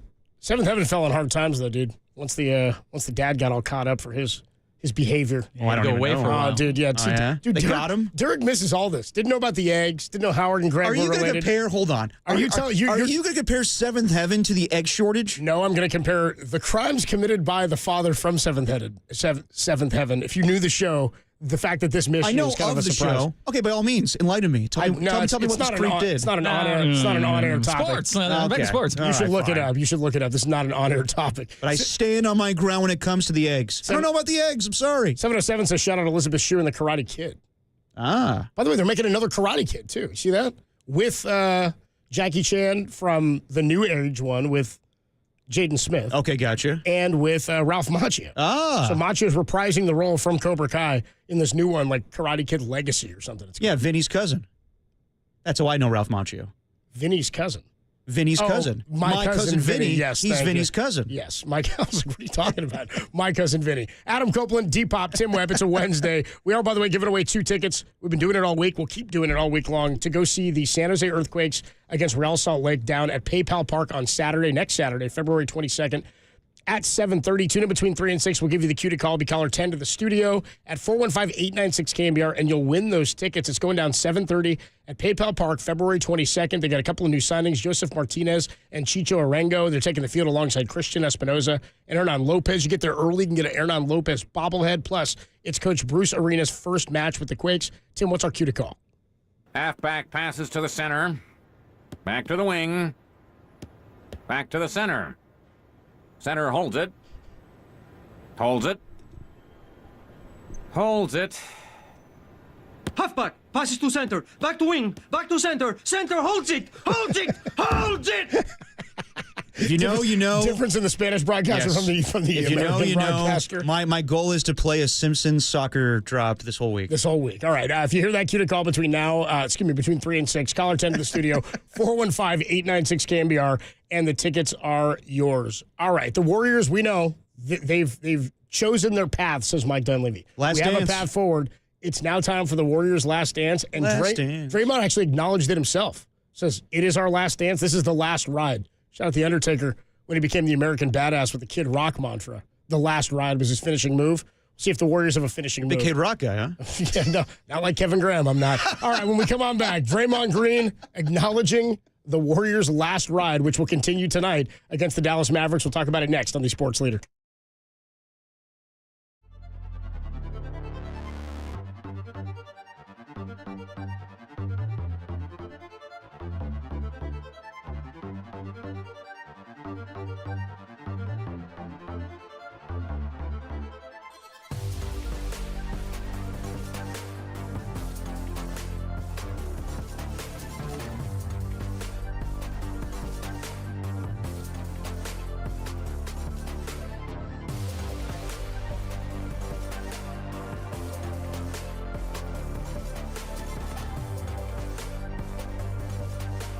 The Warriors return to action for the first half of a back-to-back tonight in Dallas. Newly acquired Anthony Davis will not play with a groin injury. Check out Dubs OT immediately following the game for any groin updates right here on KNBR, the pain leader.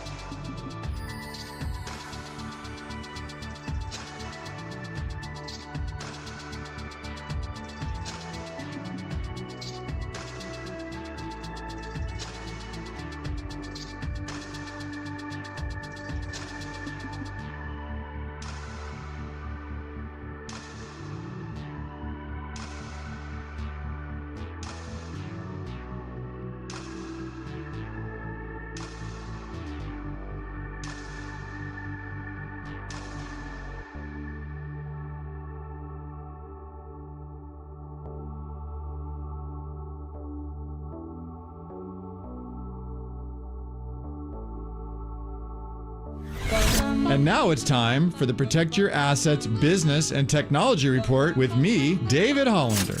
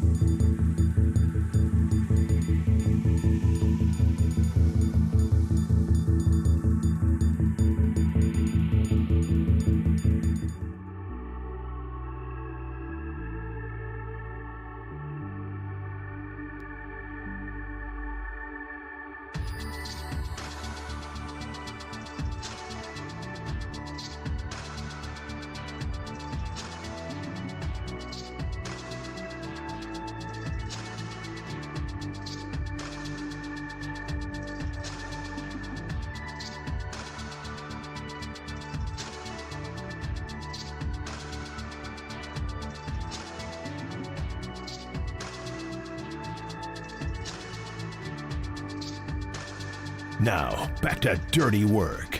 Adam Copeland and Derek Papa on KNBR 104.5 and 680 AM, the sports leader.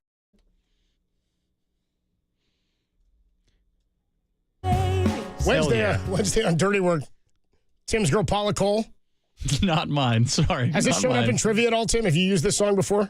She's known for two songs. She's known for this and that other song that came out about the same time, same album. Is called "Where Have All the Cowboys Gone?" Oh yeah, great Remember song. that song?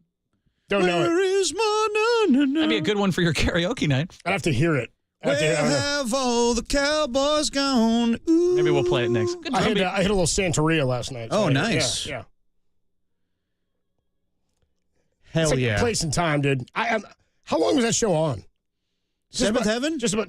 No, this is not. Oh, sorry, Dawson's Creek.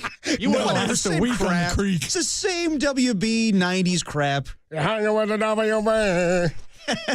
I like chicken. Yeah, I was going to let you say that one. Yeah, thank you. Warriors and the Mavericks back in action tonight. So it's been a week since the Warriors traded for Jimmy Butler. You know, Steph Curry and Draymond Green don't want to wait till their careers are over. No, they don't. That's why they made the trade to go get Jimmy Butler. First time Paula Cole and the Warriors have been bound together. Great job, Tim. I don't know what's a bigger stretch, Paula Cole and the Dubs, or when we considered the Sacramento Kings to be the, what do we say about them beating Steph Curry in Sacramento a couple of weeks back, right after we'd watched Shawshank? Oh, the sisters? So they are the sisters to Steph Curry. Keegan Murray couldn't get there. Steph Curry couldn't get away from Keegan Murray. Andy Dufresne, dude. It went on like that for his first couple of years. Sometimes he got away from the sisters. Sometimes he didn't. I imagine those first 2 years. I don't know why I make Morgan Freeman sound like my dad. Yeah, right. Those were the hardest for Andy Dufresne. Anyway, who's Boggs in this story? Who's Boggs? Oh, God. Oh. I like a challenge. Boggs never walked again. It's like a challenge. I like that. Oh, Boggs, Boggs. Dude. Oh, man. All-time villain. All-time villain. No, he's eating through a straw. Dude. Yeah. Eating through a tube, they said. And then Boggs never walked again. Yeah, and then that guard just takes him to the woodshed. Yeah, dude. The guard is the voice of Mr. Krabs. Yeah, right. Clancy Brown. We're going all over the place. We are. So it's been a week. Let's reel it in, boys. It's been a week since the Warriors traded for Jimmy Butler. A lot of good vibes right now. Yeah. Yeah, good vibes. 2-0 since acquiring. And they look good. They look like a different team. We said it all yesterday. They look good right now, but how long would it last? Well, the hope is just 2 to 3 years, right? You need 2.5 seasons out of them, 2 more after this. Yep. I think we all look at the window. I look at the window just based on what we know about Steph's ability right now, where Draymond is, the hopeful continued growth and emergence of Jonathan Kuminga, that next year, next 2 years, I mean, you're hoping you make a run, but I'm looking at next year as like the run year. Just because the final season, you don't know if Steve Kerr's going to be here. You'd hope he's going to be here. You don't know what the future of everybody holds beyond next season with 1 year remaining. Plus, they're aging. It's an aging roster. So to look 2 years out and say, you can make a run in the next 2, that remains to be seen if Jonathan Kuminga becomes a different player or it continues to grow and develop into somebody who can be an even bigger cog than 2 years down the road. Maybe we're talking a little differently. But I'm looking at this season for a run, and I'm looking at next year to be a contender. Yeah, that's kind of what I'm looking at. A run this year, next year contend. We'll see how far they get this year. But, yeah, next season's got to be the sense of urgency where you're like, damn, we only have 2 years left. And we'll get into a little bit more next segment. But Joe Lacob has made no bones about it. Like, they want Jonathan Kuminga. He wants Jonathan Kuminga back. I don't care what the rules are. I'm going to sign him back. So he's part of their plans for the future. I don't care what the rules are. He also acknowledges that maybe he could be traded. It's a good trade. It's a good trade piece to have. But, yeah, you look at this group, Steph Curry, Draymond Green, Jimmy Butler. I want to see more. You got to add more in the offseason. But they're tied at the hip. They're tied at the hip for the next 2 years. All their contracts align with each other. So this is the group. This is the last ride with these 3 guys. And I'm not ready to like dub Quentin Post, but I've loved what we've seen from him, right? You want to see growth from players. I'd love to see more from Podziemski, and maybe that will come as his role changes and evolves. Had a bad shooting night the other night, but 2 nights ago had a really good night. Yeah. And you're looking for him to be a point guard and energy off the bench, playing opposite Steph, maybe not always alongside him, could be beneficial. And what we talked about yesterday, I forget who was on with us yesterday talking about Jimmy Butler. Maybe we were just discussing it. That he Saintly? Well, it was Saintly talking about. He said he can run some point. Like, he's a better passer and a better distributor. Like, you can do sort of the point forward thing with him in the way you do it with Draymond Green, even to allow Steph to play off the ball. Yeah, I mean, we'll see what happens. Like, the one thing I want in these remaining games, I know it's based on matchups, but I kind of want them to solidify the starting lineup when it comes to the 2-guard. And I would love to see Moses Moody get more opportunities, but Steve Kerr likes him coming off the bench. And I know there's some nights where GP2 is going to be the better guy there, or maybe even Podziemski. But I want them to figure it out eventually so we're not, like, mixing and matching all the time. It's going to depend, like tonight. Most likely they're going to go small, with Draymond playing the 5 where there's no other centers out there. There's no center for Dallas tonight. Yeah. So I think they pushed out, I think, 32 starting lineups this year already. That's well over when Tom asked Steve Kerr at the beginning of the year. He said, no, well, he said over under 9? Well, he said, no. It was by a certain date. It was by the end of the calendar year. He asked Steve, over under 9. I think 9's very low anyway. Yeah. He said over under 9 different starting lineups, 9.5, by the start of the calendar year in January. Oh, okay. And they were at that like a month and a half. It was pretty quick. It was pretty fast. But I just want them to, find their spots. And, yeah, it sounds like Jonathan Kuminga is not going to be a guy coming off the bench. He's going to have a starting role. So we'll see how it all clicks together. So Draymond acknowledged, maybe it sounds like that. We don't know yet, but Marcus Thompson said they're not going to bring him off the bench. I would believe with Moses Moody playing the 4 the other night, I think that they're trying things out right now. I would anticipate that Jonathan Kuminga is going to be in your starting lineup. I would too. I think that's ideal for them. And we'll see how he plays alongside Jimmy. Anyway, Draymond acknowledged that this trade is part of a phrase that we've now started using since COVID and the Michael Jordan documentary. It's played out. The Last Dance. Well, they did it in Michael Jordan. They did it in Venom. Like, it's enough. What do you mean they did it in Venom? The third Venom movie is called The Last Dance. Venom 3, The Last Dance? Yes. The Last Electric Boogaloo. My dad's in the second one. Is he really? Yeah. Played like a TV reporter. I was like, wow, big stretch. I got to be honest. I had no interest in seeing any of the Venoms. They're not very good. Yeah, they look terrible. With respect to my dad's scene in that movie and his residual checks that he's getting. Hey, or whatever. Residual checks are good. Ask Tom Tolbert about Like Mike. Yeah, and the video game, right? 2K Sports or whatever. Young Tony learned about it today. We'll get to that later. Young Tony learned that Tom was in Like Mike today? Yes, he did. Did Young Tony find out that Like Mike was a movie today? That one we have to ask him. He's like, who's this guy Bow Wow? oh, Little Bow Wow. Lil. Here's Draymond Green on his podcast with Baron Davis, who adds nothing. Talking about the Jimmy Butler trade. He's talking about what Steph said to him after they acquired Jimmy Butler. Like, we got Jimmy Butler. Like, this is no small deal. It's Jimmy Butler. Steph, he looked like he got belief. After the trade, he looked at me and he said, man, it's crazy because it just dawned on me that, like, this is it. Yeah. Like, this is the last run. Last ride. And I said, let's do it. Let's ride to the wheels fall off. Let's do it. Yeah, let's go. It was an emotional moment. People get caught up in all the stuff that was going on in Miami. Last podcast, remember I had said, I just don't want Jimmy to end up in the spot where they use that against him. The reason I said that is because it's a guy that I respect as a winner. Yeah. I've been victim of people trying to take a winner and tear him down through all these false narratives. And so I've been a victim of that. And as you see, coming out of it, you're seeing exactly the Jimmy Butler that I knew. I feel great, brother. It's been a while since I've gone into basketball games like, oh yeah, we're gonna go just win. Stuff gonna get harder. We're gonna have to figure stuff out, but I know when it's right. Yeah, man, they're feeling good. I mean, Draymond's changing his tune. I think it was 2 weeks ago, he was like, man, if you got to trade Wiggins to get Jimmy Butler, I don't know if I want to do that. Not because, he didn't want Jimmy Butler, but he was making it seem like you can't trade Wiggins or it's going to cost too much. You got to trade me and Wiggins to get Jimmy Butler. It sounds like he had fear about how Jimmy would be viewed here also. I mean, he's talking about in relation to himself. The funny thing with Draymond, man, and this will always be a thing with him, is as much as he will apologize or whatever, talk about the mistakes he's made, he's a woe is me guy about his actions and how he's perceived. He said, it's happened to me too, how you're being painted a certain way or perceived because of some unfair thing. I'm like, dude, I think Draymond's been painted in a way that's been damn fair for how he's gone about his career and the actions I would agree. He's performed on the court. Like, Jimmy's never gone down for that type of stuff.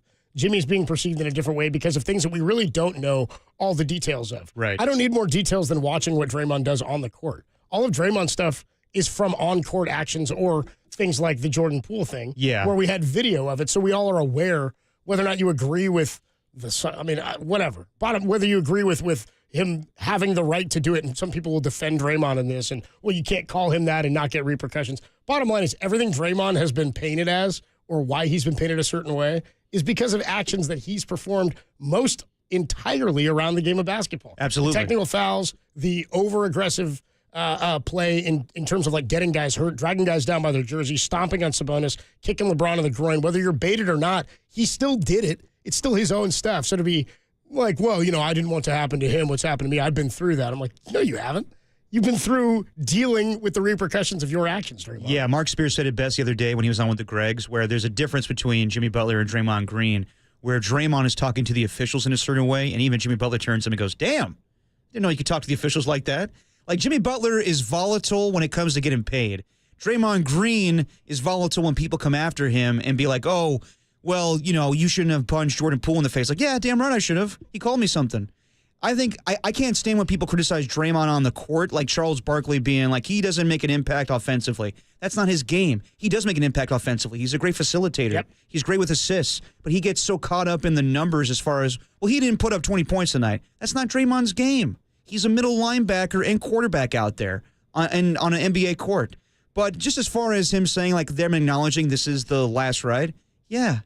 No crap it is. I know this is fun and it's a good quote and everything, but Steph was talking about this during Christmas with Malika Andrews. It was there's a sense of urgency. Yeah, but I mean, for him, what I'm saying though is, from your point yesterday, 2 weeks ago, Anthony Slater asked him how do you fix the offense, and he was at a loss. He's like, I don't know. I don't know. It wasn't going to happen with the way things are going. For him acknowledging or saying to Draymond, this is it, to me, that's just all right, we got our set. Let's lock in. This has to work. Well, now we know this is where we're going, and we're going to do everything we can to make this work. And Draymond says there's going to be downs. We're going to have some things we have to work out and figure out. Yeah. But when you know this is the path forward now, without the uncertainty of, is Kuminga going to be here? Is he not going to be here? Will we get another superstar? Is this just the guys we're going to have to work with and figure out how to make it work here? When you know what's in front of you and you know who's there to help you go to battle, I think it gives you a little bit more focus on, all right, this is it. This is our crew. Let's lock in. We got another ride here. And I think they still need to add some things in the offseason. This is just not this.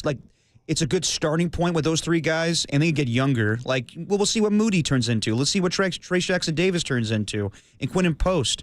But I do feel like if they really want to get a championship, this is not the final roster to do that. They do need to add more this offseason. What that is, I don't know yet, and we'll find out who's available and whatnot, but I like the team's a hell of a lot better than what it was a week ago at this time, no doubt. But I can't see a championship just yet with these three guys. I don't know. We don't know what the ceiling is yet for these three guys. So I don't know that I can say I can't see one because we don't know what it looks like yet. We don't know what it means if Kuminga's the fourth guy. You know what I mean? We don't know what they are at their best, which is why I asked the question, How many wins are they capable of, do we think, just from what we've seen through 2 games? They feel different. They seem like a different team. They're capable of scoring more already, it looks like. The spacing is different. The depth looks different because Jimmy's in there. Yeah, but my biggest concern is they look good right now, but when you add somebody midseason, like even when they added Kevin Durant, there was ebbs and flows to when they were gelling together and when they were out of sync. It happened all the time.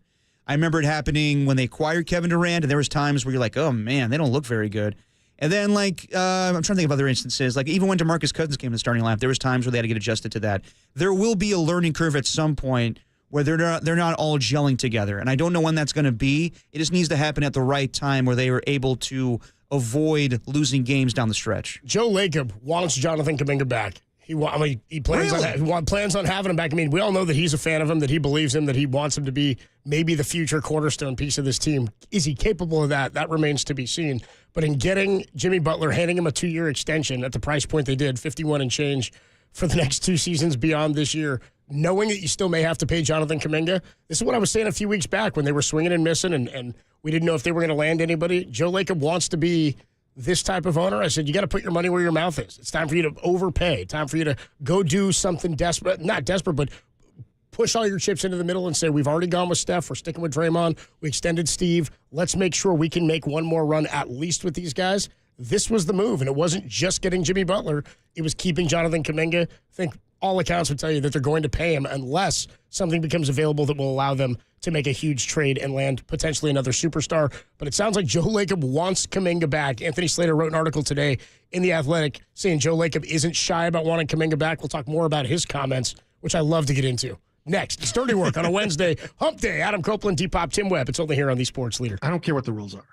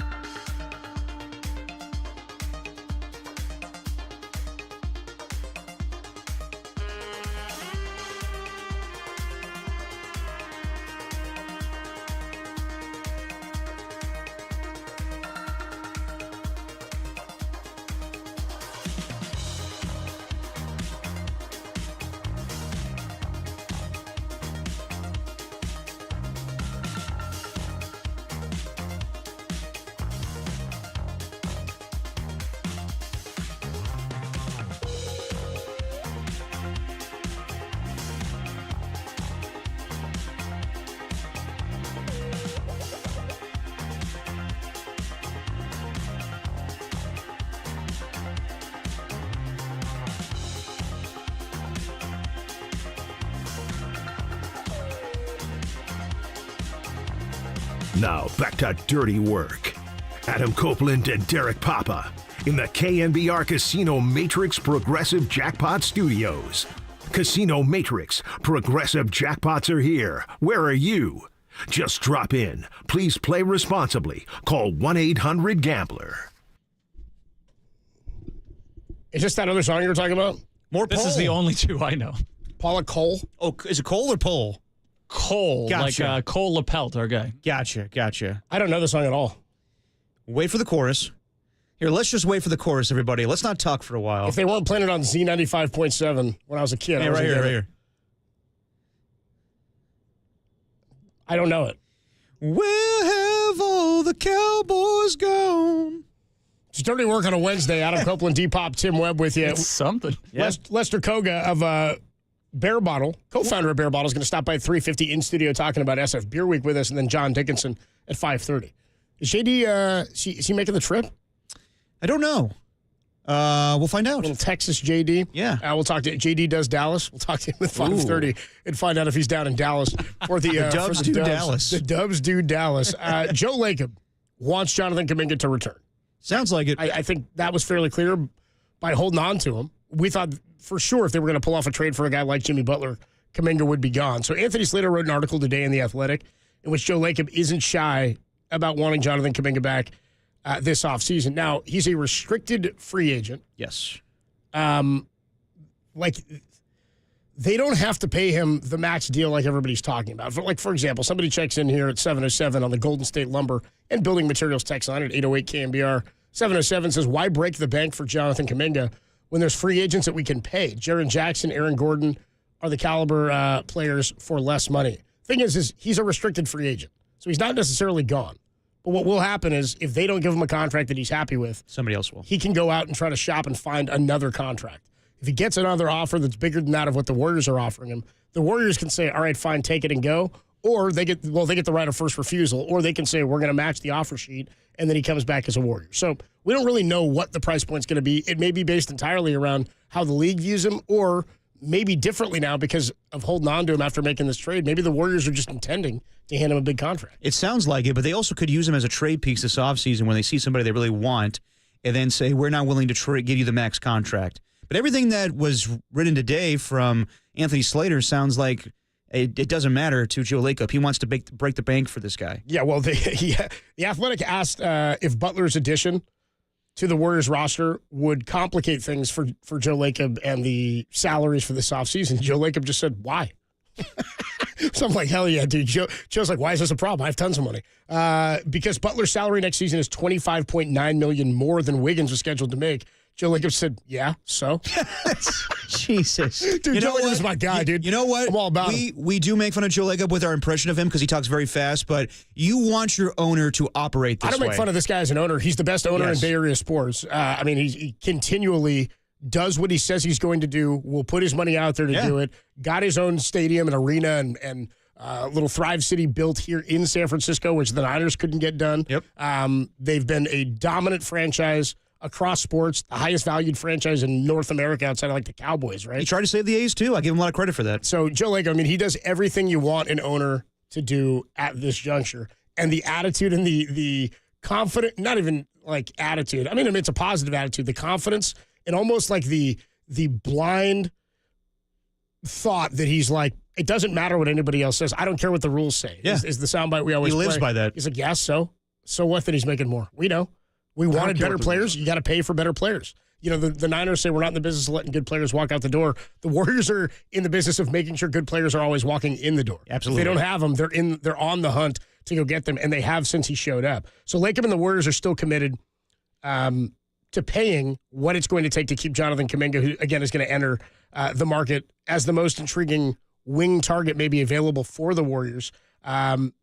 Here's what he was asked by Slater, are you going to continue? Is he the most attractive wing target? Lacob said, absolutely, 100%. Are you kidding me? I love that guy. We love him. Lacob then, without directly mentioning the team's recent pursuit of Kevin Durant, alluded to the idea that Kuminga might have been needed to acquire Kevin Durant. Yeah, definitely Quote, was. anybody can be traded, anybody, well, almost anybody, but we would never do that unless it was something incredibly significant. I think players understand that. He said it has to be incredibly significant. Slater then spoke to Kuminga himself about acquiring Jimmy Butler. He said it's great for us. I actually think it's great for me. And being around someone that I can pick up stuff that he does, I feel like I kind of see myself in having a similar type of game. Absolutely. They're very similar players. And that's why I wonder how it's going to play out on the court when they're starting lineup together. But he can learn a lot from him. I think this helps Jonathan Kuminga mature as a pro, too, where if there's situations, like I'm sure Draymond Green and Steph Curry have told him stuff with, everything going on with him and Steve Kerr, but it's good to have another adult in the room, a guy that has, kind of a checkered past to be kind of like, you know what, you're not doing this the right way. This is how you should go about things. This is how you're a pro, and this is how you'll get your max contract. So it sounds like, like we're talking about hypotheticals. Is Jonathan Kuminga going to come back? Are they going to give him a max deal? All indications are that Joe Lacob's like, yeah, I've seen enough. I want to sign this guy. Now, there are extenuating circumstances. Like, let's say for whatever reason, Kevin Durant this offseason goes, you know what, I changed my mind. I do want to end my career with the Golden State Warriors. If all it takes is a couple of picks and Jonathan Kuminga, if you have to sign him to like a contract that equals that of Kevin Durant and you can move him, then yeah, absolutely you would do that deal. But it sounds like they have their hearts set on this. It's going to be a mix of older veterans and younger guys. I personally haven't seen enough from Jonathan Kuminga to give him a max contract, but the owner gets what he wants, so he's telling the whole world right now, kind of like Jed York, when it comes to Brock Purdy's negotiations. I don't care what everyone else thinks about him. I don't care what the luxury tax is. I don't care about aprons. We're signing this guy. Yeah. Well, if he's the thing is, they've got the two in a hand. One in the hand is worth two in the bush sort of scenario here. Talking bushes? Yeah, we're talking bushes. Where they can, not Larry Krueger falling in the bushes. They have a piece that they're like, if we want to keep it and we're willing to pay for it, regardless of whether or not a trade is on the table, we can do that. We have the means to do it, and we're okay with keeping this player. So what they've done now is by acquiring Jimmy Butler and keeping Jonathan Kuminga, they've given themselves legitimate options, and the ball is still sort of in their court in terms of how they want to navigate the Kuminga situation. Definitely, but also I didn't love Jed York telling the world we're going to make Brock Purdy one of the highest paid quarterbacks in football.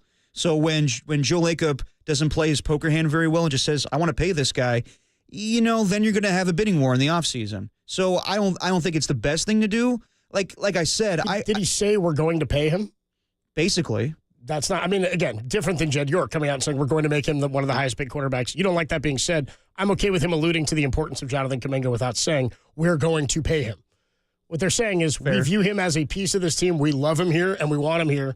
But if down the road, like he says, anybody is tradable as long as it's something significant. Oh, of course. So he's saying, yeah, we would like to have him here. I think that's what he's alluding to. But just as Mike Dunleavy said, probably my favorite comment of the introductory presser with Jimmy Butler was... Pool's going to be here? Oh, no, sorry. Go No. Yeah. Well, he did say that, but I'm saying my favorite comment from Mike Dunleavy in that introductory presser was him saying, when we get to the draft, everything will be on the table. He basically said, we're going to... He said, he quoted, we can quote him in saying, he said, unprotected picks, pick swaps, first rounders, anybody on the roster that seems attractive to other teams will be available for discussion. And that's effectively, I think, what Joe Lacob is saying here. Yeah. If there's something significant out there, we're willing to discuss it. But this team is not going to look the same next year, and we're going to use the pieces we have around these three to go make something else happen. Yeah, like I said, I think you and I are in the same camp here where we believe that Jonathan Kuminga hasn't done enough to get a max contract. But, yeah. The league will tell you that, too. The league will decide that for him. They will. The Warriors don't have to make that decision unless it behooves them to do so because of a trade like you're talking about to match up contracts, or if the league says, no, he's a max player to us, then you go, well, damn, we had a lot more value in this guy than we thought. Yeah. You just have to pay him to keep him around. So what do you think is smarter, though? Like, at this point in time, let's say something is available out there. Let's say it's not Kevin Durant. Let's say it's a player, a veteran player that can help you win a championship, but there's so much potential in Jonathan Kuminga. I don't know if I want to hitch my wagon to just potential of giving him a max contract. When you have an established player that's out there that can definitely help you, I probably would lean in that direction. But a lot of people love Jonathan Kuminga. I want to see a whole hell of a lot when he comes back healthy. We don't know what this team is capable of or who this team is yet. So I can't project what I'm willing to do with Kuminga until we know what he looks like as part of this team. Right? That's why I'm like, I can't get ahead of what's going to help. What do you need? They played 2 games together. They look much better. It's a better team already. But we don't know what their potential is. If they go 20-9 down the stretch, you're like, damn, that team was pretty good. Yeah. Maybe Kuminga is a big enough piece in that role or at 20 in that finish, and you make a run in the playoffs. Maybe you get to the 6th seed. Everything changes by the end of the season. Health-wise, success-wise, rotation-wise? Does he play himself into a bigger role? Does he look like somebody who they want around and they think he's the perfect fit and complement to what Jimmy Butler has brought to the roster? So projecting that, I think, is at this point much different than it was projecting it 2 weeks ago. Because we've been like, I would have told you 2 weeks ago, I don't know that I want to give him that, but the league will tell you what he's worth. Now it's like, let's see what they're capable of with him. We kept wanting to get looks at Kuminga this year so that they could evaluate and decide, is he somebody we're going to go with beyond 2025? Or is he somebody we can put all our eggs in that basket? Can he be what they wanted Jimmy Butler to be? He wasn't to this point, but can he be if he's now the fourth guy or the third scoring option when he's out there? So to project that far out to me is it's a little ridiculous because we're talking July and there's 30 games basically left, 29 games. How good are they when they're a full roster? We don't know. So we don't know what his value is yet. No, I mean, it's based on hypotheticals. Like, to me, I'm just glad we're talking about basketball again. Like, what can they do the rest of this season that makes you feel comfortable about them maybe going into the play-in or the playoffs or even this offseason? That's why I'm even like, I'm a little even over talking about, I was talking about all offseason, before the deadline when they weren't making moves. I'm not even thinking offseason now. I don't really care yet about next year. I don't really care about the Kevin Durant stuff. It's over. It's out. It's about this season. season. On Jimmy Buckets. He's playing well. This team's exciting. It's about right now. This team's focused on trying to get the 6th seed. That's where I am. I'm like, get Kuminga back. I want to see how good they are with Kuminga and Jimmy Butler on the floor. This is the team they're in on. This is Steph Curry said, this is our last ride. These next couple of years, we're going in on it. We'll see what that means this offseason. Jimmy Butler, where when it's all said and done will he rank among the best mid-season acquisitions in Bay Area history? Can he be the Hunter Pence for Steph Curry's like he was to the Giants for Steph Curry's Warriors? We'll talk about the all-time best mid-season acquisitions in Bay Area history. We'll get into it next on the Sports Leader. I passed out in a bush.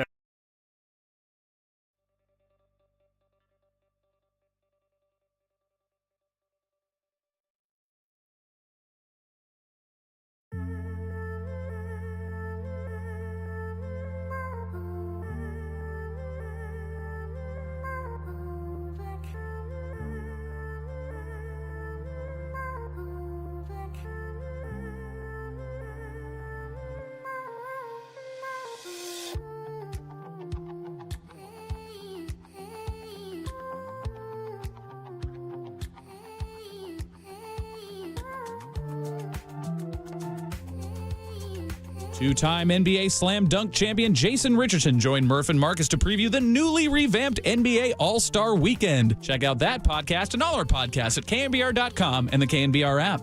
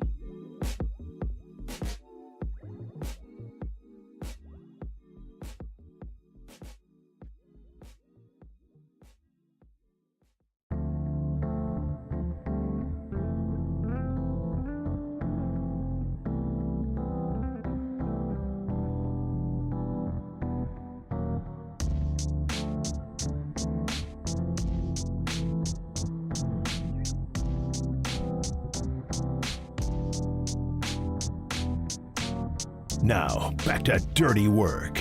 Adam Copeland and Derek Papa on KNBR 104.5 and 680 AM, the sports leader. Dirty Work on a Wednesday. Adam Copeland, D-Pop, Tim Webb with you. Rain's coming back in.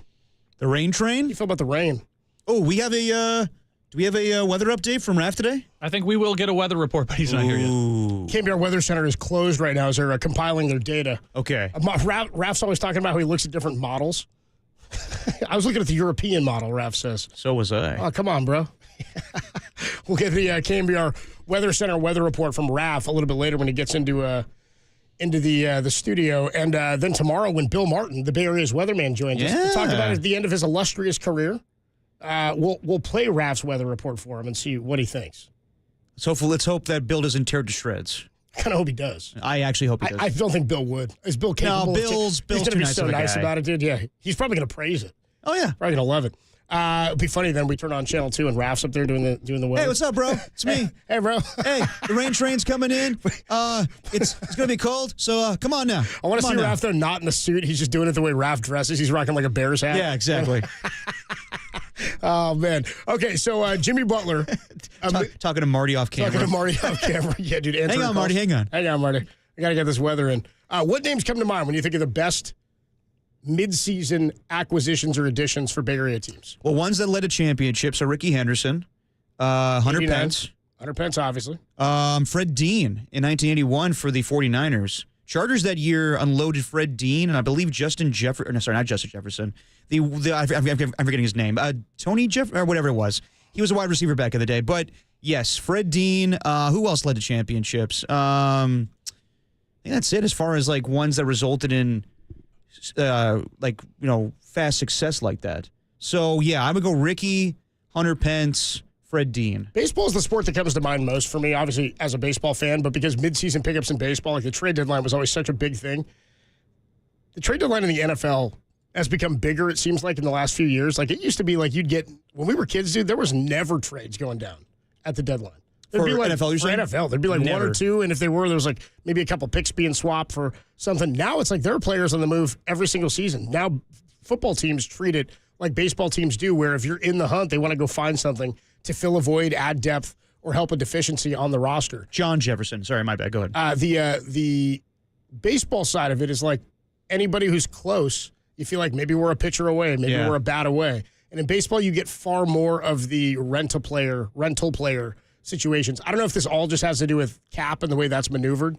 Basketball trades just happen with impunity, dude. I mean, like I said, I feel like in basketball, players change teams more than any other sport. I could be wrong about that, and maybe it's just because the rosters are so small. Percentage of players traded, though, or guys who seem to jump from team to team happens so frequently. Football, there's so many positions. Of course it happens that way. But I'm talking via trade. Seems like it happens a lot in the NBA.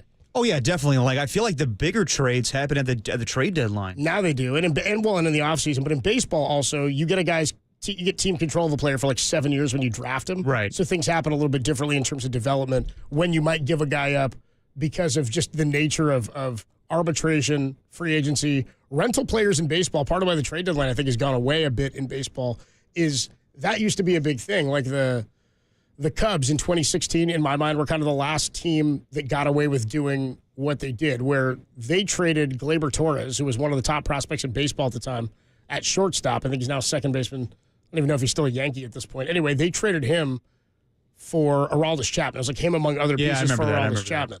Chapman then turned around right after that and went right back to the Yankees, kind of like Cliff Lee did with the Phillies. Phillies traded him away, and then he came right back to Philadelphia. Now teams are like afraid to give up any prospects or any top-level stuff to go get a player who's a rental, whereas baseball's so crazy that you have one shot maybe. You may not get another chance at this. Right. If you have a golden opportunity to do something special, I'm all about going in to do it. Now, the Giants did that with Madison Bumgarner. They held on to him over Timothy Alderson, the other first-round starting pitcher they had from the same year, 07 draft, when they acquired Freddie Sanchez at the All-Star break or the trade deadline in 09. Now, that was a move for the future. They acquired him, and he was injured.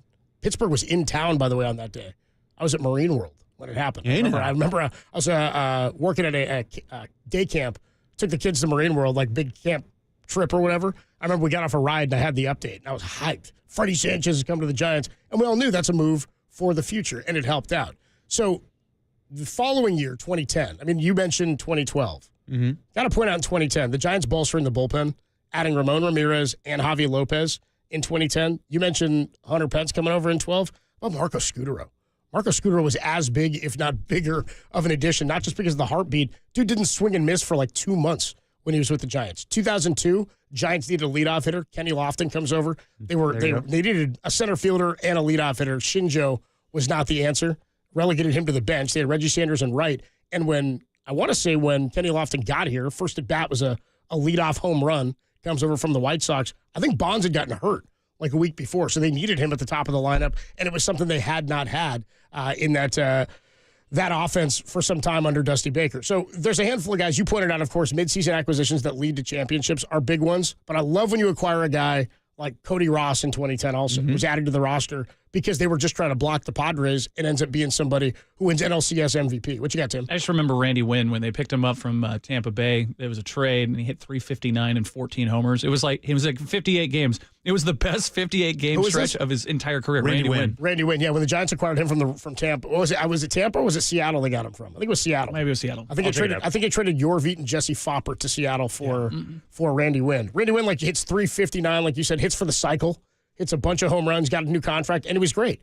And he was a big stopgap guy. Like the Giants weren't a successful enough team at the time, but he helped get them into 2009 and into that championship era, sort of helped usher that in. From the Mariners to the Giants. There you go. And I want to say I think that was the trade. Other guys, the other one, 89.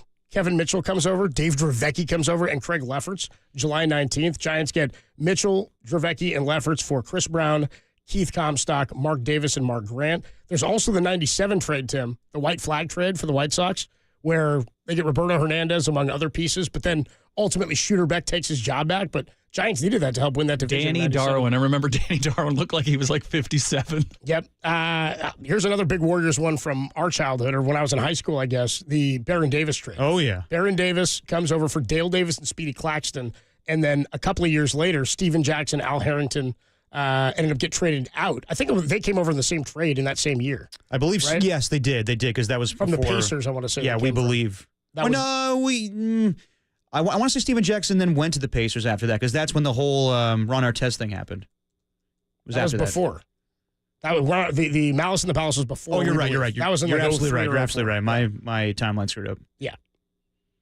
Anyway, moving on. But I mean, like in recent years, like McCaffrey coming over midseason was huge. But see, like the ones I'm trying to think of, right? Yeah, McCaffrey's obviously. I mean, he was the best player, one of the best offensive players in football, best running back in football, and you acquire him. Anytime you acquire big name talent like that, it's huge. I like looking at the guys. Like again, Jimmy Butler is a big name talent, but to your point about like how big's the window here for them to try to get a title at the end of these guys' careers, I like the moves sometimes that set you up for the future. I pointed out the Freddie Sanchez one. You even put down on the rundown here, when Jason Schmidt was acquired in 2001, we didn't know what kind of pitcher Jason Schmidt was going to end up being, that he would be one of the best righties in the National League for 3 to 4 years, and he was still pretty young, but gave up Armando Rios and Ryan Vogel. They gave up Vogelsong and Rios and got Vanderwall and Jason Schmidt, and Vanderwall was almost more of the player in that, but it set the Giants up to have an ace for the next 4 years or whatever. By 2003, Schmidt, 2002, he was in the rotation. In 2003, he was like a Cy Young candidate. I do love that you put Joe Thornton on this list, because that changed. I mean, the Sharks were fun to watch and they were making the playoffs, but that caliber of player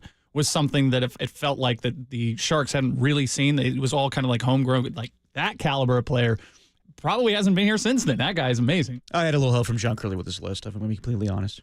What? On getting... Yeah, just the list of, like, I was thinking, like, God, what were some of the best Bay Area midseason trades of all time? When did Dan Boyle come over, Tim? That was a big ad, too. Put him on the defense. Yeah, and he was, a strong, stellar player, but Joe Thornton, I mean, this guy's... You knew immediately this guy was going to be setting records. And MVP. I mean, it changed that offense completely. They... High-flying scoring. I mean, they had the leading scorer in Jonathan Chichu of the entire league. That's insane. I mean... I can't remember the last time a San Jose Shark had 100 points, and Joe Thornton was doing it every single year. It was just, it was something as a hockey fan out here we hadn't seen before. Andrew Bogut? Yeah, I mean, Bogut was good for a little while, and then they had to trade him, I believe, midseason again for Monte Ellis. Or no, Monte They traded Monte for Bogut. Yeah, right. Is what they did. I'm talking about acquiring Bogut. Then he came back just as a signing Just joined the team when they went to go make that run. Needed some size. Yeah, Cody Ross was a waiver claim. Is there any we're missing here? As far as midseason trades, I think that's the big ones. David Lee was pretty big, says the 415 on the Golden State Lumber and Building Materials text line. What do you think of Anthony Randolph for David Lee?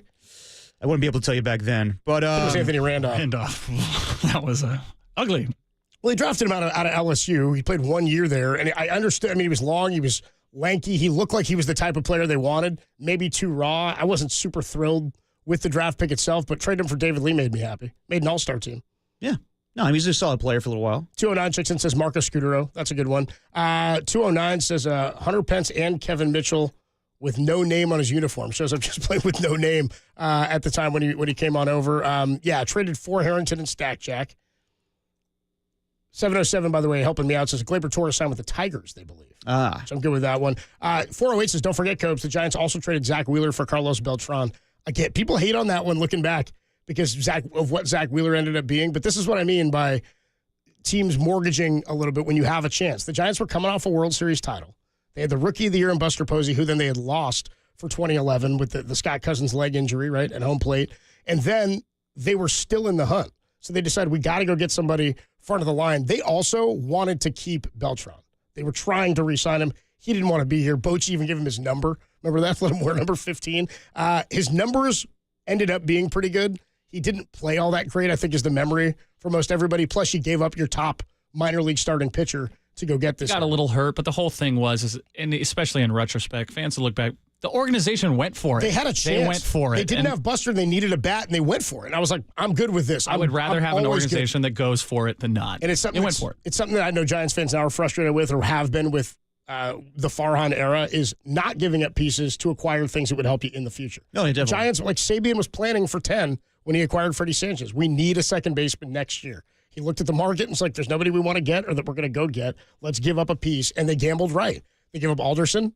They get a cup of coffee in the bigs, if any at all. And Bumgarner becomes the greatest World Series pitcher of all time. So, I'm trying to think of some other guys who were mid-season trades. Here on the text line. Chris Bryant was one that that didn't work out. Emmanuel Sanders for the 49ers was pretty decent. I mean, it didn't end up resulting in a championship. That's my thing. Close enough. I mean, like if Jimmy Garoppolo connects with him on that deep pass. I mean, the one that I forgot to put on here, Andrew Wiggins. Andrew Wiggins helped you out. How about Jimmy Garoppolo? Yeah. That was a setup for the future. That's exactly the kind of piece I'm talking about. You acquired a guy knowing you needed a dude. Yeah, that was trying to fill a deficiency. No, but Chase Young wasn't good. No, it wasn't good, but they went to, again, the Niners go for it. The Niners know they've got deficiencies, and they'll go for it. Yeah, definitely. This year, they were too far back, I think, to be able to go for it. Well, I'm trying to think of even who was available at the trade deadline that they would have interest for, but like they knew where they were, and they also had to set up for the future and Purdy's contract and whatnot, so they weren't going to gamble on future draft capital just to fix the season that at that point didn't seem lost, but we're going to try to make it work with the guys we already have. Yeah, 801 says Pat the Bat. They actually signed Pat the Bat. He was DFA'd by Tampa, so he wasn't a midseason trade. 925 says Sidney Ponson. Again, Giants needed a number 2 in 2003. It was like Jason Schmidt. I mean, we're sort of patching together, and Woody was getting towards the end of his career, and they had to get another starting pitcher. Sidney Ponson was, at the time, one of the best available on the market, and I don't think they gave up that much to get him. What did they give up to get Ponson? I'll look it up. It wasn't much. It wasn't a Cardo, I don't think. I think he was in the Tampa trade for who's the other guy we hate, Shea Hillenbrand, right? This is the thing though with Sabian. He went for it every year. The years that I got funky with Sabian, though, is when he went for it with players that were like non-difference makers. Like nobody's ever acquired a pinch hitter and been like, that buoyed them, that carried them. Like nobody acquired a pinch hitter at the deadline that carried them. You get depth sometimes, but getting like Ricky Leday, it was just awful. Terrible acquisition. Remember 1 year, Tim, they went and they got Mike Sweeney? Yeah, it wasn't even the right Sweeney. Yeah. We wanted Mark. We wanted Mike. Wasn't Marlon Byrd floating around, right? Like we got some odd guys. Ponson was traded for Kurt Ainsworth, Damian Moss, and Ryan Hanneman. Sure. I'm all good. The one that got me was Ainsworth there. I liked Kurt Ainsworth, but didn't pitch much in the bigs beyond that. 510 says Matt Williams for Kent and Tavares. That's one that sets you up for the future. Fans were infuriated, though, because Matt Williams getting traded out of town. But Julian Tavares and Jeff Kent ended up being, in my opinion, the greatest offensive second baseman of all time. 415 says Deebo Samuel, Cope's voice. Oh, that's going to be an off-season trade. Yeah, that's happening in maybe a month or before March 22nd is definitely when that's either a trade or a cut. I mean, we'll see about the trade market, but Tim Kawakami reporting today that basically, they're not going forward with Deebo Samuel. 650 says, how about the acquisition of Brandon Wright for Jay Rich? I think that was off-season, though, wasn't it? Wasn't that a draft day trade? You could be right on that one. Don't remember. 707 says the 2011 trade was horrible for the Giants. They'd already won a championship and their best player was hurt. They traded a 10-year horse for an unmotivated wet blanket. They went for it. They went and got one of the best offensive players available. And to get something, you got to give something up. I mean, again, you gave up Alderson. Alderson was a first-round draft pick, and people knew that Bumgarner was the better of the two, I believe. But when a prospect is just a prospect until they pan out, and he turned into Zach Wheeler, yeah, he's a horse. Would be great to have him now. You won 3 championships, though, right? You went for it every year. They tried to get Hunter Pence, by the way, in 2011. They tried to get him before they got Beltran, and he got traded to Philly from Houston first. Then the Giants ended up getting Hunter Pence for, if you look at what they gave up to get Beltran, and you look up at what they gave up to get Hunter Pence, and you flipped them, nobody would be upset about those deals. You wouldn't. Because they gave up, if you give up Zach Wheeler to get Hunter Pence and you win 2 more, everybody's stoked about that, right? That's what you paid for. Kind of like I say, you can't call the Zito contract bad when you were paying for championships and Cy Youngs, and they didn't come from him, but on a minor league or on a minimum contract, Tim Lincecum wins 2 and you win the championships. Didn't you get the success in the era of the contract you wanted anyway? It wasn't maybe the right investment, but it all played out. If you flip those 2 years, because it was like Tommy Joseph and Nate Shearholtz and something else for Hunter Pence. If you were to trade that for Beltran but give up Wheeler for Pence, everybody'd be happy. In the 2-year window, it all happened anyway. It's sort of how I look at the Brock versus Trey Lance draft pick thing.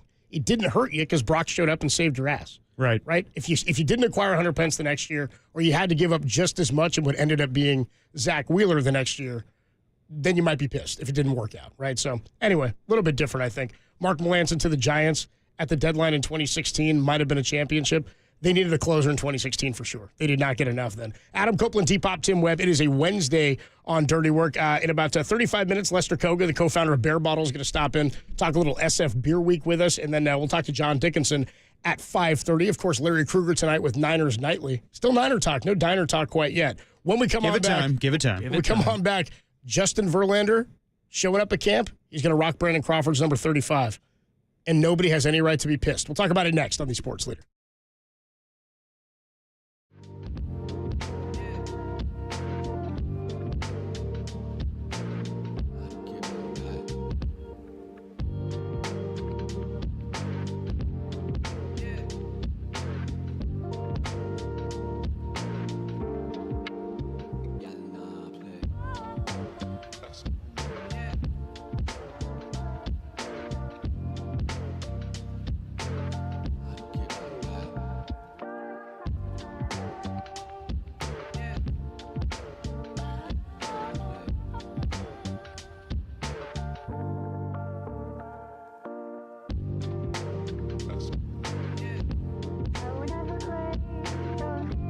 Matt Barrows joined Dirty Work yesterday, suggesting that Dre Greenlaw might not rejoin the 49ers. Well, that's not good. Check out that podcast on KNBR.com and the KNBR app, but not till 6:01 p.m. because we're live right now.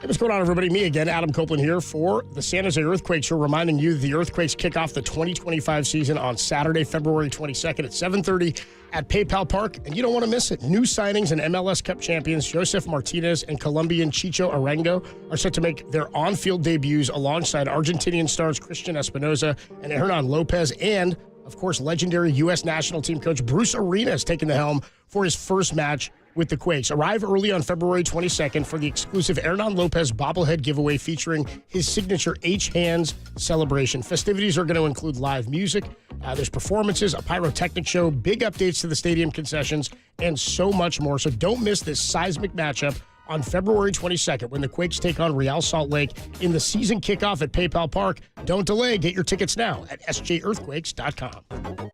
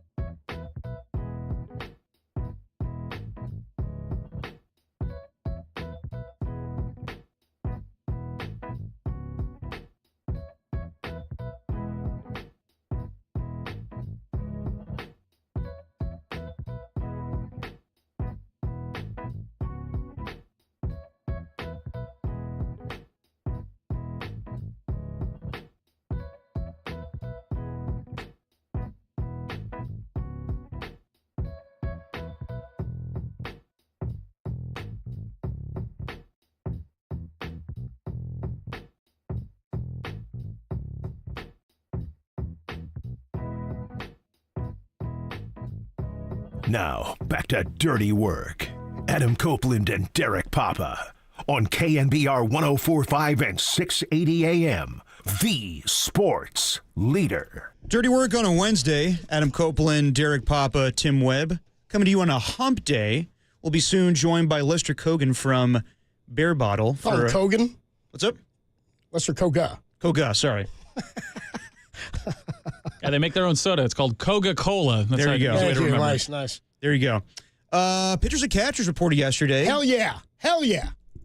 All right, relax. I'm excited. Baseball's here. It's not here till March 27th. Yeah, but the grind start. Know what I mean? Yeah, you gonna be tapped into all those spring training games? No, just pay attention. I just like seeing what guys are doing. I like following the competition in spring. Okay. Yeah, don't yuck my yum. I like following the competition. When you yuck my yum when it comes to NFL free agency, I will yuck your yum when it comes to spring training. I don't yuck your yum on free agency. I'm just like, the season ends and you're like, nothing matters but free agency and the right draft. it doesn't. I'm like, no, that's not true. That's not how people feel. That's how you feel. Damn right. We got a lot to get to. We got baseball to get through. I'm excited. All right. I'm a sports fan because of baseball. There you go. Got into everything else because I fell in love with the game, with the beautiful game of baseball. I was going to say the beautiful game, but that's soccer. That's what they call that. They call soccer a beautiful game? I think they call it the beautiful game. I'm pretty sure. Great job, brother. Isn't horse racing the sport of kings? Isn't that like some of them have these nicknames? I'm not sure. Do you not know about that? I did not know that soccer was referred to as a beautiful game. Anyway, KNBR, am I right on that? The beautiful game? Anyway, you're right. Pitchers and catchers report. Thank They you, Tim. do. They do. And Justin Verlander spoke to the media today before they hit the practice field and basically just talked about, he got approved to be or wear number 35. It was a whole thing. He was going to talk to Brandon Crawford. Approved. He talked it over with Brandon Cleared Crawford. it with Fra. Yeah. I don't know how you want to break down the terminology, but yes. At the end, Brandon Crawford was okay with it. Basically, the quote today from Justin Verlander, couldn't imagine a better situation, or Crawford saying to Justin Verlander, couldn't imagine a better situation to see it again. I know fans love Brandon Crawford, but when you have a Hall of Famer coming in at the end of his career, you should be able to give him 35. I don't think this should be a big issue. Yeah. Brandon Crawford's not on the team. It's not retired. I also understand the importance, and I think that, again, I said this before when Buster took over, the feeling the Giants had about Farhan and a lot of the frustration, not just on the field, it's how it all felt, right? It's the coming off of the World Series years and knowing that we needed a retool. The Giants are an organization that have always kept their legends around and kept close ties with people that meant a lot to the fans and to the organization. And it just felt like Farhan was always an outsider. Like he was never a part of what that meant and kind of wanted to pave his own way, which I get. I totally understand that. Also, you've got to pay respect to what's going on around you. I'm not saying he didn't do that or didn't respect, and while Brandon Crawford has different feelings about that, and I don't think the fans felt that he understood what they wanted in terms of baseball is such a feel thing. Like you fall in love with the game of baseball because of the players that make you feel a certain way that aren't necessarily the best players, the conversation at the ballpark. Like there's so many reasons to love baseball that are a little bit different, I think, than why people fall in love with other sports. Not that the other sports aren't great, but baseball has a different romance to it, I guess, is what I'm trying to get at. Yeah. Brandon Crawford was that kind of guy. It's the best story you could ever want. The local guy on the paper on the cover of the paper when the Giants are going to leave with the "Please Don't Leave." That kid ends up playing shortstop and is a 2-time World Series champion. Leads in every statistical category that a shortstop could have. One of the most important positions in sports. He's the greatest at the position in franchise history. So I get why people would think, okay, treat it like Tim Lincecum. You don't reissue that number. That said, if there's a guy you reissue it for, like when they gave 22 to Christian Arroyo, like again, I trust Murph to give numbers to whoever. When Murph was just and then he was gone. And then since then, like a few other dudes have worn it. But if there's like a Hall of Fame player who's come to the organization, even if it's just for a year, I can't imagine beyond Justin Verlander it's going to be used an awful lot, if ever again. Right. No, You know what I mean? Like I sort of feel that. like Crawford's like, yeah, do it. I just played there. I just retired.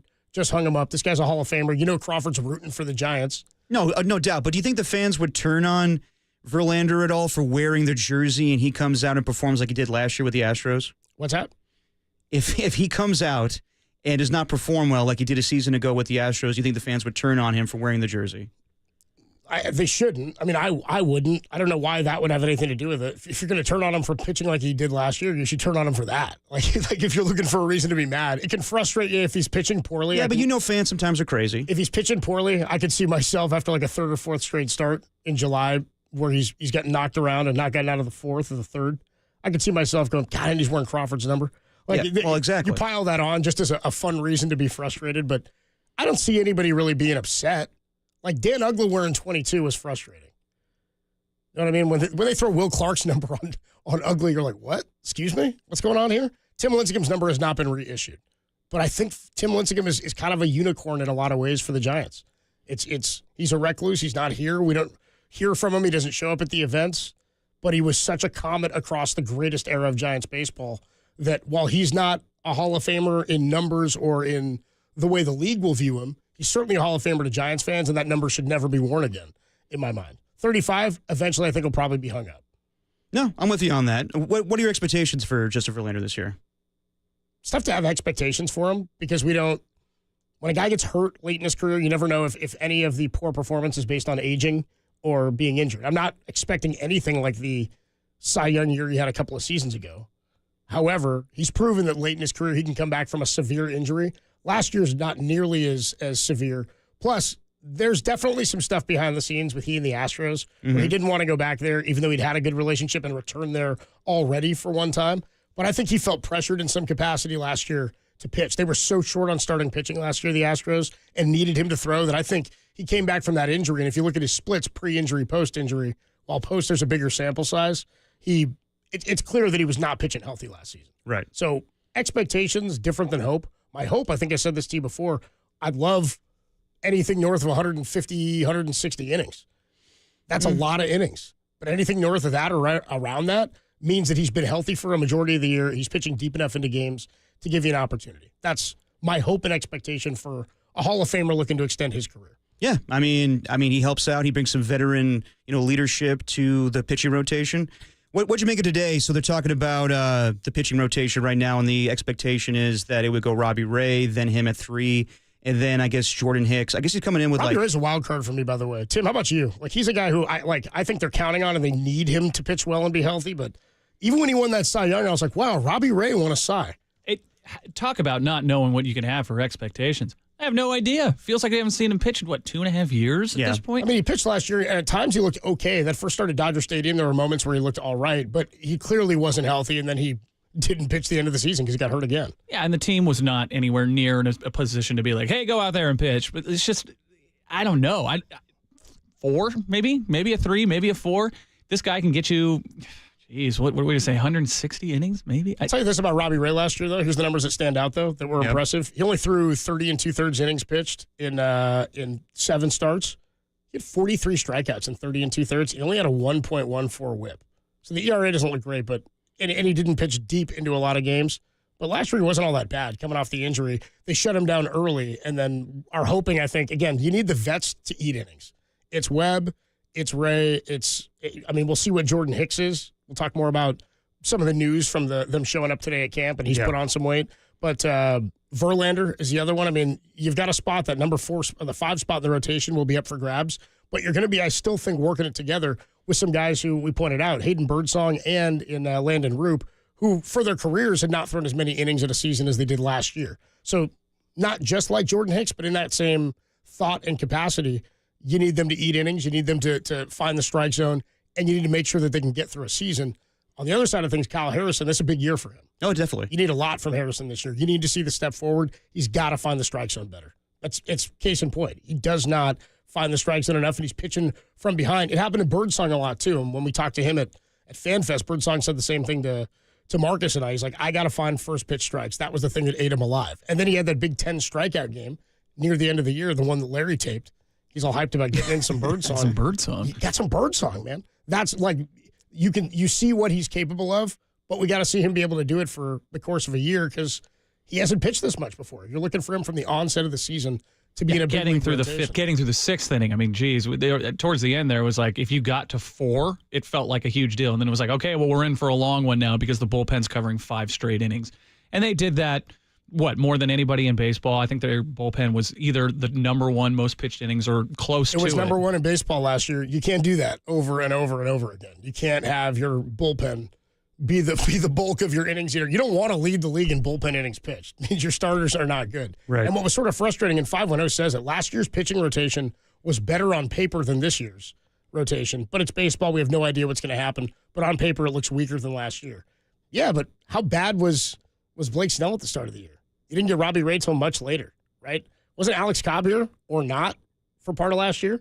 They traded him away to Cleveland. Yep. At the trade deadline or right around then. So they had all these vets they were counting on. We thought they had tons of depth going in at the rotation spot last year. And then we started seeing guys we didn't even anticipate, like Mason Black's making starts. Hayden Birdsong kind of came out of nowhere.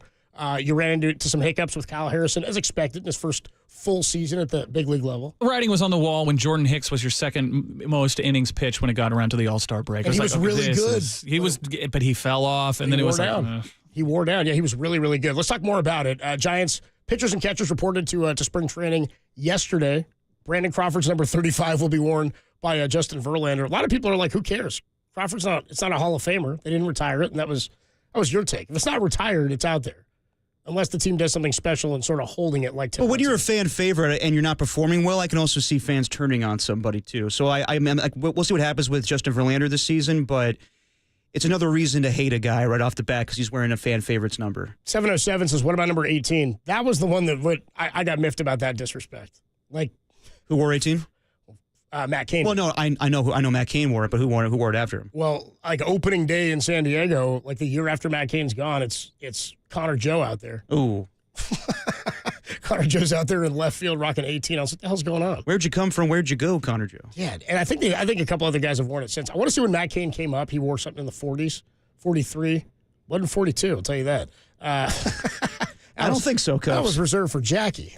43, I think, is when he wore something like that. And then he was waiting for Moises Alou to call it. Then once Moises was gone, he took number 18. Let's get into more of some of the storylines as the Giants enter camp. How about this? One option left for Marco Luciano was what I was reading. So, he going to make the team? Is he playing some outfield? Do you trust an outfield of a guy like Elliot Ramos, who you want to see him repeat the all-star performance from last season, of course, but questions about Luis Matos. What's your day-to-day look at right field and at first base? And I got to tell you, I don't think the lineup's that deep. I heard Murph and Marcus putting their lineup together. They got to 5, and they were like, Murph said Fitzgerald. And I was like, no. That guy's like an 8-9 hitter. And then they got to Patrick Bailey. I was like, it probably is Bailey. This lineup's not as good as I was hoping it was going to be coming into 2025. We'll talk about some of the storylines and the position battles as the Giants open camp. It's Dirty Work. It's Wednesday, and this is the Sports Leader.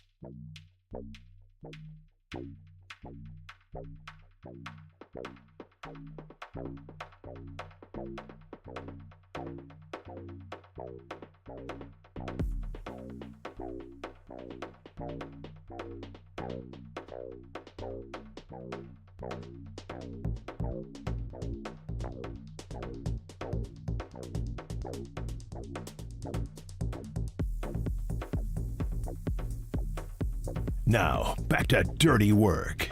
Adam Copeland and Derek Papa on KNBR 104.5 and 680 AM, the sports leader. Dirty Work on a Wednesday. Adam Copeland, Derek Papa, Tim Webb. First day where pitchers and catchers are on the field for the San Francisco Giants, and a lot of news, headlines coming out from the first day. So let's go through it bit by bit here, Copes. So, no surprise, Bob Melvin names Ryan Walker his closer to start the season. No surprise there. What do you think that means for Camilo Duvall this season? Like, how long are they going to be patient with him? At what point are they going to be like, okay, maybe we need to send him down to the minors again? And is he right now the biggest trade piece they have if things don't go well this season? Yeah. I mean, like outside of like prospects, of course. Right. I mean, like the big league level. Yes. Yeah, I'm always intrigued by like relievers. Like the demand is high. And guys who have his stuff, the demand for them is high. It's weird because if he pitches really well, he's not like in a contract year or anything. So like if he pitches really well, then why would you want to trade him? Because he's nasty, and he's got closer stuff. But if he looks like last year, I mean, it sounds like Buster. Like last year, then how valuable is he on the trade market? Well, exactly. But Buster Posey, in his introductory press conference as president of baseball operations, was basically just kind of saying, I expect him to be the same guy that we're used to, so he doesn't want to trade him away. I mean, there was talk about them trading him in the offseason. Duval. But they're going to give him a long leash, I'm assuming, during the season. I mean, I don't know. We'll see. Like, young players who don't pitch well or who don't play well or don't perform at the big league level, if there's somebody else you can have there, you're going to bring them up. They're not going to allow him to pitch high leverage innings and lose games for the team in clutch situations, right? I mean, even though he's not the closer and they're opening with Ryan Walker, you love to have another guy who's, one, been a closer before, and two, is able to pitch in those spots with that stuff. He's just got to prove that he can get it done in those spots, and we know he can. He was an all-star as a closer a couple of years ago, right? We know he has that stuff. We know he has that ability. The thing that's always intriguing to me with relievers, and I feel the same way about Ryan Walker entering this year, is starting pitchers the first time through the league sometimes are very deceiving. Like, guys won't hit them. The example I always give, I always call it the Ryan Jensen rule. 2002, the Giants' fifth starter was Ryan Jensen. It might have been four. I think they opened the year with Jason Schmidt on the DL, and Ainsworth was like the 4 or the 5, and Ryan Jensen was the other one. So you had like Levo, Kirk Reeder, Russ Ortiz, and then those two young guys. And they got through the first part of the season before Schmidt came back, and then Ainsworth was like up and down. Jensen won like 12 games or 11 games in the first half of the season, and I think he won like 1 or 2 for the remainder of the year. Nobody'd seen him. He didn't have like wicked stuff. I think he pitched for Kansas City for a couple of years after that, and then never again. My point is, when nobody's seen you and then they get a book on you, you have to make the adjustment to the adjustment, right? We always talk about that. Camilo Duvall, it seemed like it wasn't totally just the adjustment to the adjustment. There was other, to the reporting going on, other maybe maturity things happening with him where they weren't happy with his behavior. I mean, his attitude on the mound, his lax attitude. He sort of had that early in his career, too, and then he honed in and looked like he'd matured a little bit. And then last year when he struggled, it all kind of unraveled and came back out. So I do wonder, is it not just a maturity thing for him, but on the field, can he make the adjustment to the adjustments that have been made to him? When you get to this level, there's a lot of guys who throw 100 and higher. There's a lot of guys who throw wicked stuff, but he's got some unhittable pitches. He's just got to be able to locate some of them, because that's been a problem for him too, is locating consistently and then the frustration and it kind of unraveling for him. So I think he's going to have a leash. I think they're counting on him. I think you can have a really filthy bullpen if Camilo is nasty and you have the ability to put him in the 8th or in the 9th inning if you want. Ryan Walker, same sort of thing. We've seen him for a couple of years now. He's filthy. But is the league going to adjust to him at some point? I mean, I'm sure they have or they will. But will they adjust to a point where he's no longer as dominant as he has been for the last couple of years? Because I don't really care who's in the 8th or 9th. Both those guys are great. But right now, everybody, I think, feels better if Walker's your closer. As far as the starting pitchers, as we talked about, there's going to be competition for the 5th man in the rotation between Kyle Harrison and Hayden Birdsong leading the way right now. But Jordan Hicks right now penciled in as the 4th spot. He gained about 15 pounds in the offseason to prepare endurance-wise for the full season as a starter. Says it's taking the training wheels off. I mean, do you anticipate Jordan Hicks keeping his spot in the starting rotation or eventually becoming a bullpen arm? Like, will he do what happened last year? Yes. I hope I don't know exactly how long this is sort of a unique situation. I feel like in all the time I've watched baseball, there's only a few guys who have done things like this, and some really, really dominant, like Hall of Fame level guys. It's one thing to go from being a starter to a reliever, right? You're shaving down your innings. You empty the tank differently. You could, if you're a former starter and you've got 5 pitches, it's why Dennis Eckersley doing it. There's 2 Hall of Famers who have done it, Dennis Eckersley and John Smoltz. Mm-hmm. I know late in his career, Schilling was used as a closer also in Boston a little bit. Yep. But those guys had like 5 pitches. Like Smoltz was unhittable as a starter. And then he went back to being a starter, by the way. But Smoltz was like unhittable as a starter. And then he was unhittable as a closer because he had like starter stuff and he could use all 5. He could go through like 3 games and not use all 5 of his pitches if he didn't have to, right? Like he was dominant in those roles. So like Jordan Hicks has that experience also, pitching late in games, pitching high leverage situations. He was one of the Giants, if not their best starting pitcher for the first month and a half of the season. Right. Until he ran out of gas. So I don't know how long it takes for a guy who's not ever been a starter to stretch back out. Yeah. You'd hope the weight thing helps, and that he talked to somebody that told him, you should probably put on some weight and put on some muscle and do X, Y, and Z to extend yourself. But you just don't know, I don't think, until you get out there and you hit your wall again. Because it's not so much about being able to pitch late in the season. It's how long can he do it at the same level with the same sharpness. Like 4.10 ERA last year and in 109 innings, 1.45 whip. I don't even think that tells the story of his season. Because the first half of the year, he was much better than that. So I hope he can get through the year.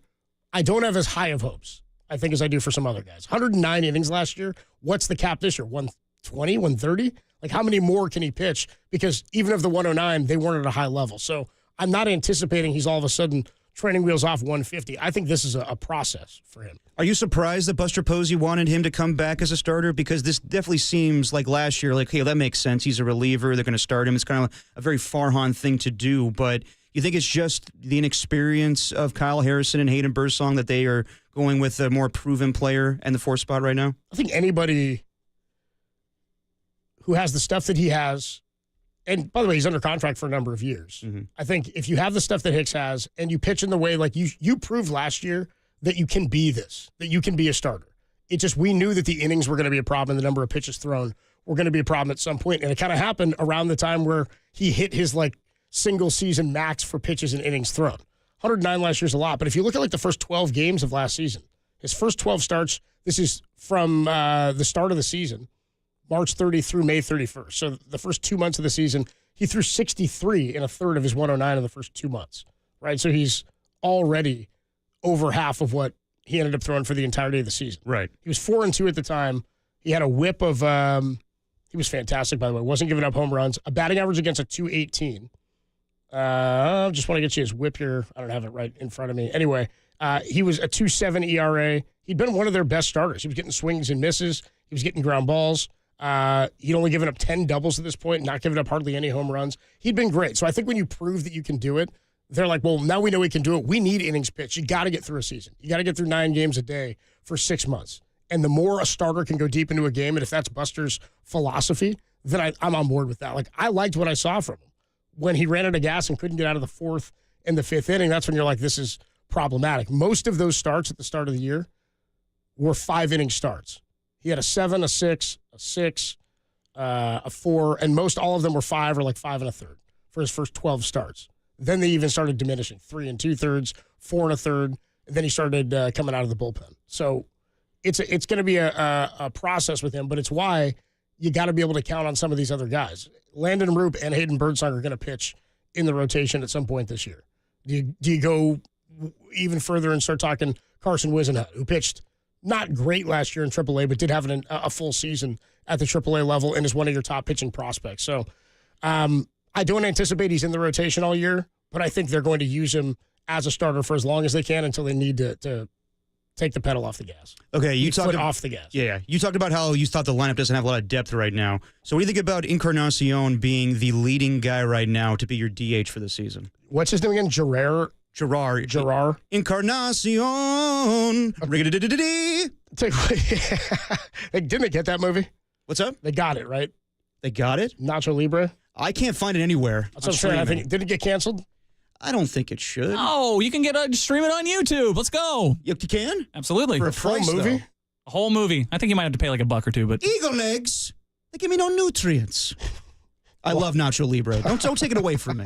Gerard Encarnacion last year, wasn't he playing like down in Mexico or something? You would know better than me, I think my he was friend. playing down in Mexico, and he was killing it, like hitting tons of home runs. He's a big dude, 6'4", 250, looks like a DH. Right. They found a little bit in him last year. I mean, he hit for some power, 5 homers and 113 at-bats, 248 average. He had a 702 OPS. I don't know that he is the DH. I think they opened the season with him. Right. Open camp with him with an opportunity to be the DH. Right. I think maybe they would hope and plan. It's the thing, too. Sometimes you're like, give a guy a chance, but you're really hoping he figures it out. Like, first base is the other one. Because, think about this is my frustration also with just hating the DH across baseball. Everyone goes, oh, it's so exciting to see a pitcher hit. My thought is, like, even when there was only 15 DHs, right, in like half the league, there was only like a couple of really, really, really good ones, right? You were usually using a bench player to be the DH, or you're just like playing not a platoon, but a matchup or something like that, right? You're going lefty-righty, or you've got a guy who's on a hot streak, and you're putting him in there just to keep his bat in the lineup. But there weren't that many great DHs across baseball. Like David Ortiz was really good.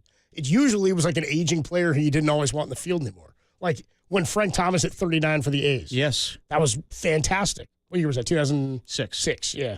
They beat Johan in the Metrodome. Sick. Eric Chavez hit that. Only time the A's went to the ALCS in my lifetime. Chavez had an inside the park home run? Maybe. Lester may remember as an A's fan. Zito beat Johan in the Metrodome. How about that? Yeah. And signed that contract with the Giants that offseason. Anyway, like, a lot of times it was that. And the A's kept trying to find that lightning in a bottle, too. They went like Matsui. They went Nomar. But teams will do that. Matsui, but also, Frank Thomas, I think after that went to Toronto. Yes. And he kept hitting home runs. But I think it's just like, more often than not, the DHs are just going to be players either on a rest day or a bench player. So I'm like, I don't know how much it really improved the game. I know it's more jobs, gets more bats in there, but it's a big change. I miss the strategy, but I also am like, it's not like it's that much better to just have a 230 hitter who hits 14 homers in there. Like, I mean, I grew up my whole life with pitchers hitting, so this is just weird to me, but whatever. I don't know. I don't know. I think they hope Gerard Encarnacion figures it out and becomes the designated hitter, but remains to be seen.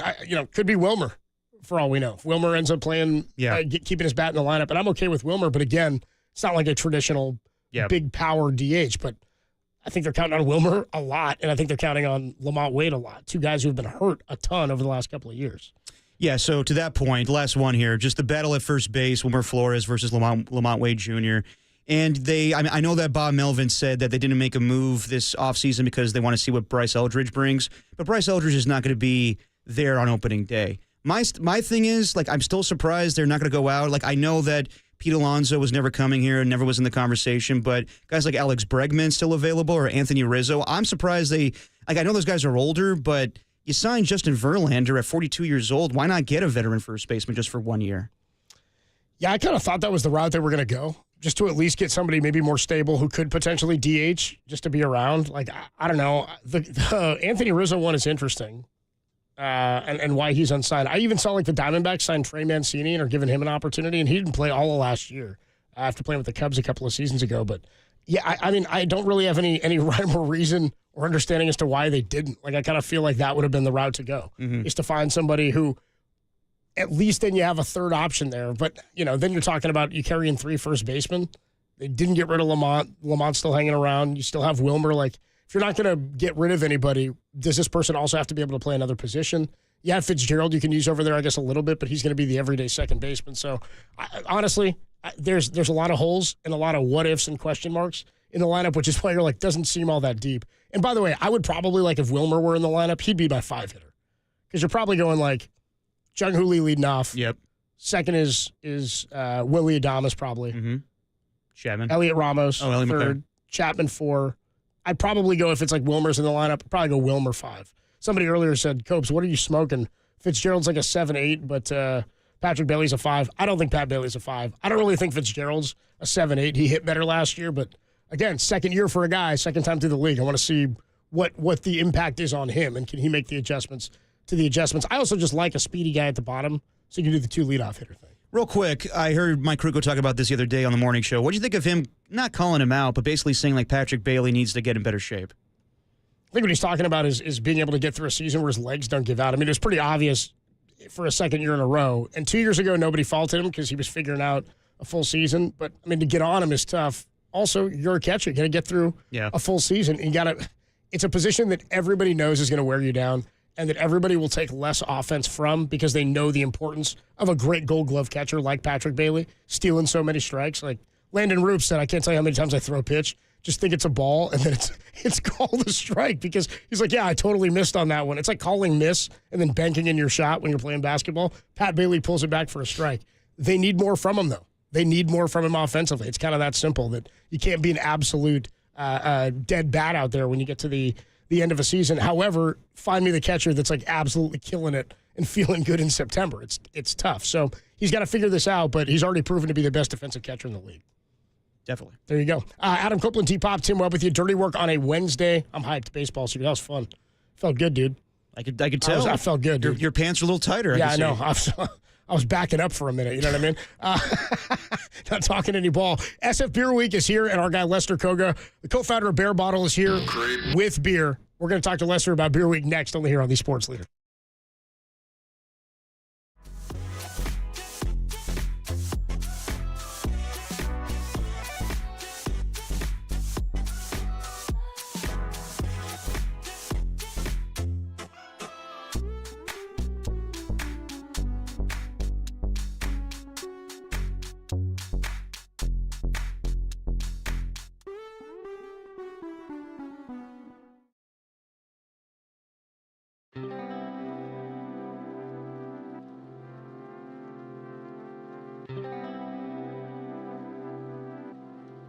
Is this the last ride for the Golden State Warriors, as Draymond Green suggested? Tell us about it on the KNBR YouTube chat, the only place for Bay Area fans to ward off the continual dreadful creeping of time and aging.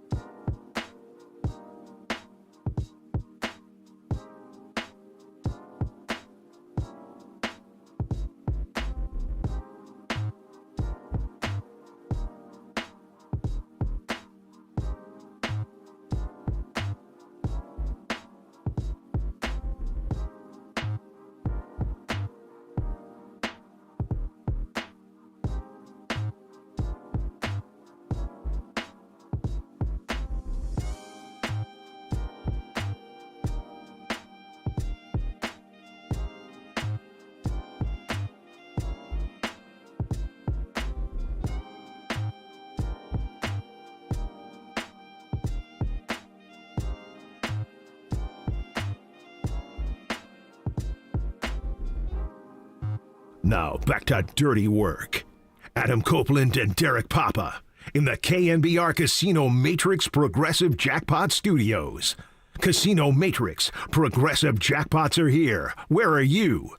Just drop in. Please play responsibly. Call 1-800-GAMBLER. Dirty work on a Wednesday afternoon. Adam Copeland, D-Pop, Tim Webb, and joined with us in the studio is our guy Lester Koga, the co-founder of Bear Bottle Brewing.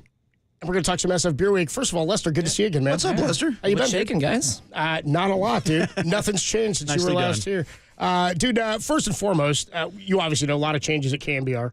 When all that went down a couple of months ago in November, Lester, one of the first guys, hit Tim and said, you guys want some beer? And came by the day that everything happened with Tom and dropped us off. Literally dropped off 2 cases of beer. I mean, dude, you're family of the show. We love having you. You've always been good to us. But I think that meant a lot, specifically to me and Tim and Derek. That was really cool, man. Yeah, we thank you for appreciate that. Oh, no, I mean, it's the least I can do. Love you guys and love Tommy. And, it happened to be like one of those days I had to drop off lab samples, like nobody cares, but like lab samples of analysis up in Windsor. So I was like literally in the car for like 5 hours. Yeah. So it was like a great way just to listen to the whole show. Oh, you for caught the 5 whole hours. final show, The whole dude. show. Yeah, And it was really, really well done. It was great. It was a fun day, man. I mean, not a fun day. It was a great way to send Tom off. It was fun and sad at the same time. It was fun and sad, yeah, dude. It was bittersweet. Anyway, SF Beer Week, it's back, man. It's going down February 21st to March 2nd. All the information for SF Beer Week is at sfbeerweek.org. Events all over the Bay Area, Silicon Valley, East Bay, North Bay, and the coast. Over 100 events. It's not even just SF Beer Week now. It's like California Beer Week.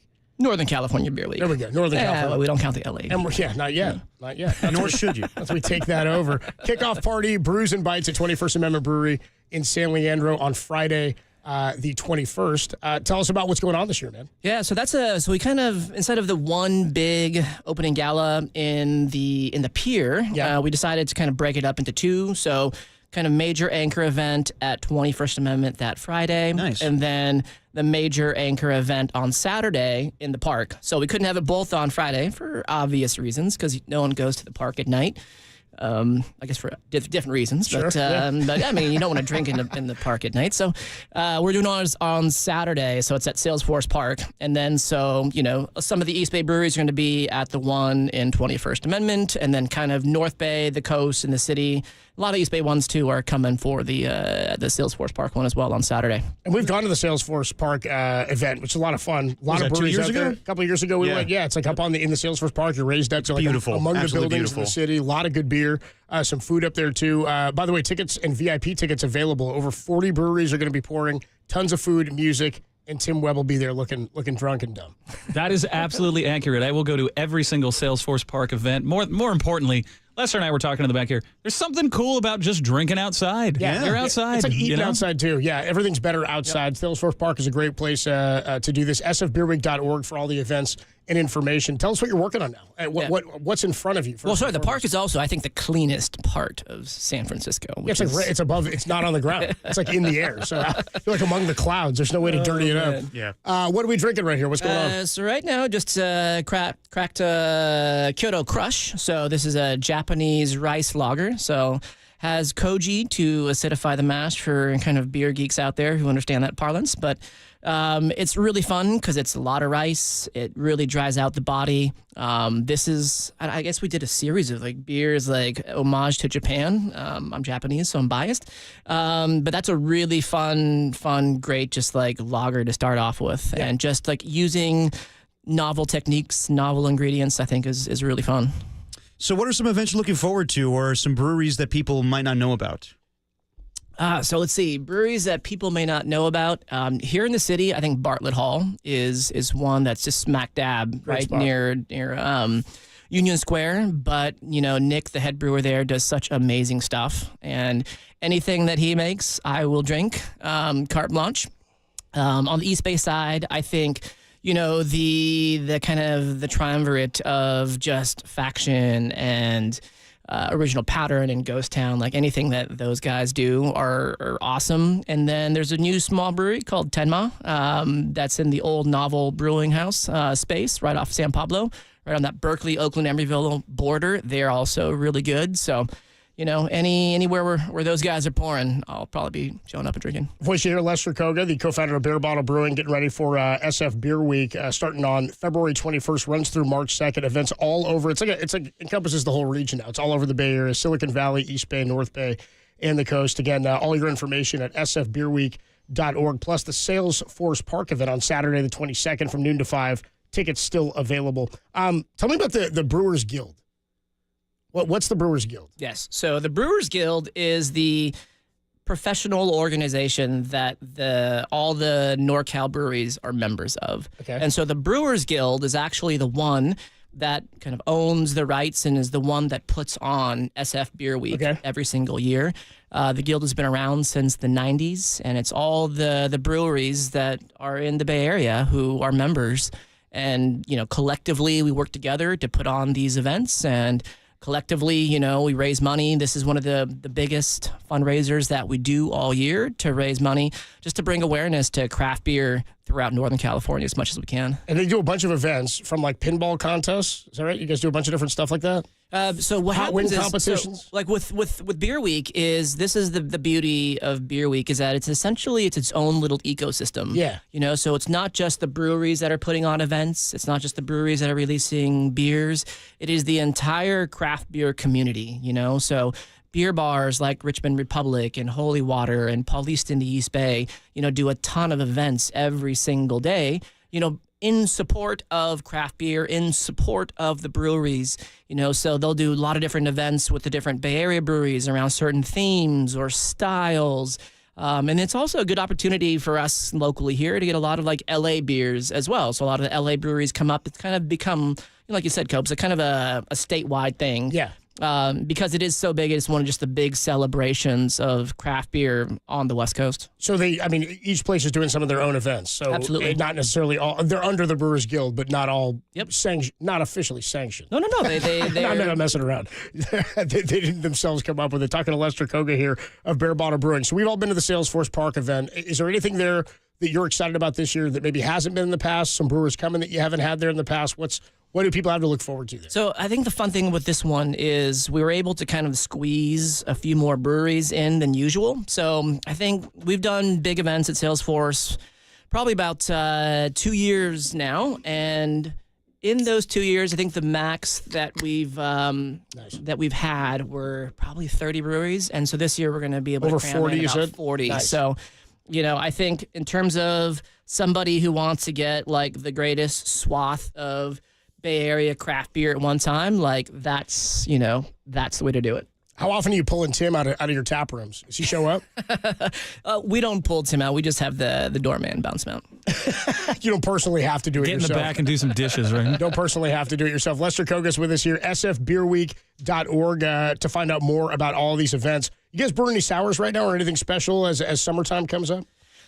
So some of the special things we did is like the second beer that I just cracked open. I think it's the cans kind of moving around. Yeah. That one is Sunset Sessions. So also using a little of that Japanese koji to kind of acidify the mash a little bit to get the yeast in the right pH to make it the yeast happy. This is a really fun one. I personally really love this style of beer. I mean, it's kind of funny because session IPAs were, so 20 years ago. But they kind of disappeared for the last 10 plus years.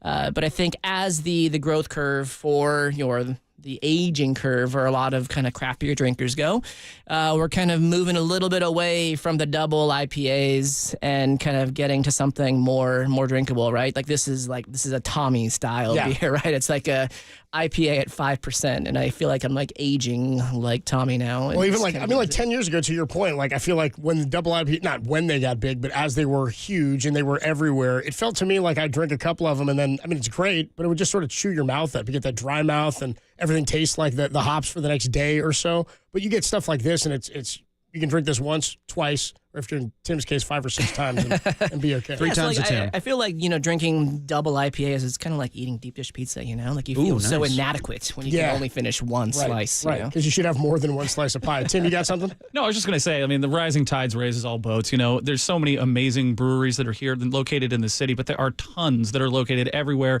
all the way to Monterey. Alvarado Street's one of my all-time favorite breweries. I love, cellar makers relocated to the East Bay. The thing that I was curious about is one of my other favorite breweries is Brewery Humble Sea, which is located out of Santa Cruz, but also has locations in Pacific and whatnot. They did a collaboration with a brewery in San Diego called Pure, which I'm sure that Lester is aware of.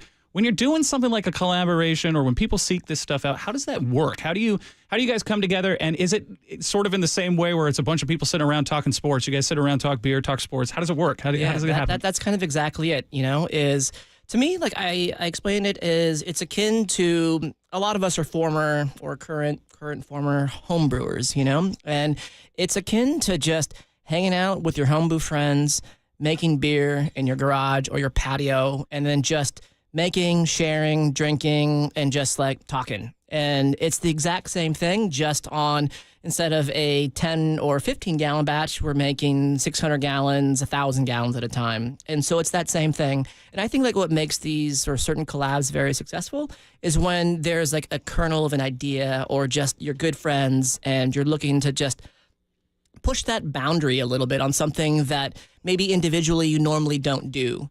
And then to us, it's really important that when we do collabs is the entire production crew of the other brewery comes to our facility and brews a beer, and then we'll take our entire production crew and take it to their facility and brew a beer. And I feel like at that point, you're also, everyone's getting a chance to see how somebody else makes beer and see what their techniques are and see kind of what their palates are and how they do things. And so it's just a really good learning experience for both sides. And so to kind of, steal your analogy, Tim, it's like the rising tides in that case, like really does lift all boats. Yeah. Well, I love beer, but I also see one of the events on here is a hot wing eating competition. Do you have any details about that? Because that's my forte. And where that is, yeah. Yes. Give me the deets. So I am familiar with that one just because I think I was signed up to do it. Nice. I just don't know. It's something with... I believe it's a triple IPA and hot wing challenge. I believe it's at Richmond Republic. I don't want to swear on that, but I believe that's what and there are two hot wing contests. There are lots of hot wings, yes. Derek. I'll be there. So you were signed up to do it? You were going to compete? Yeah, I was kind of volunteered to do it from one of the other breweries. So I know, yeah, you're right. Richmond Republic was doing one, and I think Bricks Factory in the East Bay and Ghost Town were planning on doing something too. Oh, nice. That's right in my alley. And so...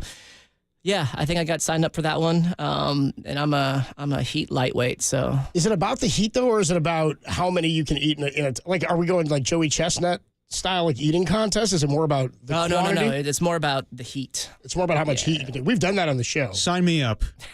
All right, there, Derek. You can take my spot. There you go. I mean, you don't seem like you're putting away pounds of wings at a time. Are you? Can you crush some wings? I got a good metabolism. Do you? There you go. Good deal, man. I can't put a lot of wings away, but when it comes to heat, I like to think I can handle my own. The wing contest, though, like when they do those eating contests, I'm never sure how you determine whether or not they've finished the meat on the bone. It's not so much that. You know what I mean? Like everybody's got a different threshold of like where they go. Like I like to get as much off as possible for sure. I'm like knuckling the top of the bone. I'm with you on that one, but it's cartilage guy. Yeah. Just make sure it's clean. But it's not so much like how much you can eat because you don't want to like swallow a bone or anything. It's like can you withstand the heat? Yeah, because it builds for sure. But if it's just a basic like number of hot wings challenge, like how many hot dogs Joey Chestnut ate because he finished the hot dog. Right. Anyway, we're on a tangent.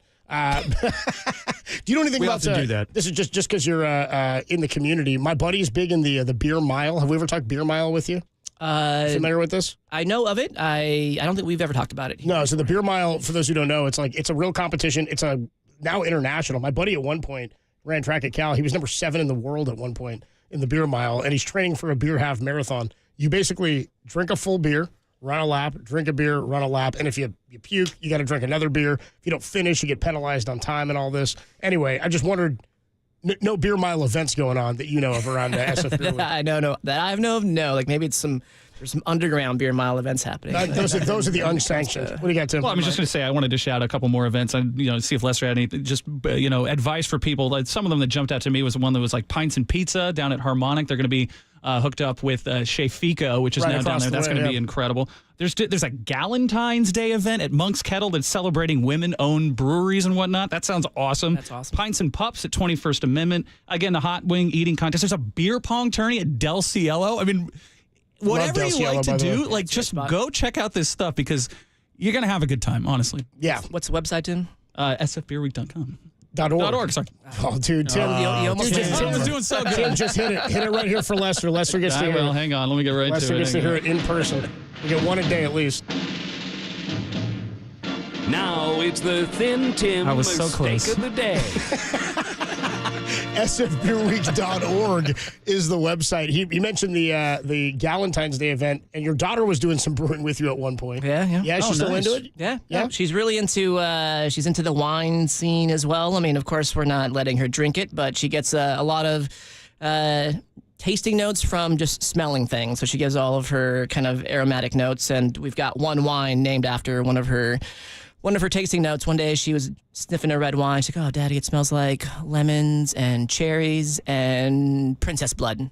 And so Princess Blood is now like one of our annual sparkling red wines, Lambrusco. That's fantastic. Nice. Going named after her. That's pretty cool. One of her things. Lester Koga with us, the co-founder of Bare Bottle Brewing. sfbeerweek.org is the website to find out more about all the events going on for SF Beer Week. The kickoff party is Brews and Bites at 21st Amendment Brewery in San Leandro on the 21st, and the SF Beer Week Festival at Salesforce Park Saturday the 22nd from noon to 5. VIP tickets are available. Over 40 breweries will be pouring, tons of music, food, and again, Tim face down in a gutter somewhere at the Salesforce Park. It's part of the experience. And the tickets for that available at sfbeerweek.org as well? Yes. Cool. That's where you get everything and all the events. Lester, great to see you, man. Yeah, you too, guys. Friend of the show. Thanks, Lester. You're welcome anytime before November when they blow us out, too.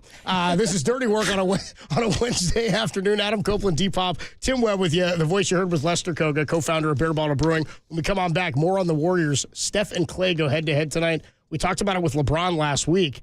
Who has a better chance to win a championship in the next 2 years? Is it Clay or Steph? We'll talk about it next on The Sports Leader.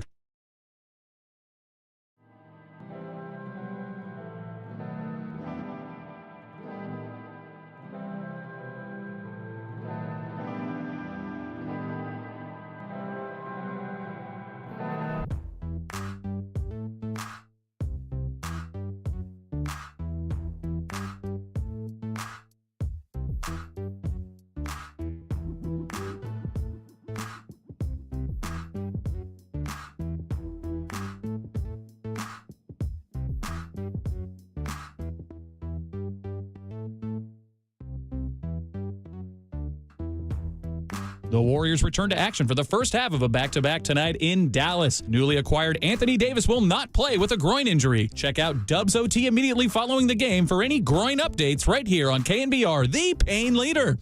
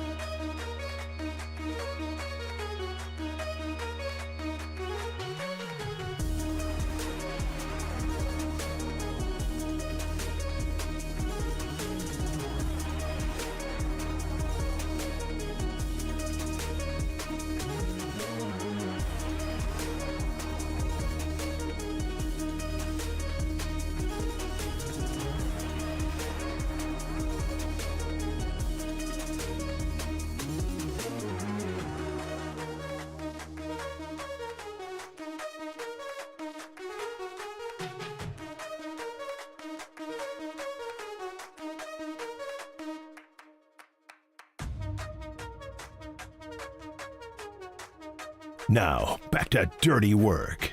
Adam Copeland and Derek Papa on KNBR 104.5 and 680 AM, the sports leader.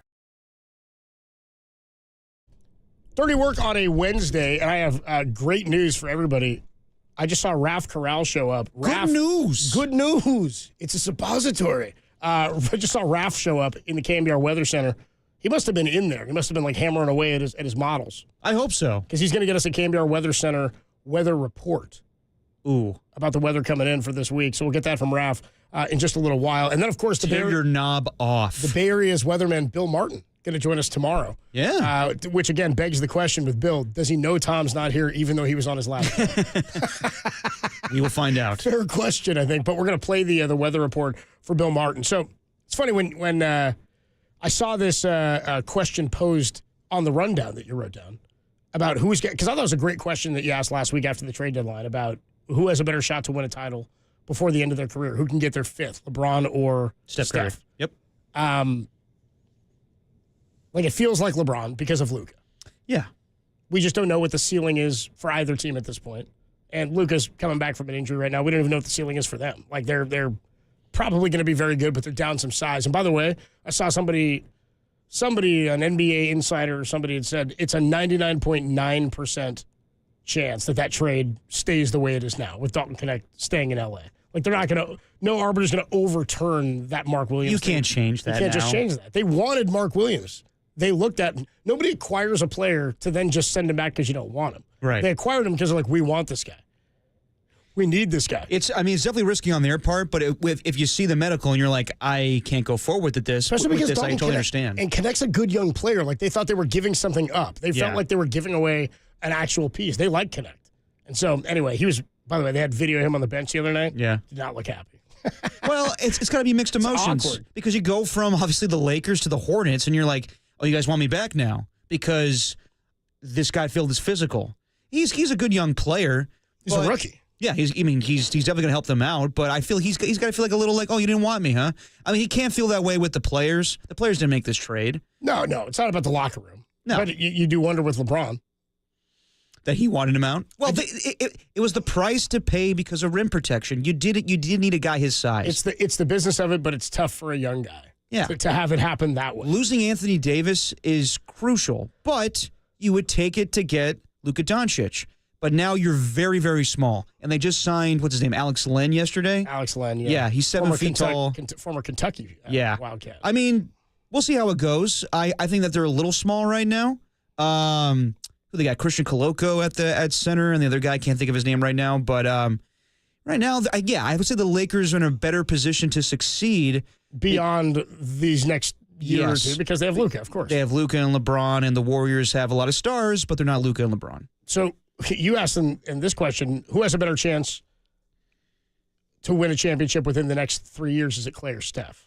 So when I see the Mavericks, I think that they're built, like I don't hate the trade as far as what the Mavericks got. I thought it was crazy to trade Luka away, but when you see their starting lineup of Anthony Davis, Klay Thompson, and Kyrie Irving, that's a good team. That's a pretty good team. Like, I thought he was a good fit. I thought Anthony Davis is when he's healthy, phenomenal. He's one of the best players in the world. That's the key, though. He was the best player on the Lakers for sure. Yeah, definitely. When he's healthy. Yes. Is always the key. And you saw him for, 3 quarters, and then he tore an adductor, and now he's out. Now he's out for like 4 to 6 weeks. Which sucks because that's the epitome of Anthony Davis. But compared to the Warriors, I think you have 3 guys that with Steph Curry, Jimmy Butler, and Draymond Green that have been there, done that. That more so with Steph and Draymond because they've won championships together. If Draymond's on his own, I highly doubt he could do it on his own. It's Steph. Steph is the guy that makes everything go for the Warriors. But Jimmy Butler was a one-man wrecking crew. Like he had a lot of help on those Miami Heat teams, but he was the star. So I see 3 guys that know what it takes to get to the NBA Finals and 2 guys that know how to win it. I mean, Jimmy Butler just faced better opponents. He faced LeBron James and Anthony Davis, and he faced Jokic and everybody on the Nuggets. My thing with the Mavericks is I got to see it. I got to see Anthony Davis be healthy. And the reality is you have Kyrie Irving, Anthony Davis, and Klay Thompson. 3 guys that have won championships, but in my eyes, they're all sidekicks. They're not number ones, in my opinion. Collectively, they could probably get you a good team, but they were always there's no Batman or no Superman. Yes. There's no head of that three-headed monster. There. They were always Robins. They were always Robins too. Like Clay was the Robin to Steph. Anthony Davis was the Robin to LeBron James. Kyrie Irving was the Robin to LeBron as well. It's kind of why I never bought the Nets, even with Kyrie, KD, and James Harden. Like there was no. KD's a guy. Of course, he's one of the best talents, if not the most freakish scorer we've ever seen. But on the court, sometimes he's too passive. Even I know he commands the ball. However, there were times even on the Warriors where you're like, dude, can you take 25 shots? Like, can you just do that tonight? Because you're capable of going for like 50. It seems like at any given point. Yeah. But he just kind of cruised himself into 32 every night, which is great. That's why he got 30,000 points and missed an entire season of his career, and he's like 8th all time in scoring. But you're right. It's a great point in that you got to have the right tier of player and superstar. Like Jimmy Butler can be the Robin because Draymond Green just does what Draymond Green does. He's the Batman for everything else, right? Yeah. And Steph Curry is the guy who's going to take the last shot. He can kill it. Jimmy Butler can go play his game, and then when it doesn't work, find Steph or whoever else is shooting on the outside. So it raises the question, who's the better big three? Right now, I think the Warriors over the Mavericks have a better shot to win a title in the next 3 years. Because I trust all those guys. Because two seasons. Yeah, because I trust those guys. They are all high IQ basketball players, and they don't like when they have each other to play off of. Then it's going to be great basketball. By themselves are even great too. It's hard to say with Draymond. Like Draymond obviously needs Steph Curry to be what he is, but just as far as Steph Curry and Jimmy Butler, like. I trust those guys by themselves sometimes. Like Steph Curry, that one season, 2021, where he was almost MVP and they got to the play-in. They lost to the Lakers and they lost to Memphis, but he was a one-man wrecking crew that season. That's when Clay got hurt before the season started, before they won the 2022 championship. Jimmy Butler took 7 seeds and 5th seeds all the way to the NBA Finals. It's a great comp with the Brooklyn Nets because Kevin Durant, James Harden, and Kyrie Irving were all great players, but they're not championship players. And Kevin Durant has been there, done that, won NBA Finals. But on his own, I shouldn't say on his own, but without Steph Curry, OKC, Phoenix, Brooklyn, he didn't know how to find that championship DNA. Steph has that. Jimmy Butler has that. Draymond Green has that. These 3 guys, they've won championships, but I don't know if they can do it without having like an elite player, a championship player. Have an elite player. You're talking about a alpha. Yes. You're talking about, because it's like what we talked about. A guy that knows what to do when you get to the playoffs. Well, even on the Lakers, Anthony Davis was probably the best player on the team. But LeBron still won MVP in the bubble. But LeBron's the alpha. Yes. Like that's the difference there, right? And even when you need a red ass. Even when the Warriors won their first title, you could make the case that the alpha was Andre Iguodala, which is why he was Finals MVP. Like Steph is still the head. Steph is still the head of that snake. He's still the MVP. He's becoming the best superstar, one of the best in the game at that point. But in having not been there before, having not been through, not that Iguodala was a storied champion or anything, but to your point about having a red ass and somebody who can be like, this is what we do. This is how you calm these moments. This is how you lock in your focus on this. I can be the leader for this team and change the course of a game or the pace or the mentality of a game. You need somebody like that. Davis hasn't been that. Kyrie hasn't been that. And Clay has never had to play that role. Yeah, and you're seeing it right now in Phoenix where you have a bunch of all-stars and Kevin Durant and Devin Booker and Bradley Beal. But as I just said with Kevin Durant in Phoenix or in Brooklyn, like to expect those guys to, like I know Devin Booker got to the NBA Finals and lost to the Milwaukee Bucks. But on there, like they're not championship players. Like when the Warriors face the Rockets every season in the playoffs, I was never scared. Like maybe when they were down 3-2, I was like, oh man, if they lose one more game, they're done. But James Harden never scared me. Russell Westbrook never scared me. Kind of seemed like if you let James Harden play long enough and shoot enough, they would miss 27 threes in a row. You'd shoot your way out of it, and it's exactly what happened. The Warriors were a better defensive team. The Rockets just tried to outscore everybody. The Rockets reminded me more of like a Don Nelson playoff team, where they were like, if we got to beat this Warrior team who can put up 140, we just got to score 145. Yeah. But you got to be able to get stops, and the Warriors could change the tide and pour it on them. What you're saying, and I agree with you, there were no killers on that team. Yeah. James Harden, one of the greatest scorers of all time. He's a Hall of Famer. Don't have to like the way his career has gone. You don't have to like Harden himself, whatever. It's one of the greatest scorers of all time in the NBA, and he exploded that season where they traded him immediately to Houston. Yeah. Right after they went to the finals with OKC. But he just, nobody there was a killer in the same way that Steph Curry's a killer, that LeBron's a killer. KD had some killer moments, but he's not the alpha, and he had those killer moments when he had a guy like Steph. Yeah, I mean, look at the Clippers right now. You would say that Kawhi Leonard should be that alpha, but he's been injured so much in and out of the lineup that he's been trying to carry guys to be the alpha for Paul George. They're playing well, though, the Clippers. No, they are, but we'll see what happens with them. Like, I thought they should have been a championship team in the I thought that Clipper team should have beat that Laker team in the bubble when they were up 3-1 against the Denver Nuggets. It's so hard to think for me, like, who should have beaten who in the bubble, because the bubble just made no sense to me. That summer, though, Suns went 8-0 in the bubble, missed the playoffs. Yeah, I know. was like, why'd they even go? Yeah, true. But like, that's so sad. That summer when Anthony Davis joined the Lakers and Kawhi and Paul George together joined the Clippers, I was like, that should be a better basketball team because I saw an alpha in Kawhi Leonard. So, yes, for the next 2 years, I think that you have a younger squad in the Dallas Mavericks, but you have a more experienced team and a team that I trust more in the Golden State Warriors. Yes. So if we're going bigger three, the better big three, I'm going with the Dubs. I am too. It's funny because if you ask me, like, given Jimmy Butler or Klay Thompson right now, which guy do you want to be your third guy? I think I'm like, I'll ride with Jimmy. Yeah. I mean, because it feels like, and I hate saying this because I love Klay. If you're going to rank the players, like the 6 guys, yeah, Klay might be at the bottom. He might be because he's just so inconsistent this season. There are moments where he's just not the same guy he was when he was the true number 2. And to be completely honest, Jimmy's more comfortable, I think, in himself right now.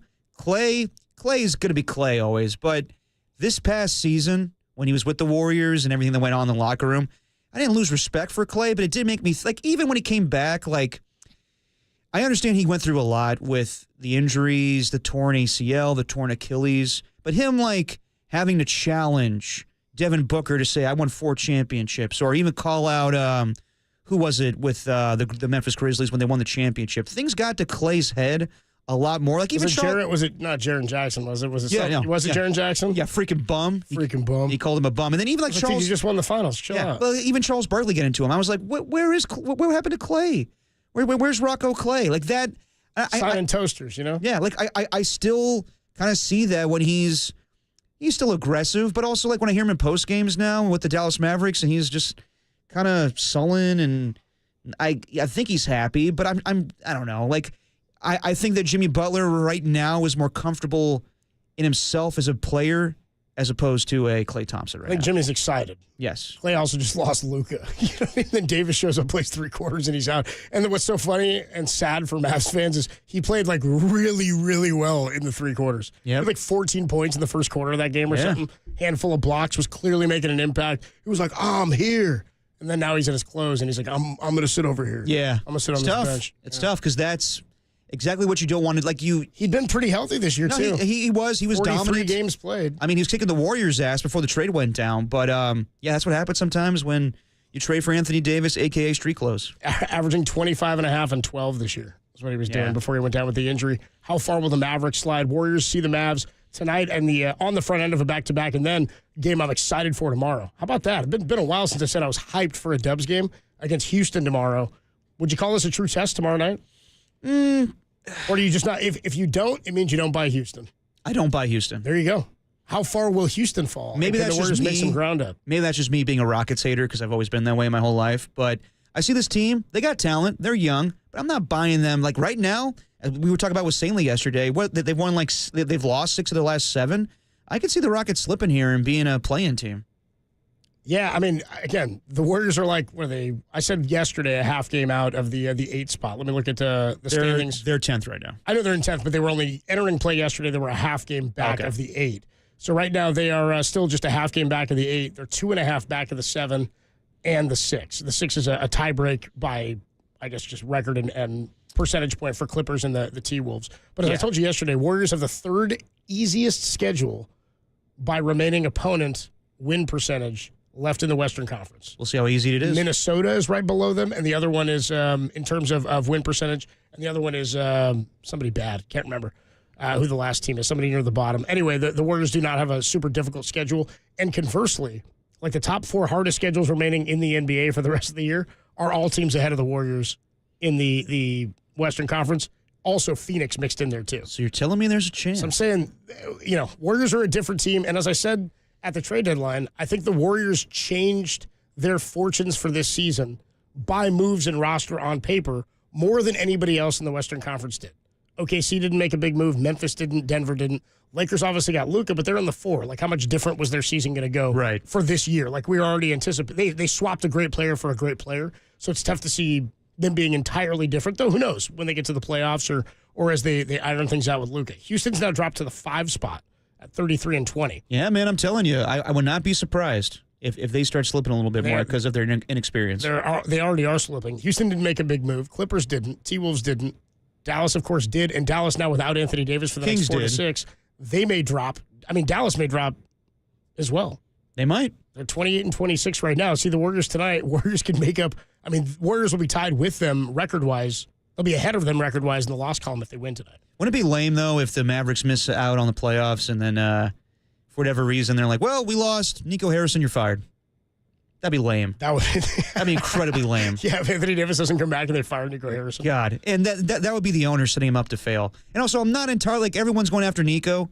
I know that he's the GM and he's the one that made the trade. I just still don't think that Jason Kidd's entirely innocent in this whole thing. I have to believe that he doesn't make trades. He can give his opinion and say, I'd rather have Anthony, whatever. He doesn't make trades. He is totally innocent in that nothing, I mean, he may have an opinion on this. It might be in agreement with it, but he has nothing to do with the transaction itself. He may have wanted him. He may have said, fine, I'm down with Anthony Davis, or that's who I would want, or I'm good with that, or I'd prefer him. But that's a preference as a coach. Like, he has a say, I would imagine. I don't understand why you think he deserves fault. Like, what could he have done, Jason Kidd, that had anything to do with Luka being traded? Telling Nico Harrison, I don't like his work ethic. And the trade still has to be made, and they all have to agree on it. So it's Nico Harris who has the end-all, be-all say on that, and he made the trade. Yeah, so why is I don't know the structure of power. Being an agreement means you're guilty? I mean, I'm sure the owner had to sign off on this too. Possibly. Yeah. But I'm saying you're not talking about the owner. You're talking about Jason Kidd. And I'm like, Jason Kidd's the coach of the team. He has the least amount of power of any of those guys except opinion. And maybe some say and gets to. And if my point is, he can say whatever he wants, but nothing happens until the GM goes and makes that trade. No, you're right. So how is any of it on Jason Kidd? Because if they wanted Luka over Jason Kidd, they would have said, Jason Kidd, you're out. We want Luka. You know what I mean? Like, the team decided this was the direction. Yeah. Nico Harrison. I think it's a little unfair that Nico's getting all the hate here. He's the GM. He has to wear it. Well, I mean, he decided to make this trade, and he's owned that he's decided to make this trade. That's just what I think. But he said it was me. You could keep arguing. I'm not going to change. I still think that Jason Kidd. But you haven't given me a reason as to why Jason Kidd deserves fault. You don't have to give me a reason. You said he deserves fault. He does. For what? Because I'm sure behind the scenes he was part of the decision to get rid of Luka Doncic as well. Okay, but he's not the one who made the trade. I know, but the GM doesn't make the trade unless he agrees. Yeah, the GM is not the scapegoat all the time. What I'm saying is the GM. Hold on. The GM decided I'm going to trade the franchise player. The coach saying... Who's to say? The owner could have felt that way, too, and made Nico Harrison the scapegoat. My point is you're not talking about the owner. You're talking about Jason Kidd. So if the owner's the one who wants to make him the scapegoat, then it doesn't have anything to do with Jason Kidd. I just know there's a particular moment in that press conference where Nico Harrison says, did you have to consult Jason Kidd on this? And he was like, I don't have to. I know what type of players that Jason Kidd wants. And I'm like, that sounds a little shady. Where Jason Kidd's like, he just happens to know what play, so he's going to go with the flow on this without consulting him at all? You could also be, I'm saying he probably did. I'm saying you might also be protecting him from whatever media storm could be coming to him about. So when did you know about this? When did you decide this was especially if he didn't have anything to do with that?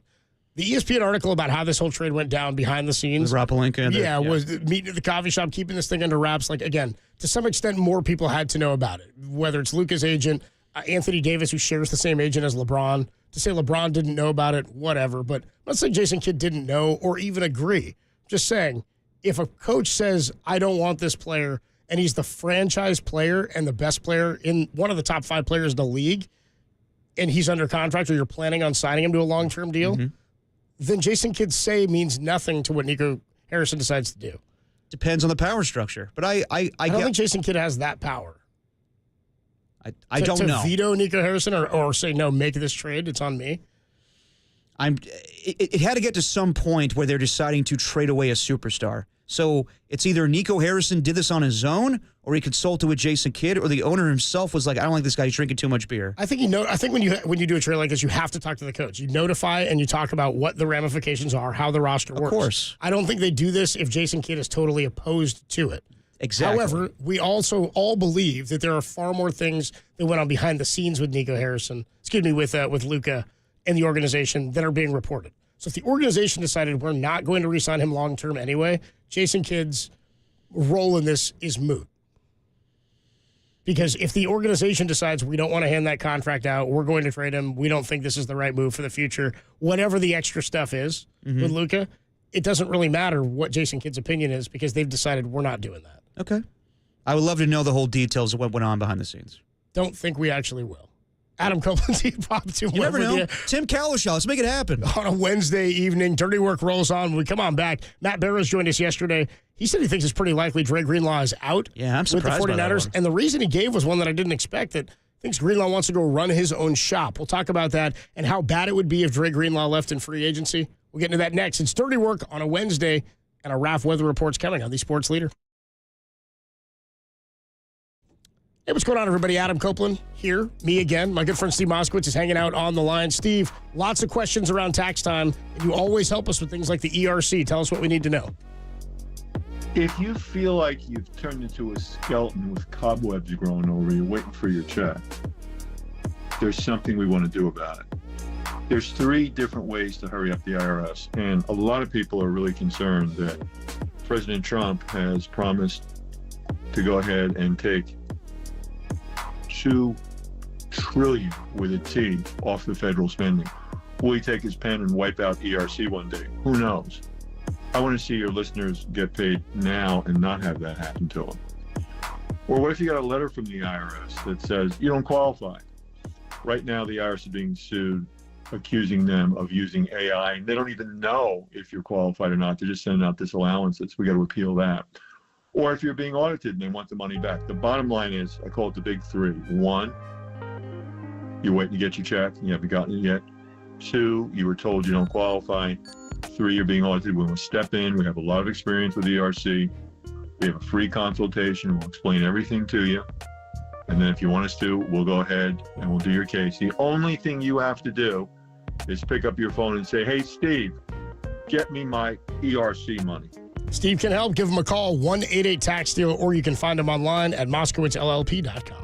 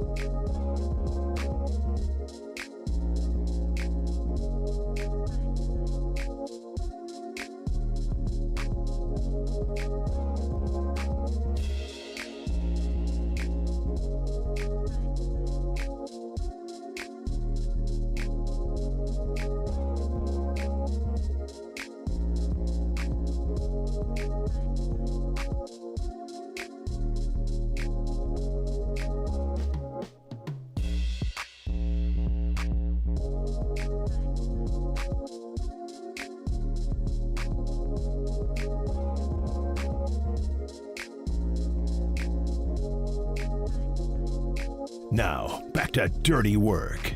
Adam Copeland and Derek Papa on KNBR 104.5 and 680 AM, the sports leader. Dirty Work rolls on a Wednesday evening. We had Lester Koga of Beer Bottle Brewing in studio with us just a little while ago talking SF Beer Week. You can get information on all the events all across the Bay Area, not just SF. It's like the whole region. Silicon Valley, East Bay, North Bay, and the coast. sfbeerweek.org, and tickets still available for the SF Beer Week Salesforce Park event going down on Saturday the 22nd. Tim Webb will be there, as will 40 other breweries. It's a fun event. Music, food, and beer. Adam Copeland, Depop, Tim Webb. It is a great time. We had Matt Barrows on yesterday. Oh, Matt Barrows. He was on with us yesterday, and he joined us. And he said something, we were talking, I think you asked him about Dre Greenlaw. No, he brought up Dre Greenlaw on his own. He did, okay. But he went through and talked about guys that may not be here next season. So he mentioned Talanoa Hufanga, which... He said he thinks he's gone. And I believe that, I don't know who else brought that up. Maybe it wasn't Dante. Dante, a while ago, told us that Javarius Ward's most likely gone. I would assume that Talanoa Hufanga's gone as well. I think Hufanga's gone. I did not anticipate Matt Barrows at this point to already believe that Dre Greenlaw is going to be not a San Francisco 49er anymore. Hey, things can change. I mean, a lot of the writers, and to no fault of their own, going by what John Lynch said, thought that Deebo Samuel, the plan was for him to be here this year. As it turns out, when John Lynch spoke to the media, they were already informed by Deebo that he was wanting to be traded, and maybe they had already agreed to trade him at that point. The story just came out, of course, Super Bowl Sunday. Anyway, I thought what was as interesting is what Matt Barrows was saying about why Dre Greenlaw would want to leave. Here's Matt Barrows talking about the sense that Dre Greenlaw will not be back and the reason why. I don't have a strong opinion on that. Like I said, I think the chances are greater that he leaves than he comes back. And I think that the fact that he only played a half, essentially, in 2024 actually works to the 49ers' favor because I think that would tamp down the market a bit. My sense is that Dre Greenlaw wants the opportunity to run his own shop the way that Azeez Al-Shaair did with the Texans this past season. And he's not going to get that with Fred Warner on the roster.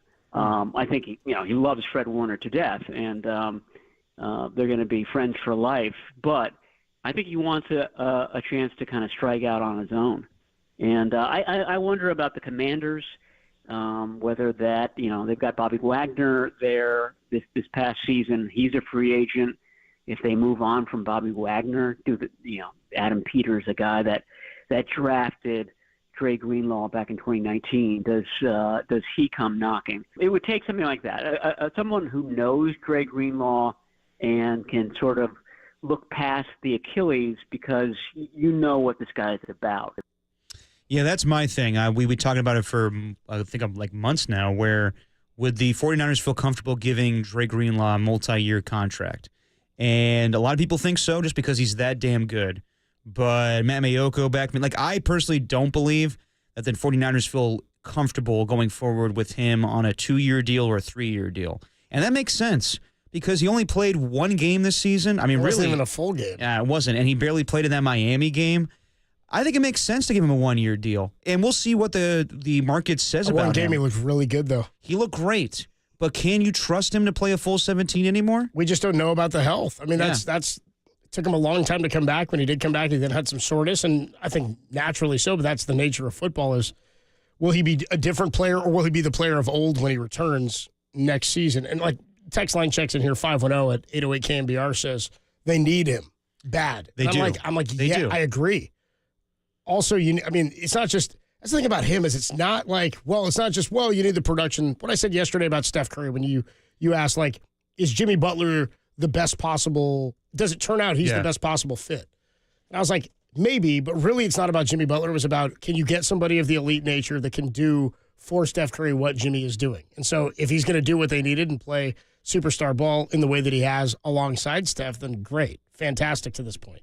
With Dre Greenlaw, it's more than that. It's not just that they need a linebacker or do something that's going to help the defense. It's that they need what Dre Greenlaw brings with the volume and the violence in which he plays. Yeah. Right? Like, he's a 100% all-the-time guy on the field. And it showed when he came back. There was no timid running. It was kind of like when Brock came back after the shoulder injury, and he played in that final game of the preseason last year, and he rolls out like his first play or second play, like rolled out to the left, ended up going for a run, and he didn't even slide. He like took a hit, popped back up, and I was like, that's how this guy plays. If he's on the field, he's playing football. Dre Greenlaw is the same way. So it's not just that they need a linebacker. It's that they kind of need what it is that he brings. He's such a good fit. Like, look at, I know Devondre Campbell, obviously it ended horribly, but it's not always just plug and play. It's not like you can just, it's not just finding a second baseman. They have to be cohesive. They have to work in the right nature with this defense. Absolutely. And I wonder what Dre Greenlaw will get this offseason if there's another team that's so desperate to get him that they would overpay to get him. And if it's so much where he like wants to do his own thing, I don't mean like, I guess that would make sense with the Commanders because like if you're not going to have Bobby Wagner back, then is he going to be like a middle linebacker now? Because traditionally he was an outside linebacker. That's what I mean. Yeah, usually the middle linebacker was the green dot. Yeah, so I would have to believe that just judging on like past off seasons when it comes to injured guys, I would anticipate the market's going to be the same that the Niners are going to offer him, which is most likely a 1-year deal along the lines of maybe $15 million, and you got to prove it. I don't think he's going to get anything better out there in the market. So honestly, the best situation for him is to come back to the 49ers. And they do need him more than he needs them. I wonder if he thinks at all that it would help his value more if he plays under a Robert Saleh defense. I mean, like if he plays on a 1 year and he goes, maybe I can do this again next year. At least I got Saleh here. I'm going into a season with a full year of potential to put tape out there. No, definitely. I mean, I think could change the value tremendously. Yeah, I mean, and you even saw a couple weeks ago when we were reading the Pro Bowl quotes where Fred Warner and Nick Bosa were like, we're so happy that Saleh's back. He's already lobbying for he wants Dre Greenlaw back. I know, like, people were reading into the whole thing with Fred Warner and Dre Greenlaw and their significant others getting together and having a goodbye lunch or dinner, whatever it was. And maybe that was his way of saying, like, no, Fred, I'm going to do my own thing. It also be a just-in-case thing, and Kyle Shanahan was like, guys leave and they go live elsewhere in the offseason. Like, kid just be going home and doesn't know if he's coming back for sure. He's a free agent. So. Yeah, so I would say it's very important that the Niners sign Dre Greenlaw back, but they can't overspend to get him. I think it would be irresponsible to give him a long-term contract based on his injuries. What's long-term? Beyond three or more? Yeah, like if it's 2 years because you're competing with another team, then that's fine. But if it's going to be like, well, we're going to send him to like, a 3-year, 4-year deal, I mean, that's crazy.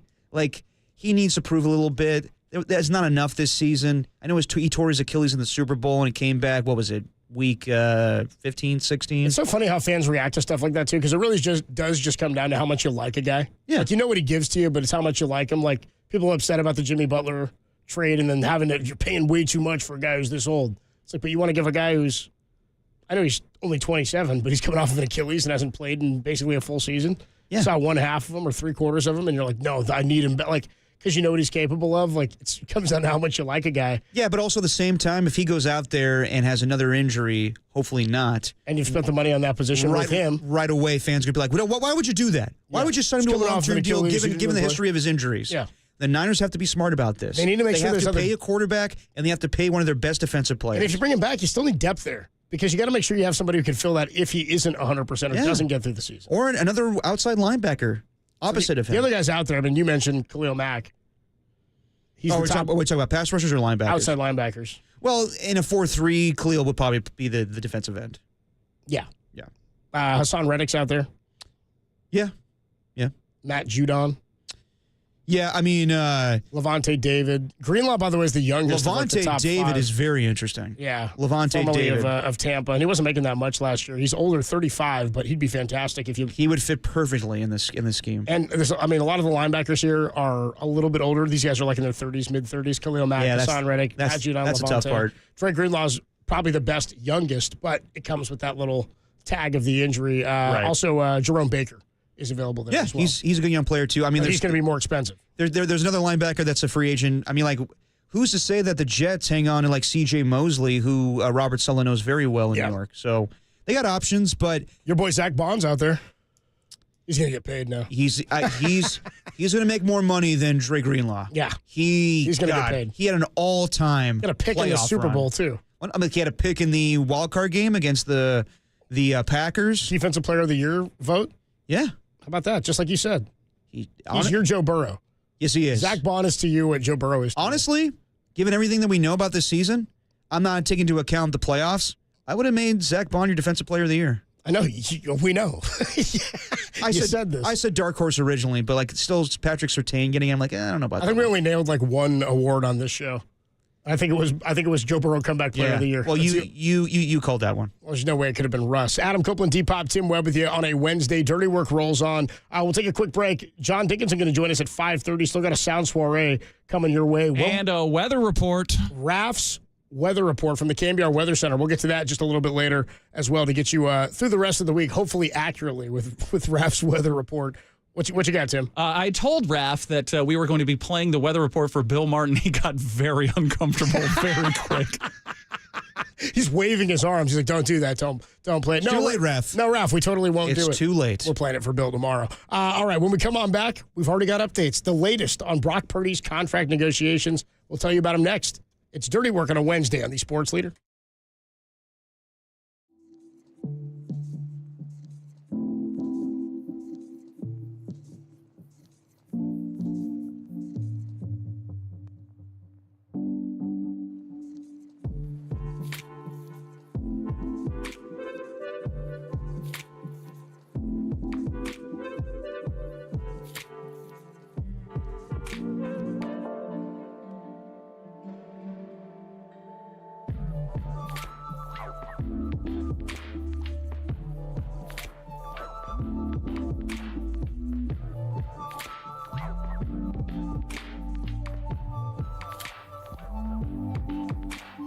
Matt Barrows joined Dirty Work yesterday, suggesting that Dre Greenlaw might not rejoin the 49ers. Well, that's not good. Check out that podcast on KNBR.com and the KNBR app, but not till 6:01 p.m. because we're live right now.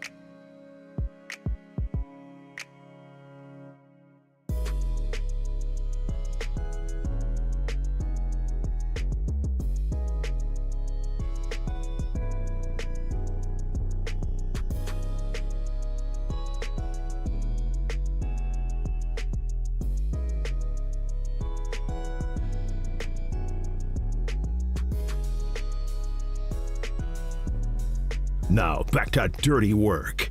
Adam Copeland and Derek Papa in the KNBR Casino Matrix Progressive Jackpot Studios. Casino Matrix Progressive Jackpots are here. Where are you? Just drop in. Please play responsibly. Call 1-800-GAMBLER.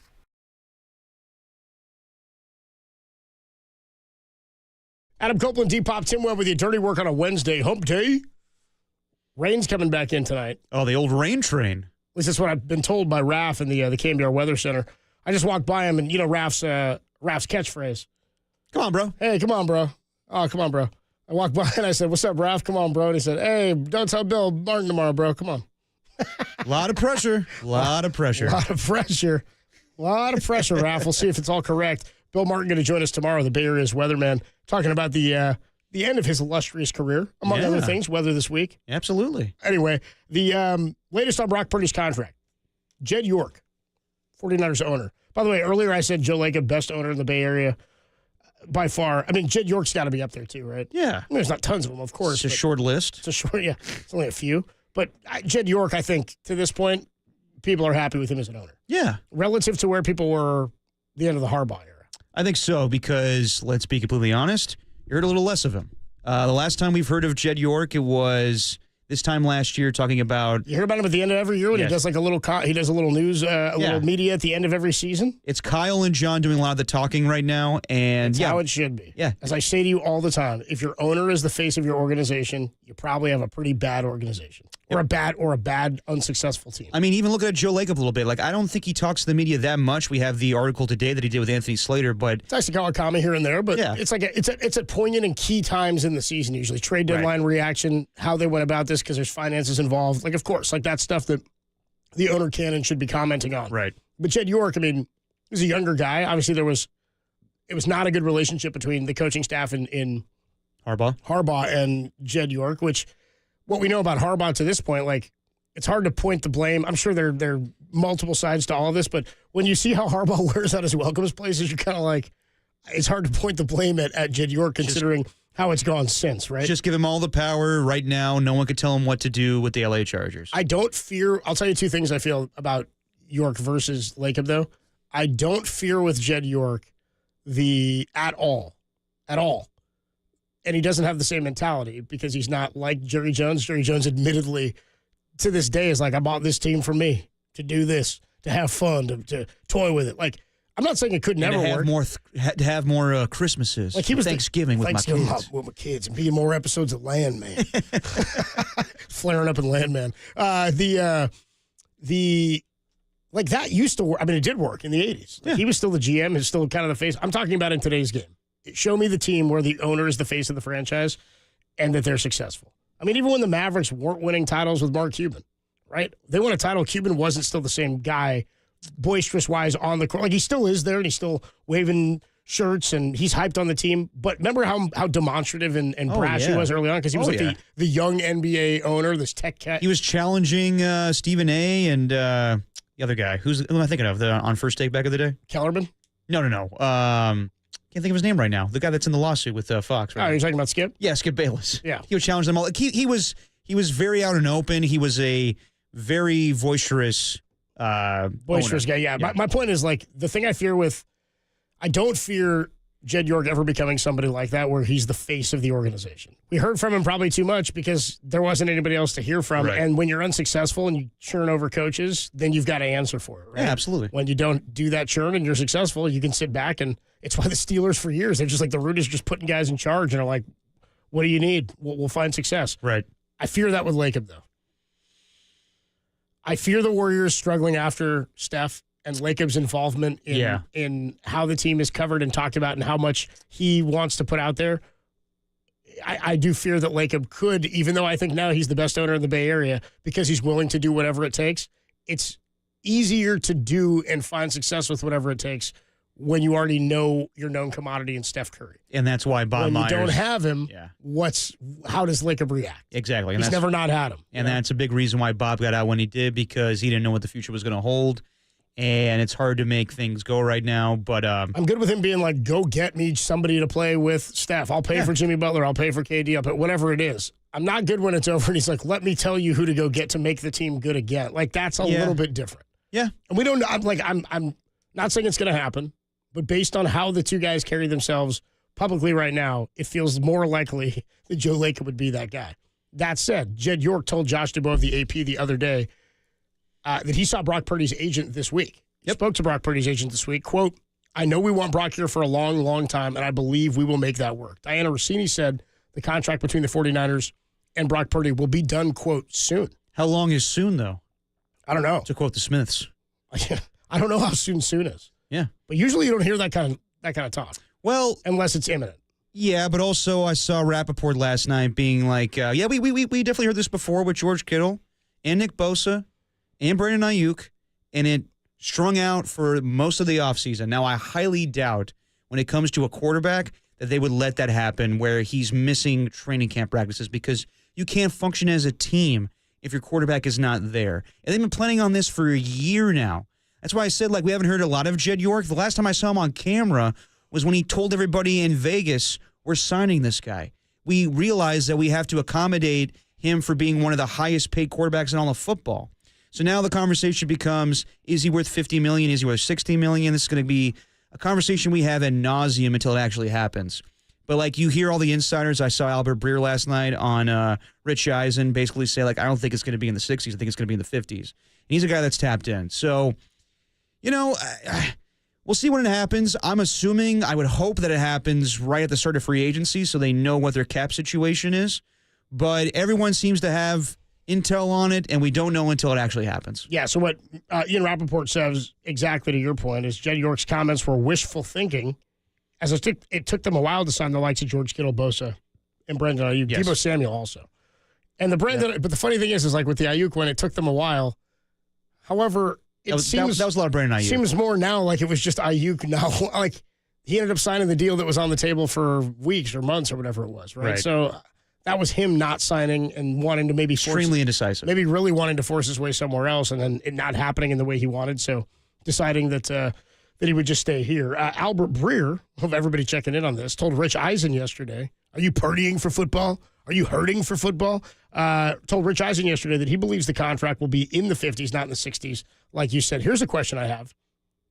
We've been comparing Brock, like we've been saying, based on his resume and the guys above him. And we're just it's the price of doing business, right? And if we're talking about where he gets paid in the 50s versus 60s, we were going, if he wants to make a case for being the highest paid, he's got a case. Because the Niners, he saved the Niners' ass, and Dak Prescott up at the top has not even achieved as much in success in his long time in the NFL, over 10 years in the NFL, as Brock has in his short time. The one thing now that stands out is there's a guy ahead of Brock who has accomplished more. Jalen Hurts has now won a Super Bowl. Right. And Jalen Hurts is in the 50s. What's he at, 52? I think it's 53. So yeah, I'll confirm. I was pulling that up here. So let me just ask you. I'll pull it up. Does that change any of the value on Brock because there's a guy in the 50s now who's not the highest paid quarterback? Or do you say, well, he just signed his contract 2 years too early? Because that's usually kind of the notion is you're the highest paid right now till somebody else is a free agent, then they're the highest paid. Right. Yeah. So I whenever Josh Allen gets his, he'll be the highest paid until somebody else gets paid. As we said in the past, these contracts are not dictated by what you accomplish in the postseason. Right. It's the chance to get your team to the playoffs and the Super Bowl. And that's why guys that haven't even won playoff games, Tua Tagovailoa and Justin Herbert, and Trevor Lawrence has won a playoff game, but not the best. It's career Prescott. So far. Burrow is number 2, and Burrow's been to a Super Bowl. Yep. Trevor Lawrence is tied with Burrow. Has won a playoff game. Jordan Love has been to a divisional round. Yes. As far as he's gone at 55. Tua's not gone that far. He's won a playoff game. He's right? lost 2 wildcard games. There you go. 53.1 is where he's at. Goff at 53. He's been to a Super Bowl, though. Justin Herbert, not with that team, but but it's the price of that quarterback at that price. Went to an NFC Championship game with him a year ago. Exactly. Justin Herbert, 52.5. No playoff success to show to this point. Lamar, 52. Can't win in the playoffs is what they say about Lamar. Yeah, so Jalen Hurts at 51. He's the 9th highest paid. So it's not necessarily, but to your point, it's not about that. It's not comparing to the player, except when you're trying to become the highest paid and you want to make your case. Yeah. When they want to make their case to be number 1, you have to compare to what everybody else has done as to why you're number 1. No, right? and that makes sense. But So that's where I just wonder, maybe he's too far down the list. But Dak just signed last year and Jalen signed 2 years ago, so maybe that's the problem. Are you saying that Jalen could renegotiate to get more money? No, I'm saying I wonder if the Niners have a nugget here and saying, we'll give you more than Jalen Hurts, but we now have a line or a wall because it's not like everybody ahead of you has no success. If we're comping you to where everybody else is. Right. If your argument, I'm just making a case. If Brock's argument or his agent's argument is, we should be the number one paid, and you go, well, why? Then you start running off the resume. And then you look at who the highest paid is in Dak, and you go, you're right. That guy's never done any of that. He's won MVP, but he's never done any of that stuff that Brock's done already. But then you go right down the list, and there's like Joe Burrow's there, Jared Goff's there. You've got Lamar who's won MVPs also, and then you've got another guy who's won a Super Bowl at that similar price point.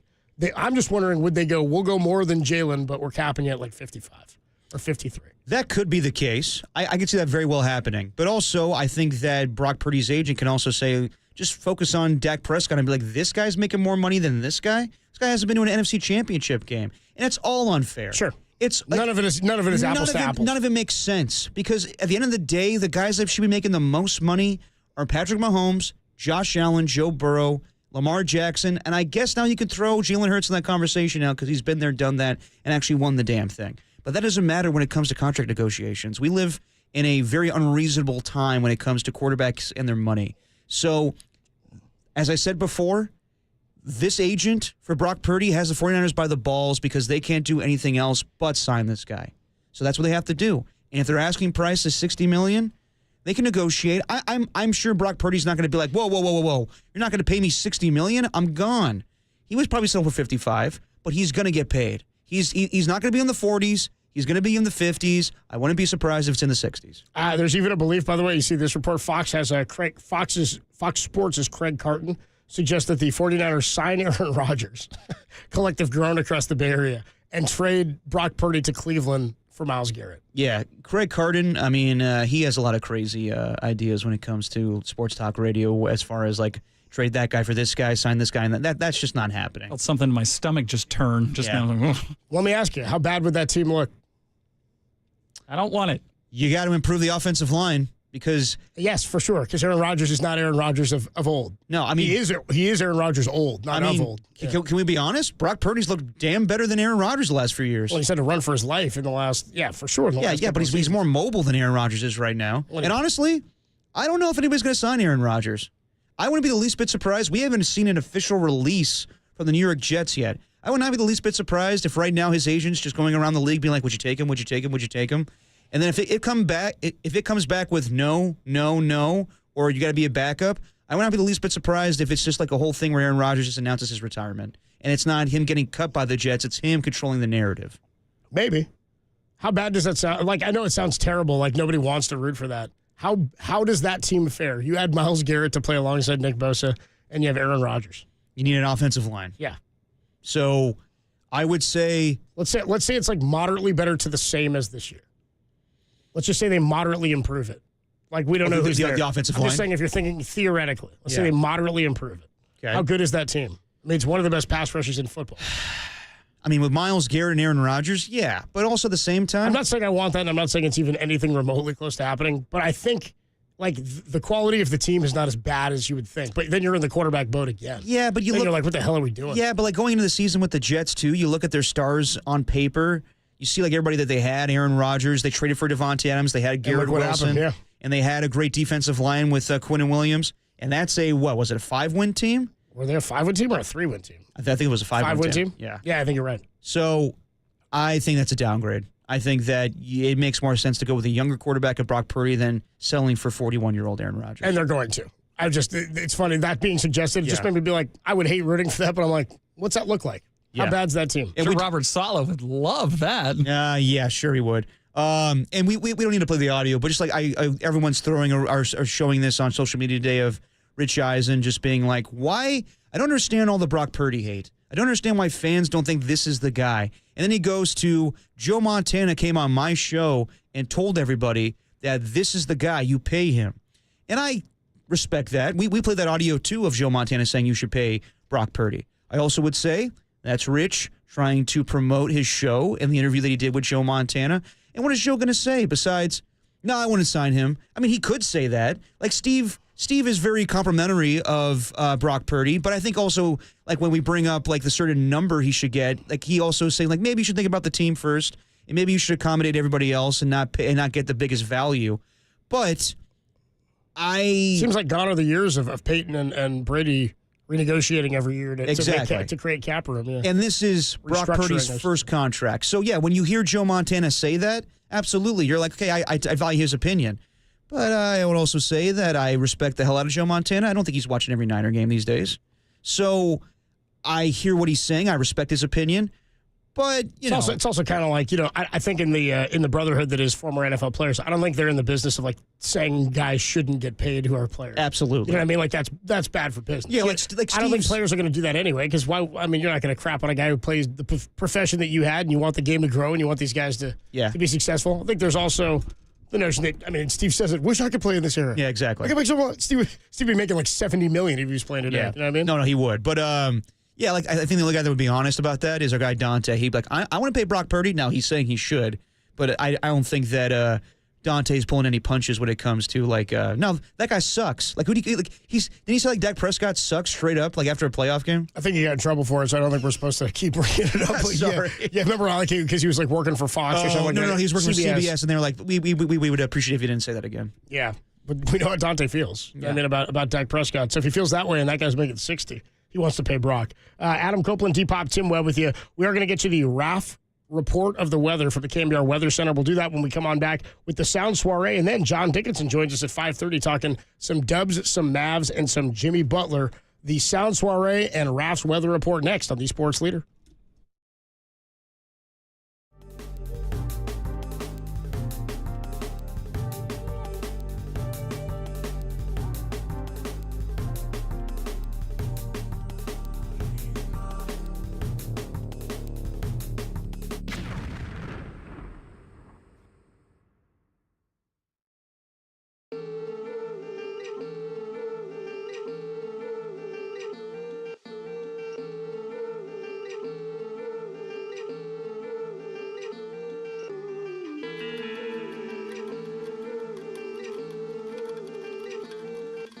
Is this the last ride for the Golden State Warriors, as Draymond Green suggested? Tell us about it on the KNBR YouTube chat, the only place for Bay Area fans to ward off the continual dreadful creeping of time and aging.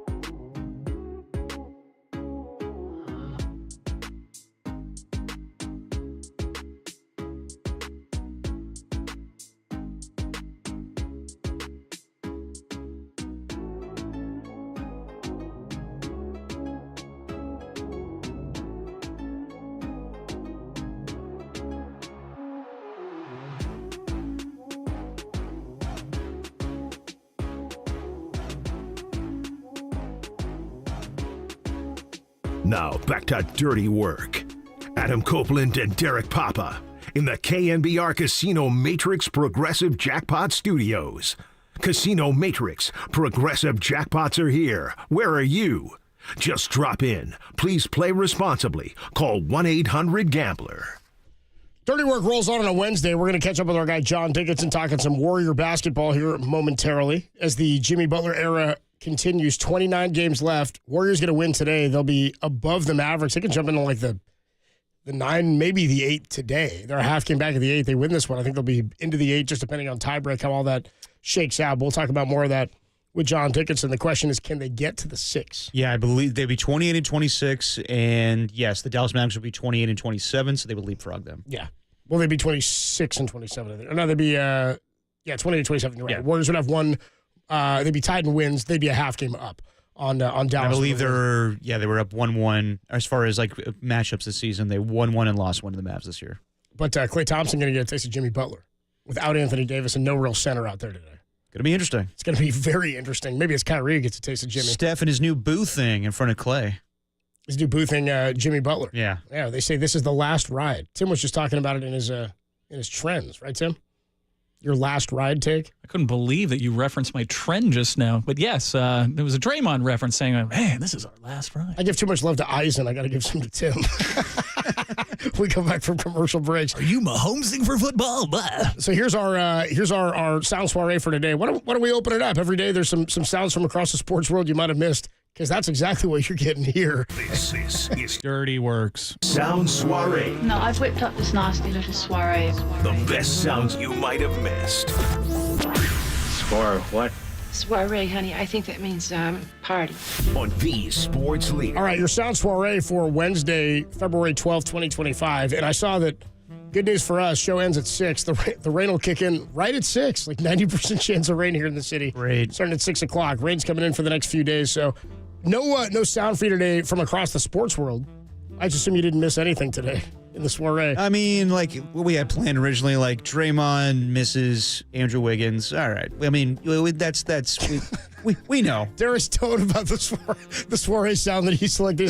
It's just whatever. It was a great sound today. Like Travis Kelce talked about his future. Bob Melvin was with our guy Brody. He asked who's a better texter, Buster or himself. Well, you guys didn't hear that. Well, I mean, shout out to Brody. Shout out to Brody. I just mean like the soiree, you know. Yeah. It wasn't pressing. It wasn't our most, great list of super mega fun soiree. Yeah, of sound this day. Now, so instead we got something better. We went down the hall to the KNBR Weather Center, and there he was, looking at his models, spinning his globe. I don't know if that has to do with weather, but he was Raph. He was in the KNBR Weather Center. The best thing about Raph is he's not here every day, so we just coincidentally get weather reports whenever Raph shows up. And lucky for us, the rain comes in tonight, and Raph was scheduled to work. A perfect storm, if you will. Why don't we go to the KNBR Weather Center for Raph's weather report? KNBR Weather. Raph here at the KNBR Weather Center. Scattered showers remain in the forecast for the rest of the day, as the rain train is back on track and expected to hit overnight. Along with the rain train, the wind train and the snow train join the party on Thursday as snow levels dip down to 2,500 feet. So we might actually see a dusting of snow in our local mountains when we wake up on Friday. You're crazy, man. You're crazy. I like you. But you're crazy. That was KNBR Weather. Well, like he said the snow is going to dip down to 2,500, but it's supposed to go up, right? Is that it? It's going to dip down. I'm going to trust meteorologist Raph Carell. The colder it is, so snow is always very high. It dips down when it gets colder. Oh, you're saying the temperature was going to dip down? Is what you're saying. I got you. Don't lower elevations. I thought he was talking. Gotcha. It's going to come down to 2,500 feet. I understand. I get the lingo now. How about the rain train now paired with his buddies, the wind train and the snow train? Dude, I mean, someone's running a train. Thank you, Tim. All right, Tim. Thanks, Tim. Come on, man. We don't work blue on this show. Jesus. KNBR Weather. It's the soiree, man. I love the production value in every weather update. Yeah, it's good. A little old school reference. Perfect. How do you think Bill Martin, the Bay Area's weatherman, is going to join us tomorrow? How do you think he'll feel about it? We'll find out. He's going to love that. If I know anything about Bill Martin, he loves goofy stuff. He'll love Raph's report right now. I think he's going to take it seriously. I think he's serious as a heart attack. Oh, yeah. Yeah. Well, Raph, your days as a weatherman could either be it could be the start of an illustrious career, Raph, or maybe it'll come to an end tomorrow after we get a review from Bill Martin. Won't end here. You'll keep getting Raph's weather reports. Bill Martin makes careers or breaks careers, just at the top of the hat. That's your Sounds Foray for Wednesday, February 12th, 2025. Our guy John Dickinson joins us next talking a little Dubs and Mavericks. The Warriors can jump above the Mavericks today with a victory. They're a half game back. No centers for the Mavs, no Anthony Davis, and they'll get their first taste of the new look Warriors with Jimmy Butler. We'll talk about it with John Dickinson next on The Sports Leader.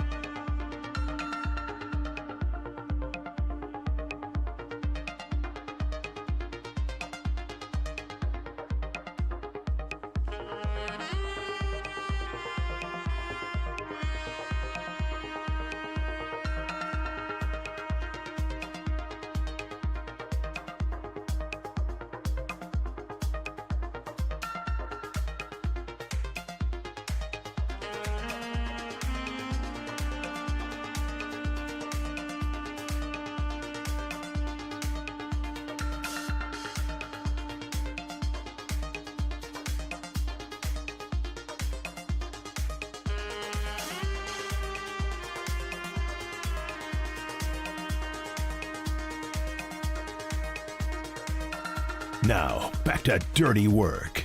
Adam Copeland and Derek Papa on KNBR 104.5 and 680 AM, the sports leader. Dirty Work on a Wednesday. Larry Kruger is coming up at the top of the hour at 6 o'clock with Niners Nightly. Adam Copeland, D-Pop, Tim Webb with you here on a Wednesday as the Warriors are getting ready to take on the Mavericks in the front end of a back-to-back and then a test tomorrow against Houston, which will be an interesting one in their what will be their fourth game with Jimmy Butler. Joining us, as he does most weeks, our guy John Dickinson. You can hear him on Dubs OT following the game tonight after the Warriors and the Mavs wrap up. He joins us on the UMA guest line. What's up, JD? How you doing, bro? What's going on, fellas? Yeah, good to be with you. And things are a little bit different from the last time we spoke when the Warriors, were they going to do anything? Struck out on Kevin Durant. Well, they found a way to make a big move, and so far, 2 games in, it's paid dividends. What have you noticed? What's your first big takeaway from how the first 2 games looked with Jimmy Butler? The fact that Stephen Curry looks re-energized. Yep. He looks like a completely different player. And I know it's 4 straight games with 30 or more, but go back and watch the Utah and Laker games. I mean, he's taken 25, 30 shots to get the 30 points. He looked like the old Steph Curry. And from the third quarter that he had in Chicago to the game in Milwaukee the other night, he looks more engaged. All of a sudden, he looks healthier. All of a sudden, he looks like he's moving around a little better. So I think that's the first thing. The Warriors have not only picked up their second star, but I think they've also, in some ways, picked up their first star again, because Stephen Curry, circumstances, age, injury, whatever you want to call it, he was not really playing at a superstar level, and he's gotten his mojo back here these last 2 games. So, JD, what'd you make of the small ball lineup that they had against the Milwaukee Bucks? And I'm assuming they're going to do the same thing tonight with the Dallas Mavericks not having any of their centers out there. And with Moses Moody playing the 4 the other night, would you anticipate that we're going to see a lot more small ball even when Jonathan Kuminga is healthy? I think they're going to have to. I mean, the roster really is built for Draymond to play the 5 for the most part. And, look, it can't be 48 minutes. Obviously, he's only going to play 30 to 32 anyway, so you've got 16 to 18 minutes at that spot with him not on the court, and then you don't want him playing it when he is on the court. I don't think you really want him playing it more than about maybe 15 minutes a game total. Yeah. But this team is built for either Jimmy Butler to be playing the 4 or Moody to be playing the 4 or Kuminga to be playing the 4, and all of that means Draymond has to play the 5. I think the Warriors are in an interesting spot right now because I think they can play Quentin Post some, and we saw what an impact he's had in these last couple of games. And they can play Looney a little bit to get Draymond off the 5. But I think they're also in position to play fewer 3-guard lineups now, whether it's Moody that's going to be in there, like I said, with Butler. If Butler's at the 3, Kuminga's at the 4, Draymond's at the 5. There are just different groupings that I think Steve Kerr can use to where they're playing smaller, but they still have wing length and girth that at times they haven't had because they're, in essence, playing 3 guards a lot of the time in those 1, 2, and 3 spots, as well as being small at the 4 and 5 spots. Talking to John Dickinson here. He'll be with you on Dubs OT following the Warriors and Dallas Mavericks right here on the Sports Leader.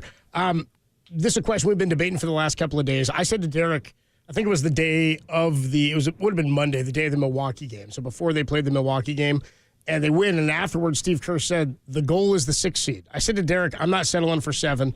I want the 6. You went all in on Jimmy Butler. This should help open some things up. You still have Kuminga. I want the 6 seed. I said, if you're going all in, it's got to be better than just, we maybe play in a couple of play-ins or try to get a 7 or an 8 seed. No, I want the 6 seed. Stay out of that. And then you give yourself a chance to disrupt maybe one of those younger, higher seeds in the Western Conference. How high do you think they can climb?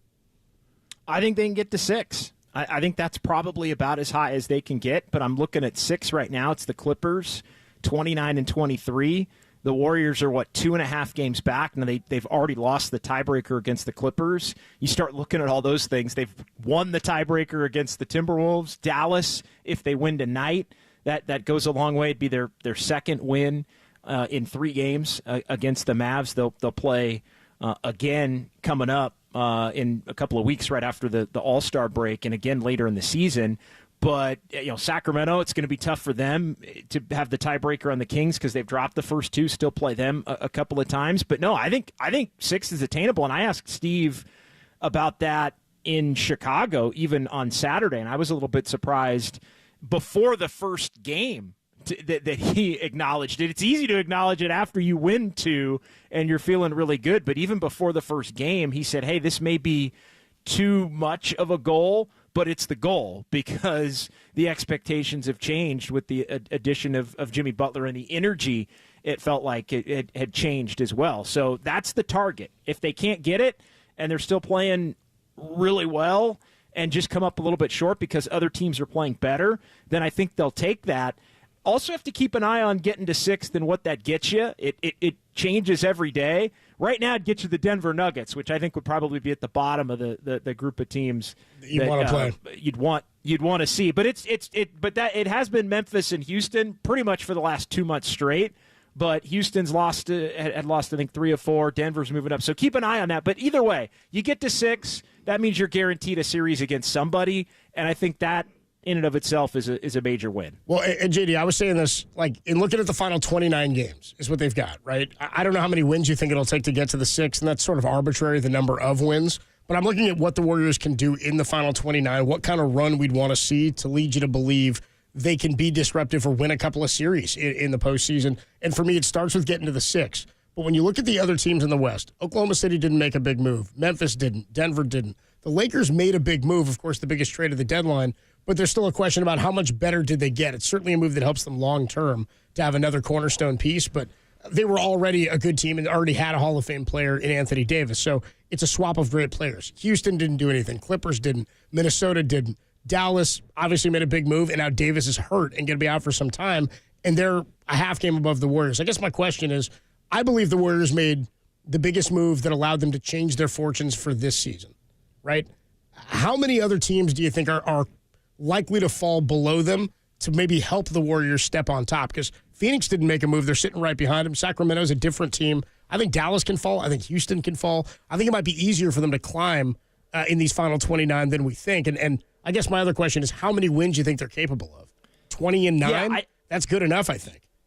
Yeah, as I look at it right now, and I just did, the Clippers are 6 right now. They're on pace for 45. Yep. So you wouldn't have the tiebreaker. So you got to get to 46. So that's 19-10 in the final 29 games. That would get you to 46-36, which is exactly the record they had last year, which is interesting. That got you 10th last year in the Western Conference. As far as some of those other teams, though, I think, look, Phoenix is in shambles. Like, they were trying to trade Kevin Durant behind his back. It sounds like they preferred Jimmy Butler to Kevin Durant. I mean, they ended up not doing anything, to your point, and they're already a game back of where the Warriors are on the outside looking into this thing. Sacramento is different, but I think the Warriors, if they stay healthy and continue to play the way it's looked these first 2 games, I think the Warriors should pass Sacramento. Dallas, it's not just Anthony Davis. It's Daniel Gafford, it's Derek Lively, it's Caleb Martin, and it's P.J. Washington, in addition to Dante Exum, who's been playing with a lot of the other injuries that they've had at the guard spots. All of those guys are out, and all of those guys were out the other night for the Mavs. So this is a really, really important and winnable game. Point being, though, on Dallas, they're in shambles due to the injury. So that's what 2 teams right there. 1, the Warriors are already ahead of. 2, that I think if the Warriors play to the best of their capabilities, they should finish in front of. So right there, you're 8, and then you're more battling with Minnesota and the Clippers, and we'll see what ends up happening with the Rockets if they continue to dip down farther. They're currently 5th, but there's a couple of more games separation there. You're more like 5 games back of them in 5th, only 2.5 back of 6. So it's really, I think, what the Warriors want to do is make it a battle between them and Minnesota and the Clippers to try and get that last spot. One thing I underestimated with Jimmy Butler is his unselfishness when he first joined the Warriors. I remember him with the Miami Heat, and I kind of like maybe unfairly categorize him as like an ISO player. He had to do it mostly on his own. They had great players ball around. Stopper. Yeah, exactly. But have you been surprised with how smooth it's gone, where he's willing to pass the ball, get the assist, just be one of the other guys and play with Steph Curry and make the offense go as smoothly as it's gone right now? He's always been a willing passer and a creator. The problem in Miami is he just wasn't playing with good enough offensive players. And while they run a similar system to the Warriors, it just doesn't look the same. Right. I mean, a lot of times it would just devolve into Jimmy Butler's got to make a play, and he's making a play for lesser players around him. And so I think it would bog down, and the Heat would have a lot of difficulty scoring, and at times he would have to force jump shots, and he would miss, and he'd turn himself almost into a volume shooter on the nights where he wasn't getting to the free throw line at the level that he can and has in these first 2 games with the Warriors. So he's always been the willing passer. I'm not surprised. I think the interesting thing is he's actually playing with a lot more offensive talent. Funny as that is, because before he got around, all we were talking about every night is the Warriors don't have near enough offensive talent. But just as Steph Curry and, some of the balance of shooting and playmakers around him, I think is enough to where it's freed his game up. And he is. I've never thought he was a selfish player. I just felt like he had to have too much on his plate because the Heat never really, for the most part during his tenure, had enough quality other offensive players. John Dickinson, the voice you hear, will be on Dubs OT after the Dubs and the Mavericks tonight go down in Dallas and then get ready for Houston tomorrow. Do you view tomorrow as a real test against a Houston team that's played really well, though pretty young this year? Yeah, I think that's a fun game. The Warriors have played the Rockets really well. They had the 15-game head-to-head winning streak that got snapped the night in Houston where the Warriors could have won. They blew that game, remember, in December, could have gone to Vegas in the NBA Cup, but they beat them the other two times, including twice without Stephen Curry, and Draymond Green ended up out of one of those games as well. And so the Warriors, in their prior iteration, had matched up with the Rockets really well and really should have won that third game. They should be 3-0 against the Rockets, and they're going to play two more times between now and the end of the year. But you look at these two teams as they sit right now, and I think it's a fun matchup. I just think, and the Rockets like to grind. The Rockets like to play real physical. I think the Warriors, one thing we're going to find between now and the end of the year is the Warriors are going to start mixing it up with a lot of these teams that like to get physical, whether it's the Rockets, whether it's the Grizzlies, some other teams. I think we're going to find that the personality of this Warriors team really starts to come out as rugged and fighters, and I just think it's going to be a vibe that's going to have the potential to captivate the Bay Area a little bit. Maybe not the most talented team, maybe not a team that can contend for a championship this season. I think this year it's all about let's see how far they can get with the group that they have and then really spend the offseason to make sure you augment the roster to where next year is truly the all-in year where everything needs to be built toward that. But I don't know. I think this team's personality is well suited now with Jimmy Butler and with Draymond Green, and then eventually Kuminga coming back. They're just much more of a rugged team, and I think that, in addition to having Steph Curry, is a team that a lot of others aren't going to want to face. What'd you make of Joe Lacob's comments today to Anthony Slater about how he really wants Jonathan Kuminga in the offseason? I guess it's not surprising because we all know that Joe Lacob loves Jonathan Kuminga, but what'd you make of him kind of scoffing at the notion that why would we ever get rid of a player like that?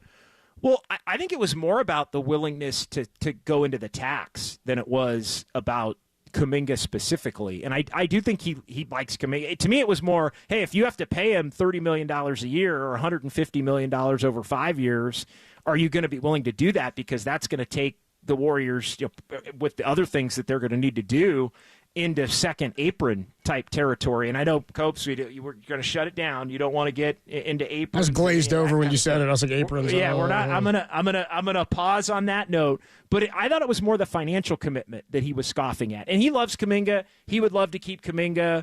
That's all great. We knew that anyway. He's a restricted free agent. I think the market will dictate what happens there. I don't think the Warriors are looking to move on from him.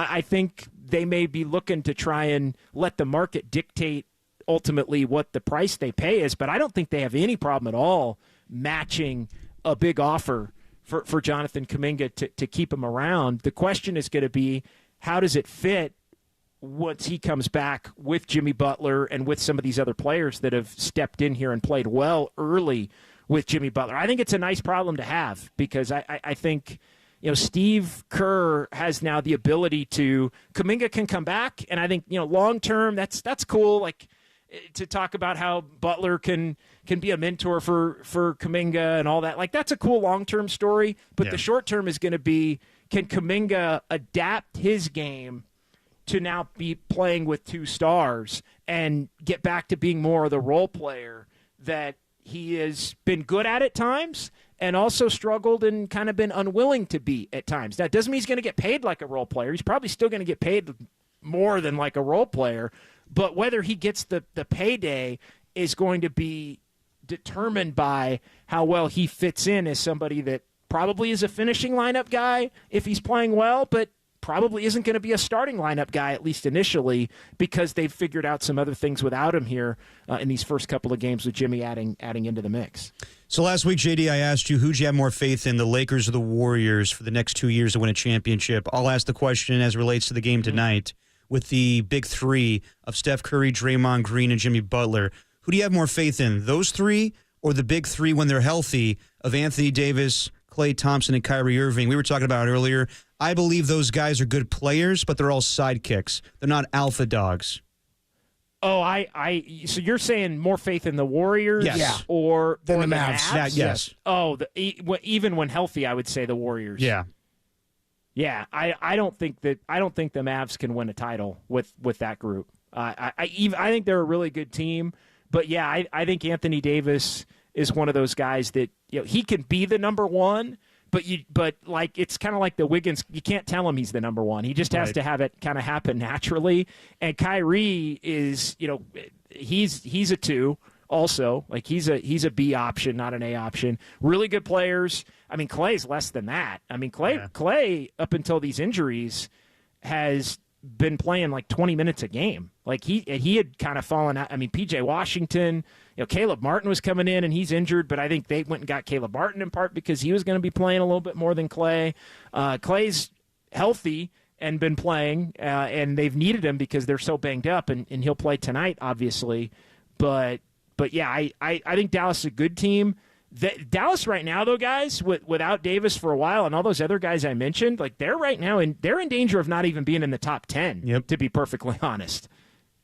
John Dickinson with you. He'll be on Dubs OT immediately following the Warriors and the Mavericks tonight. Just one more for you, just because we've been talking more about him. I never try to get too high on somebody, but he continues to perform. Quentin Post, dude, he's been a fun watch, and he's been an element the Warriors haven't had in their offense this year.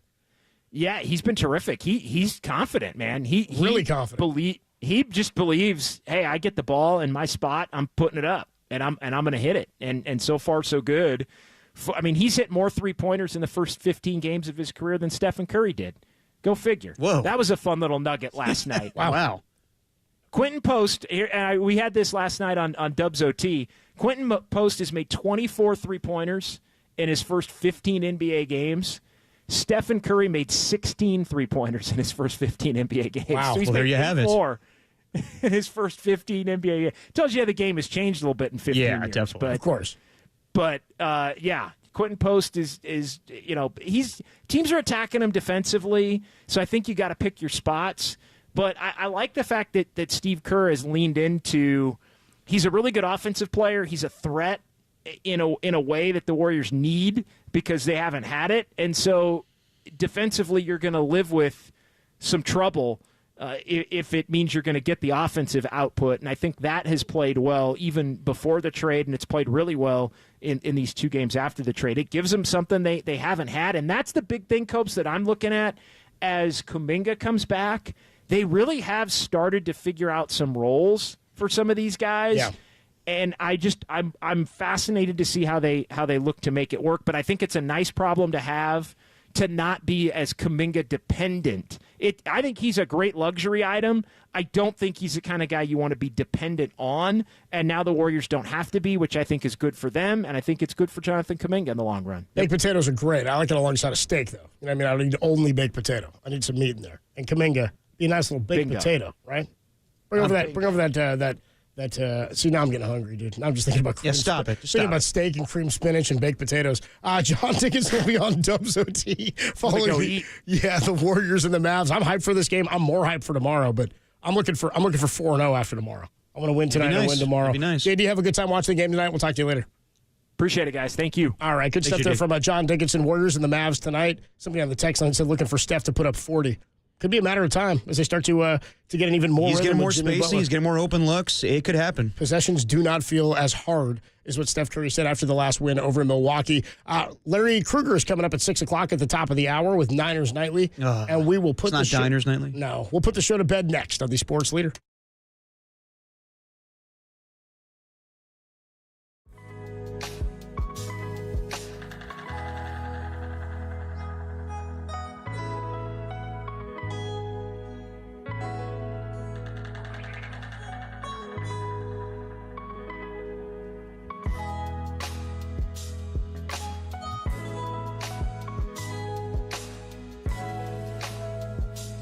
The Warriors return to action for the first half of a back-to-back tonight in Dallas. Newly acquired Anthony Davis will not play with a groin injury. Check out Dubs OT immediately following the game for any groin updates right here on KNBR, the pain leader.